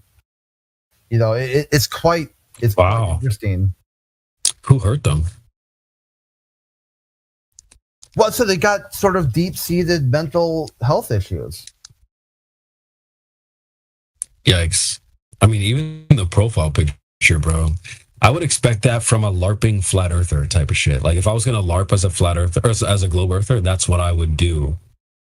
That's why I have this type of profile picture. So, like, he wants to portray flat earthers as mentally ill, and he's mentally ill, so just pretend to be right, flat earther, like, yeah. you know? That's kind of base, you know. Mr. Unknown, welcome to the panel. Welcome. Hello, everyone. Glad to have you. Well, is this your first time, or you've been here before? I think so, but yeah, probably. This is my second one on the stream, but yo. Okay. Listen, flat Earth is an obscure topic, a little taboo, and you know, there's like a Starbucks almost on every block nowadays. You could probably trip and fall into a Starbucks, but you don't often trip and fall into a flat Earth Discord. So, what are you doing here? I think what you guys are saying is kind of a super base, but it's crazy. But I kind of agree what you guys are saying. But yeah. What are we saying? Like flat Earth, like, yeah, it's kind of base about that, but he needs to like improve his kind of a flat or a round shape. Whoa. Well, so what is a flat shape, or what shape is flat? Like of a straight line. Yeah. But a line, that's not really. Would you consider a line a shape? I guess maybe, I don't know. But that'd be a line, though. So what about the shape? Like a football field or something like that. It's kind of flat. Okay. So if I gave you a pen and a piece of paper and I said, draw me the shape called flat, what are you drawing? Drawing a flat ground or something like that. Okay. What would that look like?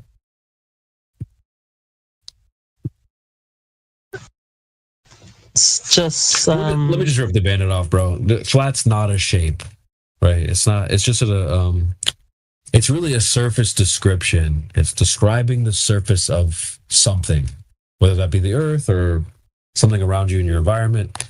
It's not really a shape or any particular dimension or whatever. It's just describing the nature of a surface, right? So even something that might be bumpy. So think of like the floor below you. I would consider most floors to be flat. They're not curved inward, being convex or concave. Sorry. So it's flat. Now, if we put a bunch of stuff down on the floor like a rug or something, right? The floor is still flat regardless of the bumps on top. So the earth is a lot like that, where it has tons of bumps, the water has waves, etc., but it's still flat. So when we say flat, we just mean something's not curving in any, it's not rounded or curved. So people, I understand that. Yeah, I do understand. Yeah. Do you feel like you understand the globe pretty well, or you're still learning about the globe, or you don't know much about the globe Earth? Kind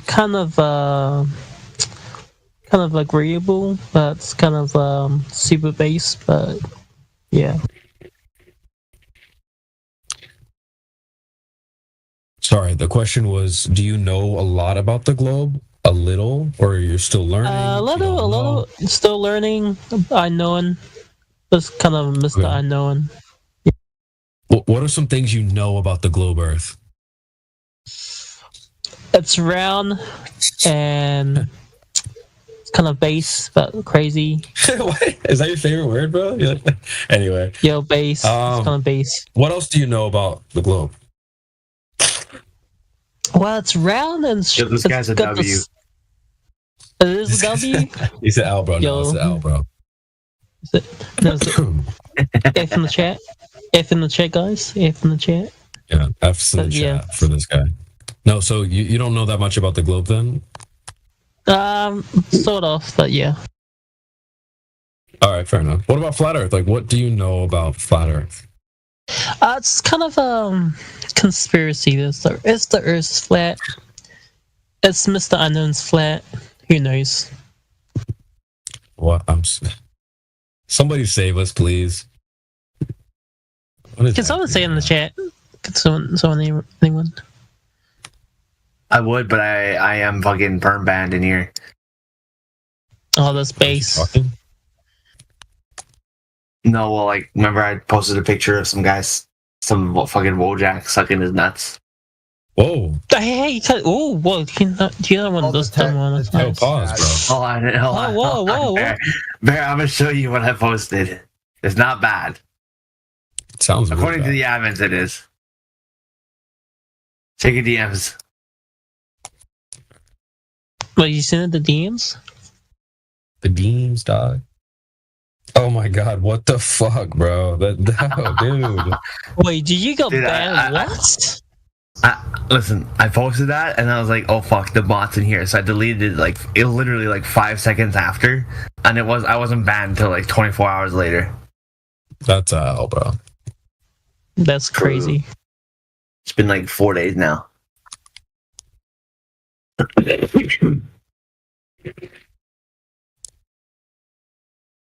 Yo, let's get some like in the chat. Let's get some fucking W's in the chat, guys. Wake up. I know it's like probably like 3 a.m. for some of y'all, but yo. W. Yo.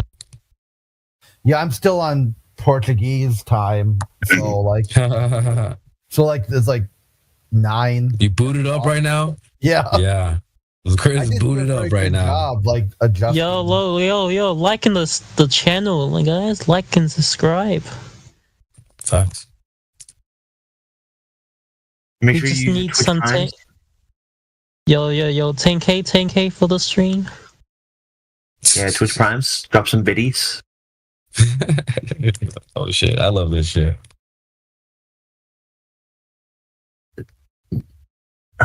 Oh, we can see in the chat.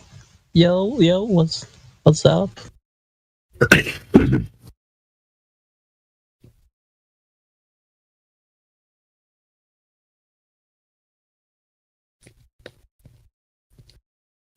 Let's give us the W in the chat, guys. Hello. Hello. All right, I'll throw a W in there. I got you. Yo. Spam the W's, guys.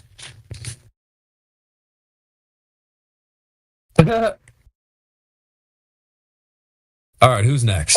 Are we gonna get this Star Life guy? Can I talk to him? Like, I feel like I've never talked to him before. He's never talked on VC, and he plays he doesn't really know how to use Discord, so he doesn't know how to join VCs at all. I think he's banned from the VC like permanently. No, he's not. You don't get banned permanently on the server. You can only be like Bloodsicker. He's VC banned, so he can join, but it'll automatically give him a red mic. That's the way the server works. See, he's able to there's join. Star Life. Yeah. See, he fucked up. Yeah, he fucked up. Oh shit. I saw that.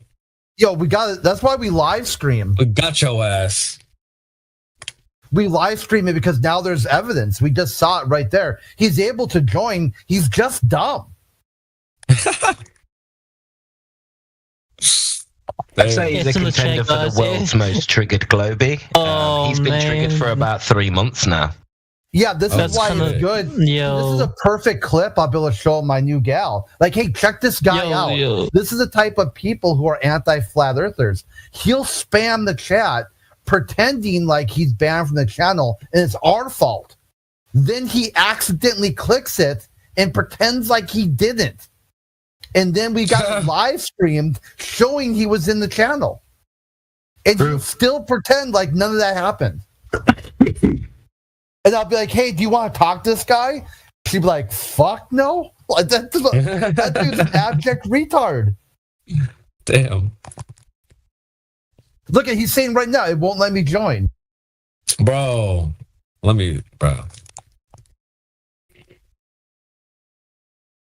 Like here, this is how this dude, like, you'll post a screenshot, you'll click on the link on YouTube. This is you. He'd be like, oh, that's CGI. That's a conspiracy theory. You faked that. It's like, dude, like, you are so triggered by your lack of ability to use any sort of technology.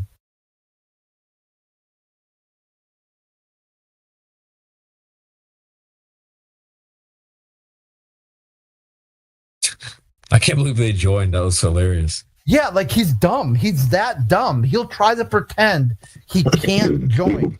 Then join, then pretend he didn't do that.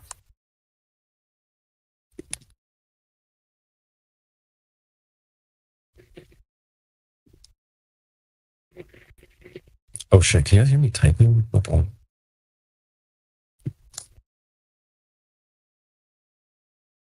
Just imagine the mentality you've got to be in to be like a Star Life guy who's, in and out of the chat, spending all of that energy, but not actually engaging in the conversation. Like, we're occupying a lot of free space in his head, clearly. Facts, bro.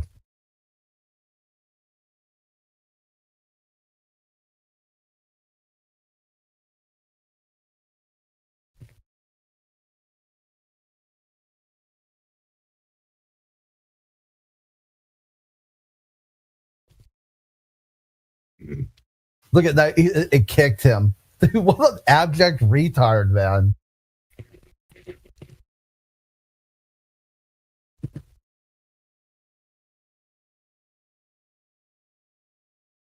It's like the bot is set up to automatically text suppress or voice suppress people who click on the channel. If they are text or voice suppressed. Have you seen the big study they did on face masks? And they said that they took like big samples of face masks that they found in the rubbish or on the floor, or people that have just disregarded them. And then they did like, they had quite a big sample size, and they tested all of the masks for any disease, bacteria. And they said on sort of like 80% of the masks, they had streptococcus, they had pneumonia, black mold. Literally, these masks become like a petri dish of bacteria. I just can't believe people wear them, man. Crazy. Yeah, I mean, you think like in a hospital setting or a clinical setting, how often they change their mask. Like constantly. They're getting thrown, tossed, gloves, masks. They don't keep them on for very long.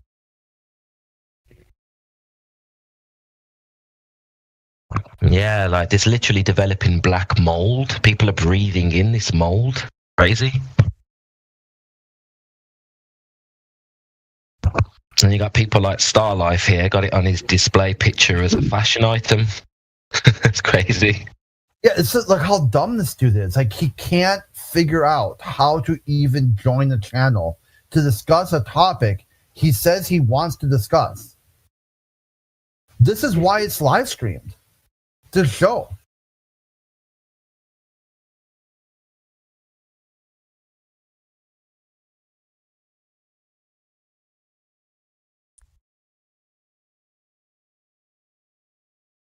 He's so dumb that he thinks that he can post a screenshot of a different server, of joining a different server, and saying, hey, look it, I'm text suppressed.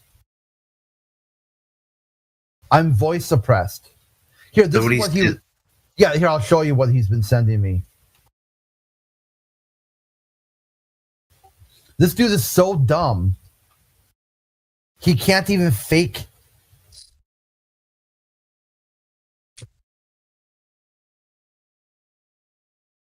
Look at there. He can't even cap well. Yeah, he says you don't have permission to join this voice channel. Then he says it's our fault. Then he joins the voice channel. He's like, "Oh, I fucked up." Quickly disconnects, and then says, "Oh, it kicked me straight away." No, dude, you just are dumb. You're dumb, dude. You don't know how to use Discord. You're very low IQ, very low educated. Discord, the program, this is idiot proof. Just idiot. You just click it and you're there. That's all you need to be able to do. The whole skill set is, can you click the appropriate server? You can't. You're clicking the wrong server, as shown by your screenshot. See, there he is. Look at it. He did it. Oh, again. is that him again? Yeah. Oh my god, dude. Did it again. Like, he's so dumb.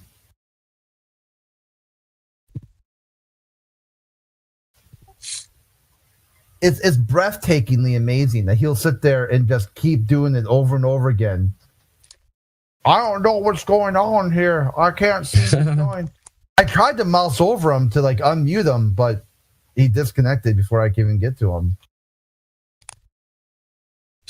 I wish I could figure out Discord so I could give the flat earthers what for.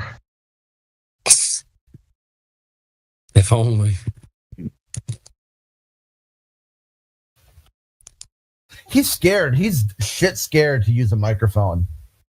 Like, I would be too. Yeah. I just can't wait to hear what this dude even sounds like. Like, it's going to be the most epic. Yeah. Hey guys, you flat earthers. I don't know. Yeah, you gotta think like seriously, like he's so scared of his own voice. Like, look at, there he is now. Oh, he disconnected again. Ran. Starlight. Oh my god. Yeah, just keeps running away. Dude, he's playing. No, I think he might actually be banned. He's doing that. Suppressed. He's doing that, bro. He's doing it on his own. He's playing to the audience. Yeah. He knows he's got an audience right now. Do we see a ban list? No, he's not. So he's doing this. He's doing this to get banned now. The bot. You know the bot will keep a track of how often someone joins and exits, and the bot tracks that. The bot tracks anytime somebody joins and exits. So what he's doing, he's filling up the bot log with enough joins and exits that it will automatically ban him.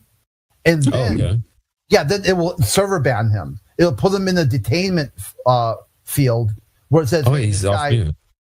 Yeah, he's off mute. He's been unmuted and untext suppressed. So what he's doing here is he's really dumb.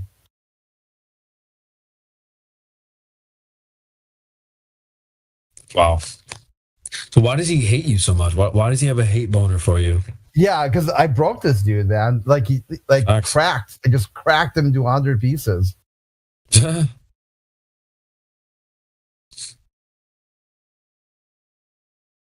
Yeah, he's got a massive, or maybe a little hate boner for you. It's weird, bro. Well, if you click on his profile, it's like I broke crit. Yeah, that's what I'm saying. Like, I saw the DMs he posted you too. It's like, oh yeah, this guy is amazing, man. It's like you so like I'm supposed to be insulted by some dude who can't even click a Discord server, and then when he fucked up and he did it by accident. Maz, remember you guys remember Maz or Mez or whatever it was earlier? Yeah. Someone had banned him and he kept joining and leaving, but it was the ban kicking him. I don't think he's leaving on his own volition. I don't think he's clicking the leave button. I think he's banned. You can join and you're fine. Just like Blood Sticker's banned. And you'll join, you'll be voice suppressed. You'll have a red mic if you're banned. But what they do is they exit and join, and after a certain amount of time, then they will server ban you. Like the bot, like there's one of the rules is not to join and exit a voice call over and over again. It's server rule, not channel rule. So then the bot will ban them from the full server. Like he's worked himself into a full ban.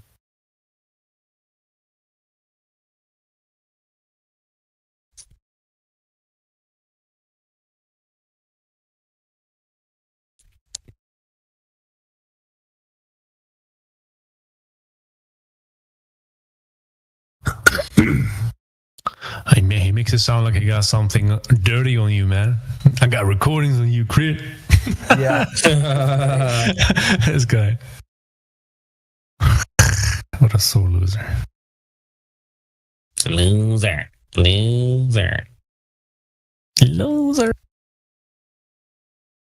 Like he's got something. Okay, sure, you got me recorded. Great, we recorded too. There's a reason why we record this, so that way when people do the dumb shit like he's doing today, it's preserved for prosperity. Like everyone will know. They'll know. Like this is the guy on December 9th who acted like he couldn't join the channel. And then when he got exposed by his own stupidity and he clicked the channel, then we got it recorded.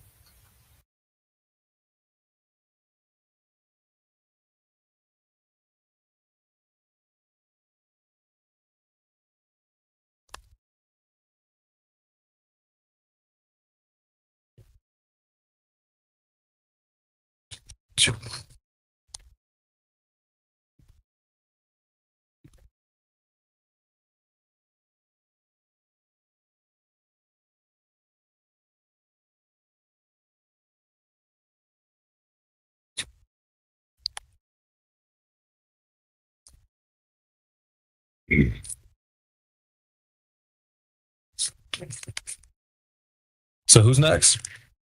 Who's next, baby? The show is live, guys. We are alive. We are going to do it live. We're going to make it massive, and it's going to be huge.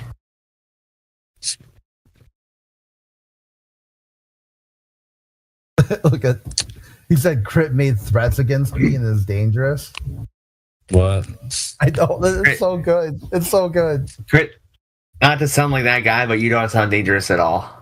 I know. Whoa, bro. Shots fired, man. That's an L or a W? That's an L, bro. No one in here sounds as dangerous as Let my boy Crit cook. Yeah, thanks. This guy, he's so messed up. Like his brain is just completely rot. It's gone. It's been rotted away to absolutely nothing. Wait, hold on. Wait, Crit, if you're dangerous, why don't you have Starlife in your bio like he has you? Yeah, I know.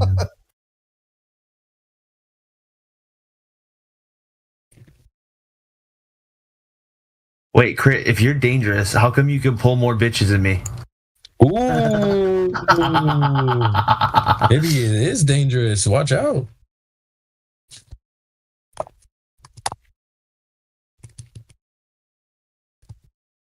Man, that'd be fun to cook the Starlife guy, though. Or girl, or whatever that thing is.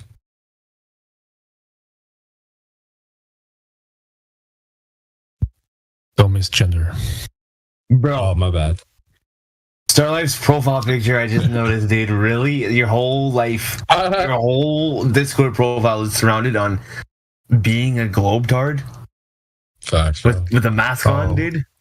Man, we had a guy here, a kid, I guess. Clearly a dude. You hear the guy's voice. And he said, and I said, he. And he said, excuse me, I'm a she. I'm like, what you mean? You got the man voice popping up. Talking about. And he shut up. Yo, shut up, Papa John. And he shut up. He was quiet after that. That's funny. Yeah, that was funny. Holy shit. They're so confused. I don't even know what they are anymore, man. What is Wait, going is on? Overlord is Overlord in here? Oh, he's probably listening on YouTube. He's everywhere, man. He's the sky. Can Overlord make me post pictures again? You'll you have to ask him.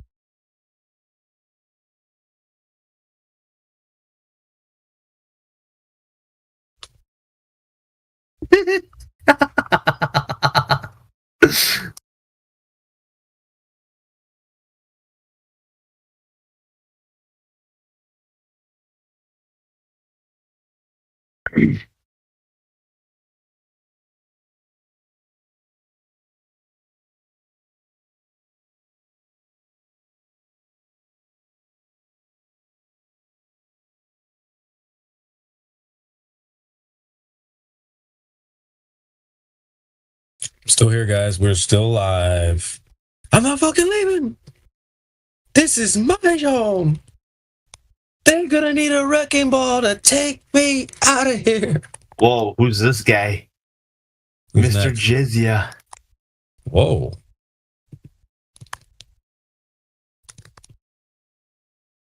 What a name.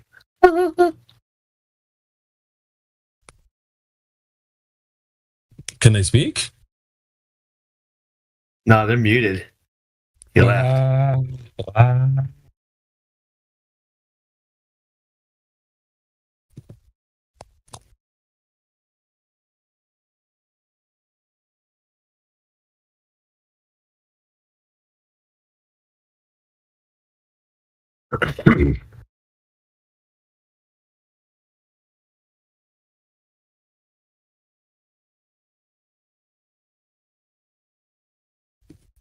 Almost done with some of this work. I've been working on some stuff in the background, but keep cooking, guys. What's up? Who's next?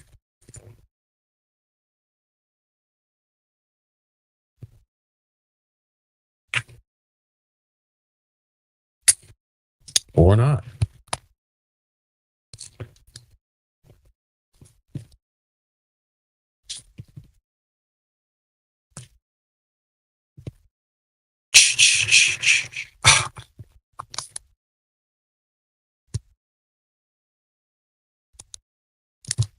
Wait, are we still live?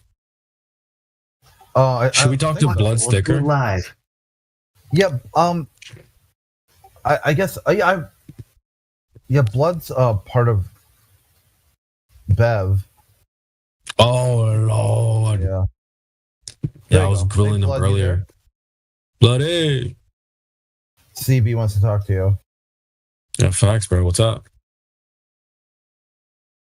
Blood Sticker. If you leave, it'll be suppressed again. Blood. Here's your chance. Blood. What up, Blood?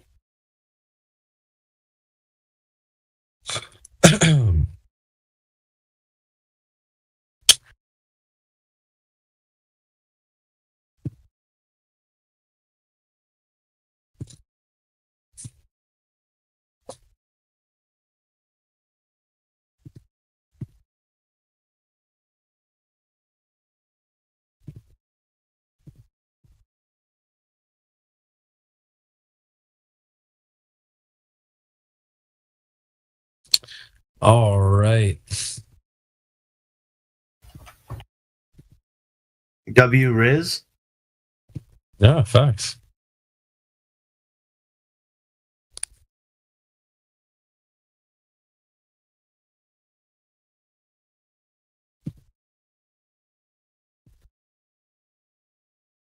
Yo, Crit, if I PM you something, can you post it in the side chat? Oh, yeah, sure.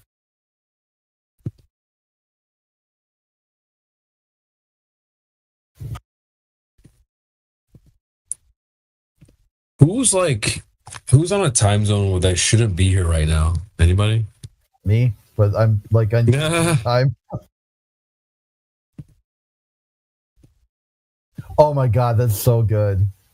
Yeah, because you believed him. Yeah. And he won't post the evidence. Yeah, you believed he was getting disconnected. Yeah. And he won't even provide evidence to someone who says, "Hey, I believe you. Just for keep everyone straight and honest, let me see the recording you said you had." He's like, "Nope, can't do it." Nope.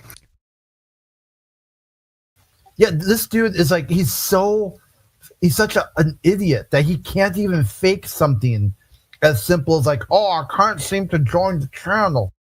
This server was set up specifically by people with certain they want it to work a certain way. They want people to only be text or voice suppressed. No one gets banned unless they break server rules. You can join any channel you want, but he's so dumb that he thinks that the way other servers are set up are the same way this server is set up. He doesn't have the ability to think things through and troubleshoot that there are many ways to set a server up. So then he tried to fake it with a fake screenshot that he can't join the channel. And let's unblur his picture with AI.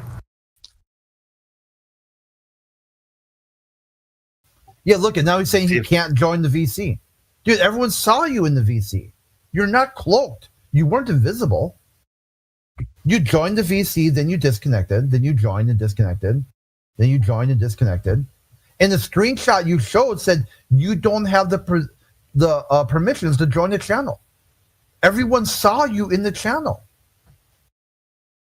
You're shit scared to open your mic, dude. Shit scared. You are shit scared to open your mic. I'm terrified. Look at this. Enjoy your lawsuit, Crit. What? Yeah. He said he got This guy's actually fucking retarded. Yeah, it literally retarded. Like, this guy has deep-seated mental health issues. Yeah, mental illness. Mental illness. This guy is mentally ill. And it's good you guys all saw it. He's the illest. He's freaky deaky like. It's good that you guys saw this, because this is the type of stuff that, you know, when I showed my new gal, can't join the channel. Look at the way they act. They don't even know what they're against. They don't even know what flat Earth is. They don't know what the word flat is. They don't know how to use Discord. They don't know how to participate in any sort of debate. And I'm like, they got worms in their brain, brother. So weren't you guys on? Unironically, worm-brained. Are we what? Aren't you guys on politics? Yeah, lots of different servers. So you guys like, is this like your main one, or is politics your main one? Neither. Whoa. Hey man, we just hey, the people want us here, man. So we give the people what they want. Spreading the word of flat Earth, huh? Facts. Do you think that you have a pretty good understanding of what flat Earth is, regardless of whether that's your position? Sure. It's a community of people that, you know, feel left out of society, so they formed a. No. Dude, I'm not asking your position. That's atheism, not flat Earth, dude. I'm not asking your opinion on what you think of flat earthers. I'm asking you if you have an understanding of what a flat earther's position is about the Earth, or what the Earth is. Yeah, I just told you what the position. No. The answer is no. You don't know what the position is. I didn't ask you for your opinion of the people. I'm asking you the people's position. What is their position? Do you have an understanding of what that is, or you don't know? Their position is to basically tell people that they don't. You don't know what the position is. You don't know what the position is. So just relax. Wait, can you tell me what flat means? Yeah. What's an axiom? He doesn't know. Right? It's an axiom. No. Yeah, it is. He asked you what flat means. I just told him it's an axiom. No. What is flat? Okay, bro. What does curved mean? That is also an axiom. Okay, what's not? What does axiom mean? What does axiom is there mean? anything that's It means it's self-evident, right? So basically, if you tell me to define a word like flat, I just have to come up with another synonym. Okay, define flat to someone who doesn't speak English. Yeah, go ahead. Give us a synonym. Sure, I'd also have to get camera perms, or I'd have to send a picture. No, you don't. Why No, you would? don't. You said I don't. They You're don't a speak big the boy. Just use language. your words. I can't because they don't speak the language, so they wouldn't understand the words. Who's they? The guy who just said that speaks Spanish that doesn't understand what flat means. You just said you could give us a synonym, so we're waiting.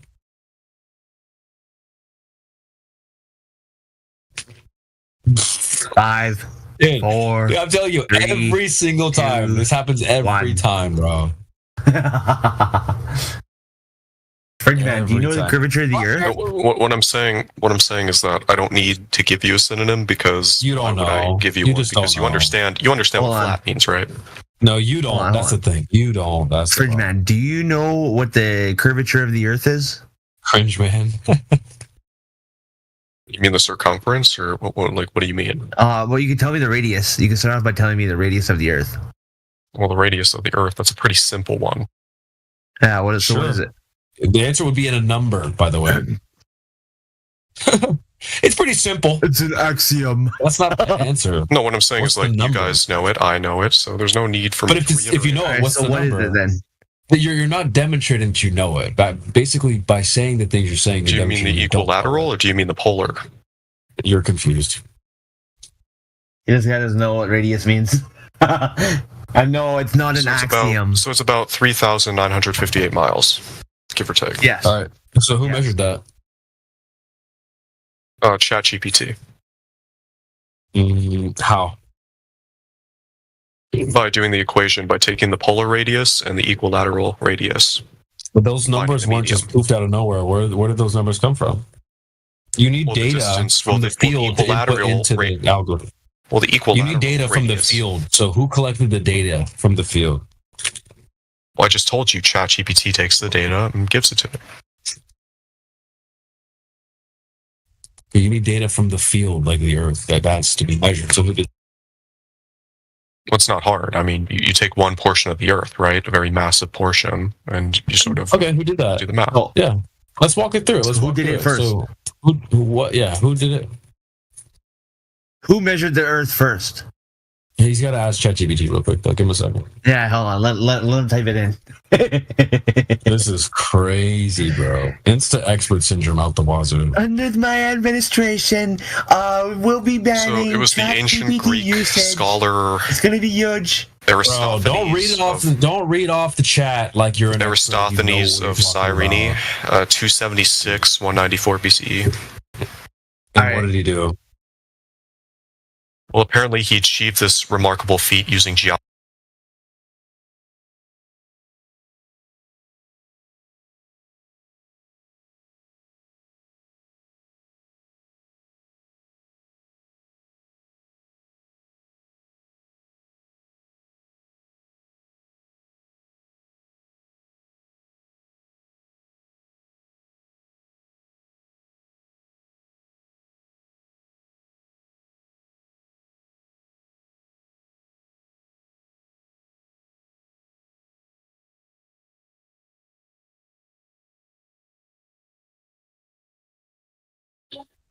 It's not all quiet in here, huh?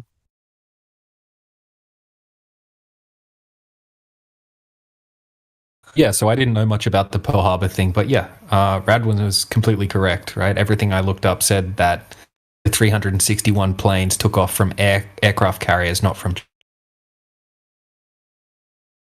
Where at?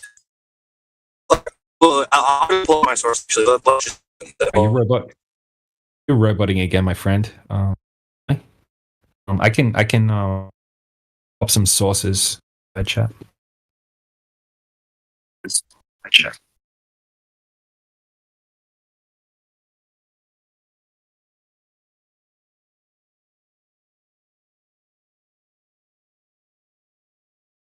I guess Justin Trudeau resigned this morning or a few hours ago or whatever. And good stuff. Trump told him, if you don't resign before I get in, I'm coming over and slapping you. Yeah, we're just gonna take Canada as our next state. Maybe he'll become governor of California. Oh, what I missed? Did that guy prove that the Saginaw can't change its height? He stepped away. We got Pearl Harbor. It can't exist now. So people can't take a boat from one location to another and then from that boat launch their planes? I mean, what are we talking about here? Yeah, the only way that well, of course they can, but what you're saying is that they sailed all the way around the map because on a flat Earth, went from Japan to Hawaii. Right, but the way they're on a flat Earth, completely there on Earth, right? Rick, we can't hear you, man. Yeah, you might need to just disconnect and then reconnect and see if it fixes the problem. Yeah, fair enough. But look, we're just talking about, the idea of an opinion about what you think is reasonable or unreasonable. It's like, if you have to get from one location to another and you have to travel over water to do so, and you have a boat and you can get there and you get there, then you got there. Yeah, but why So are both governments lying about the route that they took? Why is it? Let me ask this question. Hold on, Don't ask me a question to answer my question. I'll refuse to answer. No, it's very simple. It's very simple, dude. I'll tell you why. It's very simple. Okay, so let me ask this question. Very simple question. Were you in the facilities with the weapons of mass destruction in Iraq? This is a red herring. I don't care. No, it's not. Okay, so then you can choose to not participate. Then let me tell you why. It's very simple. I personally was in those facilities, and let me tell you something. I don't care. Just listen. Supposedly, the United States government lied about them, and when I was there, I found out that the Iraqi government was lying about them. So both governments were lying about something. Wow, governments lie. Whoopty-whoopty-froo. Yeah, why would both governments lie about the route they took when one was getting suicide bombed and the other getting nuked? But it's not your knowledge. It's secret. That's why they lie. Why does government lie? Yeah, look, if you're gonna get to conspiracy theory, you're gonna have to justify it. Just saying, because they lie, they're lying. No, I don't have to. Look, dude. Then I don't have to justify it either. We're on the same playing field. Welcome to reality, buddy. Yeah. So yeah, you're right. Okay. So here, we're just gonna mute you so we can speak, and then we'll unmute you so you can speak. Okay. I just told you that I was in facilities, and I knew for a fact that both governments weren't telling the truth about something. Did I know exactly why they did? No. Do I have my own theories? Yes. For example, I think the Iraqis were doing it for power projection in the region. And I think the Americans were doing it for purposes of using it as an issue to attack or go to certain places. So that's my opinion. I don't actually know the true motives of the people involved. They never told me, and I never saw their menu. Oh, I'm a liar now? All right, well, let's unmute this idiot and see who's a liar. All right, dude, we're going to unmute you so you can, spaz out or whatever the heck you think you're going to do. Goodness sakes. Go for it, bro. What'd I lie about?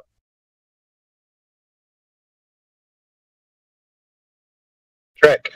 Time to man up. What I lie about? What am I lying about? Let's go. What's the matter, dude? Cat got your balls? Must have run away. Yeah, dude. I'm literally talking. Oh, well, no one's hearing you, so start over. We apologize for berating you for talking when we couldn't hear you. Go ahead. Yeah, I just said it's much more likely to be the case that a singular individual is lying than hundreds of thousands of government officials all colluding together to hide one lie that the Earth is flat. So me calling you a liar is at base much more justified than you calling the government a liar without any rational reason. Wrong. Here's how we're going to do this, buddy. There we go. Okay, what did I lie about? You're going to be unmuted. You're going to either rescind your claim that I'm a liar, or you're going to tell us what I lied about. Otherwise, you have no point. So we're going to unmute you. What did I lie about? Go ahead. I'm just calling you a liar, saying that you were in a facility with supposed weapons of mass destruction, right? That's what I'm calling you a liar about. Okay, that's fair, because you don't know that I was there or whether I wasn't there, right? So for you to call me a liar... That's not why I'm calling you a liar. Hold on. Oh, holy crap, dude. All right, let's just mute this retard. All right, so check this out, brother. I claim to have been in those facilities, okay? You calling me a liar means that you know that I wasn't there. Where's your evidence that I wasn't there? Okay? Otherwise, you have no point. You could say, I don't believe you, but you don't actually know whether or not I'm a liar in this instance. Now, please concede that you actually don't know whether I'm lying about this. Go ahead. Do you know or don't know? Which is it? Hold on. Reset yourself, bro. You might be talking and we're not hearing you again. So we'll give you a second to get to your mic. Yeah, you might be talking so loud and angry that your mic, your condenser is clipping you out. Now, guys, I'm saying this, I'm pulling them to task on this for a very specific reason. Because that reason is, he doesn't actually know whether I'm lying or not because he doesn't have the material facts of the situation. Now, if he knew for a fact that I never was in those facilities, then it wouldn't matter why I lied because he would know that I'm not telling the truth, correct?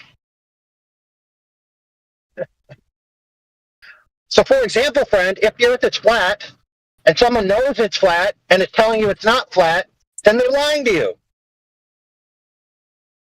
So what do I lie about, bud?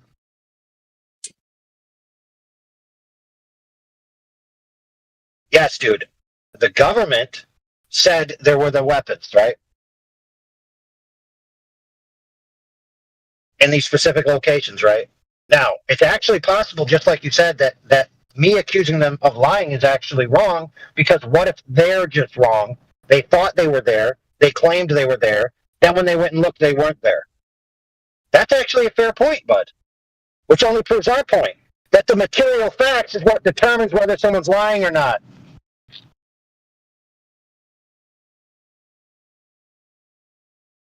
Actually, let me parse that out, because some people could be wrong about the material facts and just be wrong and not actually be lying, right? So exactly. your claim, so that means your claim that all these people have to be lying actually isn't true. So how?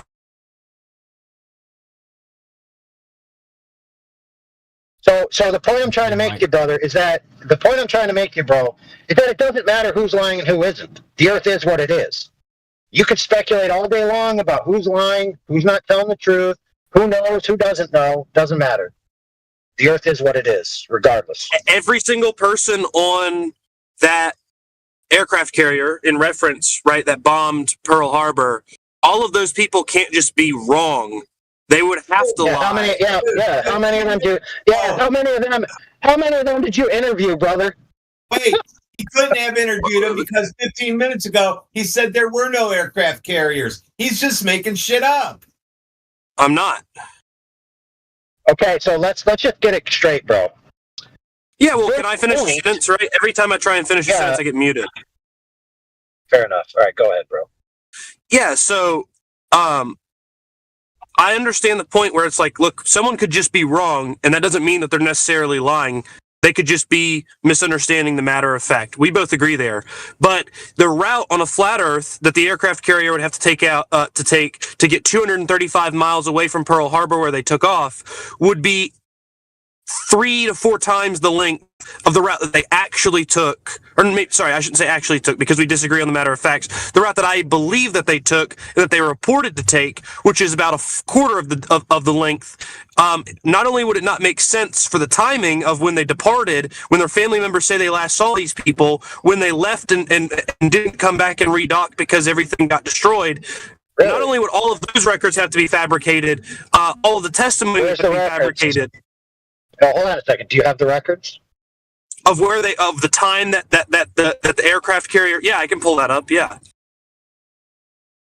Dude, you said there was no aircraft carrier. Now you got. Oh yeah. Go pull up the quotes from their family members saying my daddy left at 7:35 p.m. on a Tuesday.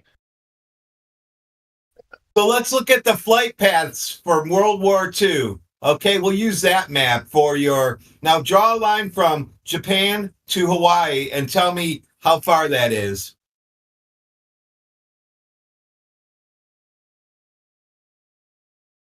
All right, I'm going to put in the side chat the records of the departure time of the aircraft carrier that had the planes that bombed Pearl Harbor, that got 235 miles away. And then you can look at the time that Pearl Harbor got bombed, the time that ship left, and on a flat Earth, it would not be able to get there without ships traveling at insanely high speeds that we don't know of. So go ahead and use the flight paths map from World War II. These are all the distances between those airports where they would land, okay? You can use that map and plot your sail on that. So find Hawaii and find Japan. It's a high-res map, and then go ahead and draw a line and see how far that is.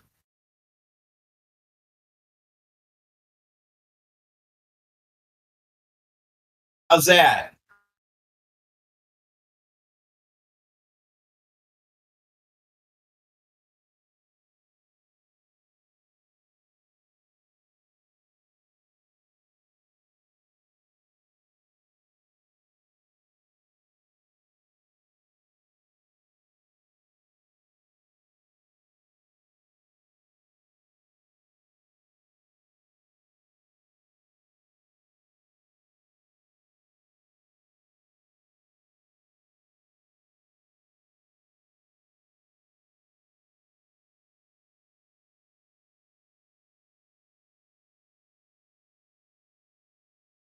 I did it for you. It's about 3,800 miles flying, and it's same sailing. So maybe a little shorter because you can go more of a straight line.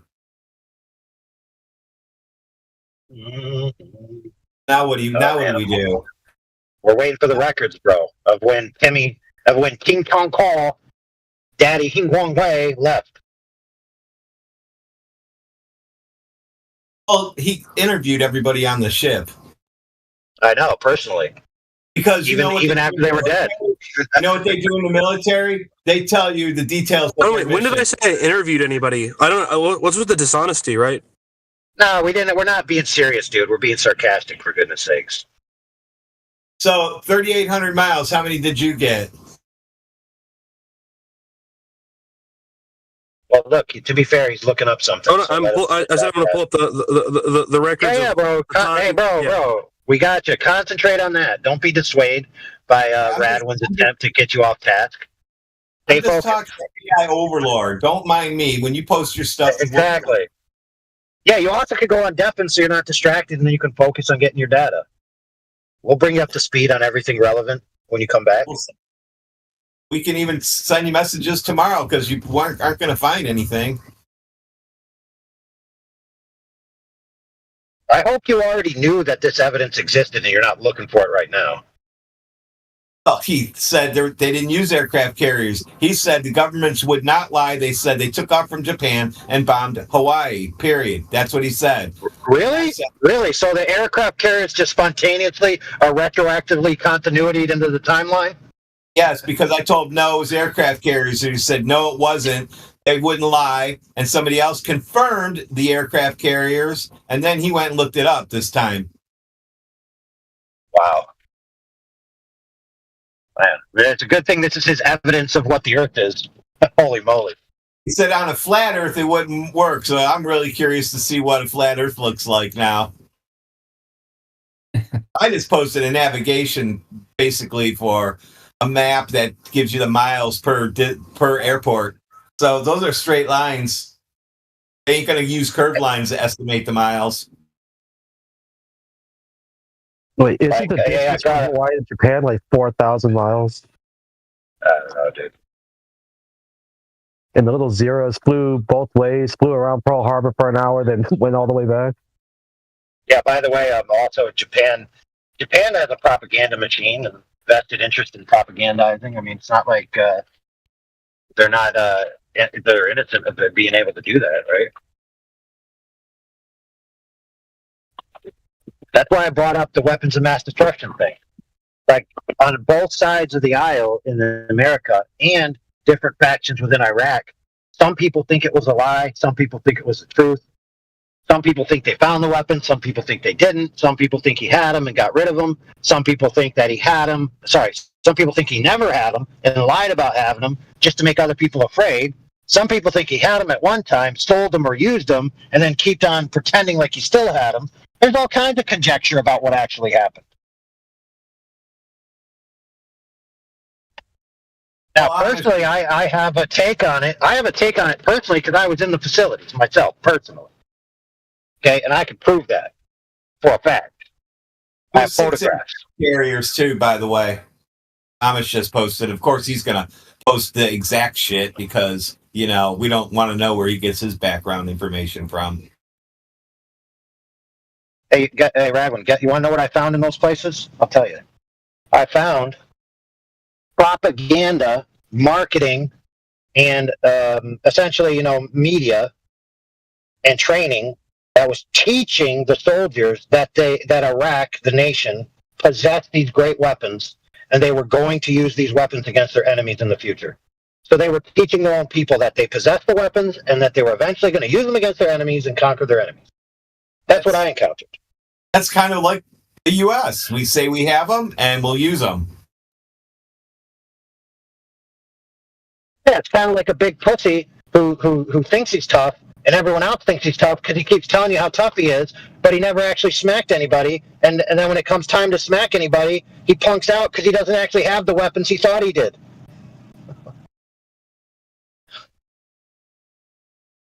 That's like asking why would a punk lie about who he is to a chick? Think about how dumb these questions are. Rick, you got any information?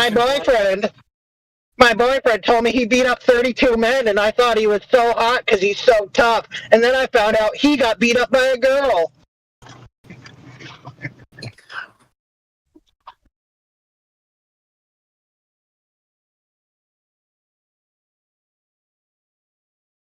Any other globe proof out there besides looking at the sun and battleships?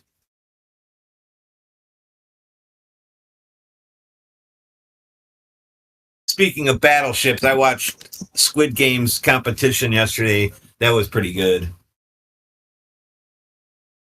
They played Battleship.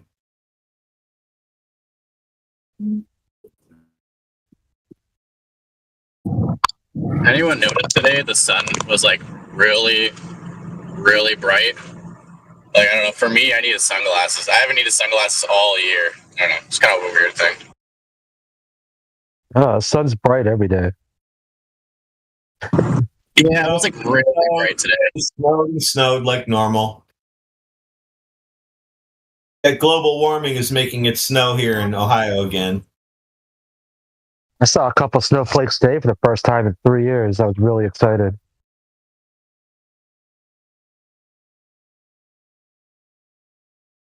Sweet, dude. Snow is awesome.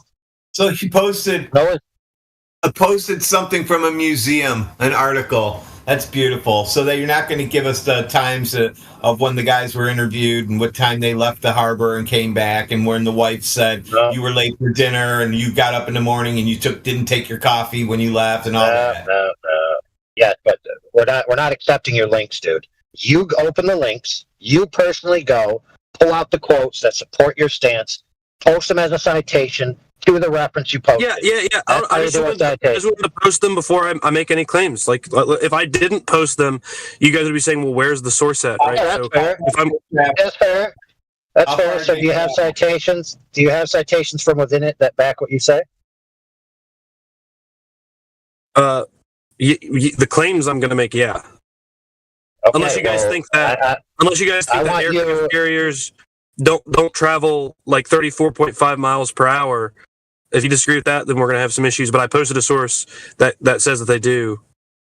I don't care about that. What I care about is your claim that you know when they left. Yeah, I know. Yeah, I can show you what day they left. Yes. Amish just put the nail in his coffin, though. He just posted that it was 3,500 mile trip one way. They had to stay. That was the radius. They had to stay away from it, and the planes took off 230 miles for Hawaii. So what that means is, when I looked at it on the map that I posted, that 3,800 was all the way from island to island. So obviously, I was just overestimating. So it looks like it works perfectly fine on a map. Yeah, keep in mind. Hold on, Rad. Hold on. Before you go on, Trick, I just want to point out what Mr. Radwin said there. It's a very key point here. It works perfectly fine on a map. Because guess what, friends? Maps are not the territory. The classical definition of a reification fallacy, when you look it up in almost every dictionary, it says, example, maps are not the territory. So you can't just whip out a map and say, oh, something I said doesn't work on this map, therefore it doesn't work on Earth. And it works on a globe, too. Tunnels don't work on maps. You can sail on your globe, too. It's going to be like 3,500 miles. Isn't that crazy? Yeah, hold on a second. Before we go on, we want to yield to Trick to give him a chance. I just want to point out, in the past, like hour, we've heard Globers that argue refraction that don't even know what 7.6R is. And we still have Globers today that don't understand what a reification fallacy is of a map. So, I mean, this is how far we've come in the past 10 years. All right, go ahead, Trick.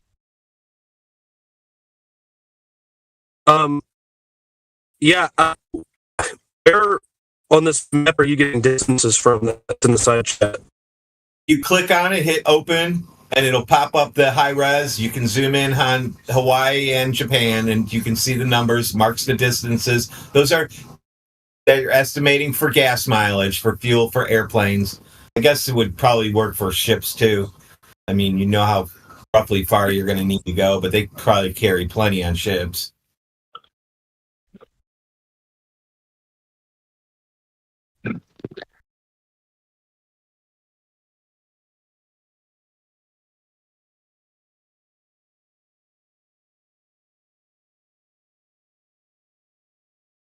Yeah, maps don't show you basements, but they exist. So the terrain in the area can be different than what your map says.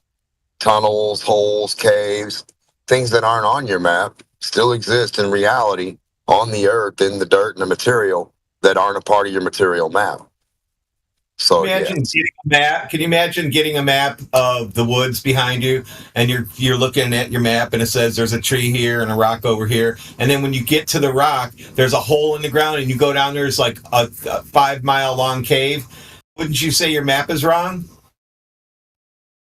No. Hold on, did you find the rock? Did you get to the rock? I found the rock and the tree, but there was a hole in the ground. No, your map's still right. You just have extra to fucking write down and put in your information. But the map is correct. It told you the tree and the rock. Yes, that's correct for that. Yeah.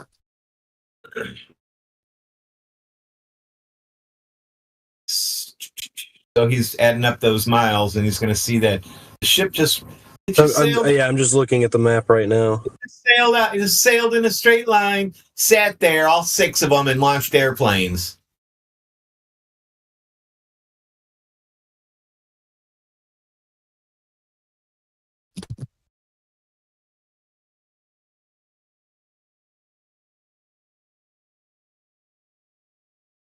So you're wherever you got that from, Twitter or Facebook or wherever, go back and say, dude, you guys are all wrong. They used ships, and here's the path they took.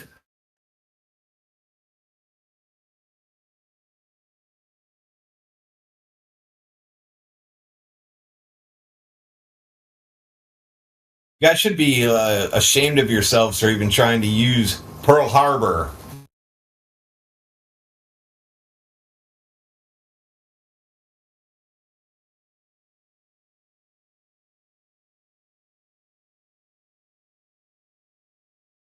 Plus, everyone knows Pearl Harbor's not real.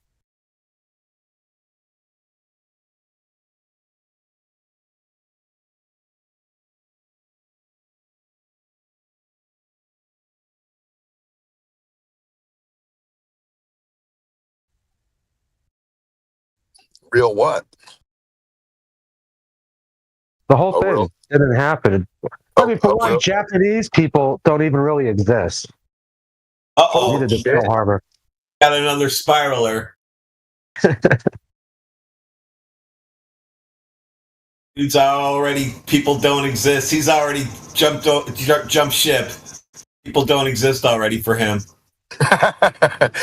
The government could have flew remote control planes. The Japanese could have flew remote control planes. It didn't have to be no people. It didn't have to be shit, but a fake ass jank boat that was getting ready to get fucking sold or outdated anyway and parked, and then they blew it up. That's probably usually out with the old, in with the new, right? You got old rusty shitty ass things that are fucking from the first day you made them, and they're about to be outdated with holes in them and shit. You can't tell everybody. You want to get the insurance for them, don't you? Government does the same shit.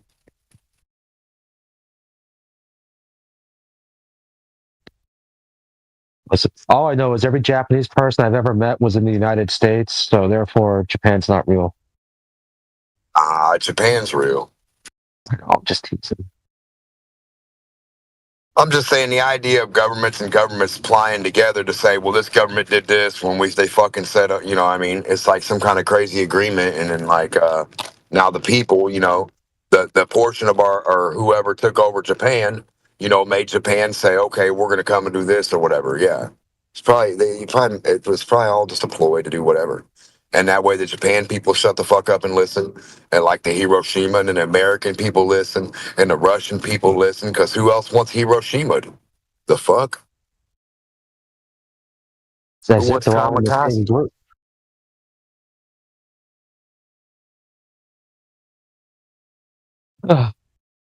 Thing is, if you drop a nuclear bomb, other countries will drop nuclear bombs too. What's a nuclear bomb? That's the thing that we have that nobody else has, and we'll use them if you don't listen. What are you talking about? The UK has We nuclear got bombs. your magic France nuke. does. Russia does. India does. No, they don't, because they would have used them already. Well, they're They all used for would've used them deterrence. on We us. have them on submarines, so. Oh, of course you do. Got them at the bottom of the ocean. Oh yeah, the submarines that can't dive sideways and pop out the surface that way. Yeah, okay. What a useless fucking sub. That's funny. You don't know how submarines work, but okay. Yeah, okay, retard. Not in water. Side, and then you go straight. They pop out the side, nose first. Apparently, they don't work in water now. I don't know how submarines dive. They don't dive at all. They don't go in water at all. They don't go down. They can't pop out that way. They can't do anything. They're broke retard things. What the fuck do we have them for if they can't do nothing? They work magically now? Trying to sell Australian or Irish. Magic tube underwater. Yeah, magic submarines that can't dive, can't go that way, and can't go diagonal. Don't be afraid. They can't do anything anyway. How the fuck can they get to you if they can't cut through water on a ball? How the torpedoes work? Can't dive those. You can't shoot those torpedoes diagonally down. Pop them out the surface of water, boys. What about that cat that took the rich people down in the water? He dove, didn't he? They were diving People at some died, point. yeah. Greg Gouganis, the guys at the fair that jump in the little thimbles of water. No, they dived. Yeah, and they should pop out the surface of a globe. They dove. Yeah, down. Dive to the surface, buddy. Not to the fucking dirt. Where'd they go? To the dirt? They're supposed to go to the surface, not to flat earth dirt. They went down in relation to horizontal. Yeah, they went down to flat earth dirt. You don't know how nuclear missiles work, do you? Yeah, right. You do? How'd you make it? Yeah, they launch them up, moron.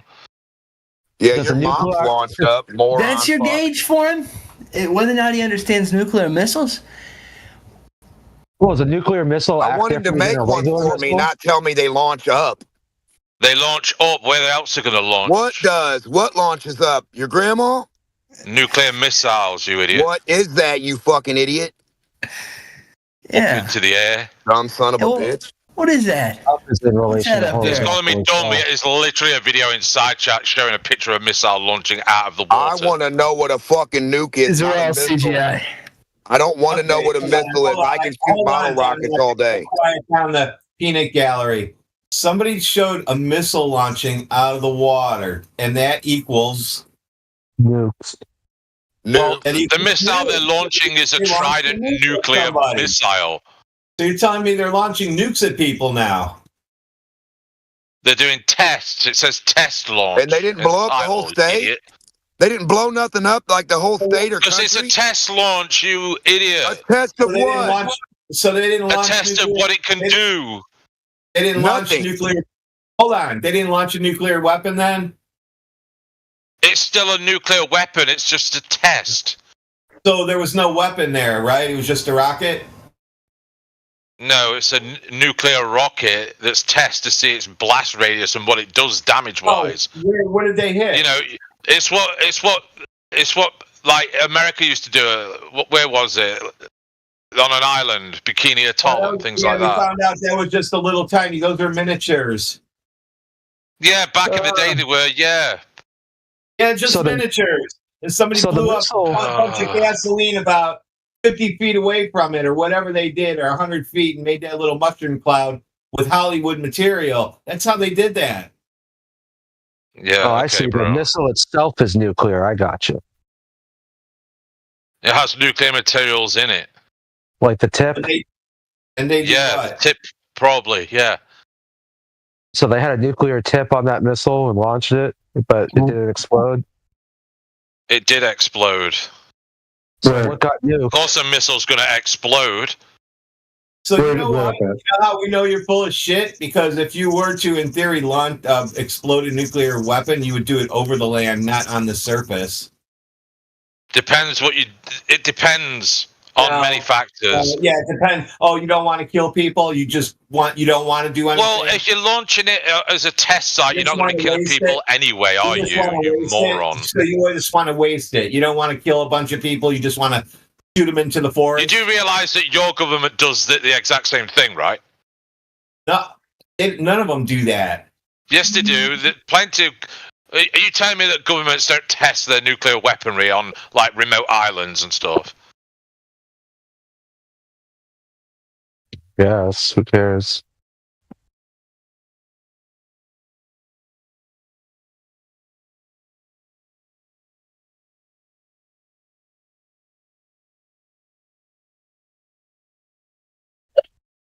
Russia's new missile is pretty cool. It looks like an alien invasion. All you got to do is look at Marshall Islands. That's all you got to look at. Marshall Island. And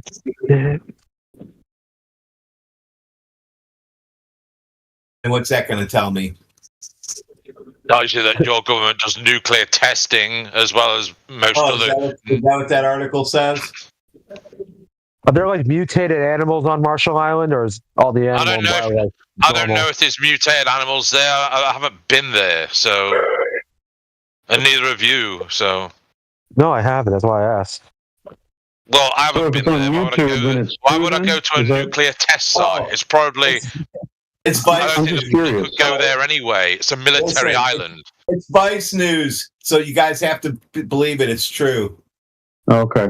Well, if it's on YouTube, then it has to be true, right? Well, it's Vice. Yeah, that's the rule. Vice So what do you want? Well, go there yourself and have a look then if you don't believe anything. Well, no, it's actually your responsibility to back up your claim, not ours.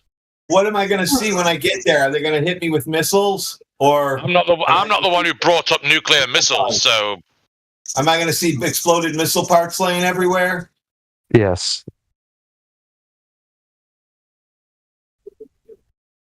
Like 6-legged raccoons and 2-headed crabs and coconuts that have coconut trees hanging off of them, and it probably doesn't matter what source I post. You're just going to say, it's a fake news, blah blah blah, fucking Alex Jones shit. No, don't worry, bro. Shit, dude. You're the one who says all these people have these things. You posted a picture of a rocket coming out of the water, and you said, "Look, nuclear bomb." Yeah, because Democ, the fucking retard, thinks you can't launch nuclear missiles or missiles up at the water for some reason. Who said it was nuclear? That it was going to blow up? Doesn't matter if it's nuclear or not. It's still classed as a missile. We've been able to shoot shit out of the water for a long, long time. Oh my god, you don't know anything, do you? Yes, we've been able to shoot rockets and missiles out of the water. He agreed with you. Yeah. When are they going to let what's a people move torpedo? back into Nagasaki? Underwater rocket, right? Yeah, that's a torpedo. Yeah. It doesn't leave the water. It now has underwater drones. You can drop them right into the water and fly them right out of the water and take off again. It's the only missile that goes underwater, really, is a torpedo. The rest fly through the air.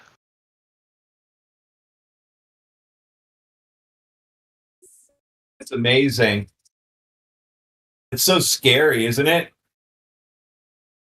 Yeah, but I don't know which one of you said that you're the only one with nuclear weapons when that's clearly untrue. US has there's 3 members of NATO that have nuclear weapons: France, UK, and America. They're the only ones that do in NATO. So the pussies, and then UK and America. Is that what you're telling me? And then there's other countries that also have nuclear weapons that aren't part of NATO, like Russia, So the India. country that won't use them has them. Another country that definitely won't use them. They're mainly for deterrence. That's the thing.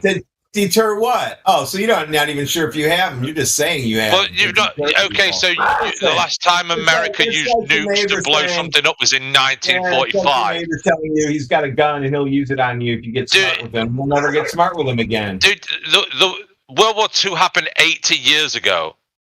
That was atomic. That was atomic, not nuclear. I think it's the similar things. similar. I've got no problem with people being able to condense volatile matter into a very restricted space and then applying heat and pressure in order to cause a chemical reaction and fission to occur, resulting in large explosions. I got no problem with that at all. I mean, if that's what they mean by nuclear, then I got no problem. Well, then every explosion is nuclear, almost. Exactly. Well, no, they're not. They have to have nuclear materials in, like plutonium or uranium, to be nuclear. A regular missile just contains a lot of explosive. It doesn't contain any nuclear material. Every atom has a nuclei. Yeah, there you go. Yes, but nuclear means like unstable. Seems pretty damn stable. Nuclear materials are unstable. Seems pretty stable that it requires dynamite to blow it up. Don't you think it's pretty stable? Think what's stable? Sorry.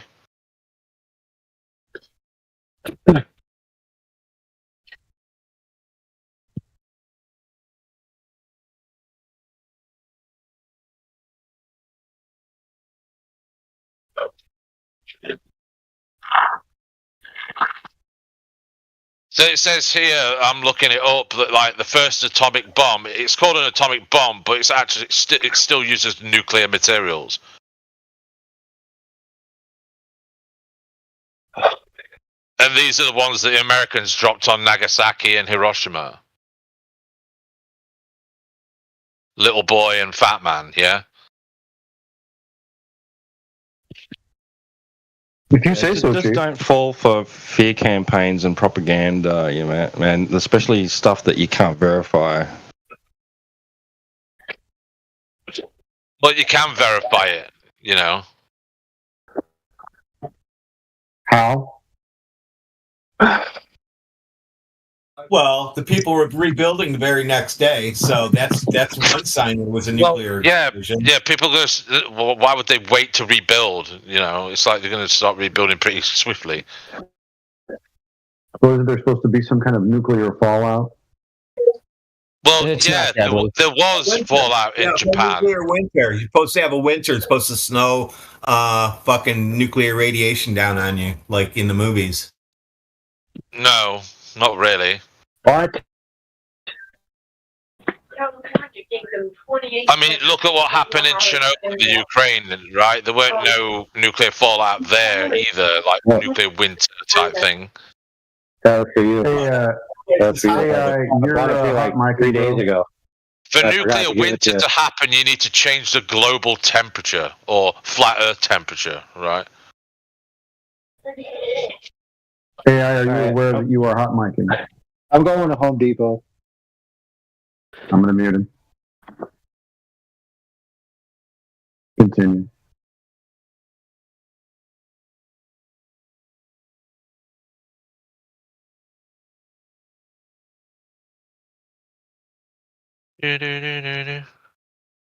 Nuclear winter is when the debris from the bomb blocks out the sun. Never happened. Because you want to know something? Because the bombs weren't even that big in comparison to nuclear bombs today. Like, you look at Little Boy and Fat Man, their explosions were a joke. There's just regular missiles that can make a bigger explosion today than Little Boy and Fat Man. Yeah, more people died in the carpet bombing, the fire bombing, than the supposed atomic explosions. Supposed. Yeah, they were very small bombs for the time, but they lit that place on fire. It was made out of bamboo and paper. Well, no, it wasn't actually. Well, yes, it was. Well, can you prove that? Yeah, look at the pictures from back then. What do you think houses are made out of? Why should I look? You're the one who cited it. You bring the evidence. I don't That's what you just said to me about the nuclear bomb, so I'm turning it back on you. So go get your evidence and let me see it then. So then the standard is if you actually make the claim, then you have to prove it. So how are you going to prove any of the claims that you made here today? I'll just let you post videos about atomic bombs being nuclear bombs. It's the same thing. That's It's just not that it was called. evidence. It's like you calling football football, and you calling it soccer. It's still the same thing. No, I'm asking you specifically, how are you going to Holy back up any crap, of the dude. claims that you've made? All right. Literally posted videos about it, dude. If you're not going to watch them, that's not on me. That's on you. All right, hold up, guys. The difference between atomic weapons and nuclear weapons is that atomic weapons are allegedly splitting an atom, and nuclear weapons are allegedly splitting the nucleus. Two different things, right? So the atomic structure is separated, but the nucleus remains intact with an atomic weapon. A nuclear weapon, the atom is separated down to the nucleus, which is also separated. So in the first explosion, supposedly, it's the release of energy when an atom is separated violently. And the other one is when the nucleus is separated violently. So they're entirely two different types of weapons, right? So it's not the case that they're both nuclear. I mean, that's just in the name itself. So we got a bunch of people talking smack in here that don't seem to know what they're talking about. So why don't we just move on to a topic that we can agree upon and flat smack some globies? How about that?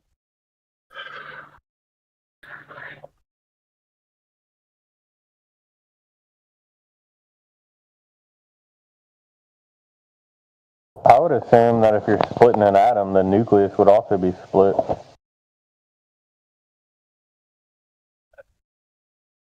Nope.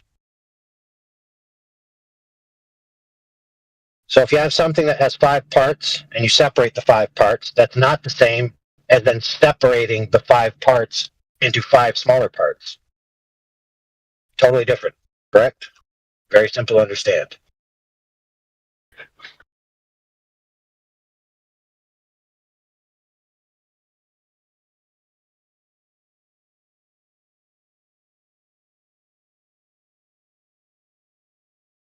What are the 5 parts of an atom? Proton, neutron, electron. So you got like 3 electrons, 2 a proton and a neutron. Yeah, something like that.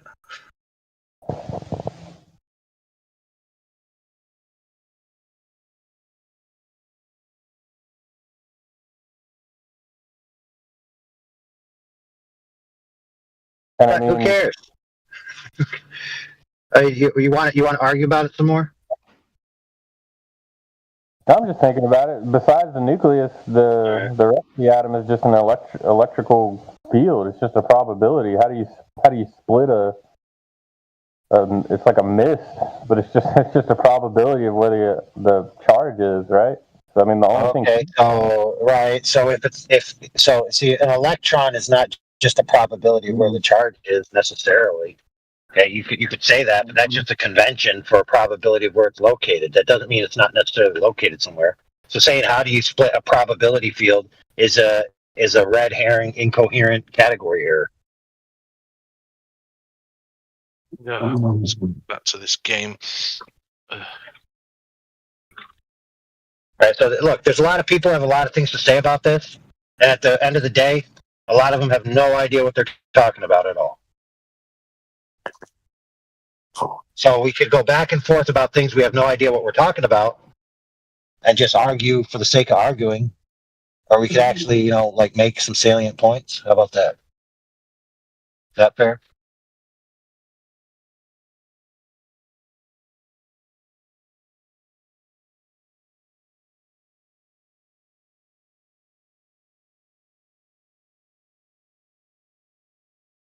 Yeah, like for example, somebody said that the atom bomb supposed yield, there's a bigger missile that exists today that's a conventional warhead.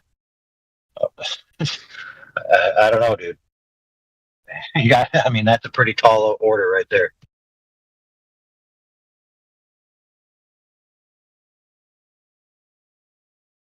As far as I know, the biggest single payload device is the Moab. And the Moab is nowhere near as big as the alleged bigness of the weapon dropped on Hiroshima. Okay, not even close. So maybe we ought to stop saying things out our mouth hole that we have no fucking idea what we're talking about. Right? We could just say, hey, I've been told, hey, I heard this somewhere. Is that true? But if we don't know, like why even say something?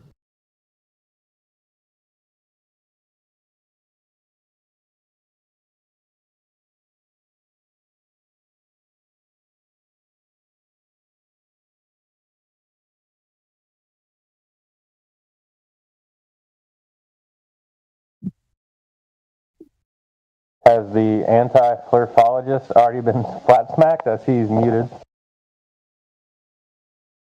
What's his name?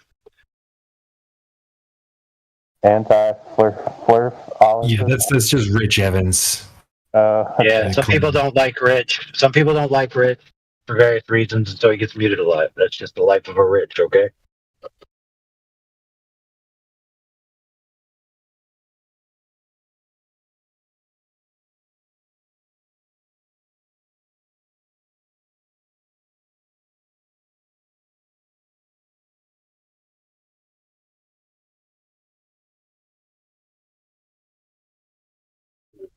He just ripped off anti-globalist.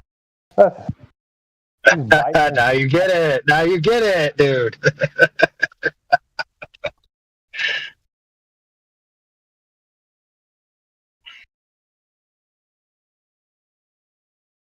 Oh, did you guys have to hear me talking about the window leak?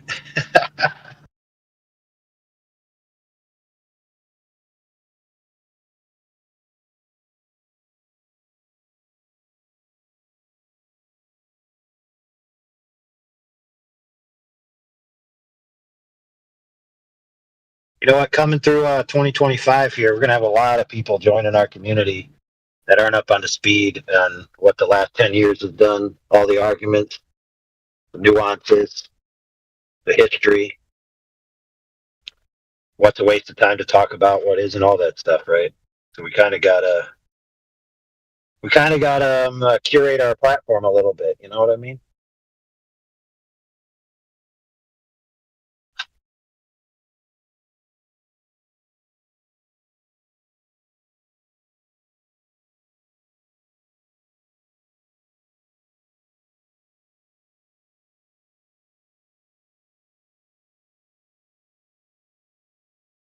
But I can't, dude. Seriously though, I can't believe Rich never heard of 7/6R before. Like that threw me for a loop. I'm like, what? How long you been around, bro? He has. I don't know if he might have something going on with him, but he's been over this before.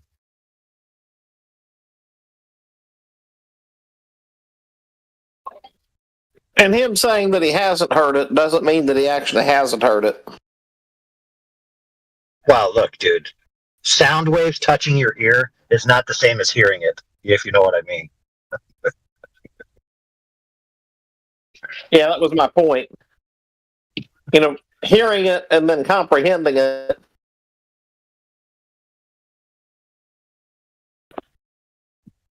Are two entirely different things. Hey, dude, I'm gonna go to Home Depot, and I may not be able to do this time, but maybe next time. Actually talk to one of the Home Depot employees and see if they built Home Depot on a giant tangent. You know what I'm talking about? Yeah, the center should be on the tangent point. Yes, and then the ends of the building should be higher than the center. Holy moly, dude! How could you possibly think that's going on, man? You're making a flat floor that things don't roll down, but then in order to make it flat on a ball, you would have to have it be a reciprocal slope. And then that would mean that everything would roll to the center of the building. Like, are you kidding me? Technically, shouldn't that ball roll towards the center of the building on a flat surface over a globe? Well, supposedly, yes. It was pulling correct. straight down, but a floor is in the way, so it's going to slide over till it reaches equilibrium in the center. Yeah, it's a truly flat floor that's planar in nature, placed upon a ball that operates in the way they say, would actually result in the center of that plane being the lowest point of altitude, meaning that a perfectly flat plane, everything would roll to the center. Does that make sense? Yeah, because you can mark that with a circle, and then to test it, when you're done, the inspector come in, puts a ball in one corner of the building, and it's going to land and stop in that circle. You know it's perfectly level. Right, and then the inspector would check you off. Flat floor? Flat floor? Gravity ball, check, flat floor. Gravity ball, flat floor. We gravity ball to achieve flatness. A Home Depot isn't large enough. Like the margin of error for your flatness would be larger than the amount of earth curvature that would be in that amount. What is it, like 500,000 square feet? Perfect. I'm glad you brought up measurements. Go ahead and tell us what they are. Yeah, it's probably like, what, 250,000 square feet, maybe 300? No, the earth curve. What is it? What should it be?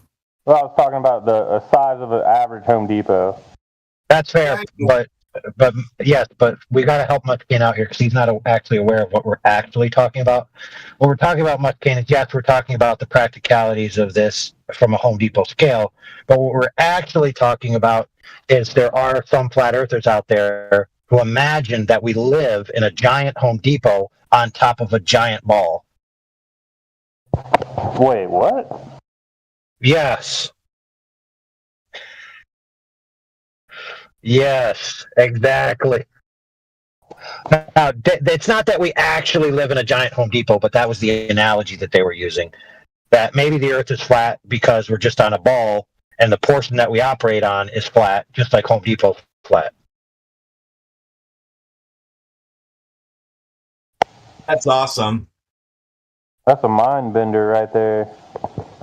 And why it's a mind bender is because of what me and the homeboy here were just talking about, is that to have a horizontally flat spot on a ball that's operating in which the way the Globers claim, that would result in a reciprocal slope, where the center of the flat spot would be at a lower altitude, which means everything would roll towards the center. Now hey, you know what, bro? Hold on a second. Nobody interrupt, please. You guys ever heard that canard where they say if the Earth was flat, as you move away from the center, you'd be going diagonal? You ever heard that? Because of gravity? Well, guess what? The same, it's kind of a reverse part of this argument, where if you have a flat line on a ball, everything would roll to the center. So it's funny enough, they're trying to make fun of us by this, which they have to make Earth have zero depth, by the way, in order for this stupid idea to work. But it's actually them who suffer from this error. Man, it's like everything they accuse us of is literally the Achilles heels of their point. Go ahead. Yeah, that sucks.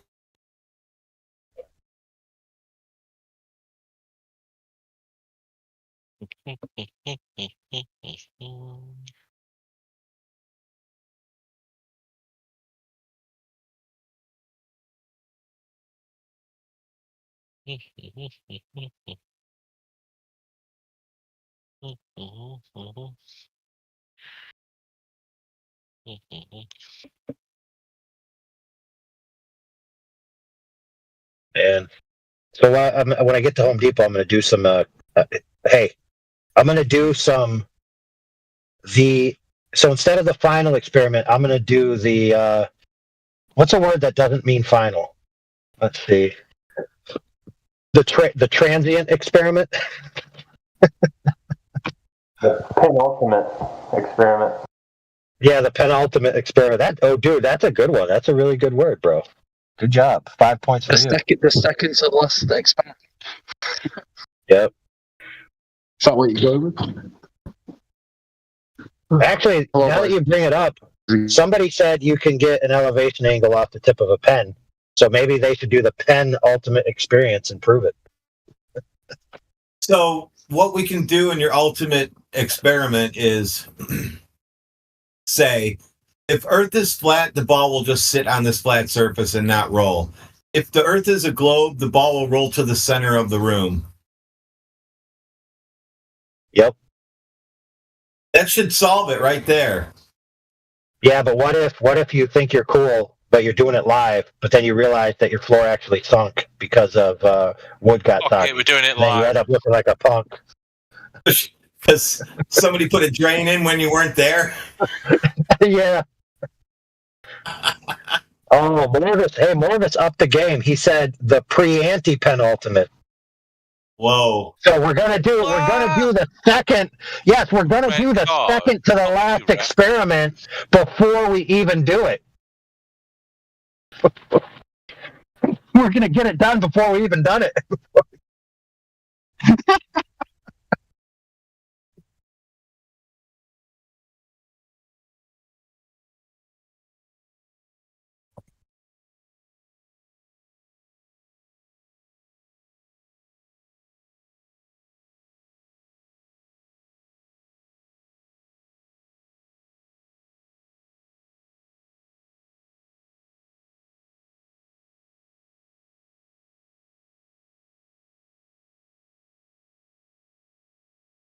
Man, it's too bad I don't have an extra $650 because then I could just buy. I could go to Home Depot, buy their biggest rotational laser, buy it, then just pretend like I'm walking back to my car, and then just set it up right in the middle of the Home Depot and just turn it on. The only problem with that is though, if you accidentally shine somebody's eyes, you're gonna get in trouble. Well, you put it up 8 foot and then walk over with your stick. Yeah, put it down really low. Yeah. That's what I do around here when I play with them. Put them up out of the way for the most part. Which reminds me, I have to go point my laser straight up in the air soon.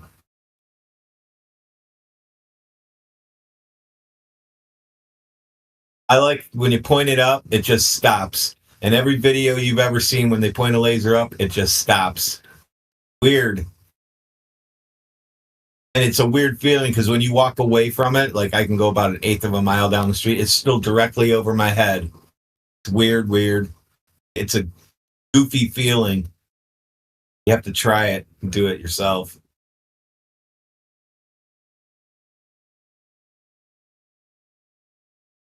Oh man, dude, they're gonna have a Flat Earth meetup in Binghamton. That's 3 hours away. Dang it. Too far. Anybody around Binghamton? Flat Earth meetup coming up on the 25th. Is that Binghamton? Yeah, it's like southwest New York. Binghamton. I mean, sure.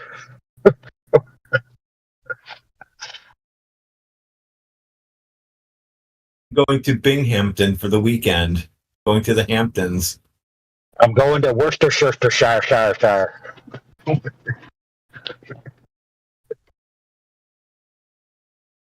Yes, I'm going to the Hamptons for the weekend. More precise, Binghamton. You remember the Seinfeld episode where he told his girl's parents that he had a house in the Hamptons, and then they finally called him on it? And they knew that he didn't have it, but they basically sat there while he tried to drive around and pretend like he couldn't find it. That was hilarious. Yeah, I love that episode. He finally gets out of the car. They're like in a swamp or something. He's like, fine. I don't have a house in the Hamptons. And then the dad of the chick was like, I know. And he's like, well, then why did you make me do all of this? And he's like, because I enjoyed it or something like that. And the point of that story was that's how we feel with Globers sometimes. We know exactly where they're going, and they don't have the proof when they arrive, but we let them do the whole entire journey just because we enjoy it. I try to tell people that. I love when I just let people walk themselves down a path of wonder, and then we come hitting with the facts, and then they get all bent out of shape.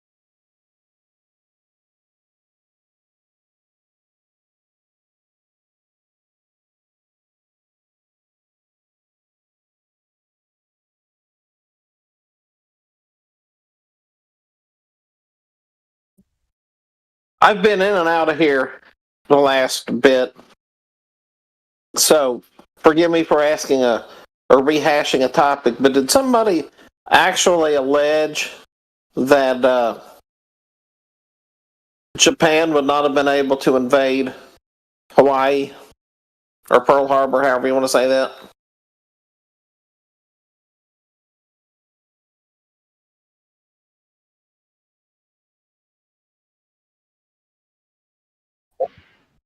What do you mean not able to?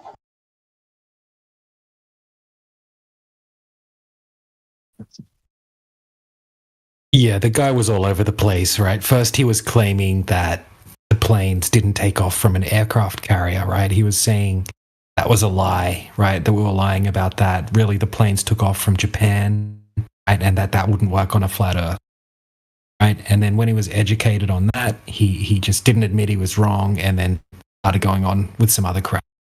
Also, didn't make sense.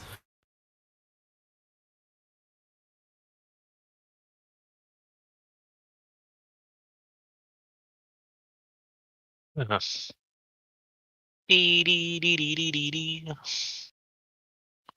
Yeah, I caught the last few minutes of that. That was nuts. I mean, like the very just last couple minutes anyway. It just was like, tell me I didn't really hear a GT actually say something like Activate that. Windows all of a freaking sudden.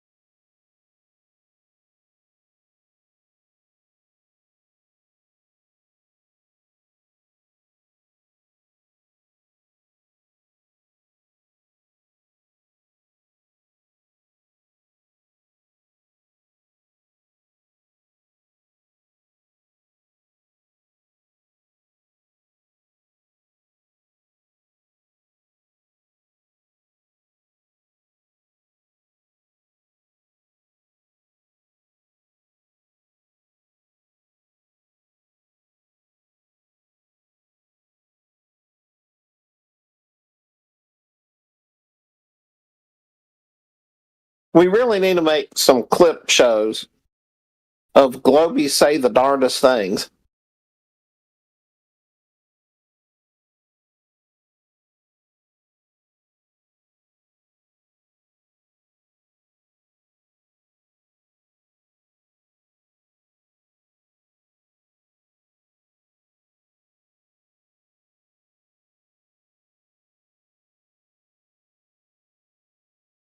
Oh, guys, I messed up. I know it actually happens from time to time that people mess up and they have to admit it. So pre-ante means before the final, which means the fourth from the last, right? Not actually ex ante, which would be after the fact. So I messed up there. Pre-ante is not the same as ex ante. Ex ante means before the thing actually occurred, which is what a lot of Globers do when they appeal to the future. The appeal to future fallacy is called appellum ex ante, appealing to the future.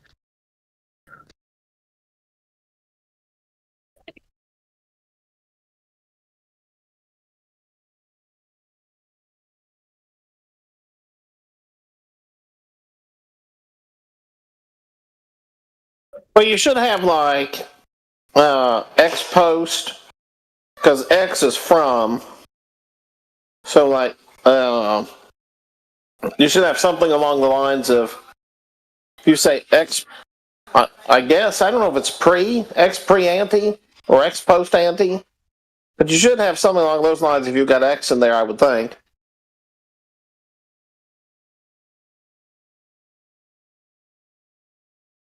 Well, my favorite one is ex post hoc, ergo propter hoc.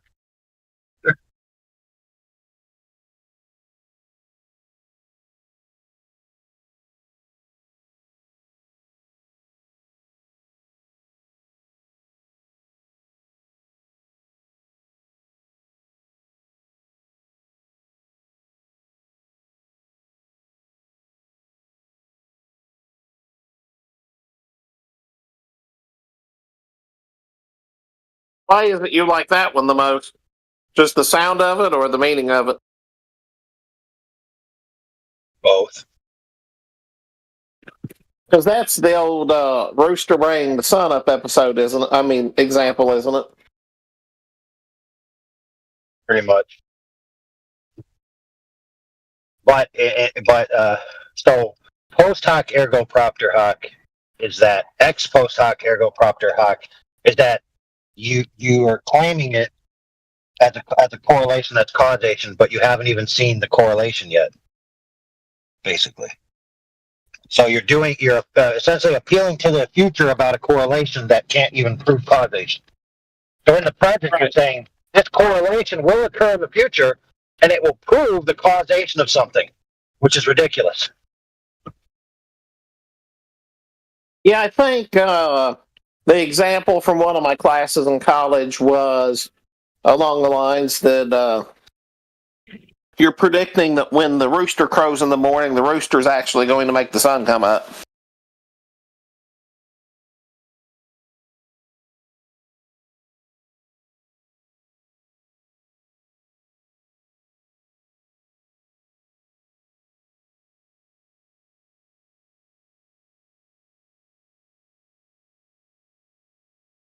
But that's been a couple days.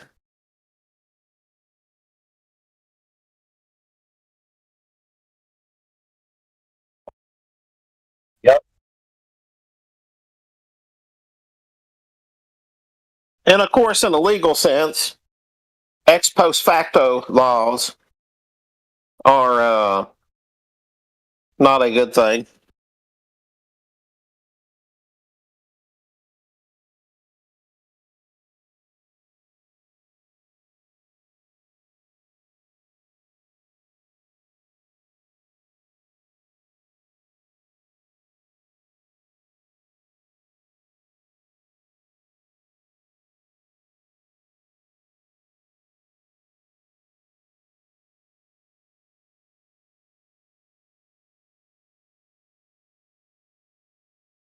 There's a joke in there somewhere.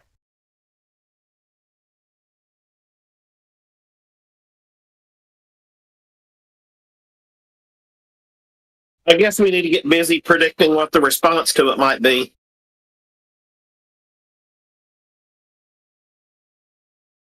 Well, it's kind of like this TFE thing. Like, when you really think about TFE, it's already been addressed like 7 to 8 years ago, right? Like, we already addressed it. The same thing, except for the people who doubled down on their claims that they didn't even know were true or not, right? And made them definitive claims, which not many people did, by the way. Some people did, but not many people. Like, there really was nothing to disprove Earth being flat or not. And the only thing you could do is disprove people's claims that made claims about it instructing something or not. Or like some people claim the 24-hour sun doesn't exist, or you can't do this in Antarctica, you can't do that, whatever the heck, right? So at best, those claims are disproved, at best. But like I said, a lot of this was addressed like 7, 8 years ago.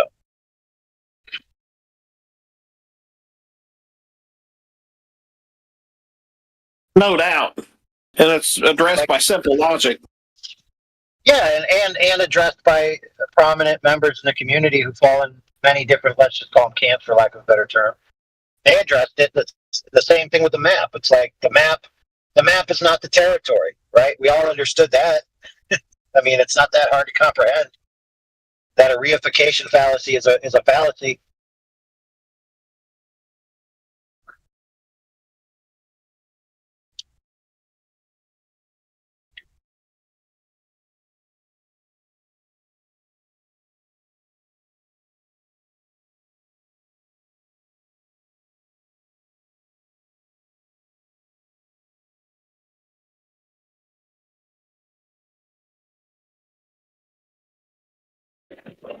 One of my favorite pieces of art is the "This is not a pipe" exhibit.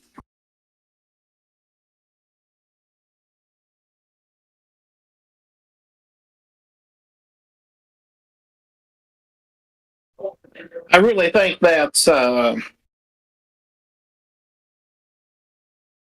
really think that should be required understanding for anybody in life.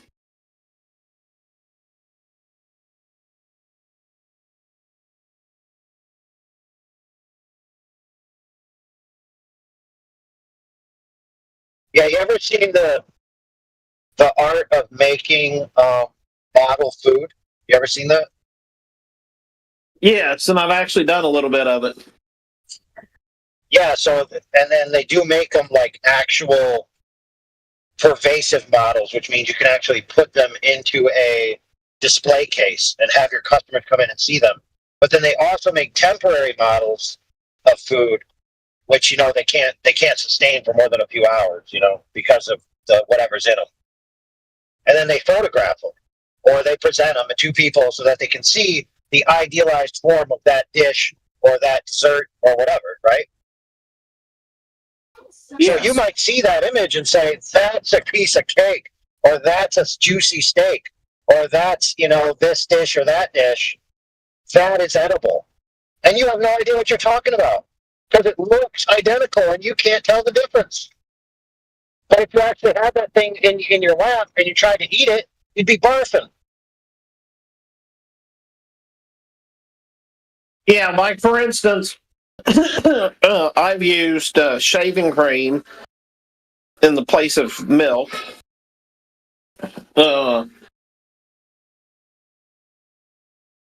There's all kinds of little things you can use that look like food but aren't. So there's some really good videos on YouTube that show how they make hamburgers. And,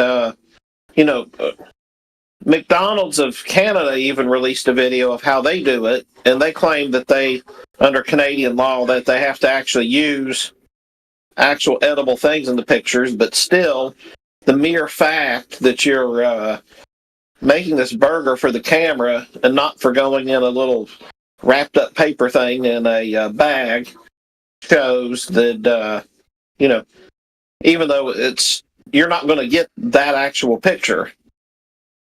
No matter how hard you try, you're not going to get that actual picture, even if it is 100% food. So the picture you're looking at is not the dish you're ordering. Yeah, so let's parse out some arguments here. So you've heard, I'm sure, that some people post TFE, especially on the Globe side, they're claiming the Earth can't be flat because of this. They're claiming that they've debunked the quote-unquote flat Earth model, whatever the heck that means, and then they put out an image of the azimuthal equidistant projection, right? And they say, "Oh, we've debunked this flat Earth model." Now, it's an azimuthal equidistant projection, correct? Which means it's a azimuthal projection of a globe projection, right? Absolutely. Okay, so let me ask this question, friends. You ready for this? It's going to blow your mind. Can you show me the sun on the azimuthal map? Is the sun anywhere on that map? Nope. No. So how can any observation of the sun disprove a map which doesn't have any claims about the sun on it?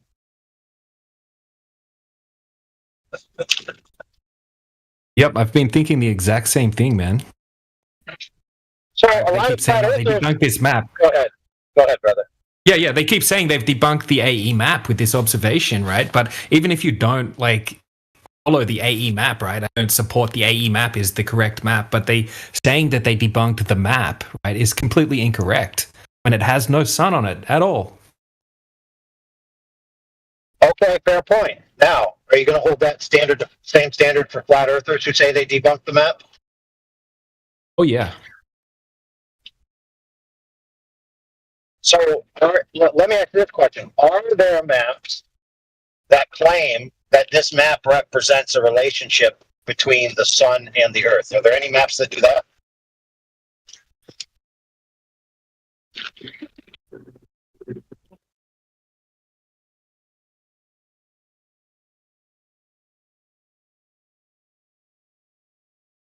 You know of any? I don't. Well, what about the Gleason's map? Isn't the Gleason's map supposed to be, doesn't it say on there that you can use this map to chart the sun and get your time from this location or something like that? Oh yeah, I think it does say something. So maybe the claims within that map might be falsified by having ground positions that have an angle to the sun that doesn't correspond with the map. However, being that it's a projection, you can't, and that there's a scalar function within the map, and there's instructions on how to use the map.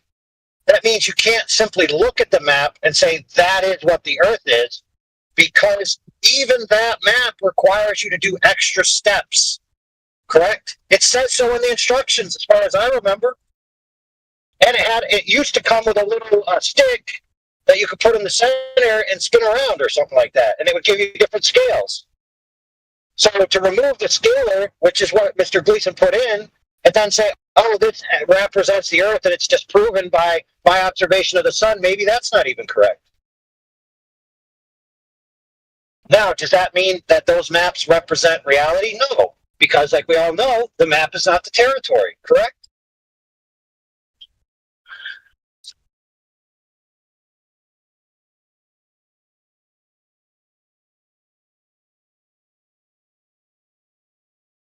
So the Globers say this gets proved, the flat Earth model.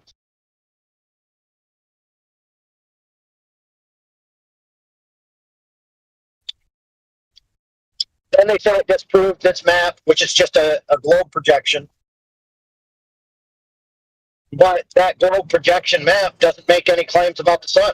The map itself doesn't have any sun, anything on it. As far as I know. I mean, correct me if I'm wrong, I don't see a sun on the map when I look at it. So maybe, and I'm just throwing this out there for consideration, maybe it's the case that what's actually debunked is the claims about the relationship between a map projection and where the sun is relative to that map projection, relative to pretending that the projection is the Earth. Does that make sense?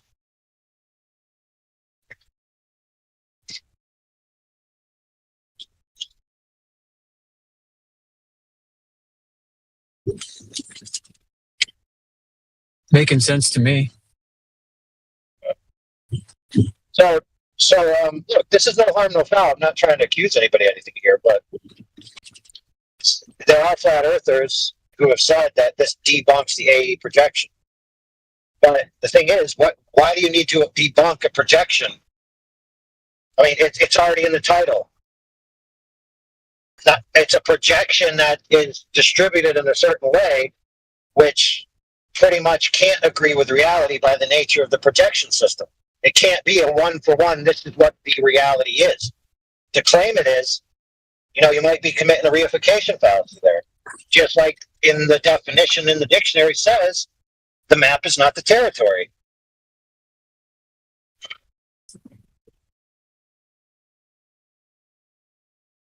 Make sense? Now, I'm saying that to say this. There are going to be flat earthers you encounter who are going to, or if you tell them what I just told you, they're going to try to shit down your throat. Okay? But don't be fazed by it. Just stick to logic, stick to reason. Put your case simply. Ask them parsing questions. We have to be able to do that with each other. We can't just come out with a new dogma and say we all have to adopt it, or we're all going to get smacked. Like that. That can't be the way we are as a community. Can't be that way.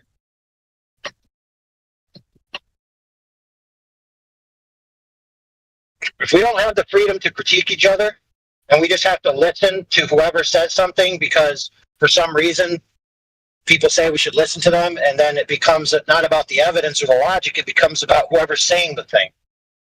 And if we ever become that as a community, then we might as well just, to be honest, what's the point after that? If you have that mentality, and I'm not saying anyone here does, I'm just saying if people have that mentality, then they're no different than when they were Globers. The fact that they're flat earthers now is irrelevant. It's just a different form of the same exact crap they had before. Because they haven't reasoned themselves into their position, they haven't thought about their position, they haven't scrutinized their position, they just accepted a position that somebody else told them they should accept.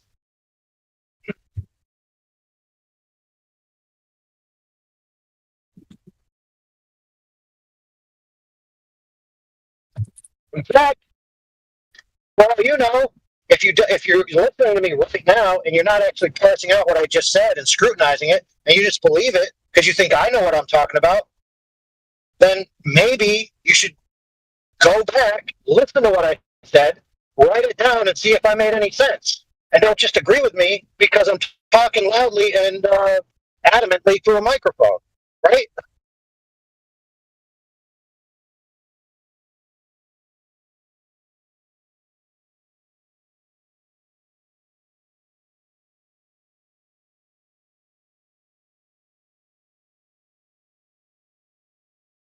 Yeah, so Overlord, Stellarium shows latitude and longitude in the sky in a celestial sphere model.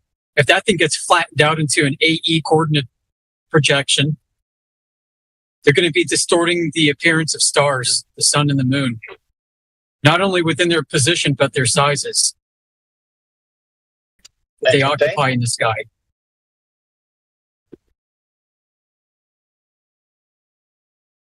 Yeah. So there's a guy out there, and look, I'm not saying this to be mean to this guy. Don't get me wrong. I'm just saying there is a guy out there who has, let's just use meat hook quote unquote for a second, modeled what's going on in the south versus the north on a quote unquote flat earth model that he calls a fleshed out flat earth model. Part of his claim requires, let's just call it Cartesian free space that we understand we can travel through length, width, height, depth, etc. His claim is that space itself alters its form as you leave from the center of the Earth. So the further away you get from the center of the Earth, space itself alters its form, and all things within it are translated in some way to adopt to that space. Now, interestingly enough, that does sound weird. Don't get me wrong, it does sound weird. But interestingly enough, if you told a Glober something like this, and then they laughed at you, guess what? I think you know what I'm about to say, is that Globers already believe that. That things, because of relativity and all their mumbo-jumbo, actually change size and shape as they transpose themselves through different space-times. So the Globers will laugh at flat earthers for coming up with a reason of how things work that requires transposition and transdimensional relocations and amorphic shapes that have dimensionality in different locations. But the Globers believe it already. Like, what? Why do you get to have fancy magic but we don't? I'm not saying this guy's correct. I'm just saying that the double standard is palpable.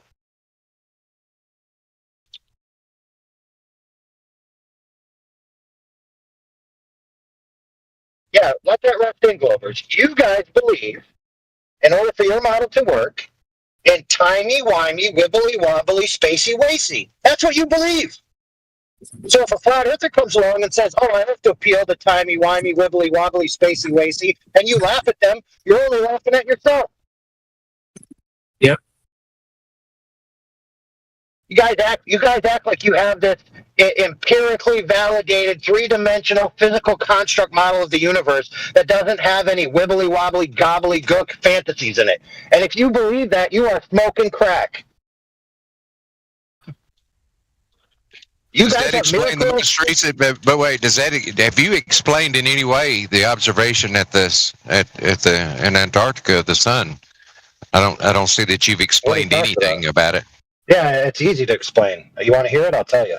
So, what was the observation, and then I'll explain it. You first. You tell me the observation, and then I'll explain it. Well, I mean, we can be silly about it. Everybody here knows what I'm talking about. Go ahead and explain it then. No, wrong. There was allegedly 17 things that were done there, so I don't know which one you're talking about. So you're gonna have to tell me which one you mean and what it was. Yeah, the main thing. You know what I'm talking. I ain't gonna play no word games. All right then. So it's a pretty straightforward question, about the observation about the observation in Antarctica. Yeah, you know what I'm talking about. You're just dragging it out. The observation of Whit's beard being awesome. Yeah, I'd agree with you. He has a nice beard. Yeah, you're coping. I'm not coping, dude. I asked you to tell me what it is, and you can't even tell me. No, you know what it is. I'm just not playing games. What is it? Okay, well then go play your games in your bedroom for all I care. I don't know what it is. I'm new. Yeah, what's going on? What's yeah, we got a new guy in here that doesn't know what you're talking about, Left Lane, so why don't you tell him? Yeah, I mean, the guy was talking about maps and validity and having a model and this and that and the other, but I mean, it was nothing that I gathered from what he was saying explained why they saw a 24-hour sun in Antarctica. Finally. Oh, there it is. Yeah. So you're saying they saw the sun for 24 hours? Yeah, so there you go. Wibbly wobbly, spacey wasty. There you go. Problem solved. Yeah, space-time caused that. Okay. Yeah, so let me tell you. he thinks I wasn't going to actually give him an explanation. But I'll give you a facetious explanation, which is actually sufficient. And then I'll give you a physics explanation. You ready? Here. I'm going to give you number one. Number one is the reason why you can see something for 24 hours is because the light from it is hitting your eyes for 24 hours. There you go. Problem solved. That answers the question. Now, the second question would be, I want to know about its 3-dimensional location in free space relative to the observer, relative to my reified map. Okay, cool. So the reason why the cosmos appears to be doing fantastic things is because of multiple Einstein-Rosen loops. Einstein-Rosen loops, that's my answer. Okay, problem solved. Thank you. Come again. Love it. Now, perfect. Go ahead and tell me Einstein-Rosen loops don't exist. Go ahead and tell me that. I'd love to hear it.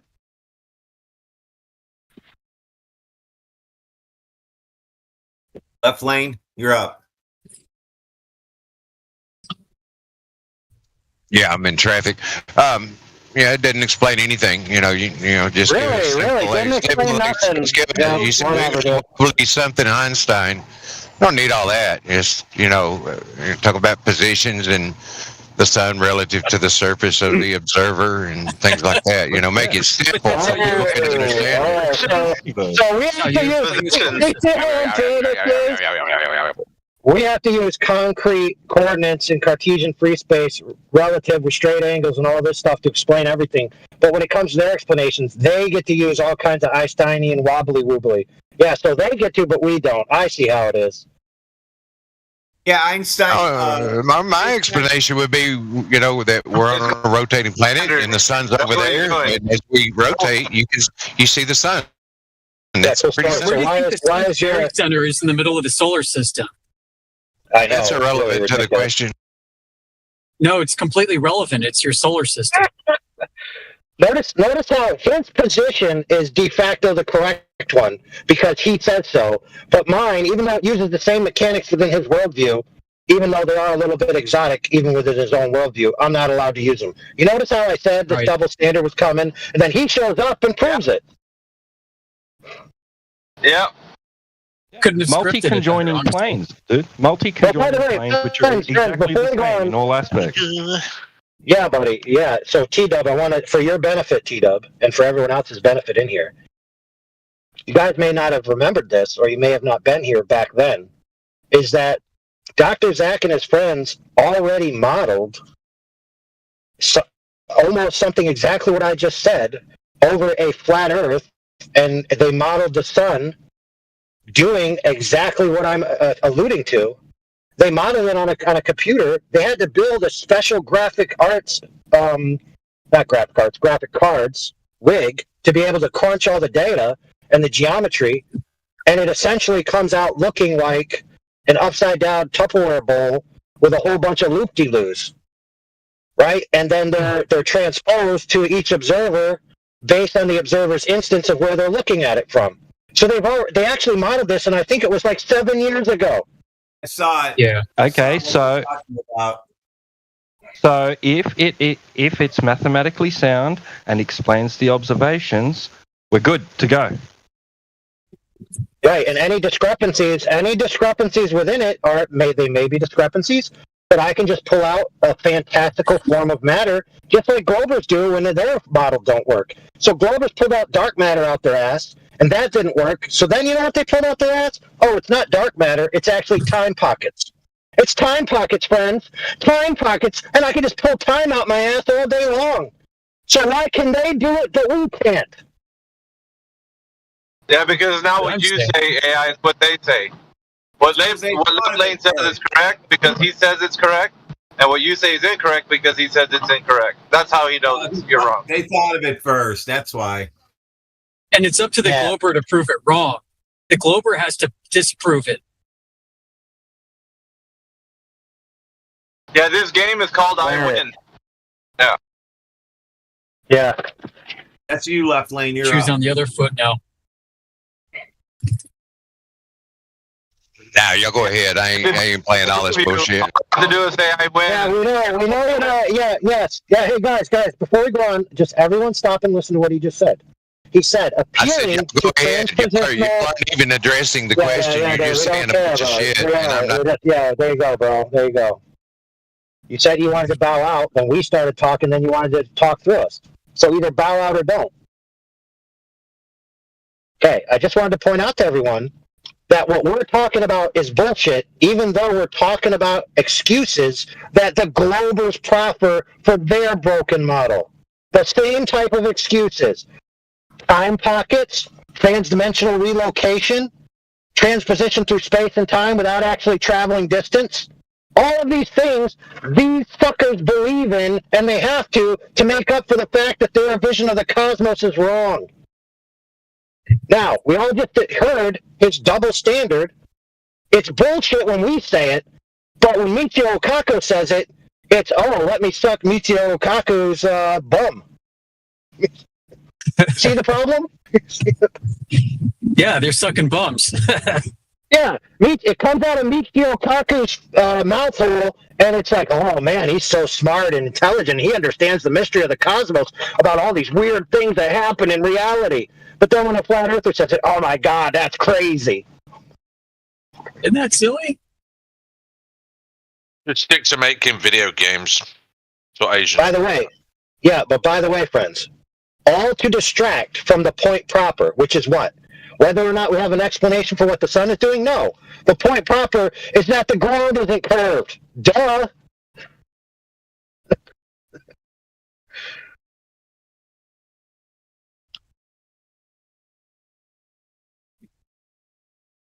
Hey guys, did you know the sun is made out of liquid metal? Therefore, the earth is globe. Hey, did you know the sun is made out of liquid cheese? Therefore, the earth is flat. No, that's not how it works.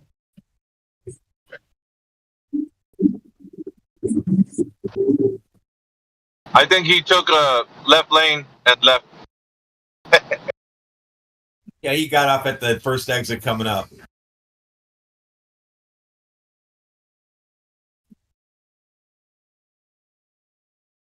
He was like, you guys aren't letting me win. I'm out. Yeah, think about these guys. Anymore. Yeah, but think about it this way. Guys, Am I being hyperbolic when I say that they believe in timey-wimey, wibbly-wobbly, spacey-wacy? No, I'm not. For example, many of them believe that time itself and space itself were folded in on themselves to an infinitesimal point that occupied no further space because space had not yet filled the void. Holy crap, dude. Eric. Sorry, dude. Eric just got ran over by a truck, so, send some flowers to his wife. Came out of an Einstein-Rosen bridge, man, out of nowhere. Didn't even see it. I know. Now, listen, you guys may not know this, but Wile E. Coyote is actually being attacked by an Einstein-Rosen bridge all the time because he paints a bridge, and then Roadrunner can walk through it, but then he can't.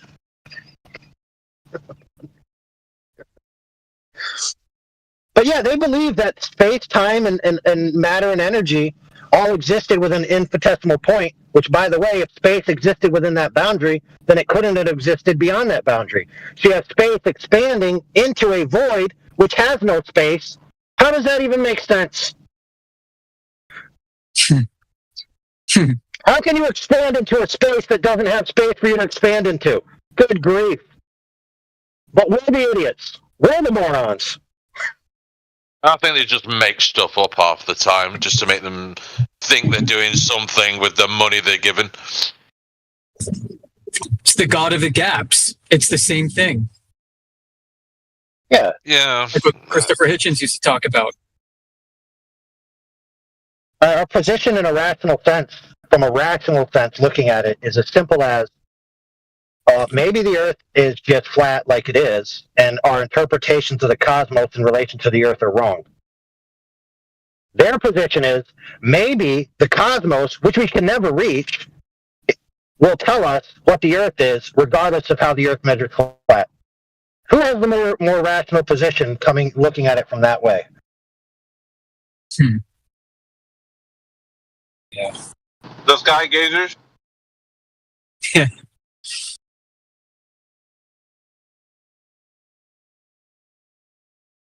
Yeah.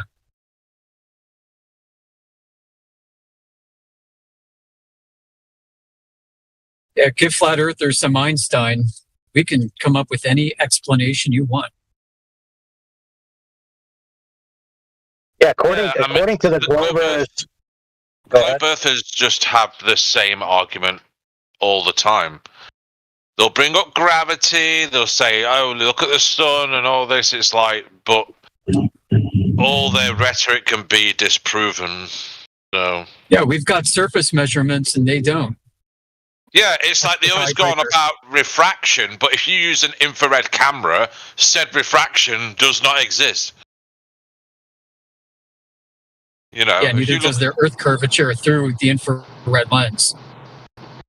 Yeah, but there is no Earth curvature. Just simply by they can be disproven simply by just telling them to prove themselves. Okay, yeah, literally. Prove it. Yeah. Well, yeah. It's just the way it is. Yeah. Well, really? That's the he's right though. That's the easiest thing to do. Just let them do all the work. You know? You just sit there, you're going, just relax with a beer while they're trying to scramble for notes and whatnot, you know. That would be like an old Snickers bar commercial. You know, when you have the Snickers when you're hungry. Listen to a Glober explain how the Earth is a globe via the sky. Yeah, go ahead and sit down for a while, man, because it's going to be a big tangled mess. So. Yes, it is. But everyone in here who isn't a globe earther, obviously, knows the truth. And it's like, I mean, I used to be a globe earther for the longest time. I think we all were at some point because it's like you taught it as kids. So, you know, you become skeptical when you're probably like a young adult or something like that. You know, unless you were brought up in a flat earth type of household and they taught you that, and that's the only possible way of knowing as a child. You know.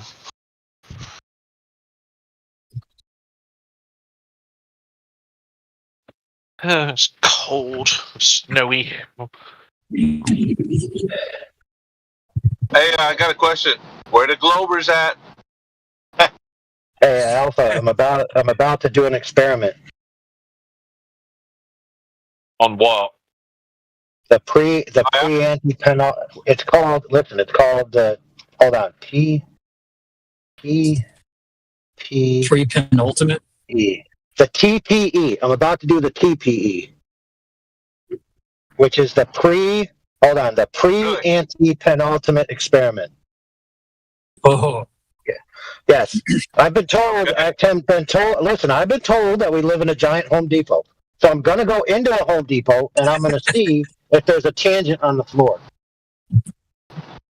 Okay, so I'm gonna go into Home Depot. I'm gonna use the equipment in the Home Depot to check if there's a tangent on the floor. Okay. If we live on a Home Depot, you're already at Home Depot. Yeah, who's? I know that you've heard of this somewhere. Who's actually said that? Did somebody say that? It's a Globe. Was it our boy Jared?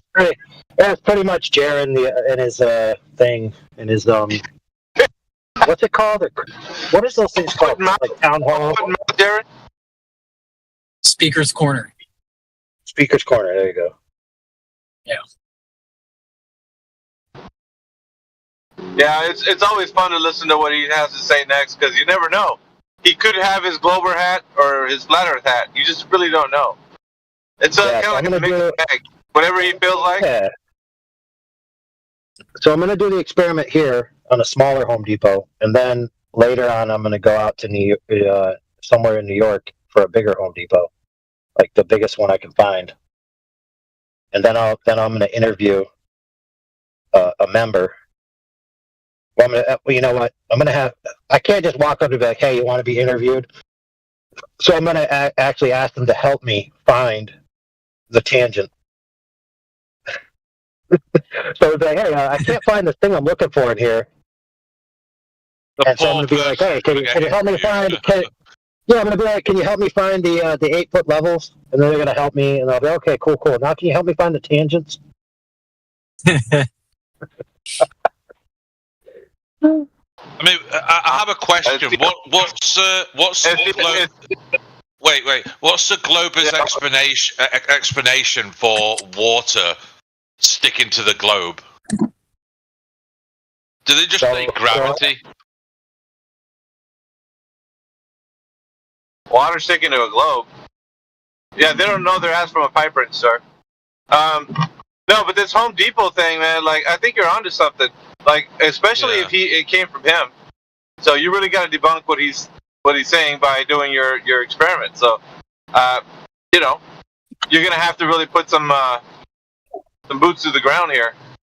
Oh, AI, I'm thinking about it. You're gonna need to take yourself don't drill it, but get a bowling ball and don't drill it. That's a pretty good smooth surface. Have that thing polished up. Sweep the floor real good. And pour some water on that bowling ball and see what happens. And it should roll all the way to the center of Home Depot by itself. That's where the center of gravity would be the closest to Earth. Yeah. We're like in this is like Schrodinger's Home Depot because we don't really know if that's going to happen or not, Radwin. That you have to be tested. Or we got to be surprised because if the ball stays still, Earth is flat. If the ball rolls to the center of Home Depot, it's globe. I mean, from what I've learned, if it rolls to the center, it might be concave. You never know. Like, what I don't understand is that, like, why hasn't gravity, like, compressed Earth and made all the caves disappear?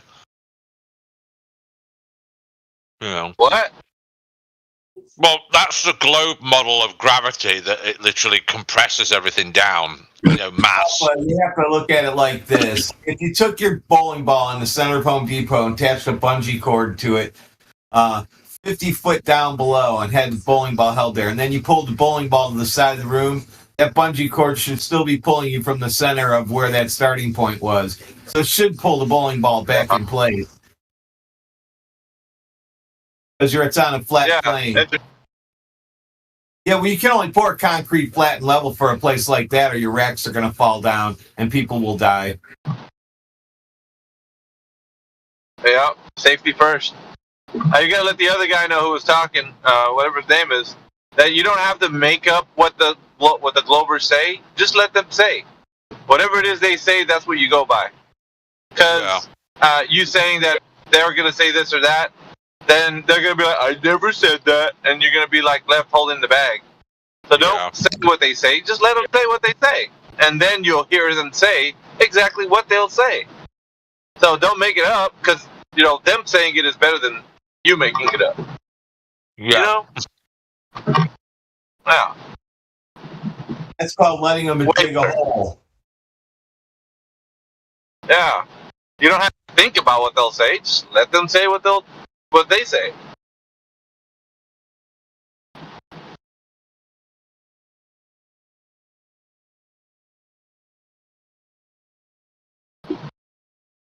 Meanwhile, back at the ranch, is there anybody in here that's a Glober? Nope. Globers.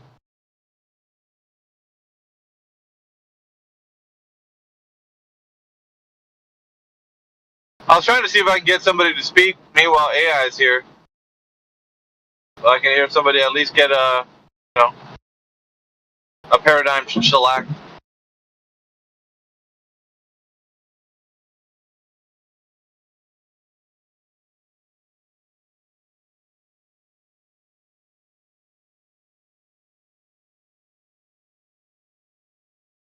Kubanite is in of the main server trying to argue with Indio and Curve.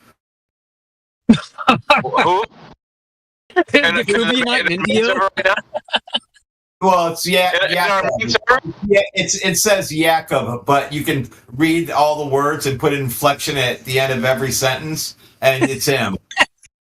That guy is,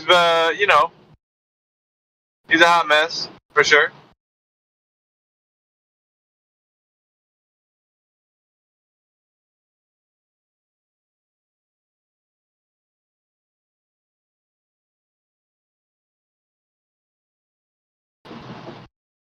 Dude, I destroyed the character Toro for Yaw, that guy, this morning. Oh, I heard that.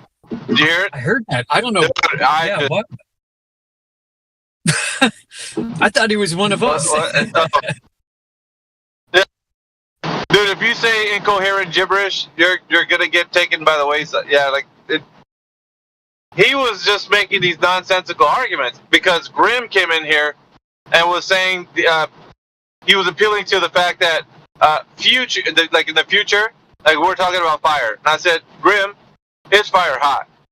Well, fire is probably hot. Really? Probably. Okay, so it's contingent upon whether the future, it might change, the laws of nature. And he's like, well, and I told him, think about it like this. In 100 years from now, will fire still be hot? He's like, probably. And then Toro for y'all backed him up.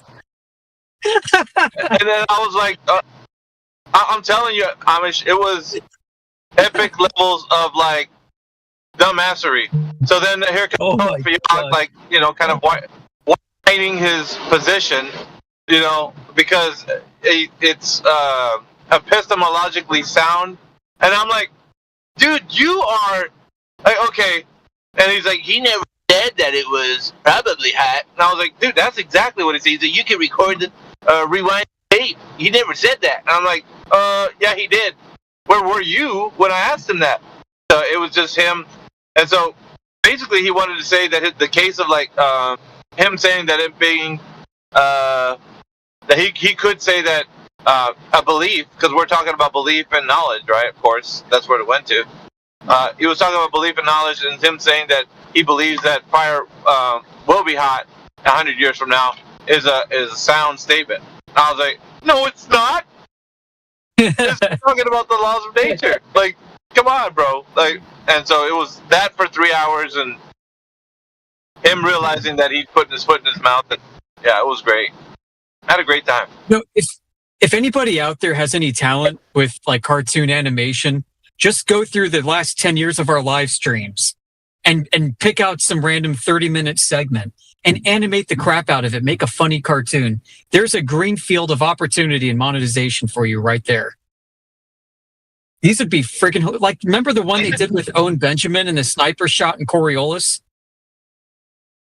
So they had like it was like a conversation Owen Benjamin is basically having with himself, highlighting how ridiculous Coriolis is, and so they animated Owen Benjamin in like bush gear in the jungle, debating whether or not he should take a shot and account for the curvature of the Earth. It was freaking hilarious.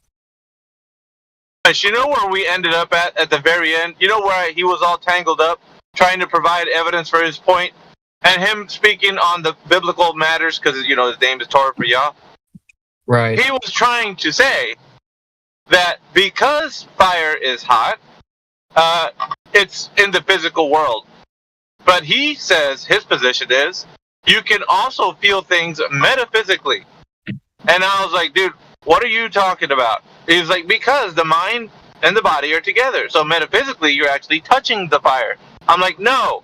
I was like, that's not what it is. Your body touches the fire. And so he was talking about, he started going into astral projection. People astral project.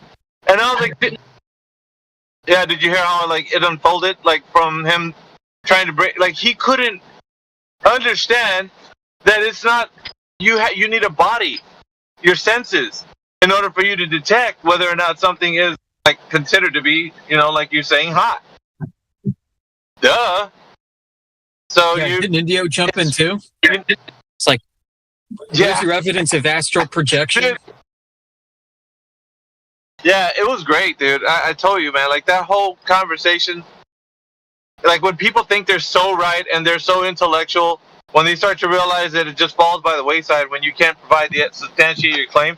And I was like, provide the evidence of astral projection, that anybody could feel something in the physical world, in their metaphysical consciousness. Can you change your remote of your TV when you astral project? How about play an instrument or make your morning eggs?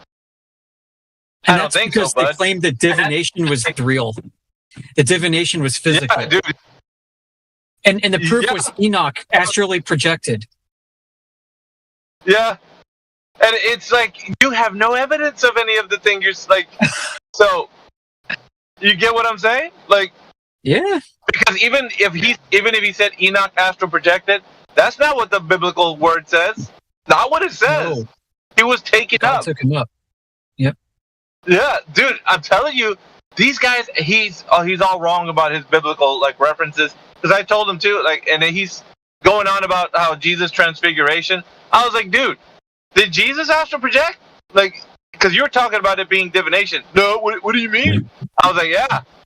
He's got his foot in his mouth the whole time he was talking to me. It was great, dude. Anyway, I gotta get going.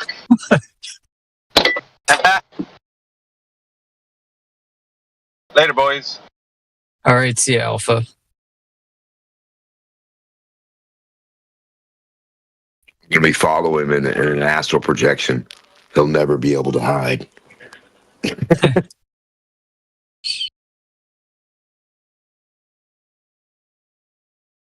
Yep. You astral project and the car comes by and hits you. Oh!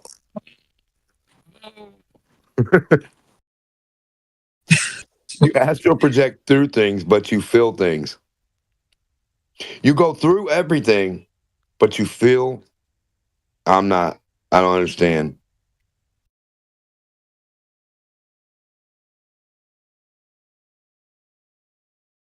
The material world. It's okay to do all this occultism if you say a prayer to Jesus, and it's all right, man.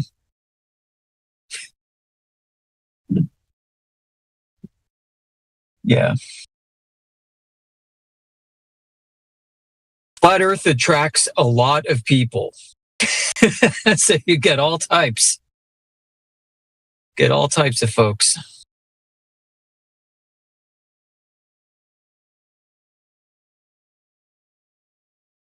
Attracts a lot of people who want to be a guru of some kind. And I think it's attractive because it's such a fringe topic, even still today. When you hold yourself out as a flat earther, you gain a lot of attention. People look at you weird. Oh, yeah, that too. But no one's discussing anything to a certain degree, though, right? once you get to a certain degree of whatever it is, or whether you know or don't know or can or can't know, you know what I mean? That's like for everybody. Like, Oh yeah, in any topic, you go deep enough, people think you're crazy. right.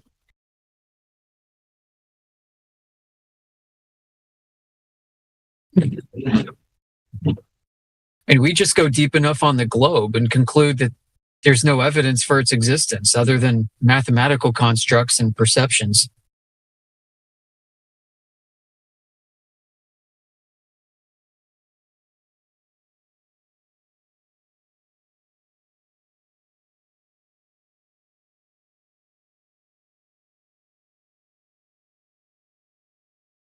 You'd think a postmodern world that's tolerant of subjective ideas and subjective truth claims would be more open to people like us discussing flat Earth out in public. Nope.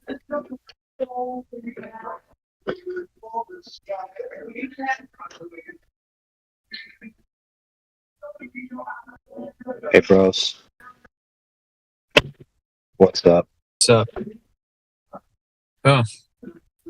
I need to pay. Listen, we need to pay the bills. So this Flat Earth broadcast has been brought to you by DAP AMP caulking, the best caulking in the world. The latest AMP caulking can be applied and cured in 0-degree weather. You can almost use it in Antarctica if you ever go. Buy some now. Make sure you use my coupon code 1-800-GET-FLAT. All right, back to our regularly scheduled program.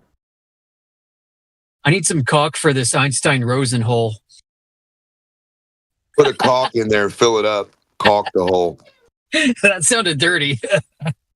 The Rosen Bridge will be caulked. Just caulk up that space-time, man. You got a big hole in space-time, just get some DAP. Squirt a little in there.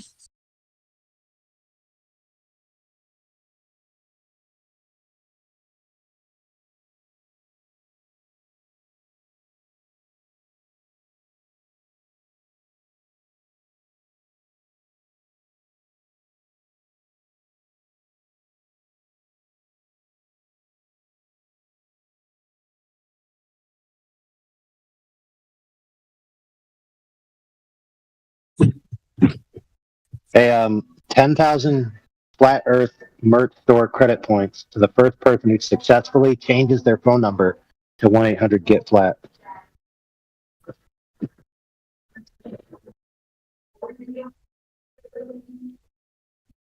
That's cool. I wonder if it's taken.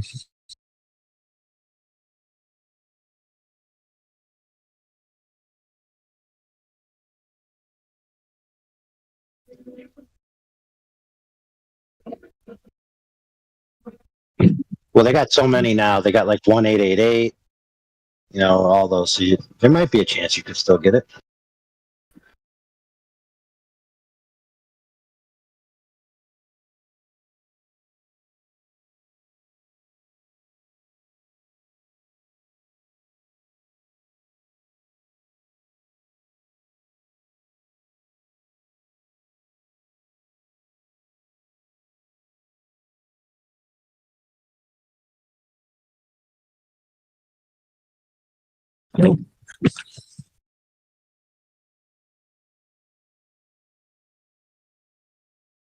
But listen, friends, it also goes up to 140 degrees. So you can actually use it in 0-degree weather in a freezing area, and you can use it in the desert at 140 degrees. Freaking awesome. Wow. It also looks like a missile or a rocket. Yeah. If you sharpen that point there. Yeah. It's like a Sabo round. Yeah. Pointy tips is scary.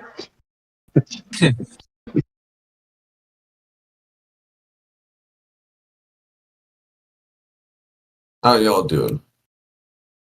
I'm doing horrible, dude. Somebody bought all the white AMP caulking, and I could only get clear or gray, man. I know. Sorry, bro. Jeranism's got a line with Home Depot.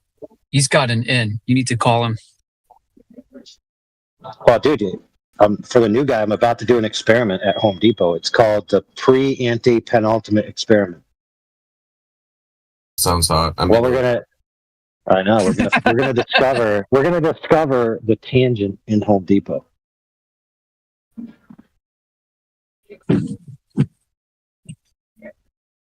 Are you gonna be like Hank Hill and when someone comes up to you and be like, I know more than you. Oh no, that was Ron from Parks and Rec. Never mind. I love Parks and Rec.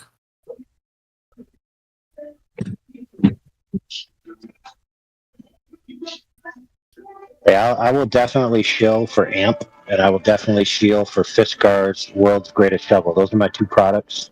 Dude, Fiskars are amazing, and not just because I'm biased that my heritage is Finnish, but Fiskars is awesome. Dude, you ever try their World's Ultimate Shovel? You ever try that shovel, dude? I have not. No, which one is it? Does it got a little metal blade? It's the one that says "World's Best Shovel" right on the thing. Does it have that like saw on one of the edges of the shovel? No, it's gotta be electric. I got an electric idea for an electric shovel that heats up. Now what? Well, this is like a digging shovel. Oh, okay. Like a standard American style spade shovel. What's so good about it? What's so good about it? I'll tell you. Let me tell you, dude. Let me tell you. It's solid steel. The entire thing is steel. Okay, there's no wood, no nothing. It's got a bladed edge. It's got a foot grip. It's got a bent handle on one end, that translates into a D handle, so it's very comfortable for your hands. And you can use it to chop. You can use it to dig. You can use it to tamp because it's solid steel, so you can just swing it over your head and slap it right down on the ground. Ooh, tamp is an interesting word. Not a lot of people know what tamping is.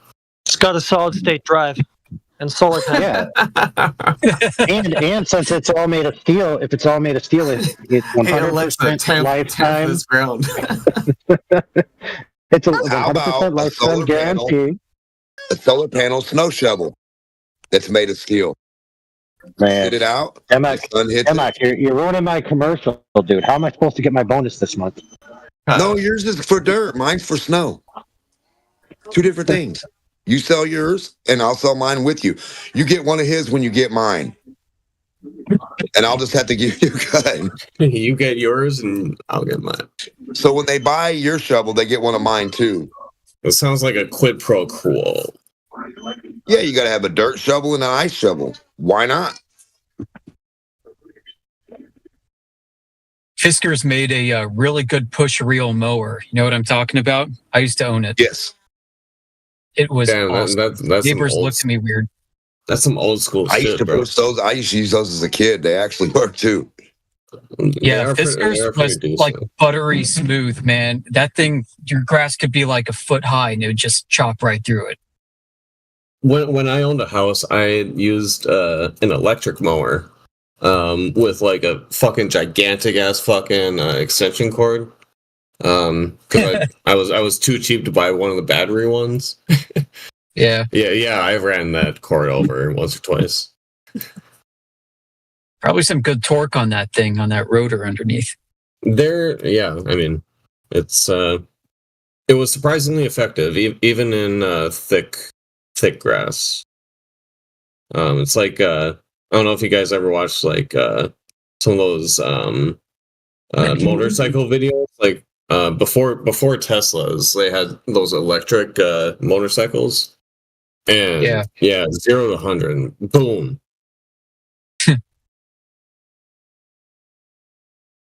There's that viral video of that guy on a pocket bike that I think is an electric motorbike, and he's being chased by cop cars. He's just driving through the park, having a great time, through the parking lot, popping curbs. I don't know if I got it. It's not handy, but pretty freaking funny. That thing's zipping around like nothing.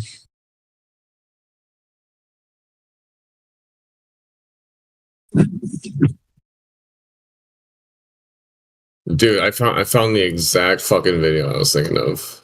I'm surprised it was. Well, I'm not that surprised, but it was The first result. Dude, look at this motherfucker. It's hilarious. Whoa.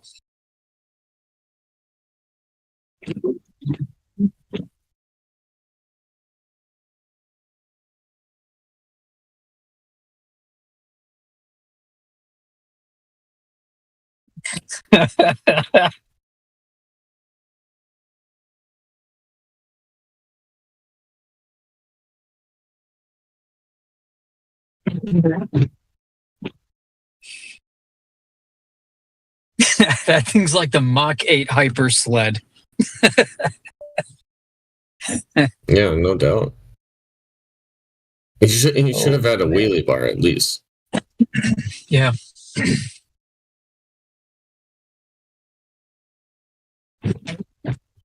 Didn't Jay Leno have a bike that had a jet turbine engine conversion kit on it? I don't fucking doubt it.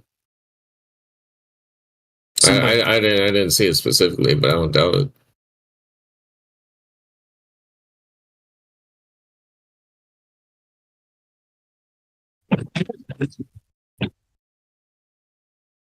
Jay Leno wasn't even like that great of a late night host. Conan O'Brien is my gold standard, personally.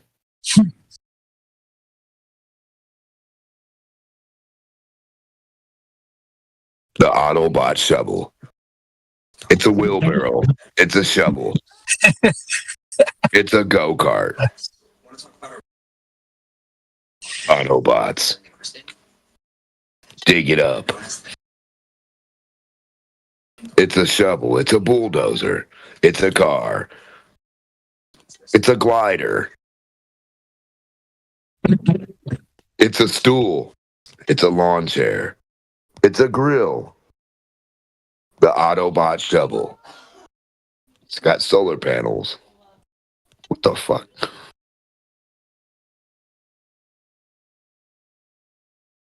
Did you see Conan's Walker Texas Ranger lever? Did you ever see that?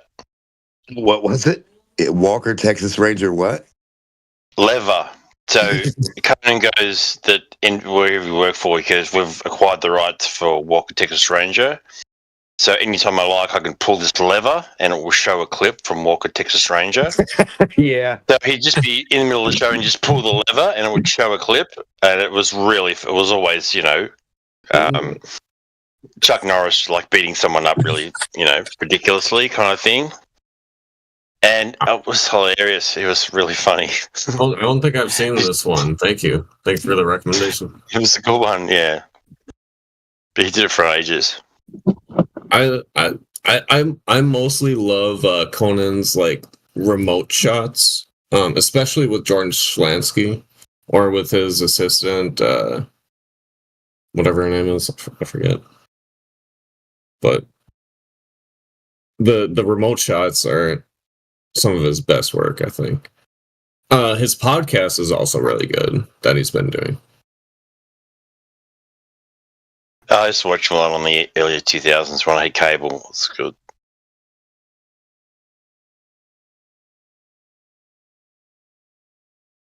And yeah, he's better than Jay Leno, I think. Doesn't have the same chin, but Jay's band leader would be so high. And sometimes Jay would be high. You could just tell. He's just like, he's baked. I mean, mostly for me, I just think, I don't know if Jay Leno really had like a comedic background. He might have. I haven't looked it up, but Conan with his comedy background, he's actually funny. Jay Leno was never really funny. He was like just another generic late night host that, Yeah, and I don't like what he did with cars either. He bought all the rare ones and then burnt them up in his garage. What a bitch. He's a real car freak. But I think. Wait, did he burn them up, or did the garage just like bullshit? Get him hell no. Those cars are in hiding now. Listen, man. when you get cars that run on steam, turbine, other shit, water, electric, and you got every different kind from fucking the 1920s to the 1892 or whatever. Like, come on now, bro. And these cars still go 140 miles an hour and shit like that. Still drive down the highway, great. You think they want that technology for everybody to know about all the time? Yeah, Nah, I've seen a couple of videos of him driving some of those, and like the videos of his garage and shit. But yeah, but then it burnt down supposedly. A curated garage with the guy in it. You know, all the fucking fixings had a security, heat sensors, fucking whatever, temperature fucking kept. Probably certain pressure or psi in that bitch, or heat or humidity or whatever. Come on now, it's like a fucking big humidor. What in there needs to burn up? What in a garage really needs to burn? Who's got like you can have electric heat. And like what? And like a sensor didn't go off. Hey, your garage is fucking. There's a flame in there. The shit's like 20 extra degrees on this area, or over here. It's only supposed to be this degree. Okay, well, let's hurry up and get over there, open it up, put it out, and move the cars. The fuck? so I mean, yeah, he was burned. I don't want. Well, I mean, I can post a link. I'm not gonna post the picture that I want to post, but I mean, he was burned. I don't see if like the cars were burned down, but he definitely was burned. Oh, he got burnt? Yeah. That's weird. I posted it in the side chat. There's a picture of him in the hospital. I'm just saying, I think a lot of the shit's a ploy to act weird, you know what I mean? Oh yeah, I mean, he's a weird dude. He's a celebrity. You kind of gotta be a little bit weird to be a celebrity, especially with that much money.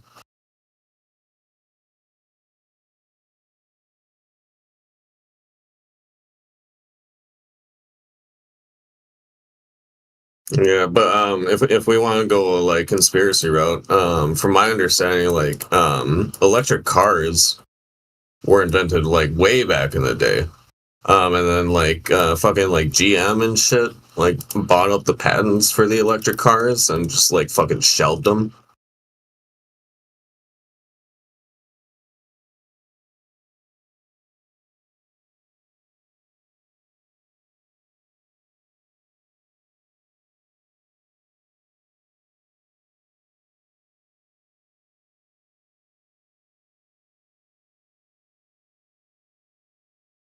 Yeah, no, I always thought it was going to be some weird shit like his garage burns down with like the 57, rarest cars. There's only one of, and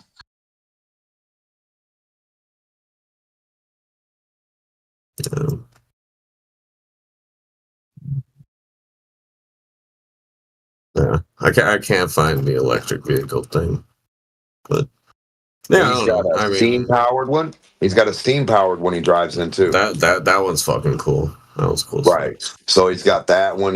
There's one that's a Chrysler that runs on a turbine. It's a turbine, air compressed, and then once you start it with the primer, like peanut oil, perfume, piss, pretty much anything, alcohol, it'll burn on any fucking thing, and then it'll go. I think it's fucked up that we ever started putting corn fucking ethanol or whatever in gasoline. Like, I think that shit's weird.